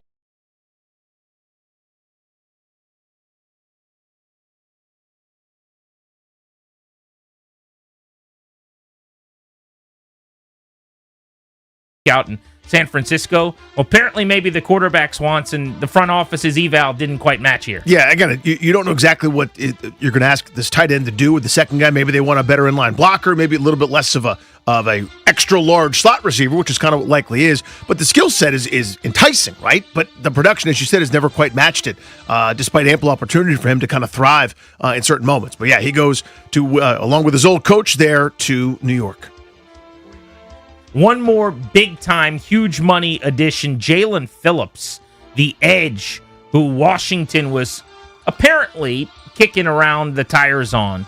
$30 million a year for the former Eagle, Miami Dolphin. Flourished, got healthy finally. When healthy, he's a star. He's a beast. Just a matter of health. 4 years and $120 million from the Carolina Panthers. Now, if you could guarantee me he plays 17 games every year, I actually wouldn't mind paying him $30 million. I would do that in a heartbeat, but how could you? Just feels nuts. And then while we're talking guys that were at some point considered on this show as targets for the Commanders, here's your best fit of the day, I think. Kenneth Walker to the Chiefs. The Seattle Seahawks running back who carried them to the Super Bowl, ranked number 2 in the NFL or better in forced missed tackles 3 straight seasons. Get this, the Chiefs had one run of 20-plus yards last season, won by a running back. He had 10 of those last season. Yeah. I mean, it's just going to be a perfect fit. 3-43, and in the playoffs, just ran nuts. 313 yards, 4 touchdowns, was on a heater all the way to the title. They've been hunting this for a couple different years. They have needed a playmaker back there, someone that can do a little bit of everything, and you would think, after the run he just had, no pun intended there, this is, as you said, a really, really good fit in Kansas City that's been in dire need of an upgrade at that spot. Some of the biggest deals of the day so far.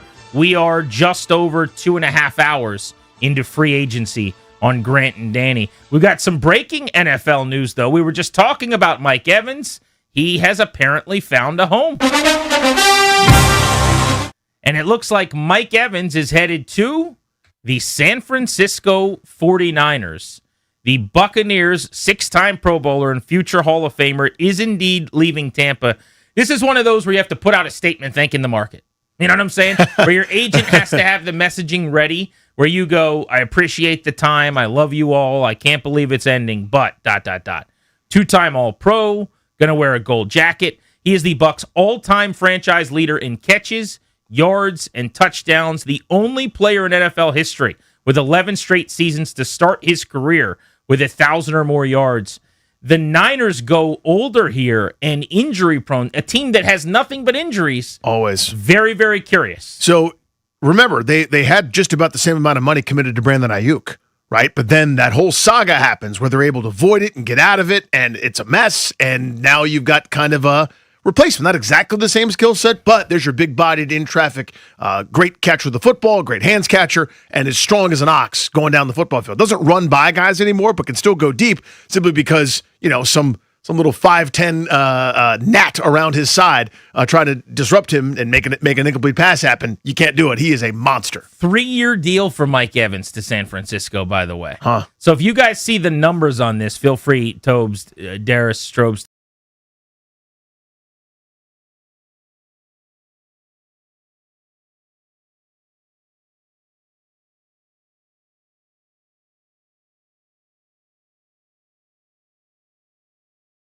shock me. When a center's getting $27 million a year, does anything really matter at this point? And that's the other thing. Here we are talking about Washington. They were going to be one of the big game hunters. They're going to be out here adding some superstars or whatever, and it just hasn't happened. There is a little bit of sticker shock still. Like, you got to want to spend that money. You ever been in an auction league in fantasy? Yeah. I did an auction league with a buddy of ours, Phil, who's one of our listeners, a couple of years in a row. And we would lose out on everyone because Phil's like, oh, that's just too much. Oh, that's just too much. And then at the end of the draft, we'd have all this money sitting around that we have to give somebody. It's like, yeah, it costs a lot of money to get Aaron Judge, man. I get that $75 sounds insane. On your $200 budget. Do you like the 60 home runs or you don't? Like, you're going to have to spend $1 on some guys to make it work. But that's what it costs. And I'll know more in a few days. I'm not ready to slam the gavel on this yet. Maybe Adam Peters is just one of those guys that sit there and goes, yeah, we wanted Alec Pierce at 26, but 29 is too much, and never really wants to push all the chips in. It could just be that that's the way they operate. Entirely possible. Since he's been here, that's certainly how it's gone. Yeah. They don't want to finish the race. They're not willing to basically do the thing to land the plane. There's a reasonable pushback or discussion to be had where if you have someone that's truly a top-of-the-market player, right, an actual star that's available, win the bidding for him. I like Alec Pierce a lot. I was in on Alec Pierce. My point was I'll overpay for Alec Pierce. To me, that was like $23, $24 million for a guy that had never caught 50 passes. If I'm paying almost $30 million for somebody, I would love that dude to be a wide receiver one. And he's not. And he never has been. I don't think he will be. That's not his skill set. That's not who he is. So, if you go and that's too much for Trey Hendrickson. No. That's top of the board type stuff. I mean, they did it for Laramie Tonsel. They're paying top of the market money for a star at that position, not just the best available in free agency. I think that distinction may be important. Well, it's also important to acknowledge that he was already here. I mean, it's their guy. Peters gave up picks to get him. You almost have to keep him. You don't really have a choice. I don't know that Peters had a choice to let Tonsel walk. So whatever it costs is what you have to do once you trade those draft picks. There's a big difference between just keeping the guy that's already here that you gave up picks to get and bringing someone in that's not here, making the choice essentially to go get that player. Let's get to the phones, though. Some people want to react to the news of the day so far. The Commanders in the done pile have extended Tonsel at $30 million per for 2 more years. So that's actually 3 years of contract for Laramie Tonsel, 2 seasons where you really don't have to worry about Tonsel at all, and then we'll redo this whole thing 2 years from now, probably. They've also signed cornerback Amik Robertson, likely to start in the nickel, allows Mikey Sanristil to move outside opposite Trey Amos. Kevin in Arlington, what's up? Hey, boys. Thanks for taking my call. So, y'all remember the movie The Good, Bad, and the Ugly? It's been a minute. Yeah, okay. Well, so I'm going to use that paradigm. So here's the good on day one of legal tampering. We got Tonsel in the fold. That's probably even great. But as you just said, Grant, we've already invested a hell of a lot pick-wise. It would look really bad if we didn't extend them. So good on that. Here's the bad. The top edge players are flying off the board. It's still early. What they've done so far is they re-signed DH Wise. They doubled down on an aging injured vet. Sound like Lattimore? Does to me.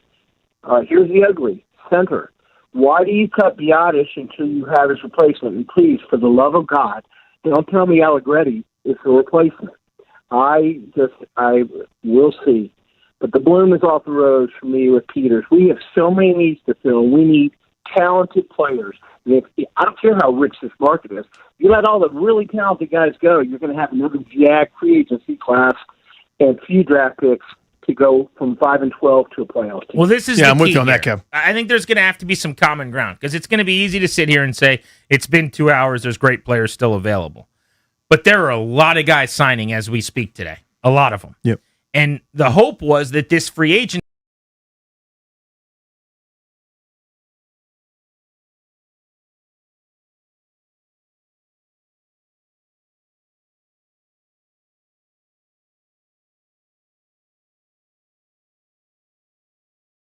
goes away, and now you're looking for really smart fits. And that's how you win games, too. That's how you finish off that roster. But they have lacked elite talent, upper echelon players, and in free agency, they haven't really fixed that because they don't spend at the top of the market. And so far today, they haven't been willing to either. The Biotish thing still is puzzling to me. Again, I don't understand the upside. I understand a lot of people were down on him. A couple teams wanted him really bad, and he got paid pretty well. He was getting flown around for meetings like he was Santana Moss in 04. Yeah, getting wined and dined. The upside to not having him on the roster, I still haven't figured out yet. The cap savings are minimal. If you don't like him, you can bench him, or you have him compete with somebody else. You've now allocated an extra amount of either dead cap money or otherwise to that position. If you're not going to upgrade it, it just seems silly that you wouldn't have just kept them around for whatever reason, unless you're doing him a solid, in which case, why didn't you trade him? I don't know. I don't quite understand that one. 800-636-1067 is the number. Phones are filling up on Grant and Danny. Will be weaving your reactions in and out of the news of the day around the NFL. Corner position is the one area so far addressed minimally by Washington. The other way to look at today, tomorrow, and free agency is going to be through the lens of the number 7 overall pick. And nothing's really changed. If you went out and spent on Alec Pierce, you're probably not taking a wide receiver at 7. Had they have, or do they ultimately go get a Trey Hendrickson? Well, maybe that means you're not going to try to draft an edge at number 7. It opens the door to something else. Nothing that's happened so far would change anything about the pick at 7, other than maybe making it a little less likely that they take LSU corner Mansour Delane, which didn't feel like much of a likelihood anyway. Grant and Danny with you on Free Agency Die on the Fan.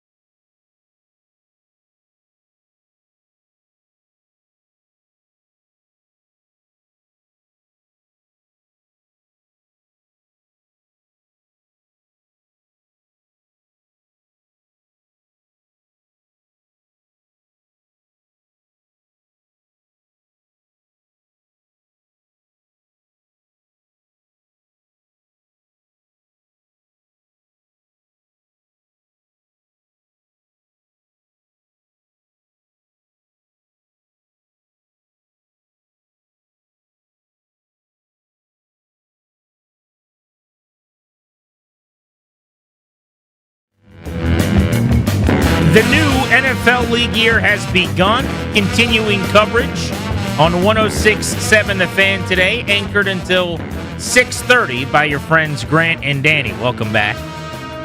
It has only been about 168 minutes of free agency, so everyone needs to take some deep breaths. I am seeing online that there's a lot of frustration from Commanders fans, but I think we're expecting at least a couple of big splashes by now.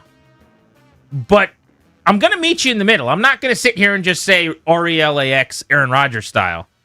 Washington needs to go bigger this free agency. We have said this for weeks. They need higher-end talent.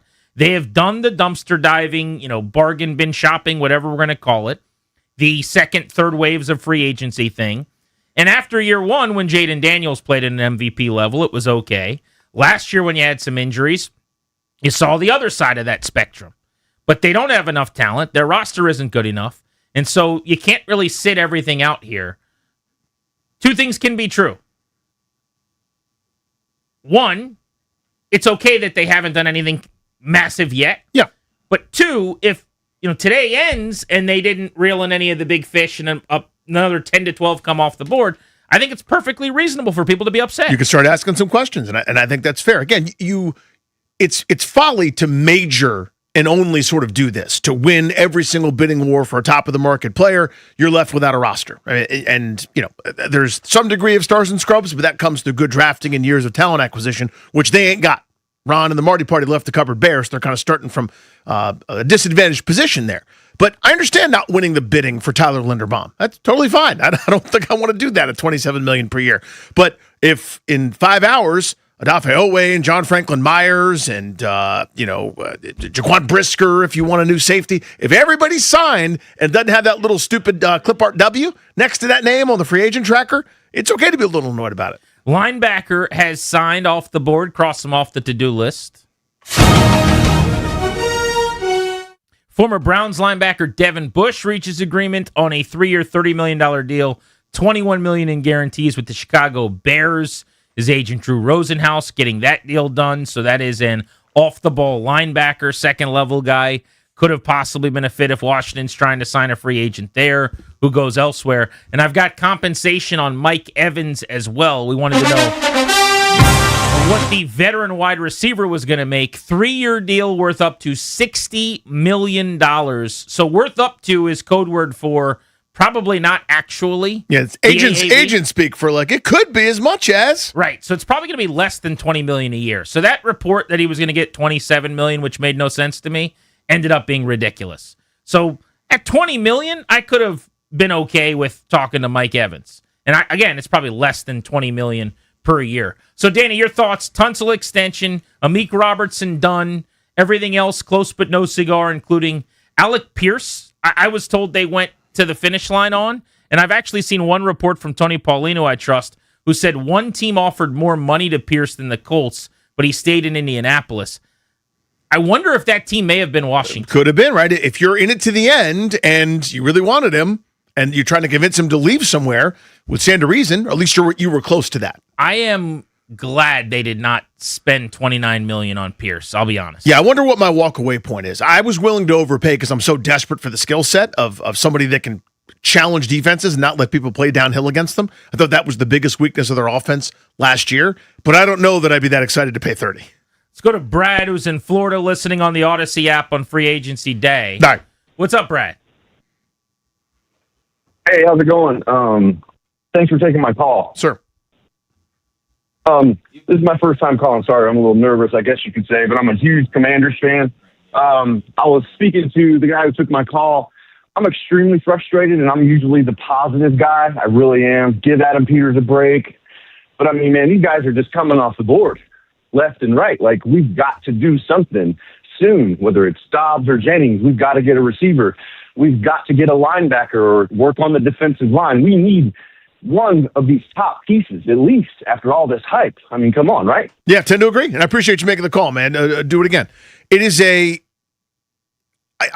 at this point, again, you're right. Names that we've heard of. Kenneth Walker's off the board. A couple guys that are famous and at the top of everybody's list. Yeah. They have signed. I understand that. Washington was second or third in one of those competitions. 94% of the players you can sign are still out there. This is the point. So if you're pre-annoyed because you can already kind of see this coming because your spidey sense is up and you think they're going to be frugal Freddies and not win the bidding for a couple of these guys, you're allowed to feel that way. I'm nervous that they're not going, that they had Linderbaum and Pierce are gone. That's all for us. And they pack their briefcase up and they leave the office. I'm worried about that. The only reason that I'm willing to say, people are okay to be upset this quickly is because more so this year than in years past, it felt like the team was floating this idea, and I don't mean like the staff as much as whoever the football people in the building are, that the reporters talked to, that this was going to be a little bit different. You saw the reporters, John Keim and all the national guys coming out saying, look out for Washington. There was a lot of look out for the Commanders. And that's not coming from nowhere. That's because agents are hearing from and about them. And they are doing their due diligence on all the top players on the market. They weren't going to be the Jags or the Titans or the Raiders or one of these teams that wins everything. But you at least felt like this would look a lot different than the other day ones under Peters over the last 2 years. And so far, that has not been the case. So let's restructure the conversation next to this. What should their number one priority to go big be? If they're going to make a splash before we go off the air today in the next 4 hours, what do you want that to be? 800-636-1067. If Washington does something huge, wins a bidding war, and goes big game hunting and brings back something in the back of the truck today, what do you want that to be? Grant and Danny on the Fan.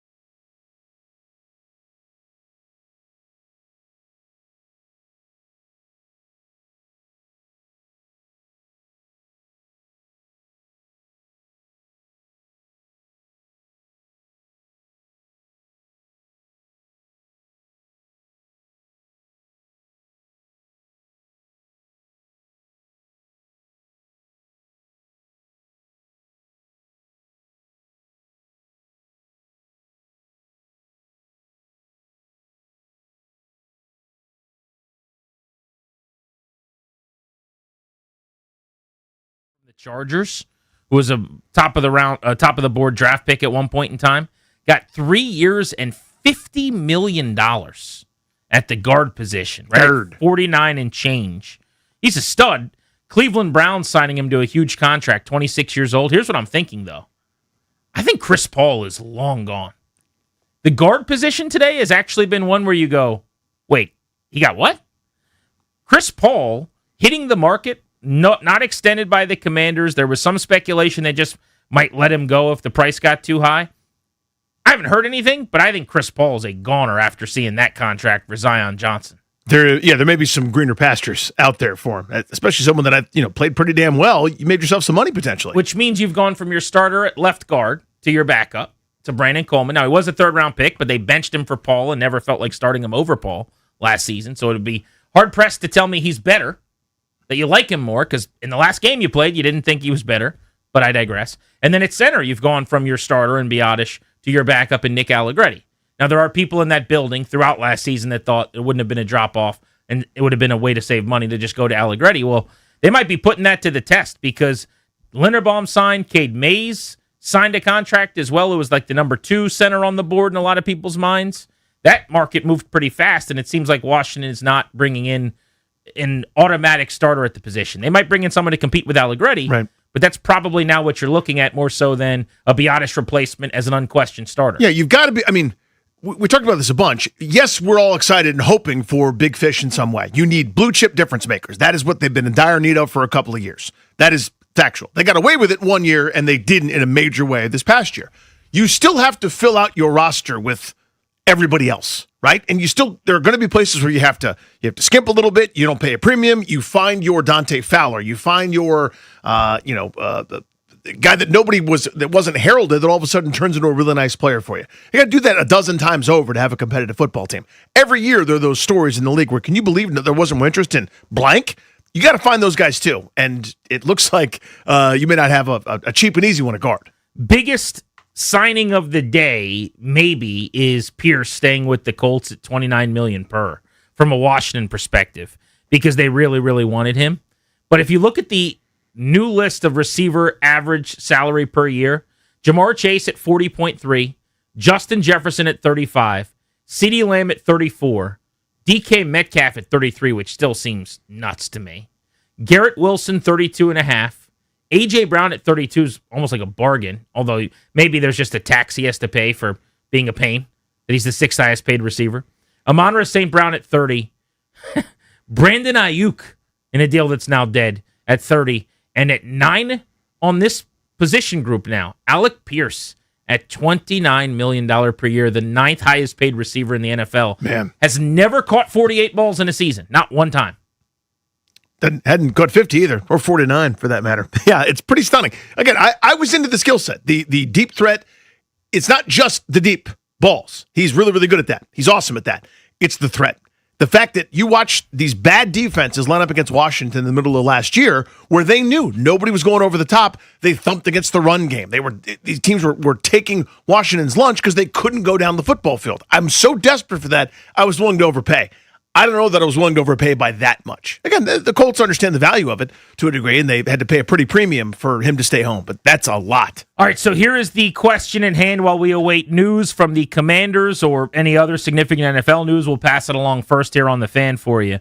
What is the number one splash position for you for Washington based on what's already happened, what's available, the money they have? What would you like to see them get done? I think I'm changing my sightline a little bit. I'll give you 2 names.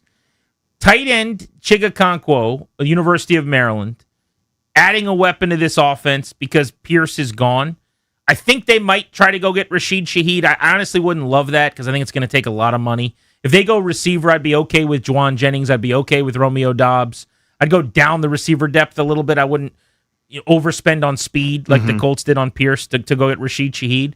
So give me Okonkwo as my weapon in the passing game. And then why not sign Trey Hendrickson? Why not go really big at edge? You got to go big somewhere. You got all this money to give somebody. Are we going to Jan Mahimi and Andrew Nicholson this thing? You never want to do that. You get left holding the bag and you're like, what are we going to do? Well, you get $7 million. No. Go get somebody. You said you were going to, so do it. So I'll say Okonkwo and Hendrickson are the frontline additions of this class. And if they do that, I think people would be pretty excited, or should be at least. I can't speak for Commanders fans, but if they get you a real nice piece at tight end and a stud edge, you should be really happy with whatever else happens. Yeah, Hendrickson was the answer I thought I was going to kind of knock your socks off with, but you beat me to it. That's probably the best player, the most accomplished player on the board at this point, either him or Linderbaum in terms of the quality at that position. And his price came down a bunch this year. After the injury, If you would have traded for him, which I was advocating for last season, you're giving up picks and you're paying him, $30 to $40 million a season, and now that number's into the 20s and there's no picks involved. If you look at other edge rushers like John Franklin Myers from Denver, a little bit down the list, it's just not as sexy. I mean, Hendrickson, when healthy, it's a lot of bold ink there potentially. There's a guy that could lead the league or come close to it in terms of sacks and pressures. The thing you're sorely lacking. Also big enough to be stout against the run. Again, on the wrong side of 30, which at times they have a problem with, at times they don't. That's a position that doesn't always age as well. If you're talking about a guy that's an explosive rusher, he's more strength technician than he is, doing what Von Miller did a few years ago, kind of blitzing around people off the edge. All right, let's go to the phones, 800-636-1067. Mark is in Largo. Mark, we're a couple hours into free agency. How you feeling? Let me say this, guys. Grant, I love your question, but I think you should rephrase the question. Here's the reason why people are upset. It's not because they haven't made deals. It's the mere fact they have the third most money. And every time we get it leaked through the media, they were close to get Pierce. They were close to get Liederbaum. They were close to get Evans. You got the third most money. You can't keep saying you're close, because close is not going to save Adam Peters' job this year if they go 5-12. Close is not going to save them if they go 6-11 or this. You got to say we got it. We just don't say if Evans or anybody else is going. Don't say anything. Just don't say anything. We don't need to hear anything. I don't know why they're not spending the money that they can, because you got the third most cap. That's what people are upset about. And I guarantee you Danny agrees with me. Guarantee you Danny agrees. Danny, isn't it more annoying to hear that they were close? They just don't say nothing at all. In a way, I appreciate the call as always. In a way, it's irritating. It's after the item sells. Oh, I would have done that. There's no pressure on you. Because, again, I don't know that I wanted to spend 31 on Alec Pierce. I don't know that would have been good business. That it's not a great free agent market. It wouldn't have been. I mean, in my opinion, right? I would have hated that. But so I think my pushback to what Mark is saying is, if that's the case in 5 hours, if that's the case tomorrow when we crack the mic to start this show, that we were also in on that guy. Oh, we almost got Kenneth Walker. You guys don't know. If it's 7 or 8 of those, yeah, let's be annoyed. We're still only a couple hours in, and 90% of the free agents that could really help them are still out there. Well, I bet you they have more money than we thought, too, because I would imagine with the Tonsel extension, they created some more cap space. I don't know why you wouldn't have created cap space with an extension to one of your highest paid players, unless you just chose not to. Like that is normally part and parcel with getting an extension like that done. So they probably even added cap that we haven't tallied up and don't have accounted for yet. So there's a chance they had more money even than we anticipated. I have not heard, by the way, I don't know if you guys have. I've only heard, and this is just from people that I was talking to, and it has been out there, about the Alec Pierce runners-up sweepstakes thing. I didn't hear that about other guys. So if that's this theme where it keeps leaking that Washington's number 2 and the bridesmaid on all of these, that would actually be, I don't know if I would say frustrating, but kind of funny. But I have not seen that, to be fair. Let's go to Shane in Switzerland. What's up, Shane? Hey, what's going on, Commander Danny? What's going on, Lieutenant Grant? How you boys doing today? Good, buddy. Doing well. Hey, look, right now it's an F. What do we do? But it's day one, right? So we got to be patient. But just like Commander fans, we're not patient, and we want to spend other people's money that we don't have. But the thing about it is you. That's an F, and this is a make or break year for this organization right now. Let's get a middle linebacker for the first time since Ron Rivera's here that can actually cover and play all 3 downs, right? That's what we need, or a corner.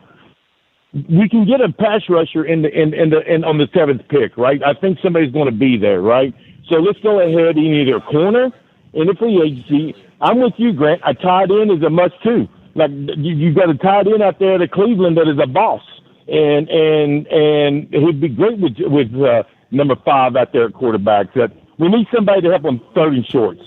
That's a point blank. We need more help on offense. Thanks, buddy. Didn't help everywhere, yeah. I'm laughing because, and Shane, it's a great call as always, and he's listening on the Odyssey app, free and available wherever you are. He's outside of the United States, and he's listening to us. Doesn't matter. Which is very cool. But he said, I'm grading this free agency an F. This would be the equivalent of your teacher assigned your paper 5 minutes ago. It's a 2-page paper. Your teacher walks by, and you've written half of the first paragraph. I have a topic sentence. You have your name and then 2 sentences, and she goes, this looks like an F. A little early, right? We are basically looking at the team after 2 weeks into the season. They're 1-1, and we're going, oh, man, they're eliminated from the playoffs. Very, very early. There's still a path in free agency to a class that includes Okonkwo or Dobbs, or if they really wanted to go big in the secondary, a Tariq Woolen, or if they want to get a big-time linebacker with speed, a Quay Walker, the edge, and Trey Hendrickson. I mean, it's very, very early. The only thing that's happened, really, is a lot of the guys that were linked to them at some point, just because they were best at their position, have signed elsewhere. So if you wanted Tyler Linderbaum, he's a Raider. If you wanted Alec Pierce, he stayed with the Colts. If you wanted Isaiah Likely, he's gone to the Giants. If you thought Jalen Phillips was coming here to get 11 sacks, he's a Panther. If you had dreams of Kenneth Walker, who makes more people miss than anybody in the league over the last 3 years, he's now a Kansas City Chief. Wan'Dale Robertson's a Titan. That's not happening. You're not getting Travis Etienne, he's a Saint, or Michael Pittman, who's a Steeler. Joseph Asai, the edge rusher, who I was intrigued by, $3 and $36 million, pretty good contract for him, to the Jets. We loved Kenneth Gainwell. Yep. Pass catching, scat back out of the backfield, goes to the Bucks. Pair him with Bucky Irving, by the way. I love that tandem. 2 years, $14 million for him. I liked Tyler Algier as a nice running back addition here. He goes to the Cardinals, 2 and 12. So yes, some guys are off the board, but deep breaths. There's a lot of options left. At this time tomorrow, what's the threshold or what's the bar where you would go, okay, yeah, that's fine. Not thrilled, not like over the moon, not like parade stuff, because I don't think that's in the cards for this regime. But what would make you go, okay, they did some work here? If they sign 2 guys who are plug-and-play Pro Bowl caliber players to headline this thing. Would Okonkwo make that? Yes. Okay. Yeah. You need 2 top-of-their-class, top-of-the-market type players. So I stopped short of saying, like, 2 $20 million a year players, because the best tight end makes 15 or whatever. If they sign Okonkwo for 12 or for 15, the range is similar to Likely. They might have just liked him more and gotten the best tight end on the market. That's a massive win. If they go get Romeo Dobbs, they might tell you, hey, we actually liked Romeo Dobbs the most of any wide receiver, and that makes sense to me. But they need to go get that caliber of player, and a lot of time it's more timing. Like, within the first couple of days, the first wave dries up. I want to do more in that wave than they have. Than they have in a long time. Like last year, you forget, Kinlaw at $15 million was actually a huge splash. We didn't really get it. I didn't love it. But that was a big deal. That was, at the time, a $15 million D tackle. That would be the equivalent with this cap, I would guess, to like a $17 or $18 million D tackle. That's a huge move. So they have done it. It's also been in the form of trades. It's been Lattimore, miss, Tonsel, hit. Let's go to Chris, who's in Toronto, north of the border, on the Odyssey app. What's up, Chris? Hey, how are you guys? Thanks for taking my call. Got it, buddy. In regards to the last thing you just said about rating your name in the first 2 sentences and grading it F, I'm just going to push back on that a little bit. These guys are out of the playoffs halfway through the season, and they knew how much money they were going to have going into this offseason. It just seems unprepared, and I think that that's where a lot of people's frustration is right now. I think that it's time that we kind of have to, take a big, deep breath and just realize that maybe Adam Peters isn't the whiz kid that we're sold. Missed on his first 2 candidates for head coach. We're already 2 coordinators. We've worked through 2 coordinators. We're looking at a draft where the cupboard is very bare, and we've been bargain shopping for 2 years, and it's gone from the only thing we really hit on is his second overall pick, which seemed like a no-brainer, and Tonsel. And I understand that those are 2 really important positions, but unless Tunsel's going to run the ball and catch the ball, and JD5 is going to be our edge rusher. Real quick, it's a good call. But I still think that could be turned around. If this is because they didn't land Alec Pierce, I just think that's an overreaction. I understand the point, the sentiment. I don't vehemently disagree with any of it. Let me say this. I actually agree with his Adam Peters point. okay? Which is to say that he has, through 2 years now, there's enough sample to say there's plenty of questions that can be asked. There's no reason, the whiz kid idea, they finally got one of the sharpest, great general managers in the league. Now, I point to the fact that they have, in 2 seasons, made the NFC Championship game once. Okay? They hadn't done that in 30 years. That's really, really hard to do. You could say it was fluky. That's fine. That's on his resume. There are managers in baseball, there are coaches in the NFL who get jobs for 10, 12, 14 years. Davey Martinez was here as a substandard manager for the majority of the time. For how many years? Almost a decade, because he won a World Series in year 2. Those things really do matter. But his point is correct. Like, if you're saying it is time to start wondering about Adam Peters, yeah, if they have another losing season, if they have a disappointing offseason, if they're worse on paper in a month than they were at the end of the season, that's all on the table. The part of the call I take a little issue with is he's like, they were unprepared. Again, for what exactly? To sign Alec Pierce and Tyler Linderbaum, if that's what you wanted to do? Okay. I would not have signed either of those 2 guys at the money it would have taken. Yeah, I'm actually glad they didn't. I mean, I've got my notes ready for if we come through these first, what do you want to call it, 48 hours, and it looks like I'm worried it might look like, where they go, no, we're not going to the big ticket items, just the bargain DVD bin for us. This is a better way to say it. If we do that again, yeah, then I'll do a podcast from Toronto with you. Right.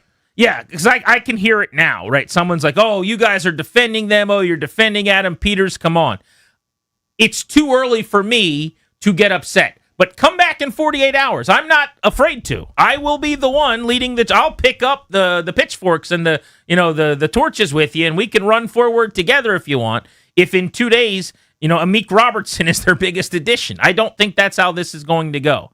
If they just sit on their hands while a bunch of dudes sign and they don't get a tight end that Greg Dulcich is their tight end, and Amik Robertson's the best corner they sign, and they don't get an edge, and Bobby Wagner's the answer at Mike linebacker, then I'll lose my voice screaming with you. I promise. But I'm not going to do it at 3:19, 3 hours and 18 minutes into free agency. I just don't have that club in the bag. There's too much out there. We don't know the plan. And I'll wait to see how they execute. It's not going to be 3 weeks. Mm-hmm. It's not even going to be a week. By tomorrow at this time, it's going to be a very different sounding show if something serious doesn't happen. By the end of the show tomorrow, then I'll probably be with you guys where I'm going, what in the hell's going on here? I'm just not there yet. You don't get any extra bonus points for winning the race to being annoyed. And there's plenty of moves that can still be made here that I would like. I can name them if people would like them. I've been naming them. So all of a sudden, we get off air and they sign Jawan Jennings and N'Kobe Dean. I'm just making up 2 names at positions of need. You go, okay, that's a pretty good first day of free now agency. The plan's taking shape. But if that doesn't happen, and it's more Amik Robertson tier guys that are 110th out of 115 on the Pro Football Focus grading index, then I'll where's my pitchfork? I'll print out a neat sign. Yeah, the Polaroid is thumb smudged and we just started waving it. It just got shot out of the camera and I'm just starting to wave it. By the end of the show today, it'll be a little more developed. By this time tomorrow, I'll have enough that I can kind of tell you what I'm looking at. But in the meantime, I'm reading and reacting. If you want to go one by one here, as far as what's happened, I didn't want to sign Linderbaum at the money he got. I would have been livid had they done it. Yep. I wouldn't have signed Pierce at the money he got. I would not have hated that because it's a weapon, it's speed. There's no such thing as them going and getting an offensive weapon where I'll be mad about it. You can't get me to. It would have been a huge overpay, in my opinion. Fine not doing it. The one I'm a little disappointed in is Isaiah Likely at 3 and 40. I think that's actually good value for Isaiah Likely. I would have done that. But if they get Chiga Okonkwo, I'm totally fine with that. They liked him better. Logan Paulson, who studies tight ends better than anybody, liked him better on tape. And so I can get down with Okonkwo. Now, if they don't get Okonkwo and they go get Greg Dulcich or some, mediocre tight end for 3 years or $3 million a year or $5 million a year or something, now I'm going to be really upset they didn't get Likely. So that is I'm putting an asterisk by that one and saying TBD. Jalen Phillips to the Panthers. Would I have wanted him at $30 million? Yes. Would I have done it as a GM? Probably not. I think that's the kind of guy you pay that money, you get fired because he's hurt and he never plays. Kenneth Walker to the Chiefs. 3 and 43. Wouldn't have done that. That's too much money at the running back position for me. Probably, perfect fit for Kansas City. No problem with them doing it. I can't do it. Wan'Dale Robertson, I would have probably signed him. I like him. That was close to $20 million a year. That's probably the one move on here where I would sight unseen take the contract he got, give him to Washington. I'd feel good about that. And that's kind of the top wave. We could go through more. So a couple others. I would have signed Jamel Dean at what he signed with Pittsburgh. 3 and 36. About him. What did he get? 3 and 36. At 36 and change. I would have done that, for example. Fine. Yeah. But again, that's depends on your list, your ranking, your 27th to 34th player overall. I think there are a few cornerbacks listed ahead of him, but I would have done that. Now, again, maybe they tried, maybe they didn't. We have no idea. There are also so many other teams and so many other interests. It does take two to tango in this regard. I get the sense though that I think Washington fans are really, I don't say impatient, but they're sitting here waiting they're frothing at the mouth with a little bit of extra anger that I'm actually a little bit surprised by today. The team lost 12 games last year. Yeah. The team cut their center kind of oddly this week and went to their backup. Looks like their left guard is leaving. I think there's a little bit of what's going on. And the team, I don't think the team does a great job setting expectations anymore. I'm sure of that. There was a time where we all had a better idea of how they were thinking and what they were thinking, and I think those days are kind of gone. So everyone's always guessing and trying to figure it out, and they just don't set the expectation. Well, it's also how many reports were there? They're linked to this guy, linked to this guy, linked to this guy, and then it doesn't happen. I think that's a big part of it too. Jamel Dean ranked third of 114 cornerbacks last season via PFF. Amik Robertson, who Washington signed, 110 of 114. Which one's better? I'm not sure. Third, PFF grades, who cares? But just kind of a funny thing. Washington, $8 million per year for their corner. Dean got $12 million. Grant and Danny on the Fan. The Sports Junkies are hitting the links indoors. Join us Tuesday, March 10th from 4 to 6 for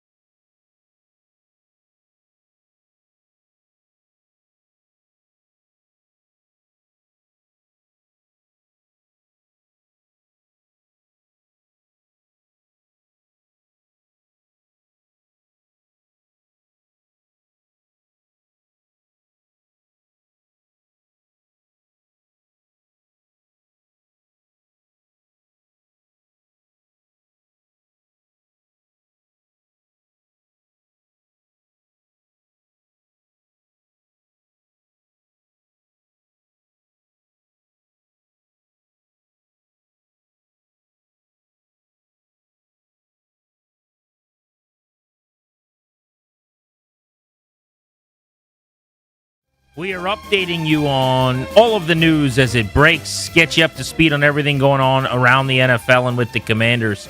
In fact, Bruce Allen joined us years and years ago on Should day never one forget of Free Agency Day, and that is where him calling Danny Dave came from.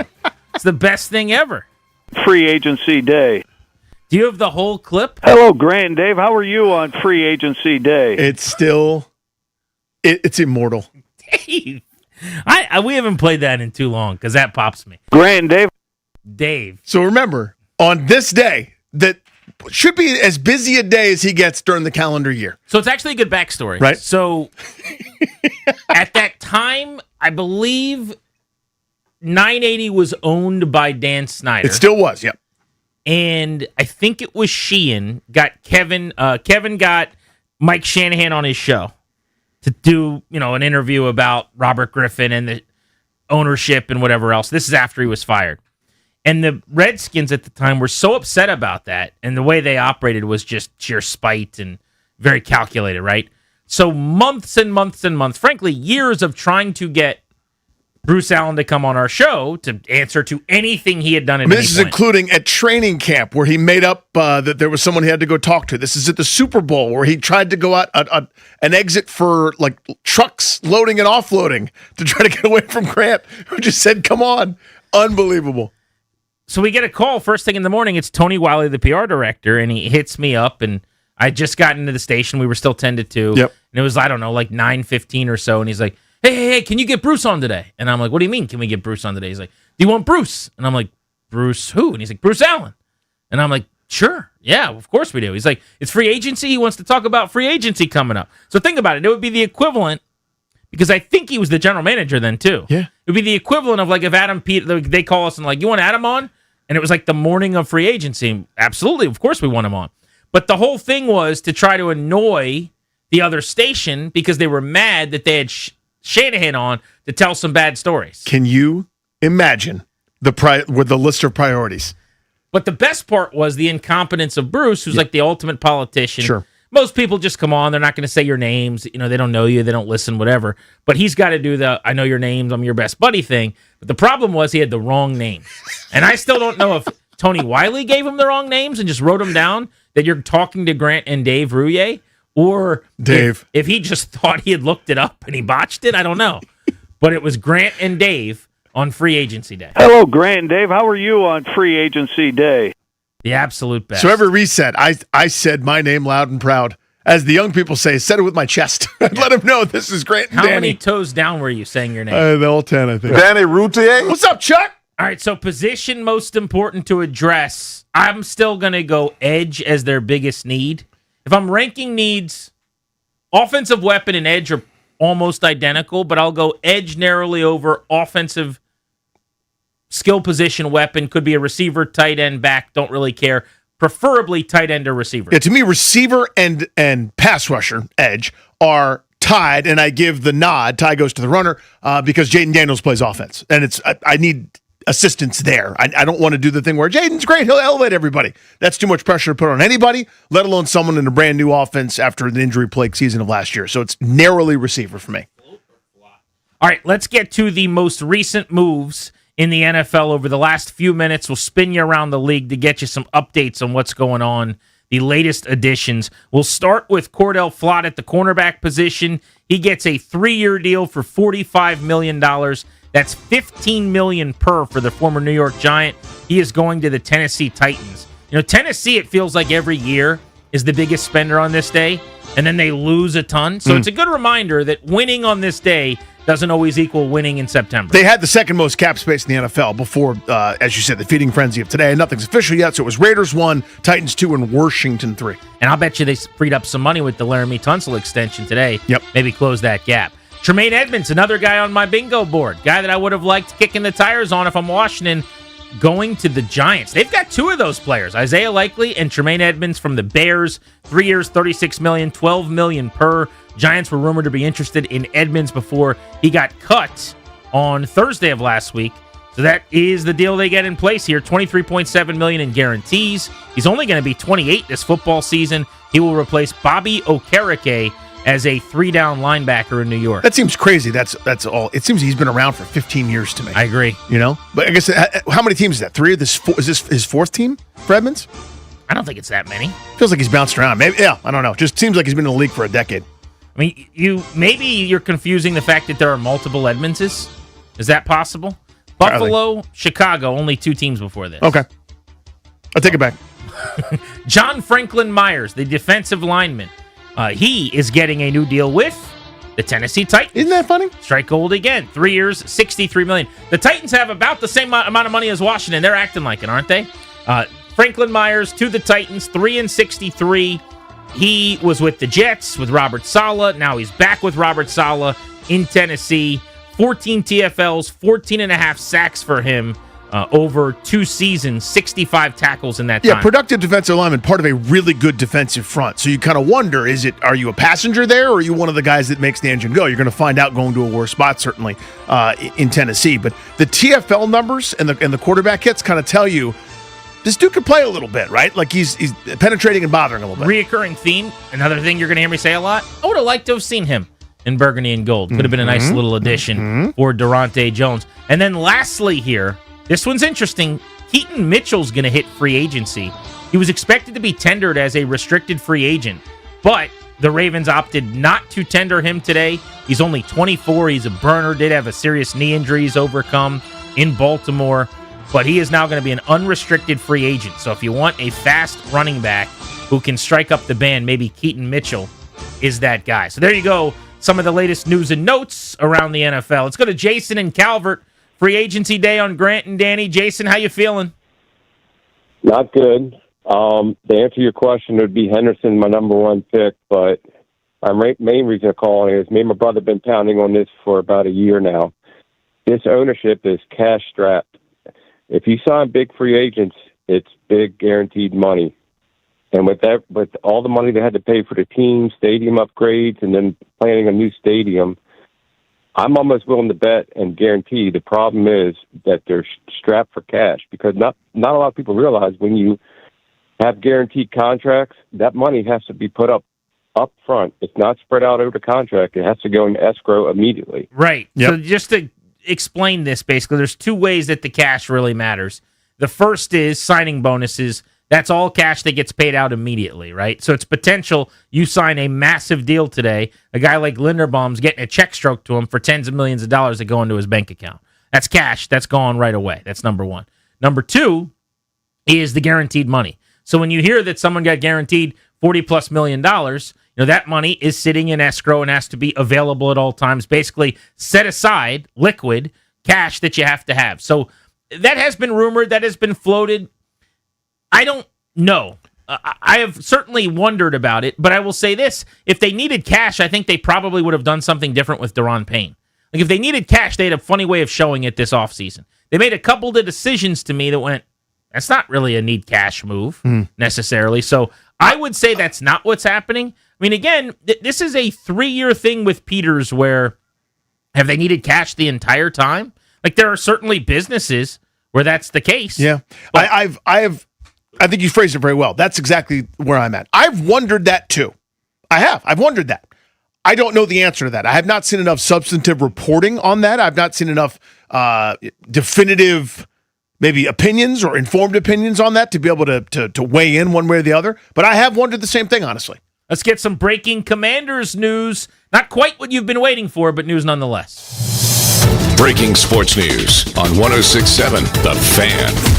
A key piece of last season for Washington, Marcus Mariota, the backup quarterback, is re-signing with the Commanders. He appeared in 11 games last season for Washington, starting 8 of them.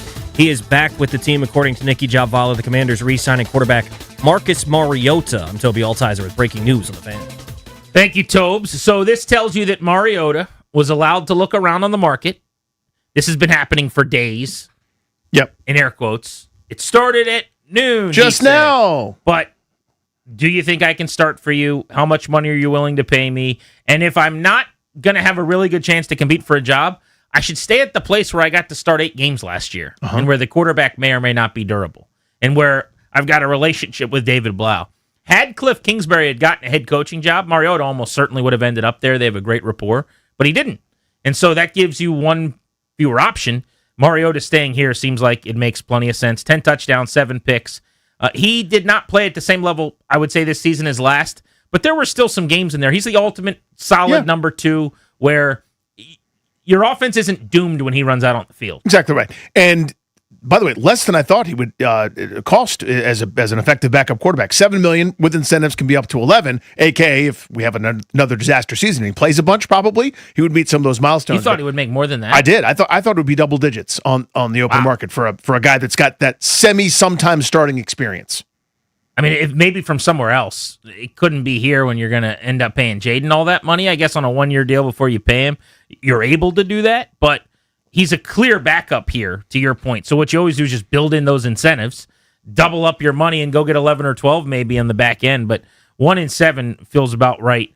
Happy that he's around. He is a very solid second option. This is not the sexy thing everybody's waiting for, but it's the kind of business that needs to get done. So Marcus Mariota staying in Washington. You can react to that next if you'd like. It's free agency day. We're getting you all the news as it happens on Grant and Danny.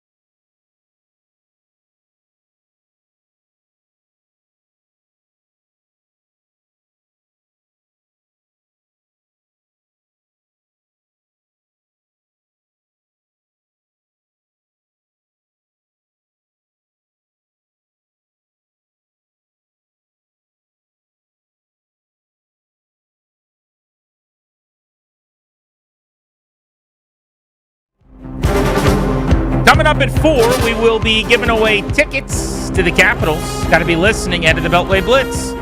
That is in 12 minutes. Grant and Danny on the Fan. By the way, the Caps are home tonight for the first time since they sold off. Nick Dowd, John Carlson traded away. I believe we'll have the GM of the Capitals, Chris Patrick, on the show tomorrow here on Grant and Danny to ask him about the Carlson deal. Really curious to see what the vision is in the long term. Yeah, and the logistics of that, right? I mean, that's, after midnight type stuff, at 6 a.m, phone calls, and just a lot of things that came together very quickly in the biggest stunner of the deadline. 106.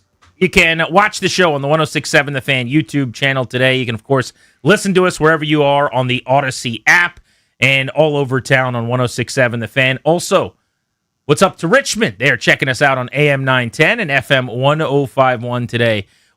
Is there something that you look at that's happened so far today from a Commander standpoint and go, okay, that's something I need explained? I'll give you mine. Amik Robertson at $8 million I liked fine because it's not a lot of money. It's a major position of need, and you got to get him under, somebody under contract. And this guy had some highlight moments against Jefferson Chase, plays the slot. You can kick Mikey outside. He's a fit in that way. But when I heard Jamel Dean only got $12 million a year, $4 million more than Amik Robertson, I'm going, one of these doesn't make sense. Someone's got to help me explain this. So that's my... If I had a quick question to ask so far, it'd be that. What's yours? Tyler Biotish. I don't get it. I don't get what the upside is. And I know a bunch of people have been screaming at us since it happened, where it's like, he's not that good. That's not the point. You might be right about that. It's such a minimal amount of savings. It's such a minimal amount of money, and he got signed, snatched up right away. There's plenty of demand for his services. Why not just have him compete? Why not have him be the backup? Why not? It just made no sense to me, especially because I don't see what the corresponding move is going to be. And you just got a little bit worse on the offensive line. A couple of you have been waiting to hop in, so let's get after it to Daniel in Mechanicsville on Grant and Danny. Daniel, what are your hopes for the rest of the day today for the Commanders? Yes, thanks for taking my call, Grant and Danny.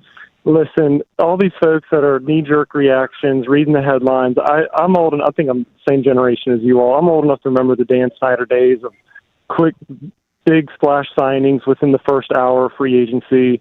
And, I mean, God forbid, do I got to bring up Albert Hainsworth? We talk Trey Hendrickson. We have so many holes across the spine of our defense. You guys have been talking about tight end, obviously depth pieces and running back. You could get 3 quality football players for the price of one Trey Hendrickson. So there's still a lot of good, a few good edge players left. Linebackers are still on the board or in free agency, safeties, tight ends. I'm sure everyone all these Commanders fans just need to take a deep breath, relax.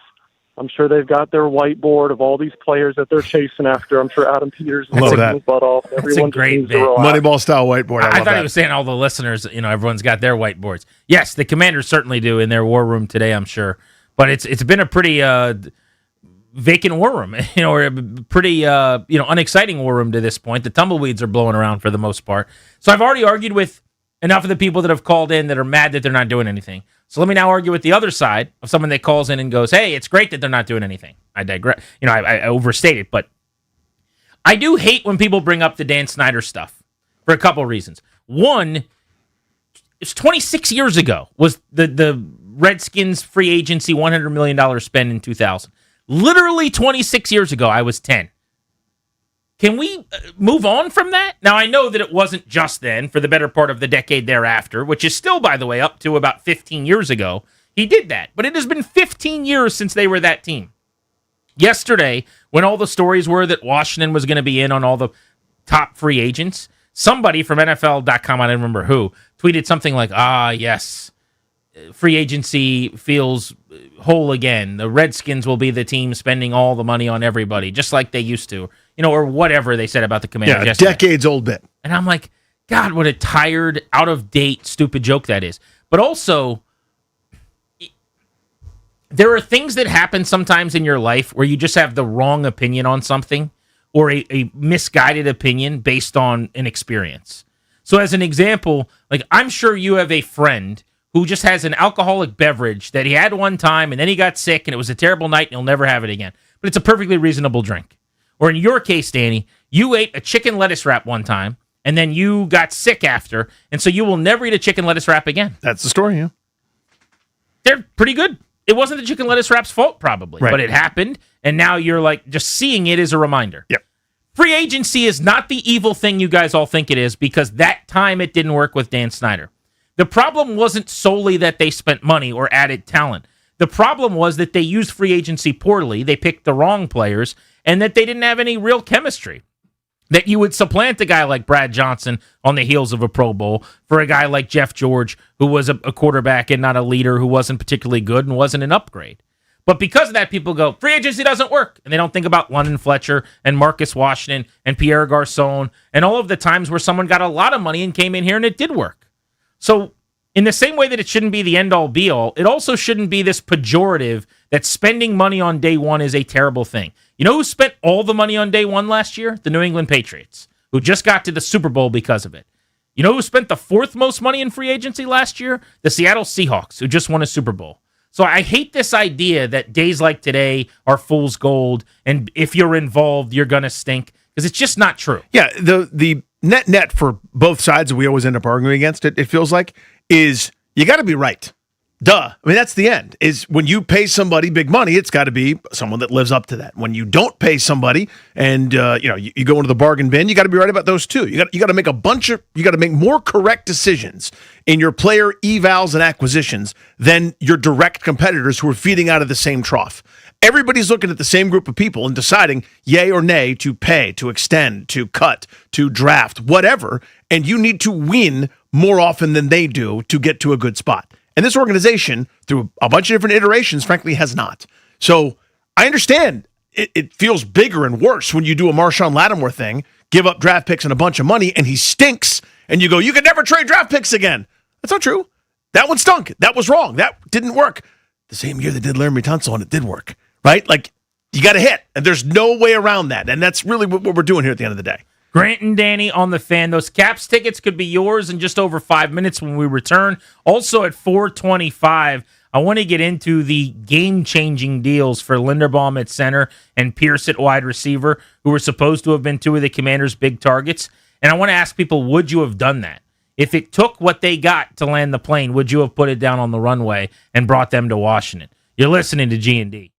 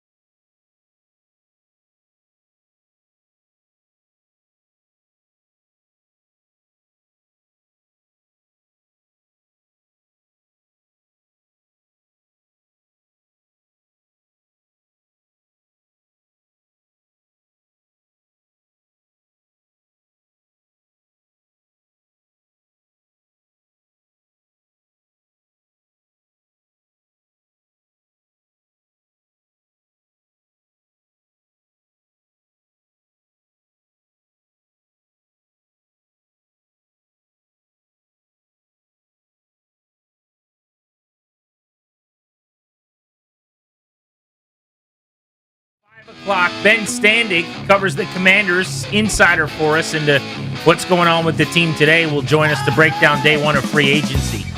If you're just jumping in your car, so far this afternoon, the Commanders have made 2 deals. They have gotten an extension done with Laramie Tonsel, 2 years and $60 million. $30 million per makes him the first tackle to sign a $30 million per AAV deal in extension or free agent form. So a record breaker for him representing himself. Congrats to he and the Commanders on getting that done. And then they also went out and got a corner in Amik Robertson, the former Detroit Lion, Las Vegas Raider, to come over to be the nickel corner and kick Mikey Sanderstill outside, presumably 2 years, $16 million. Those are the 2 deals that they have made. Right now, caller number 10 at 800-636-1067. Let's give away some Caps tickets. The game is Saturday, March 14th, coming up in 5 days at Capital One Arena. They're taking on the Bruins. Join the Caps as they go green. The evening's going to show fans how small changes can have a big impact on the environment. Go to thefandc.com/contests. It is time for your Beltway Blitz on the teams you care the most about today. The Washington Capitals. Katie Florio covers the Caps for the Capitals Radio Network, and she joins us right now. Katie, bummer of a game against the Bruins on Saturday. Felt like maybe a nail in the coffin kind of situation. How are you viewing it after the team sold off at the deadline? Yes, well, first off, thanks for having me on again. Always appreciate it. But that was a hard one, and I think, you have to be realistic in that, that was a 4-point game, and based on where Boston is in the standings and where the Capitals were, that was a must-win, that one and the one coming up on Saturday. And so I know the belief isn't gone from this team. They're, not eliminated yet, but obviously just based on, where Columbus has jumped up, even Ottawa back in the mix, and all of a sudden Philly is right there tied with the Capitals again. I think it'll be very tough. It'll be very tough to make the playoffs, but I know this team still has belief in themselves and obviously, pride, and they're going to go out and give it their best effort every night. With that being said, you talk about the trades and obviously getting rid of Dowd and Carlson. I think, I was an emotional locker room last week. It was the most emotional I've ever seen the guys, and it definitely rocked the room. But this is now, I think, on the 3rd different show I've said, I like Tom Wilson's quote the best. There were guys that probably wanted to cry that day on Friday, but you can cry on Friday because at the same time, yeah, it was an emotional week, but, we know this is a business, and that is what happens. And, with that being said, there's still games to win. So definitely a harder week and a hard loss on Saturday, but we are still moving ahead with the 18 games that are left. Katie, with a couple of those trades, some long-standing fixtures, obviously, who is this a good opportunity for here down the stretch? Whether they make the postseason or not, there's some young players that look like they might get some chances.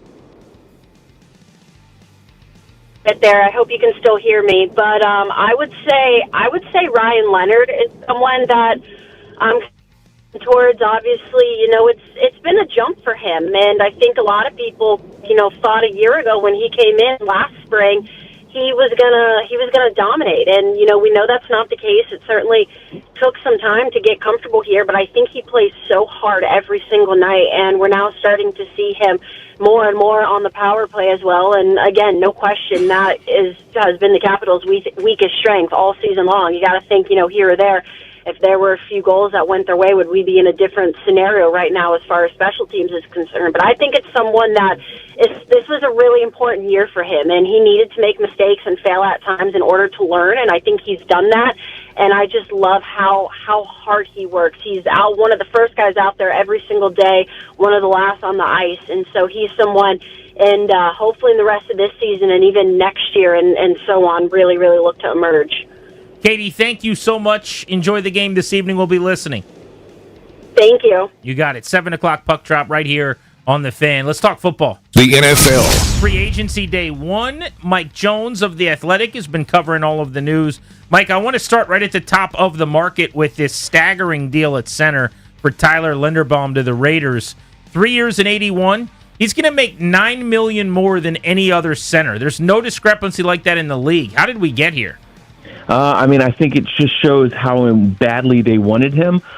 Center's a very important position in Clint Kubiak's offense, and especially if you're going to have a rookie quarterback, you're going to need a reliable, really smart center to help him with pass protections and things like that. And so they were willing to really open up the checkbook and do what they had to do to make sure they got Linderbaum. Alec Pierce, almost $30 million AAV for a guy that's never caught 50 passes in a year. I liked him a lot. I was really interested. I was even willing to overpay, but that seems like it looked left overpay in the rearview mirror about 50 miles back. Yeah, I think that they really wanted to make sure they kept him. And they, again, I agree with you. It seems like a lot of money for a guy that, yes, promising, but had not really, shown that level of production. We'll see if he can continue to ascend, and what happens with their quarterback situation. Daniel Jones coming back from his injury, but has been given the restricted free agent tag so they can match everything. But they're hoping that they can have the band back together and, hopefully take it to another level. And, for his sake and for their sake, hopefully he can reward them as they rewarded him basically on his potential in the flashes that he showed. Mike Evans, 20 plus or upwards of $20 million a year for the Bucs. What do you think? For the 49ers to leave the Bucs. Yeah. I was surprised it was that much money. I wasn't surprised he left there. I think that he is looking for somewhere that he really can contend for a Super Bowl in these last couple of years that he had. I was surprised that they were willing to pay him, $20 million a year. Now, we'll see what the real numbers are, if, how much of that is guaranteed or how many of those seasons. But this gives him a chance to compete. Again, I thought it was a lot of money for somebody who's 33 and coming off of injuries, but he did show late in the year in that Week 15 game. I think it was 6 catches, 132 yards against Atlanta. So he does still have it, but can he do it consistently? If he is healthy, then they've got, another big target in the red zone to help Brock Purdy. And we'll see if they can make a run at the Super Bowl. What's the market for Trey Hendrickson going to look like? Probably, I think, somewhere around $100 million a year. $100 million over 3 years. We'll see. Obviously, there were big deal got done for Max Crosby. And it looked like Jamar Chase was upset that they let him go to divisional guy, and they're losing a big pass rusher there. Jalen Phillips got taken off the board there, and so there are teams that are going to, feel the pressure. They need to get a pass rusher, and Henderson's going to be one of the best ones left. Kenneth Walker to the Chiefs feels like a hell of a fit. It's a lot of money for a running back. That's always going to be the case at $14 million a year, but he makes more guys miss than anybody else over the last 3 years. They had one run of 20-plus yards from a back last year. He had 10 of those. Doesn't it just seem like that's going to be an ideal setup? Yeah, I think so. We've seen them try to go kind of cheap at the running back position the last several years, and it has not worked. They really need a strong run game. They understand they've got to do a better job of supporting Patrick Mahomes. And so, yes, they're like, hey, all right, we're going to pay this, this is the asking price for running backs. And so we'll see how it translates. They obviously need to continue to do some work along their offensive line. But if he can continue to perform like he did for Seattle, it gives that offense another added dimension, which is much needed. It's subjective here, Mike, of course, but what's the best value signing you've seen where you go, damn, that's a good deal for them? I don't know. I'm trying to scroll back here and through these numbers. There are so many numbers. I've been grading these, and it's like 38 guys have signed. So all these numbers are running through my head, and I'm kind of foggy. But, I thought that the Dolphins getting Malik Willis, 3 years, $67 million for a quarterback, that's solid. Travis Etienne, going to the Saints, good money, not top of the market for a running back, even though he's very productive. So I think that was pretty good for them. So we'll see how it continues to unfold for these guys. Mike Jones of The Athletic on Grant and Danny. Just saw while you were chatting with us that Boy Mafe is getting $20 million a year to leave the Seahawks and go to the Bengals, by the way, as an edge, which feels like a really nice job well done by him in his agency, but that was another of the names for Washington. What's your thought on the Commanders so far? I feel like it's imminent that they're going to make some kind of big splash. People are getting antsy here, but you feel like something's going to happen this afternoon. What should their outlook be over the next few hours? Yeah, I keep getting messages from family members and friends who are Commanders fans. So like, why aren't we signing this guy? It seems like they are, they've got to make some moves, but they're kind of taking a patient approach here. I know, like you said, people are getting antsy. You see names fly off the board, but there's still a lot of guys still out there. The one that I really thought that they might have been in was Jalen Phillips, but looks like they got outbid there.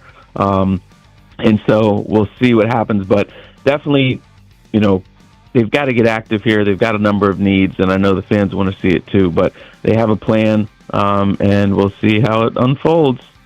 Mike, I know you're busy as heck today, man. Appreciate a few minutes. All right, see you guys. Thanks for having me. Thank you, buddy. Let's hit that local 53 sounder, please. The Washington Commanders. Our guy Nick Ackridge joins us to break down what Washington has done so far. We got Laramie Tonsel back in the fold, Marcus Mariota. What can you tell us about Washington's new cornerback, Nick? Yeah, it's not great if you're looking at our PFF grades. Last year was one of his worst seasons as a pro, but before that, he was a really solid corner in Vegas and with the Lions. Well, heavy. They play a lot of man coverage in Detroit, so he's very well versed in playing press man coverage. Really kind of a feisty corner, as everyone's kind of been describing him. On the shorter side, which is rough, but if you're going off of last year's tape, it wasn't great. But prior years, he was kind of right around a little average to above average.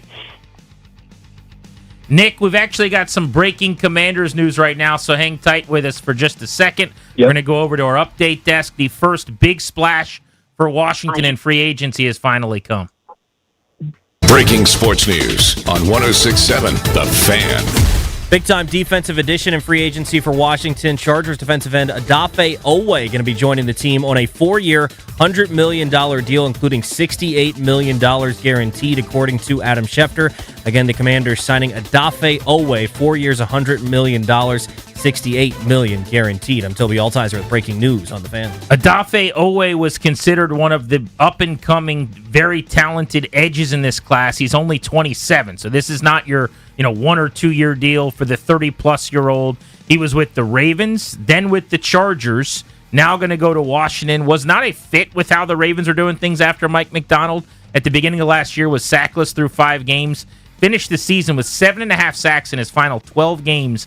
Now he gets $25 million a year from the Commanders. Odafe Oweh is the addition. So, Nick, let's bring you back in. Your thoughts on the first big landing of a fish reeled in here by Adam Peters. Yeah, I like it a lot. This is one of the guys that I was kind of looking at. Just an overall really solid pass rush. Like, what you're going to get with him. Over 50 pressures the last 3 years. He's never had a season below 43 pressures total. So you know exactly what you're going to get in a position that's kind of a huge need for Washington. So I really like the signing. See an every down guy to you? Like, in other words, stout against the run first and second down, or more situational pass rusher kind of guy? Is he a true edge? Just what do we know? Yeah, he's going to be your true edge, and it's maybe not, every single down, but definitely majority of the downs. He's played about 500, 600 snaps every single year, but you're definitely going to want him, obviously, in on pass rushing downs. Run defense is, not his specialty, but kind of lean more towards situational, but, he could be kind of an every down guy, depending on your scheme. How did you guys grade him out as a rusher and then as a run defender, top of your head? Yeah. Last year, 81.0 pass rush grade, 64 run defense grade. And that's pretty much kind of where he's been the last 3 years. Pass rush grade in the high 70s, run defense in kind of the mid 60s. So that's kind of where he's been these last couple of years. When you said depending on your scheme, what do you think fits him best? Because it was pretty clear that this year's version of the Ravens, it wasn't a great fit, but obviously he found something when he went to L.A.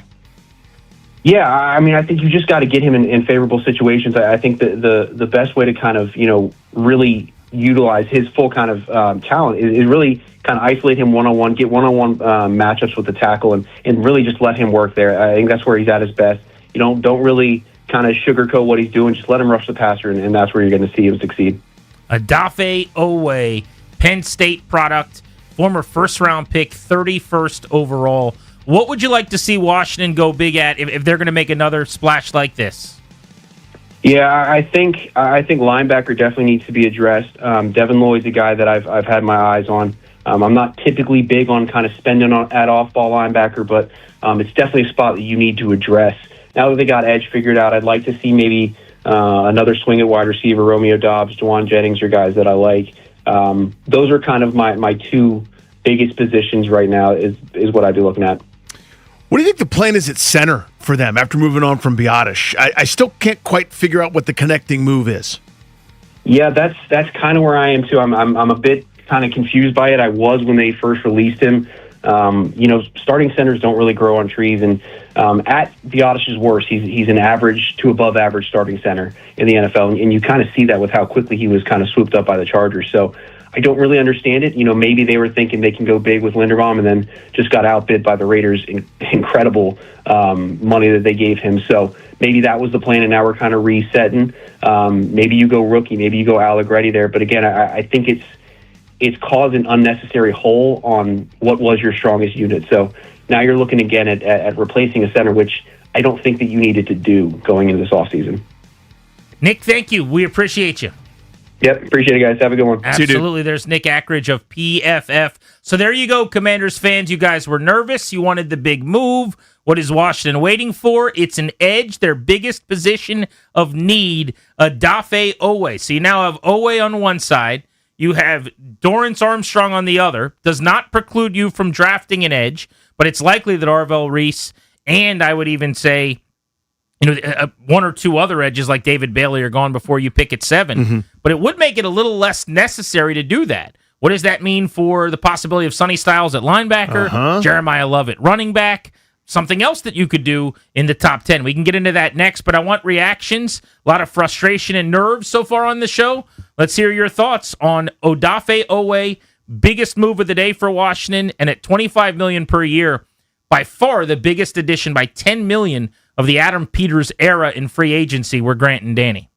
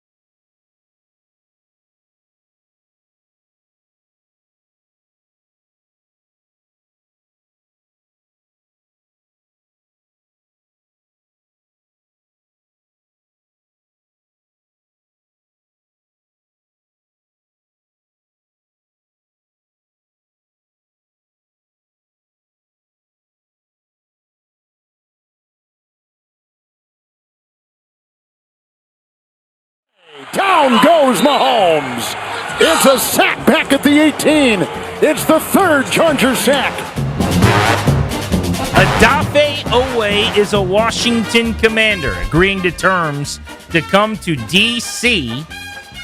Deals don't become official until the actual start of the league year in a couple of years, but it's 4 years, $100 million, $25 million per. We're going to open up the phones for your reactions at 800-636-1067, 800-636-1067. First, the particulars. We'll get to know Odafe Oweh. He is a 27-year-old. He's entering his 6th season. He spent almost his entire first 5 years in the league with the Ravens, 4.5 years in Baltimore, and then a half season last year with the Chargers after being moved in season.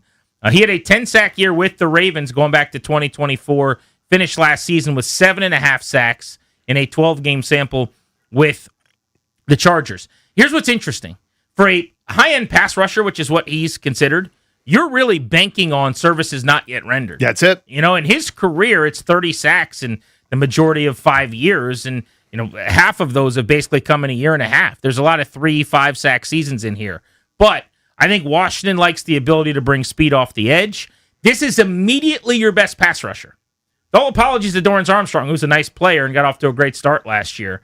Oweh needs to be their best edge rusher. Their lack of pass rush last year was crippling and debilitating. It hurt their corners. It hurt their secondary. It made their defense worse. They needed an edge. It was their biggest position of need, and they had to sign someone today from this first wave. Enter Odafe Oweh. I love that they were able to finally land one of these edges at the top of the market. Yeah, I think you said something I want to hone in on here, is that this is for services not yet rendered, right? This is for you squint and you say, I think we can do more of that 2024 season in Baltimore with the 10-sack season of Mike McDonald's defense, and we'll go from there.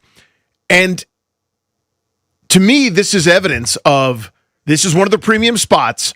This is not Trey Hendrickson with a track record. I mean, Trey Hendrickson, this past year notwithstanding because he got injured, but the previous 2 years, in 2 seasons, has more sacks in those 2 seasons than Oweh has in his whole career, right? There is a track record there, and you're basically saying this is such a premium spot, we're going to have to gamble a little bit here. And I'm totally fine with it. I mean, that's the idea. An off-the-charts athlete that, never quite lived up to what they thought as an end-of-the-first-round pick in Baltimore. I think Ravens fans kind of roll their eyes when they hear about this guy. But to me, this is one of those, it's worth a shot here to find someone with that athletic skill set, as big and fast and strong as he is, entering his prime time right now over the next few seasons, where you hope you can get something out of him. And Durante Jones should be salivating at the idea of unleashing this guy off the edge. Yeah, that's the other thing is you've got a different scheme. So everything you're doing is through the lens of what is this player in the Vikings defense, basically, is how I'm thinking of it. With Brian Flores. And I would like to see him in that defense. It's length, right? It's 6'5",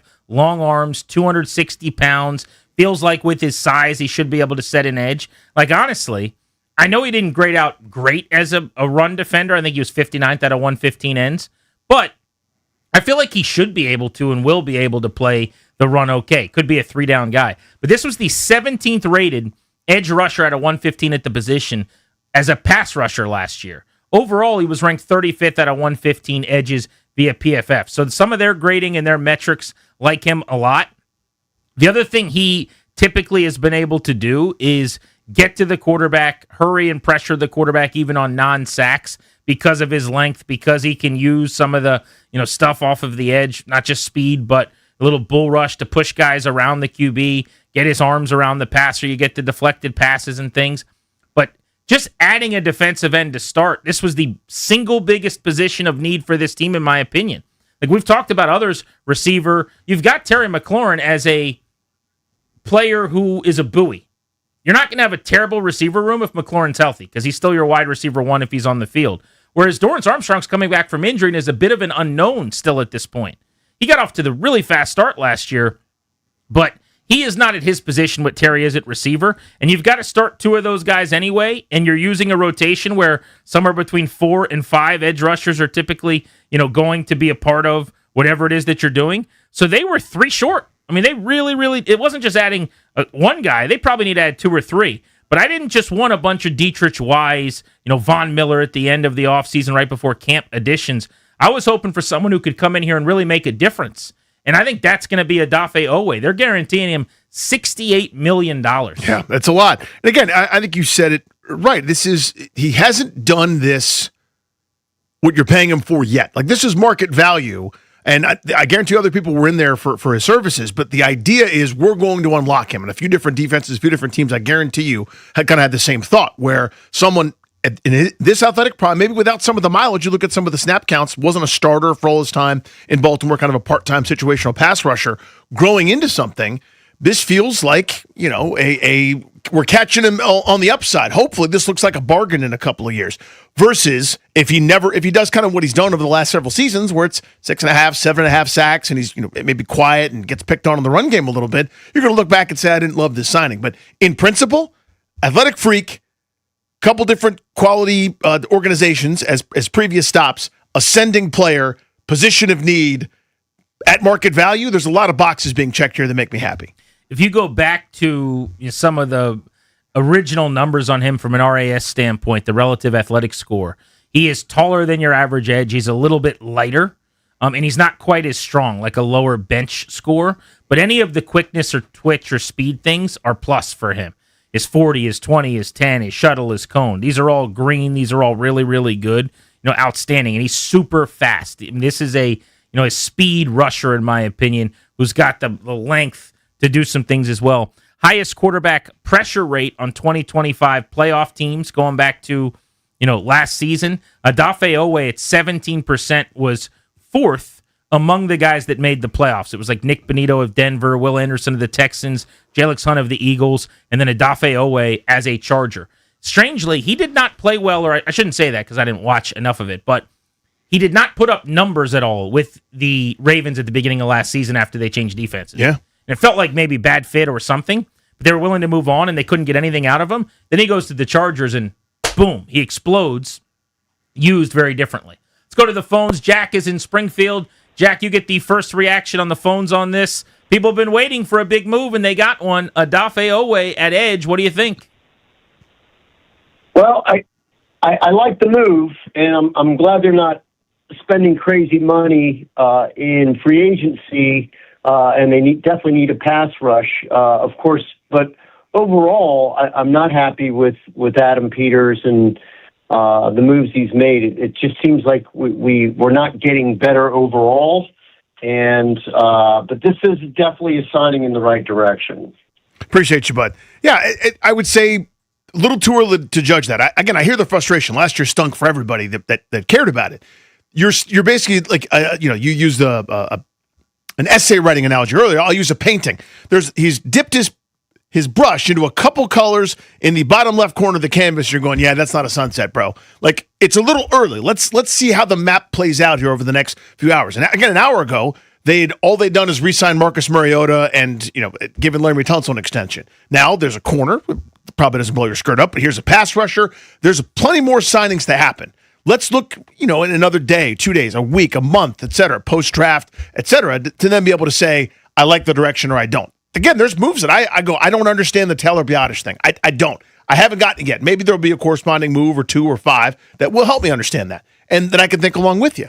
But I think it's still a little too early to say I've lost confidence and I don't know that they know what they're doing and we're not getting better. Last year was terrible. They're starting anew. I'm also curious about the idea that he's saying he doesn't think they've gotten better or he thinks they've gotten worse. Owe, theoretically, has a chance to go out and be one of the better players on their defense. You just added an edge at a massive position of need, where before this, your starter was Javonte Jean-Baptiste, and now it's Odafe Owe. And they've also added a starting corner today in Amik Robertson, who allows Sanders still to play his best position. They've also re-signed Laramie Tonsel with a 2-year extension, extending out beyond this year, and brought back Marcus Mariota. So, they're clearly a better team. There's a lot more talent than there was. We could haggle over, did they overspend on Owe? You can't have it both ways. If you want to sign guys today, you're going to overspend them. You're going to overspend and you're going to overpay them. You got to pay a premium. That's how it works. If you want to not overpay people, you wait a few days and then you don't overpay anybody. But, yes, they are now overpaying Odafe Owe a bit, who's got 30.5 career sacks. That is true. this is the kind of guy that is available, right? You either want someone that you're projecting big production from and Durante Jones can try to tap into to get 10, 12 sacks. Like when they paid Dorrance Armstrong, it wasn't anything like this. People said, well, that's a backup. And they said, no, it's not. It's a starter. When he got hurt last year, he was leading the league in pressures and sacks. Like they're projecting something to be determined here at the position. Yeah. Again, and you're going to keep hearing me say this over and over. Premium spot, man. Premium position. It's very rare that anybody with any kind of track record is available at one of the premium spots unless there's a significant wrinkle, whether they're old, they're in the Von Miller stage of their career, upper 30s, whether it's disgruntled from a previous team or whatever. If you're going into that pool, you're going to have to spend a little bit too much, right? Jalen Phillips just got $30 million a year. Jalen Phillips doesn't have a 10-sack season. He doesn't have a 9-sack season overall. But now everyone recognizes the talent. Finally, when he got to play a little bit last year, coming off of all these myriad injuries, you could see that this guy's really, really good.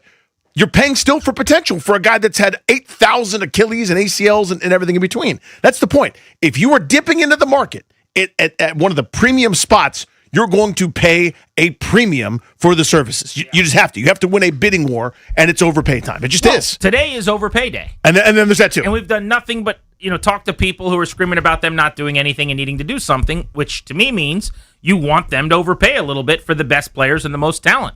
Guess what? Overpay is a pejorative and feels like a negative and a bad term, and that's probably true.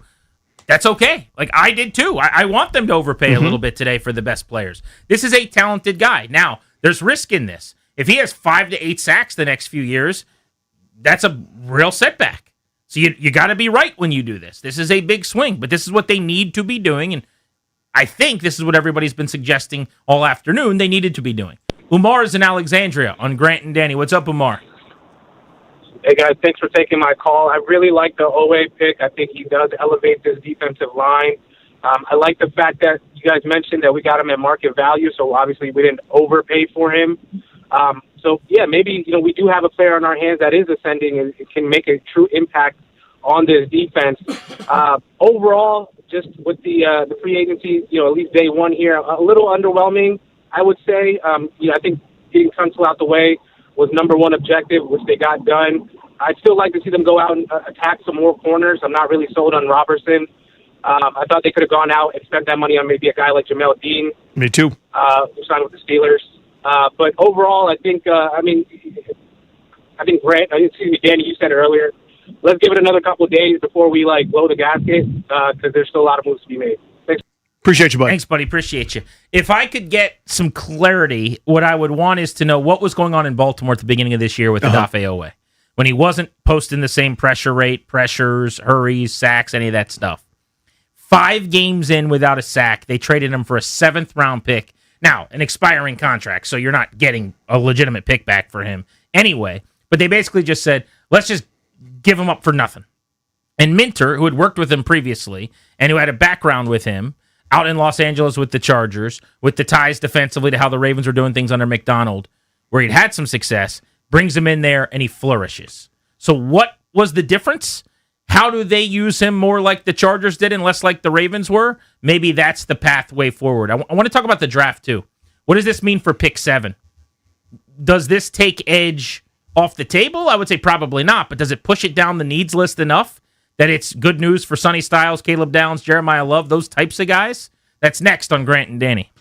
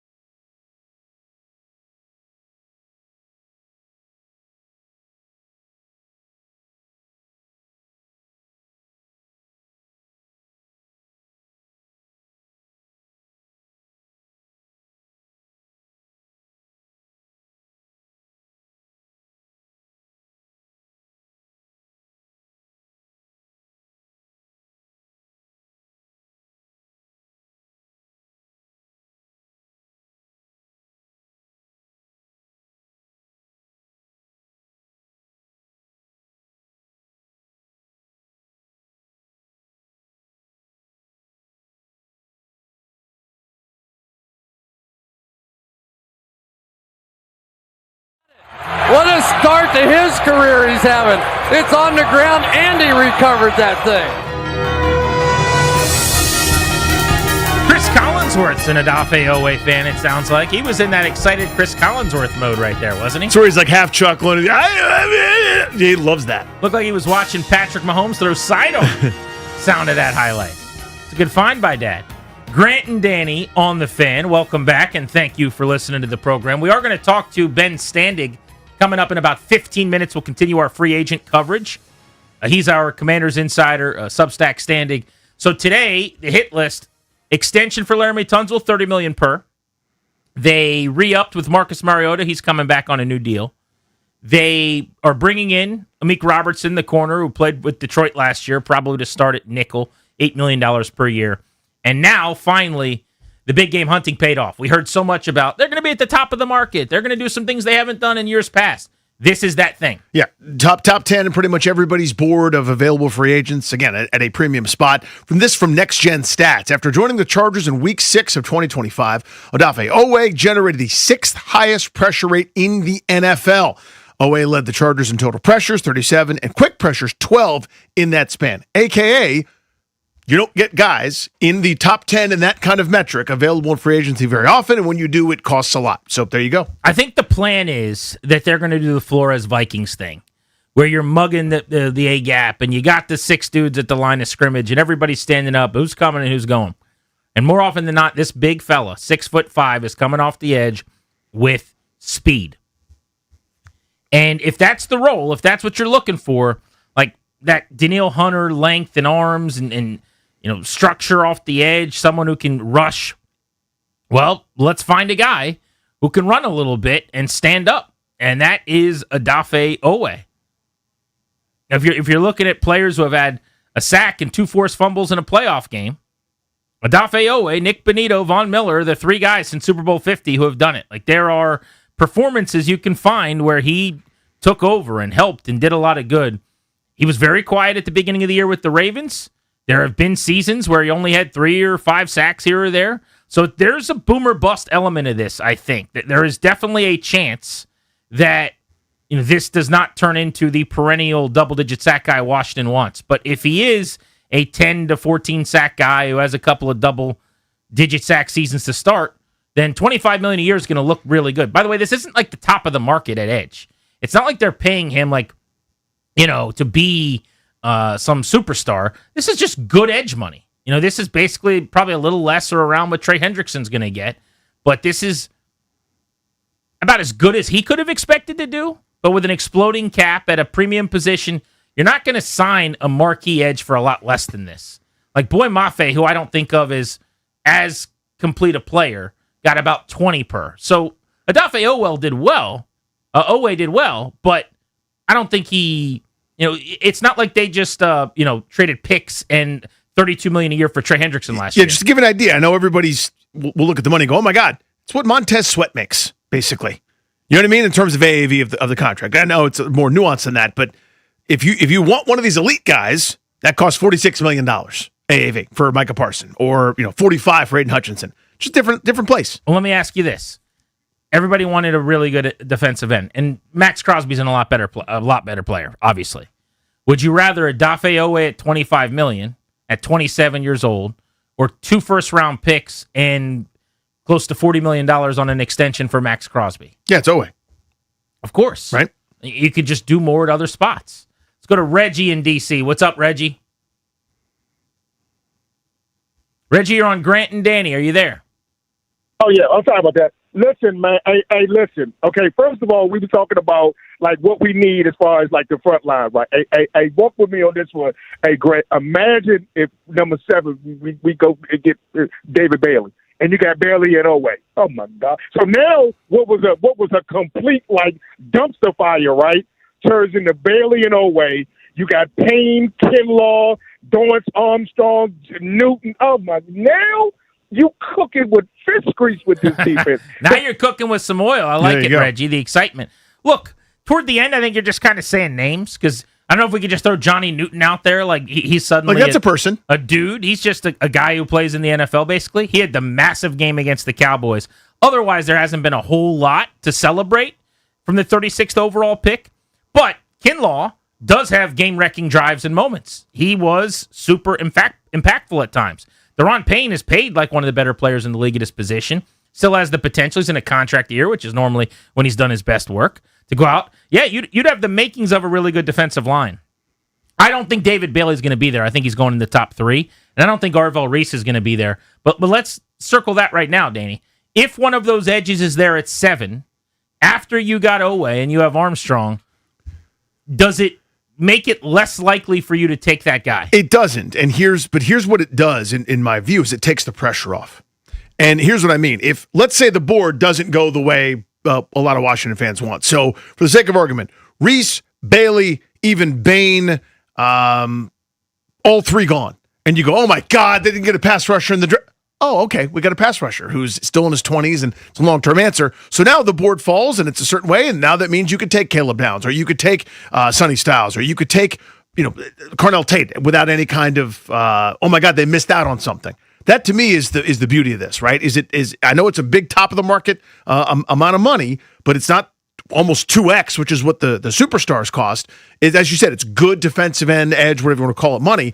To me, it says, okay, we do have an answer there. Now, when you add in Wise and you add in a returning Armstrong, you've got Owe, it means you don't have to come out with one of those 3 pass rushers right there, right? You could do something else. Yeah, it would be hard for me to make edge my biggest free agent splash and my number 7 pick when I have so few options. Like, I do think if Sonny Styles is there, in a world where Reese and Bailey are gone, there's no edge that I'm now taking over Sonny Styles. And Styles versus, let's say, Reese, I would probably side with Styles. I happen to love Bailey, so maybe I would take him there. I just don't think he'll be there. But Caleb Love, your stock and status with this team just rose. Jeremiah Love, I know you're going to hate hearing this, but for the people that are like me that want offensive weapons and speed, I think the chances of them drafting him went up a little bit with today so far. Do you think they sign Owe if they thought there was a really good chance that one of those, and let's just say they like all 3 of these pass rushers, that one of those defensive end / edge pass rushers was going to fall to them? I don't think that mattered today. You don't think so? I think they needed a bird in the hand. Like you just can't bank on that. There's no way to have that. Right, I know there's no way to know, but let's say they were picking 4th. And then you go, okay, one of these guys between Reese, Bailey, and Bain, if they like Bain, if they're picking 4th, you probably don't have to spend $25 million at this position, right? Because you just got your starter. But to the caller's point, if Bailey is there looking at you, take him. Yeah, Bailey, I'm still doing that, by the way. Guess what? Dorrance Armstrong's a 3rd defensive end. There's nothing wrong with that. That's what he's been most of his career. Yeah, he doesn't have to. And he's thrived in that role. Yeah. 800-636-1067 if you want to join us to talk Odafe Owe. We'll get Ben Standig's thoughts on this splash and what could be next for the Commanders. He joins us in moments on The Fan.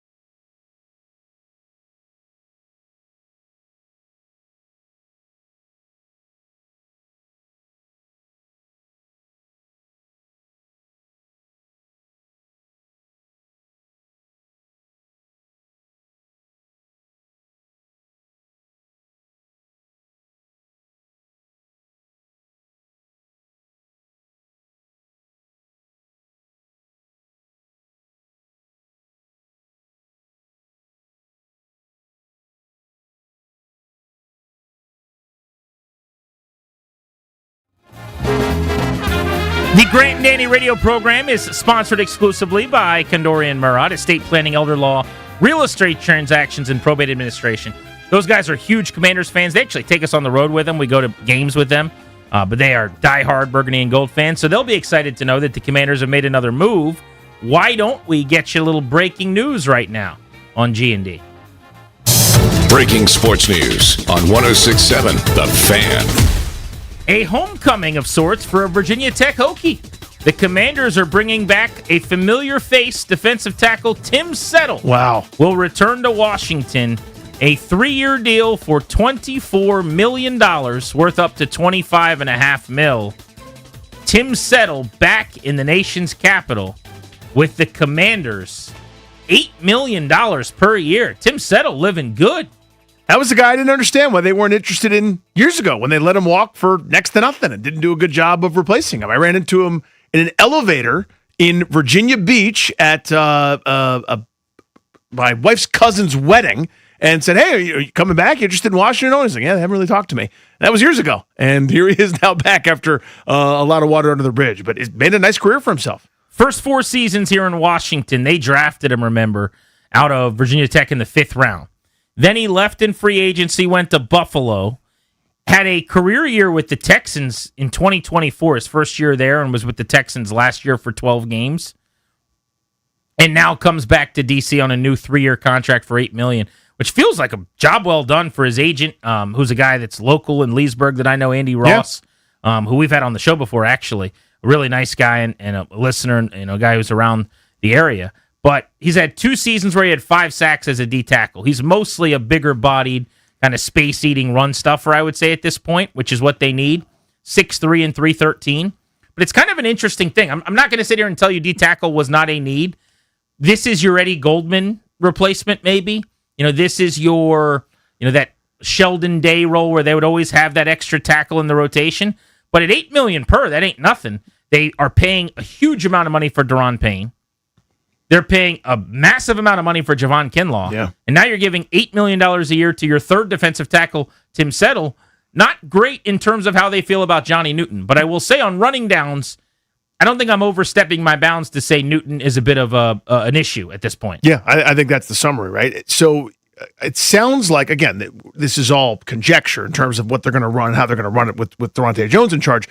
But for your 34 type looks, maybe here's one of your interior defensive linemen as part of that rotation, right? I mean, this, as you said, this is not a havoc-wreaking, penetrating, bothering, disruptive force. That's just not who he is, and I think that's okay, by the way. It's not a crime to not be that. It's just a different skill set. And he's a good space eater, let other guys run to work, and that may be what he's asked to do here. Again, you got to know who you are to figure out what you need. And if they identify that as something, that means, I think you probably touched on, it's probably less Johnny Newton, especially in the middle. Maybe he's a 34 end. I put that in quotes when they run some of that stuff. But again, I think it's going to be a lot more town hall type meeting where there's 5 or 6 or 7 guys just sort of wandering around near the line of scrimmage with only 1 or 2 hands in the dirt. And everyone's going to kind of, it'll be up to the office to figure out who's doing what. I do think the path to unlocking Johnny Newton moving forward is to move him further away from center. Or at least if he's playing close to center on passing downs, that's fine. But just allowing him to try to get up the field. Yeah. He does one thing at a above average NFL level or in a way that can help an NFL team right now, and that's basically trying to rush the quarterback. But I do think it's a fairly futile ask right now to try to ask him to anchor and just hold up well against the run. So Kinlaw, Payne, Goldman's a free agent. Sheldon Day's a free agent. They did re-sign Shai Tuttle, who came over at the end of the year from the Titans. But right now, Newton's your first guy off the bench on passing downs at D tackle, and then Settle would be your first guy off the bench on running downs at D tackle. And the big question is, what is their current structure? I think as a base, and I hate really talking about their base defense because it's so irrelevant, really, once games begin. But I'll bet you it's more of a 34 anyway, to your point. Like what we call a 5-tech. So you think about your defensive ends in a 3-man front are more like natural defensive tackles that are out between the guard and the tackle out wide, right? And in that 5-tech role, that's Stephen Bowen and Adam Carricker from the Jim Haslett years. They're more run stuffers than they are pass rushers at the end position because your pass rushers are edges. Think linebacker. So that's like Adafe Owe, Dorrance Armstrong are more, stand-up, 2-point stance edges in that defense. But maybe you're right. Maybe it's, Kinlaw over the center or something at times with Payne and Newton, or in this case now, hopefully, Payne and Settle as defensive ends trying to help them stop the run a little bit more. They were bad at it. Last year they were still 27th against the run. And remember, they were 28th. That was the entire offseason defensive plan. Let us not forget was this is how we'll improve on defense. We'll be great against the run or much better against the run, and that cascading effect will put us in better down and distance. Therefore, we'll be better against the pass as well. And, of course, it didn't work at all. At all. So all three of the external players signed today have been on defense. Yep. I noticed that too. Telling? Yeah. I mean, the defense was dreadful. And they went after Pierce, we know. Yes. But the success, they won 3 times, and that's on defense. But their defense was horrific. Yes, they have a new defensive coordinator. Part of the reason I like the Jones hire is because you don't necessarily need the same amount of talent or money spent at positions to be good, hopefully, because you can do a little more with less with this scheme of getting the ball out of quarterbacks' hands quickly and overloading the box with more than you can block and what have you. But it is telling that they've added a starting corner, starting edge, and a rotational defensive tackle before they do anything on offense. Where, in fact, if nothing else, they've actually lost there. But let's go to the Rude guest hotline. Rude, the most reliable heating and air conditioning products in the DMV. And welcome onto the show our buddy Ben Standig. You know him from his work, Substack Standig over at Last Man Standig. He's been working hard today. So let's go in reverse order here. Timeliness is of the essence on radio. So we'll start with what just happened. Tim Settle. He's done pretty well for himself if he's coming back here at $8 million a year, huh? Yeah, no, that's pretty good terms. He's had a good career since leaving here. He was one of the guys that I heard about that they had some interest in, and I put him down as one of the sort of free agent targets to keep an eye on because this group needs, we don't quite know what's going to happen if they play a 3-4 look. What are they doing at nose tackle? Do they have the right type of interior lineman to, play in that setup where oftentimes you're taking on, your job is to take on blocks to clear space for others, but he's also shown to be a little bit of a playmaker at times. So, yeah, I think that's a pretty good move for them. I've got to process the value later on once we see the real terms, but yeah, welcome back, Tim Settle.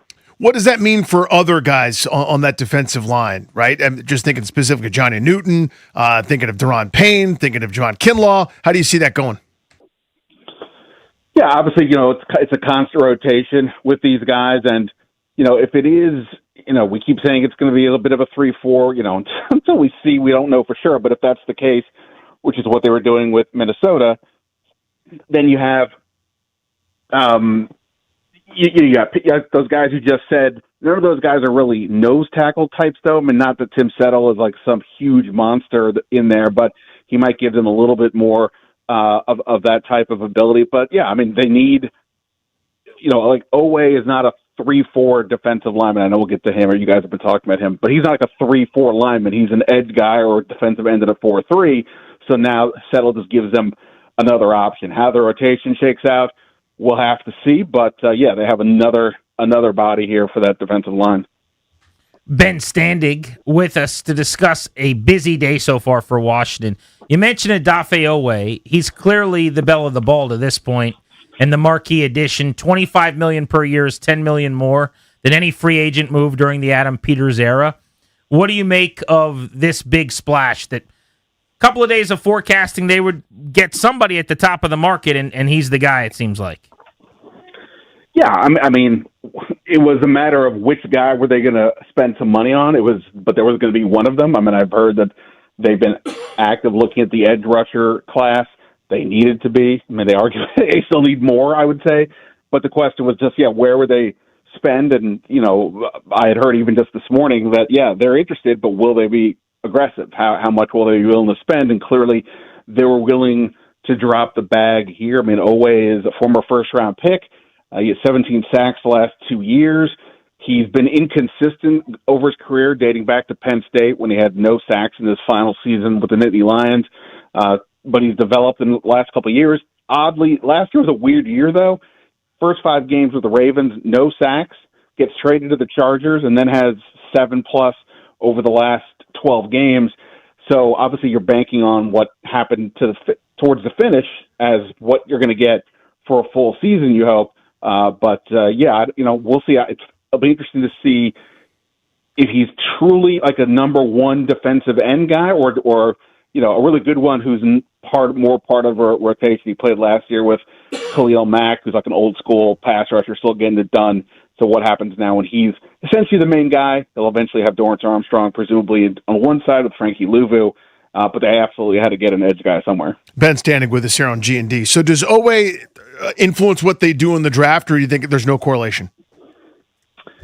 I don't think there's a correlation. It's one of those positions where you just can never have enough pass rushers. Let me redirect on this. So you think if, like, I'm just going to make up a name, but, like, Bailey is still there and so is Sonny Styles and Jeremiah Love, would you say it doesn't change the equation at all that they just spent this much at edge?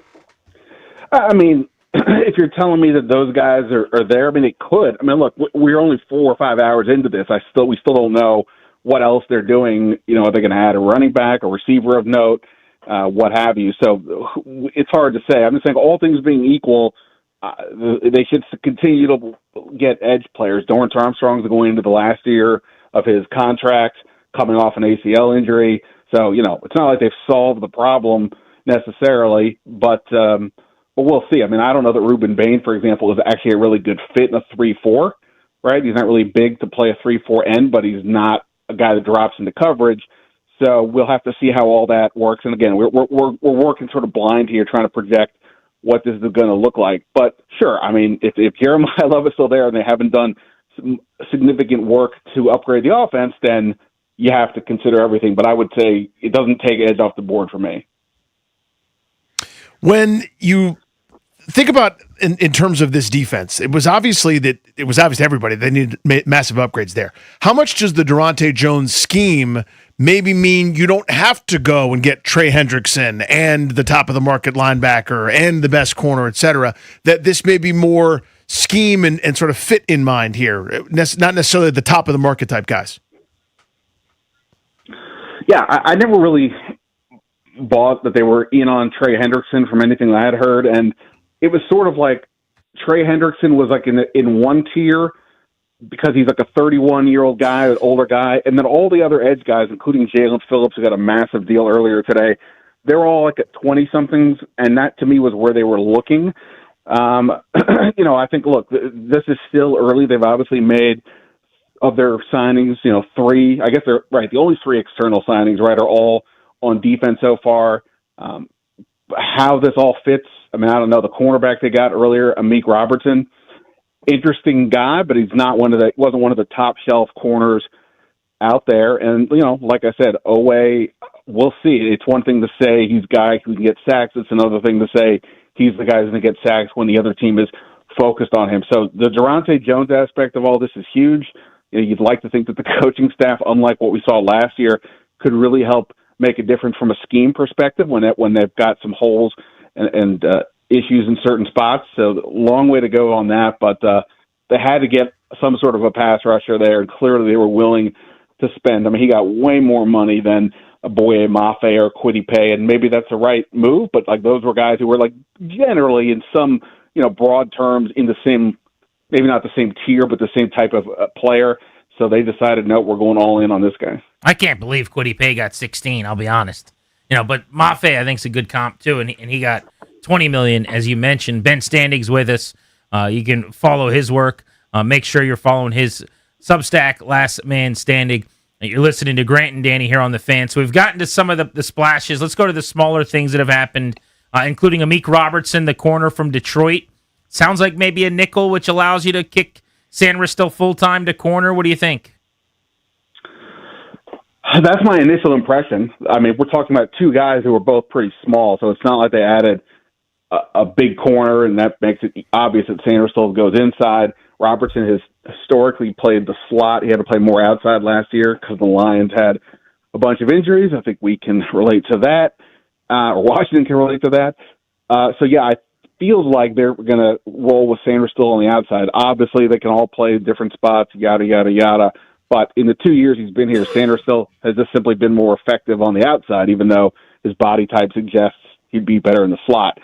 So, in this new setup, with Dan Quinn, when you had sort of the press corner plan, that's not Sandersville's body type, but if they're going to play more zone with Durante Jones, then all of a sudden I think Sandersville outside could be a better deal. Plus, again, he's was the rare guy last year who was able to get turnovers. So I think that's what they're looking at. They still have to get more cornerback depth. It wouldn't be bad to get somebody with some size, but yeah, it looks like that would be those two with Trey Amos would be the primary corners you would think this year. And then they re-signed Marcus Mariota. I thought he actually might be able to get more money as kind of like a backup plus, meaning a guy that can be your caretaker for a handful of games or maybe then some. Are you surprised at all that it was back on a pretty affordable deal? Yeah, Washington should send out thank you cards to half the league. There were the teams that put legit starters into free agency. Kyler Murray, Tua, Kirk Cousins. The Steelers hired a coach, the one coach who potentially is going to keep Aaron Rodgers there. That's not an opening. And the market was already somewhat flooded with guys in the sort of Mariota tier. And so it went from, and also Cliff Kingsbury didn't get a head coaching job or an OC job.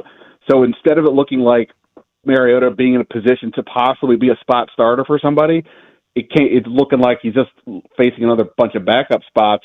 And obviously he's pretty comfortable here. So I haven't spoken with him or anything, but it seems like that's the comfort of here trumps whatever else he was available once it was looking at just backups. But obviously a pretty significant signing considering what, the starting quarterback injuries last year. Ben, for a few weeks, one of the primary things we discussed with you on these phone lines was the Laramie Tonsel extension. And here we are, they finally get something done, but I say finally, it was well ahead of the feared schedule and certainly much better than what happened a year ago with Terry McLaurin. $30 million a year. They make him the highest paid tackle in terms of AAV. What'd you think? Yeah. I mean, it's funny, it's $30 million AAV on the extension sounds like a lot, and then you realize that Tyler Lindenbaum, the center, got 27. And Linderbaum is younger and all that, but just based on position, 30 million doesn't sound so bad, which obviously is an insane thing to say. Yeah, look, I mean, they got this deal done. Despite what happened last year with McLaurin, I really had never questioned this thing would get done for a variety of reasons. But mainly, Adam Peters put his neck out there making the trade in the first place, and this is his deal to finish off. And then at the end of the year, he basically said, well, not basically, he did say that Tonsel was probably the best tackle in the league. You can't make that comment and then not pay up. So, not surprised this got done. When it was going to get done, it made sense to get done, as free agency is going. I don't know what they're going to do in terms of his cap charges. It's going to be about $24 million this year, so you would think they probably lower that number. But, yeah, I mean, they had to get this deal done. Another 2 years, even at his age, that should be fine. And, yeah, they had the money this year, and you had to pay him. Ben, you're smarter than me. I want you to explain to me what's happening at center. Tyler Biotish was let go like he stole something, and they're not getting much of cap savings for it, and he was snatched up, had multiple visits, and he's getting $10 million plus a year, and it's sort of like, Nick Allegretti is still here. Yay. I don't get what they were doing there and what you think the plan is. Yeah, I think they just decided that, he wasn't a good enough fit for what they were looking to do going forward. I don't know if that's specifically with David Blau's scheme. On the surface, yes, he got the same deal with the Chargers that he got here in 2024, but they didn't announce any guaranteed money or things like that, which is typically what you do if you're really, if you're the agent, you're really proud of the deal. So I haven't seen the terms yet, but I am kind of wondering if it's more like a 1-year deal, and then, we'll see from there. But yeah, look, obviously it's uncertain. In talking to some people don't think it's a huge drop off from Biotish to Allegretti if that's the way that it goes. I think they're still going to look to add competition or another interior lineman. I wouldn't say that it's Allegretti's job or anything, but yeah, it's definitely a bit odd because it was felt somewhat unnecessary. But they obviously decided that to make it a post June 1 cut, get $8 million on the other side of June 1 towards the cap was beneficial to them. And we'll see. I mean, there's not a ton of centers out there. I just saw that the Packers released a Pro Bowl center, Eldon Jenkins. I'm not sure what's going on there, but I think they just signed a different center. So maybe that's somebody that they can keep a look at. But yeah, we'll see. I mean, I think the bigger thing for me is between that and the left guard spot. If Chris Paul's not back, and I don't think he's going to be, now all of a sudden you've got uncertainty at two spots where it looked like they just needed to figure out what they were going to do at left guard. So that's the part that's a little worrisome to me more than simply the center spot itself. Ben Standig, last man standing, the Substack. Before we let you go, let's look ahead here. Predictions of what could be coming down the pike, any rumblings, anything you're hearing, and then also where could the next big move come from positionally? Yeah, I mean, look, obviously they they made a run at Alec Pierce. From what I was told, they were right there, and it's just a matter of that Pierce wanted to stay with the Colts.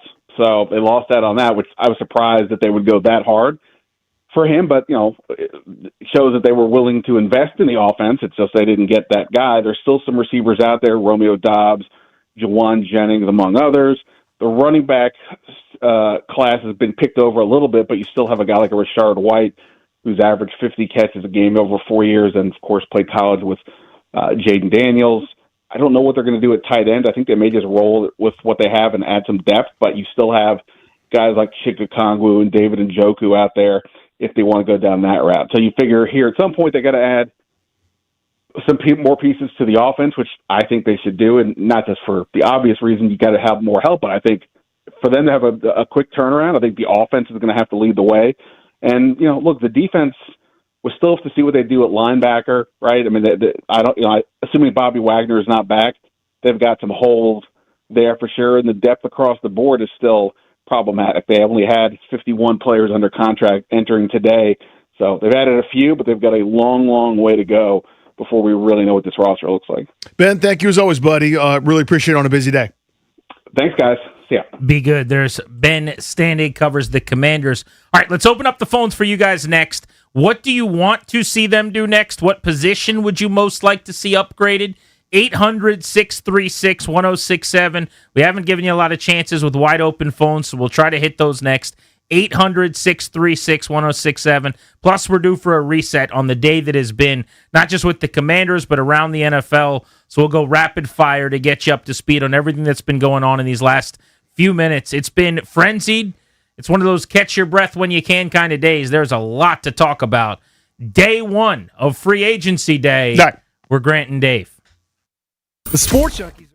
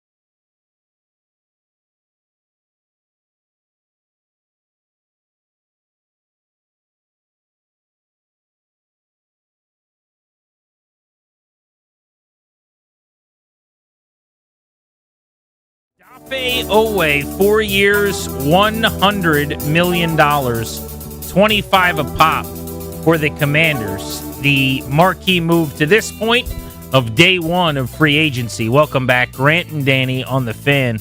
Owe has been one of the highest graded pass rushers in the league over the last year plus. When you look at his production with the Chargers, where he had 7.5 sacks in 12 games, he was a top 5 pass rush win rate guy among the teams that made the playoffs last year. And then he had a sack and a couple forced fumbles in a playoff game when the Chargers played the Patriots, something that's only happened in 2 other playoff games since COVID. So when you look at it, I mean, this is a guy that was going into free agency at a good time, was going to get money. He is also, Danny, young compared to what Washington's been doing. One of the frustrations for me with this team, spending in free agency recently, has been shorter 1-2 year deals for players in their 30s. This is a 27-year-old who does not turn 28 until the end of the football season. There's essentially almost 26, more so than 28, but he's 27, and he has only played 5 years in the league. So you're getting him entering the prime of his career, which they haven't done a lot of under Adam Peters, and that's why this is the guy they paid more than anyone they have under Peters. Yeah, kind of a departure from what they've done, and that's to the good.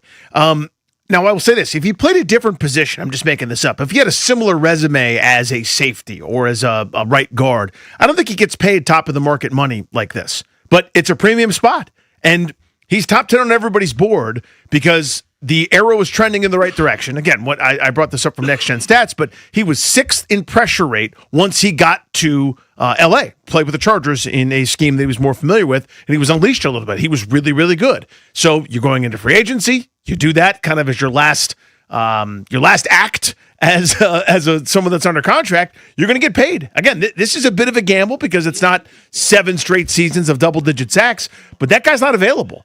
A freak athlete with still some untapped upside and consistency with some pretty good advanced metrics tells you that this was a signing that had to happen for a position, a huge need for Washington, and a defense that just absolutely needs this like people need water. The other 2 free agency additions today for the Commanders were much smaller.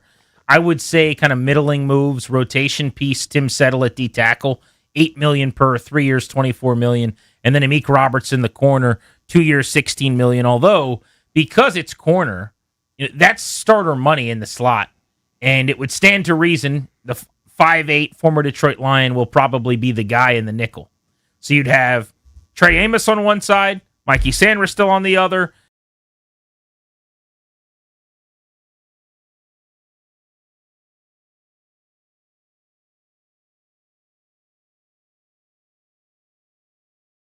It becomes, I would say, one of your top run defenders. And you'd like to have possibly Payne and Kinlaw and Settle all out there together. The Newton run defense thing wasn't working, but maybe this keeps him fresher so that he can rush the quarterback, and maybe you can get more out of him. But we also can tell Durante Jones looked over this personnel and said, all right, I need some toys here. Go get me Owe, check. Go get me Amik Robertson, done. Let's land a D tackle who could stop the run, Tim Settle. And then they did re-up with Laramie Tonsel, an extension at $30 million per, a record amount in free agency for offensive tackle. But the 3 new faces are all on the defensive side of the ball. Let's go to the phones. Start with Marvin and Landover on Grant and Danny. Marvin, how you feeling on day 1 of free agency? I'm better now than I was a few minutes ago. Thanks for taking my call. You bet. I'm kind of like in between right now. I mean, the Owe thing kind of satiated me for a second because I was almost in full panic mode while they were just letting everybody get signed. I like Owe. I mean, like I said, soon as they pick up somebody, you automatically go to the internet. You start checking out this, checking out that.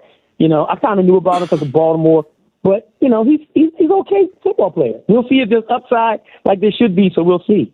I was actually thinking of another player or two by the name like Caleb Chasen. I thought he was showing a lot, and I think he could have got him for a lot less. But that's just me. All right. I have like a list of things. I'm going to just say it right now. Settle was an overpay. I just think 3 years ago he was worth the 8, but not this year. Okay. Amik Robertson, that's an overpay. He's a slot corner, and you got Reek Woolen. You still have Nashawn Wright. You still had Jamel Dean on the board earlier. I'm like, you need an outside. By the corner. way, Dean only got $12 million. Yeah, Dean, I would have done. I would have done that. Yeah, and that's crazy. I don't feel Mikey as a outside corner. I think he looked terrible out there last year, but so did everybody on defense. But he didn't look good because, let me tell you something. Checking somebody in one person's defense is still checking somebody in somebody else's. When you're supposed to be out there on the edge by yourself, you're checking that guy. If you get burnt, you get burnt. Well, he was way better outside than inside. So if you didn't think he was good outside, I don't know what you thought he was doing inside, but I don't even want to hear that assessment probably. We'd have to tell Mikey to cover his ears. But no, I understand the point. I mean, it was a bad defense, and he struggled. I actually thought he played pretty well on the outside, to be honest with you. It was on the inside where he really scuffled. But your point's well taken, certainly on Amik Robertson. That's I don't want to say a head scratcher, but when you sign for $8 million a year as a corner, a couple hours into free agency, I know that you've exhausted the market and that's the best you're going to do, which feels telling to me. Now, his best tape is good. Against Justin Jefferson, there's some great reps. Against Jamar Chase, there's a performance in there that gets him paid. But there's also some bad in there. That's how you become the corner ranked 110 out of 114 last year that qualified via PFF. So I was curious about that. I don't know that that's an overpay because corners get paid a lot of money, and $8 million as a starting nickel's not crazy in this market that's exploded. You know, you're thinking of it maybe juxtaposed to like 2 years ago or a year ago. It's a little bit more than Jonathan Jones made last year. Yeah, I mean exactly. And by the way, a year later and the cap hasn't grown. And that's my point. That's going to happen. It's basically a Jonathan Jones type contract for a veteran. So that's not crazy to me. I do think Tim Settle got overpaid. It's weird to me to go 3 years at $8 million per, and I don't know what he's guaranteed. If it's closer to like $8 or $9 million and it's like a year deal and with a little dead money, that's fine. But if it's a 2-year commitment at that money for your third defensive tackle, that is a little bit of a head scratcher. But it tells you they must have really thought they had to go get a run stuffer. It tells you what they think about Johnny Newton and maybe even to some extent what Durante Jones thought of Kinlaw and Payne stopping the run as well. So I wonder if it's, sort of setting up for the defense in year 2, as you move on from Payne or kind of laying the groundwork there. Payne's likely in his final year. Also, I don't care like if he should have made $6 million, who cares? I'm not going to haggle over that. They're rolling money over anyway. They're not spending all of the money. I care about bringing in talented players who can help more than I do getting the best deal. Yeah. So what are we saying? That he should?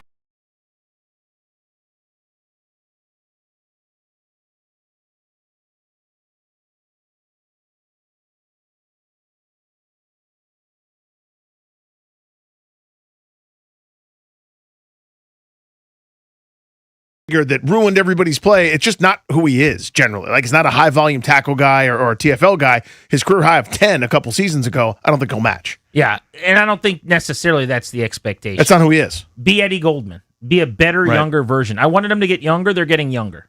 I wanted him to get faster. They're getting faster. Odafe Owe is young and he's fast. You could have got Trey Hendrickson. You could have traded for Max Crosby. You could have done some stuff there. You know what you did? You got younger, you got faster, and you're projecting. Siv's in Bristow. What's up, Siv? Hey, Grand Dave. Hey, Bob. Not to put a damper on this, and just want to bring everybody down from Cloud 9, getting all excited about Odafe Owe. Grant, I want you to put your Bruce Allen cap on if you can. And remember back in 2019, we got Montez Sweat, who kind of compares very similar to Odafe. Why should I, as a fan, I'm a diehard 50-year fan, be excited about Odafe when I see Montez Sweat? I'm not saying it's going to be the same, but we've had that in the building, and, people are getting excited about it. And just one more comment on the money thing. All those people that are complaining about spending money, for God's sake, that's the only thing that's on our side right now. We don't have many picks anymore. How else are you going to get a player? We got $70 million something in the cap, for God's sake, people. Stop complaining about money. It's not coming out of your paycheck, for God. Come on. That's funny. So two things, right, to answer your question directly, which is why should you be excited in the comp to Sweat? Number one, let's say he turns into Montez Sweat. That's a really good football player. Even if it's 8 or 9 sacks with his length, you're talking about a guy who had 15 tackles for loss in a season, who had 30 quarterback hits in a season. I mean, that was a guy that really, really helped. They ended up flipping him for a mid-round pick for a reason. He ended up getting a nice contract from the Bears for a reason. It's double-digit multi-sack seasons for Montez Sweat. Would have been 3 if he didn't miss some time with an injury another season. So, A, good football player. They don't have enough of them. But B, the real direct answer is the scheme. Durante Jones, the Minnesota, Brian Flores, Tree, what they've done for some edges, what you've seen from guys like Jonathan Grenard and Danielle Hunter and now Van Ginkel and some of these other guys there, they're going to maximize you because you're bringing more than can be blocked. Every down looks like third down where you're getting exotic. And this is a speed rusher who, when he's free off the edge, is a heat-seeking missile. And when he can use his hands and kind of go one-on-one, he wins a whole lot. A lot of his sacks, if you watch his highlights, by the way, I love watching Owe, are these like hustle sacks from behind where it's speed deep around the edge, quarterback's kind of climbing the pocket, and he's so long, he's like diving over people to bring him down from behind. He is a motor guy. Yeah, I'd rather have Aiden Hutchinson, but I don't have $45 million a year and I can't pry him away. You know what I'm saying? Like, I understand there are wrinkles, but it costs a lot. 800-636-1067. You want to hop in? The Commanders, very busy. Day one of free agency. We'll take you around the NFL with the biggest news of the day next.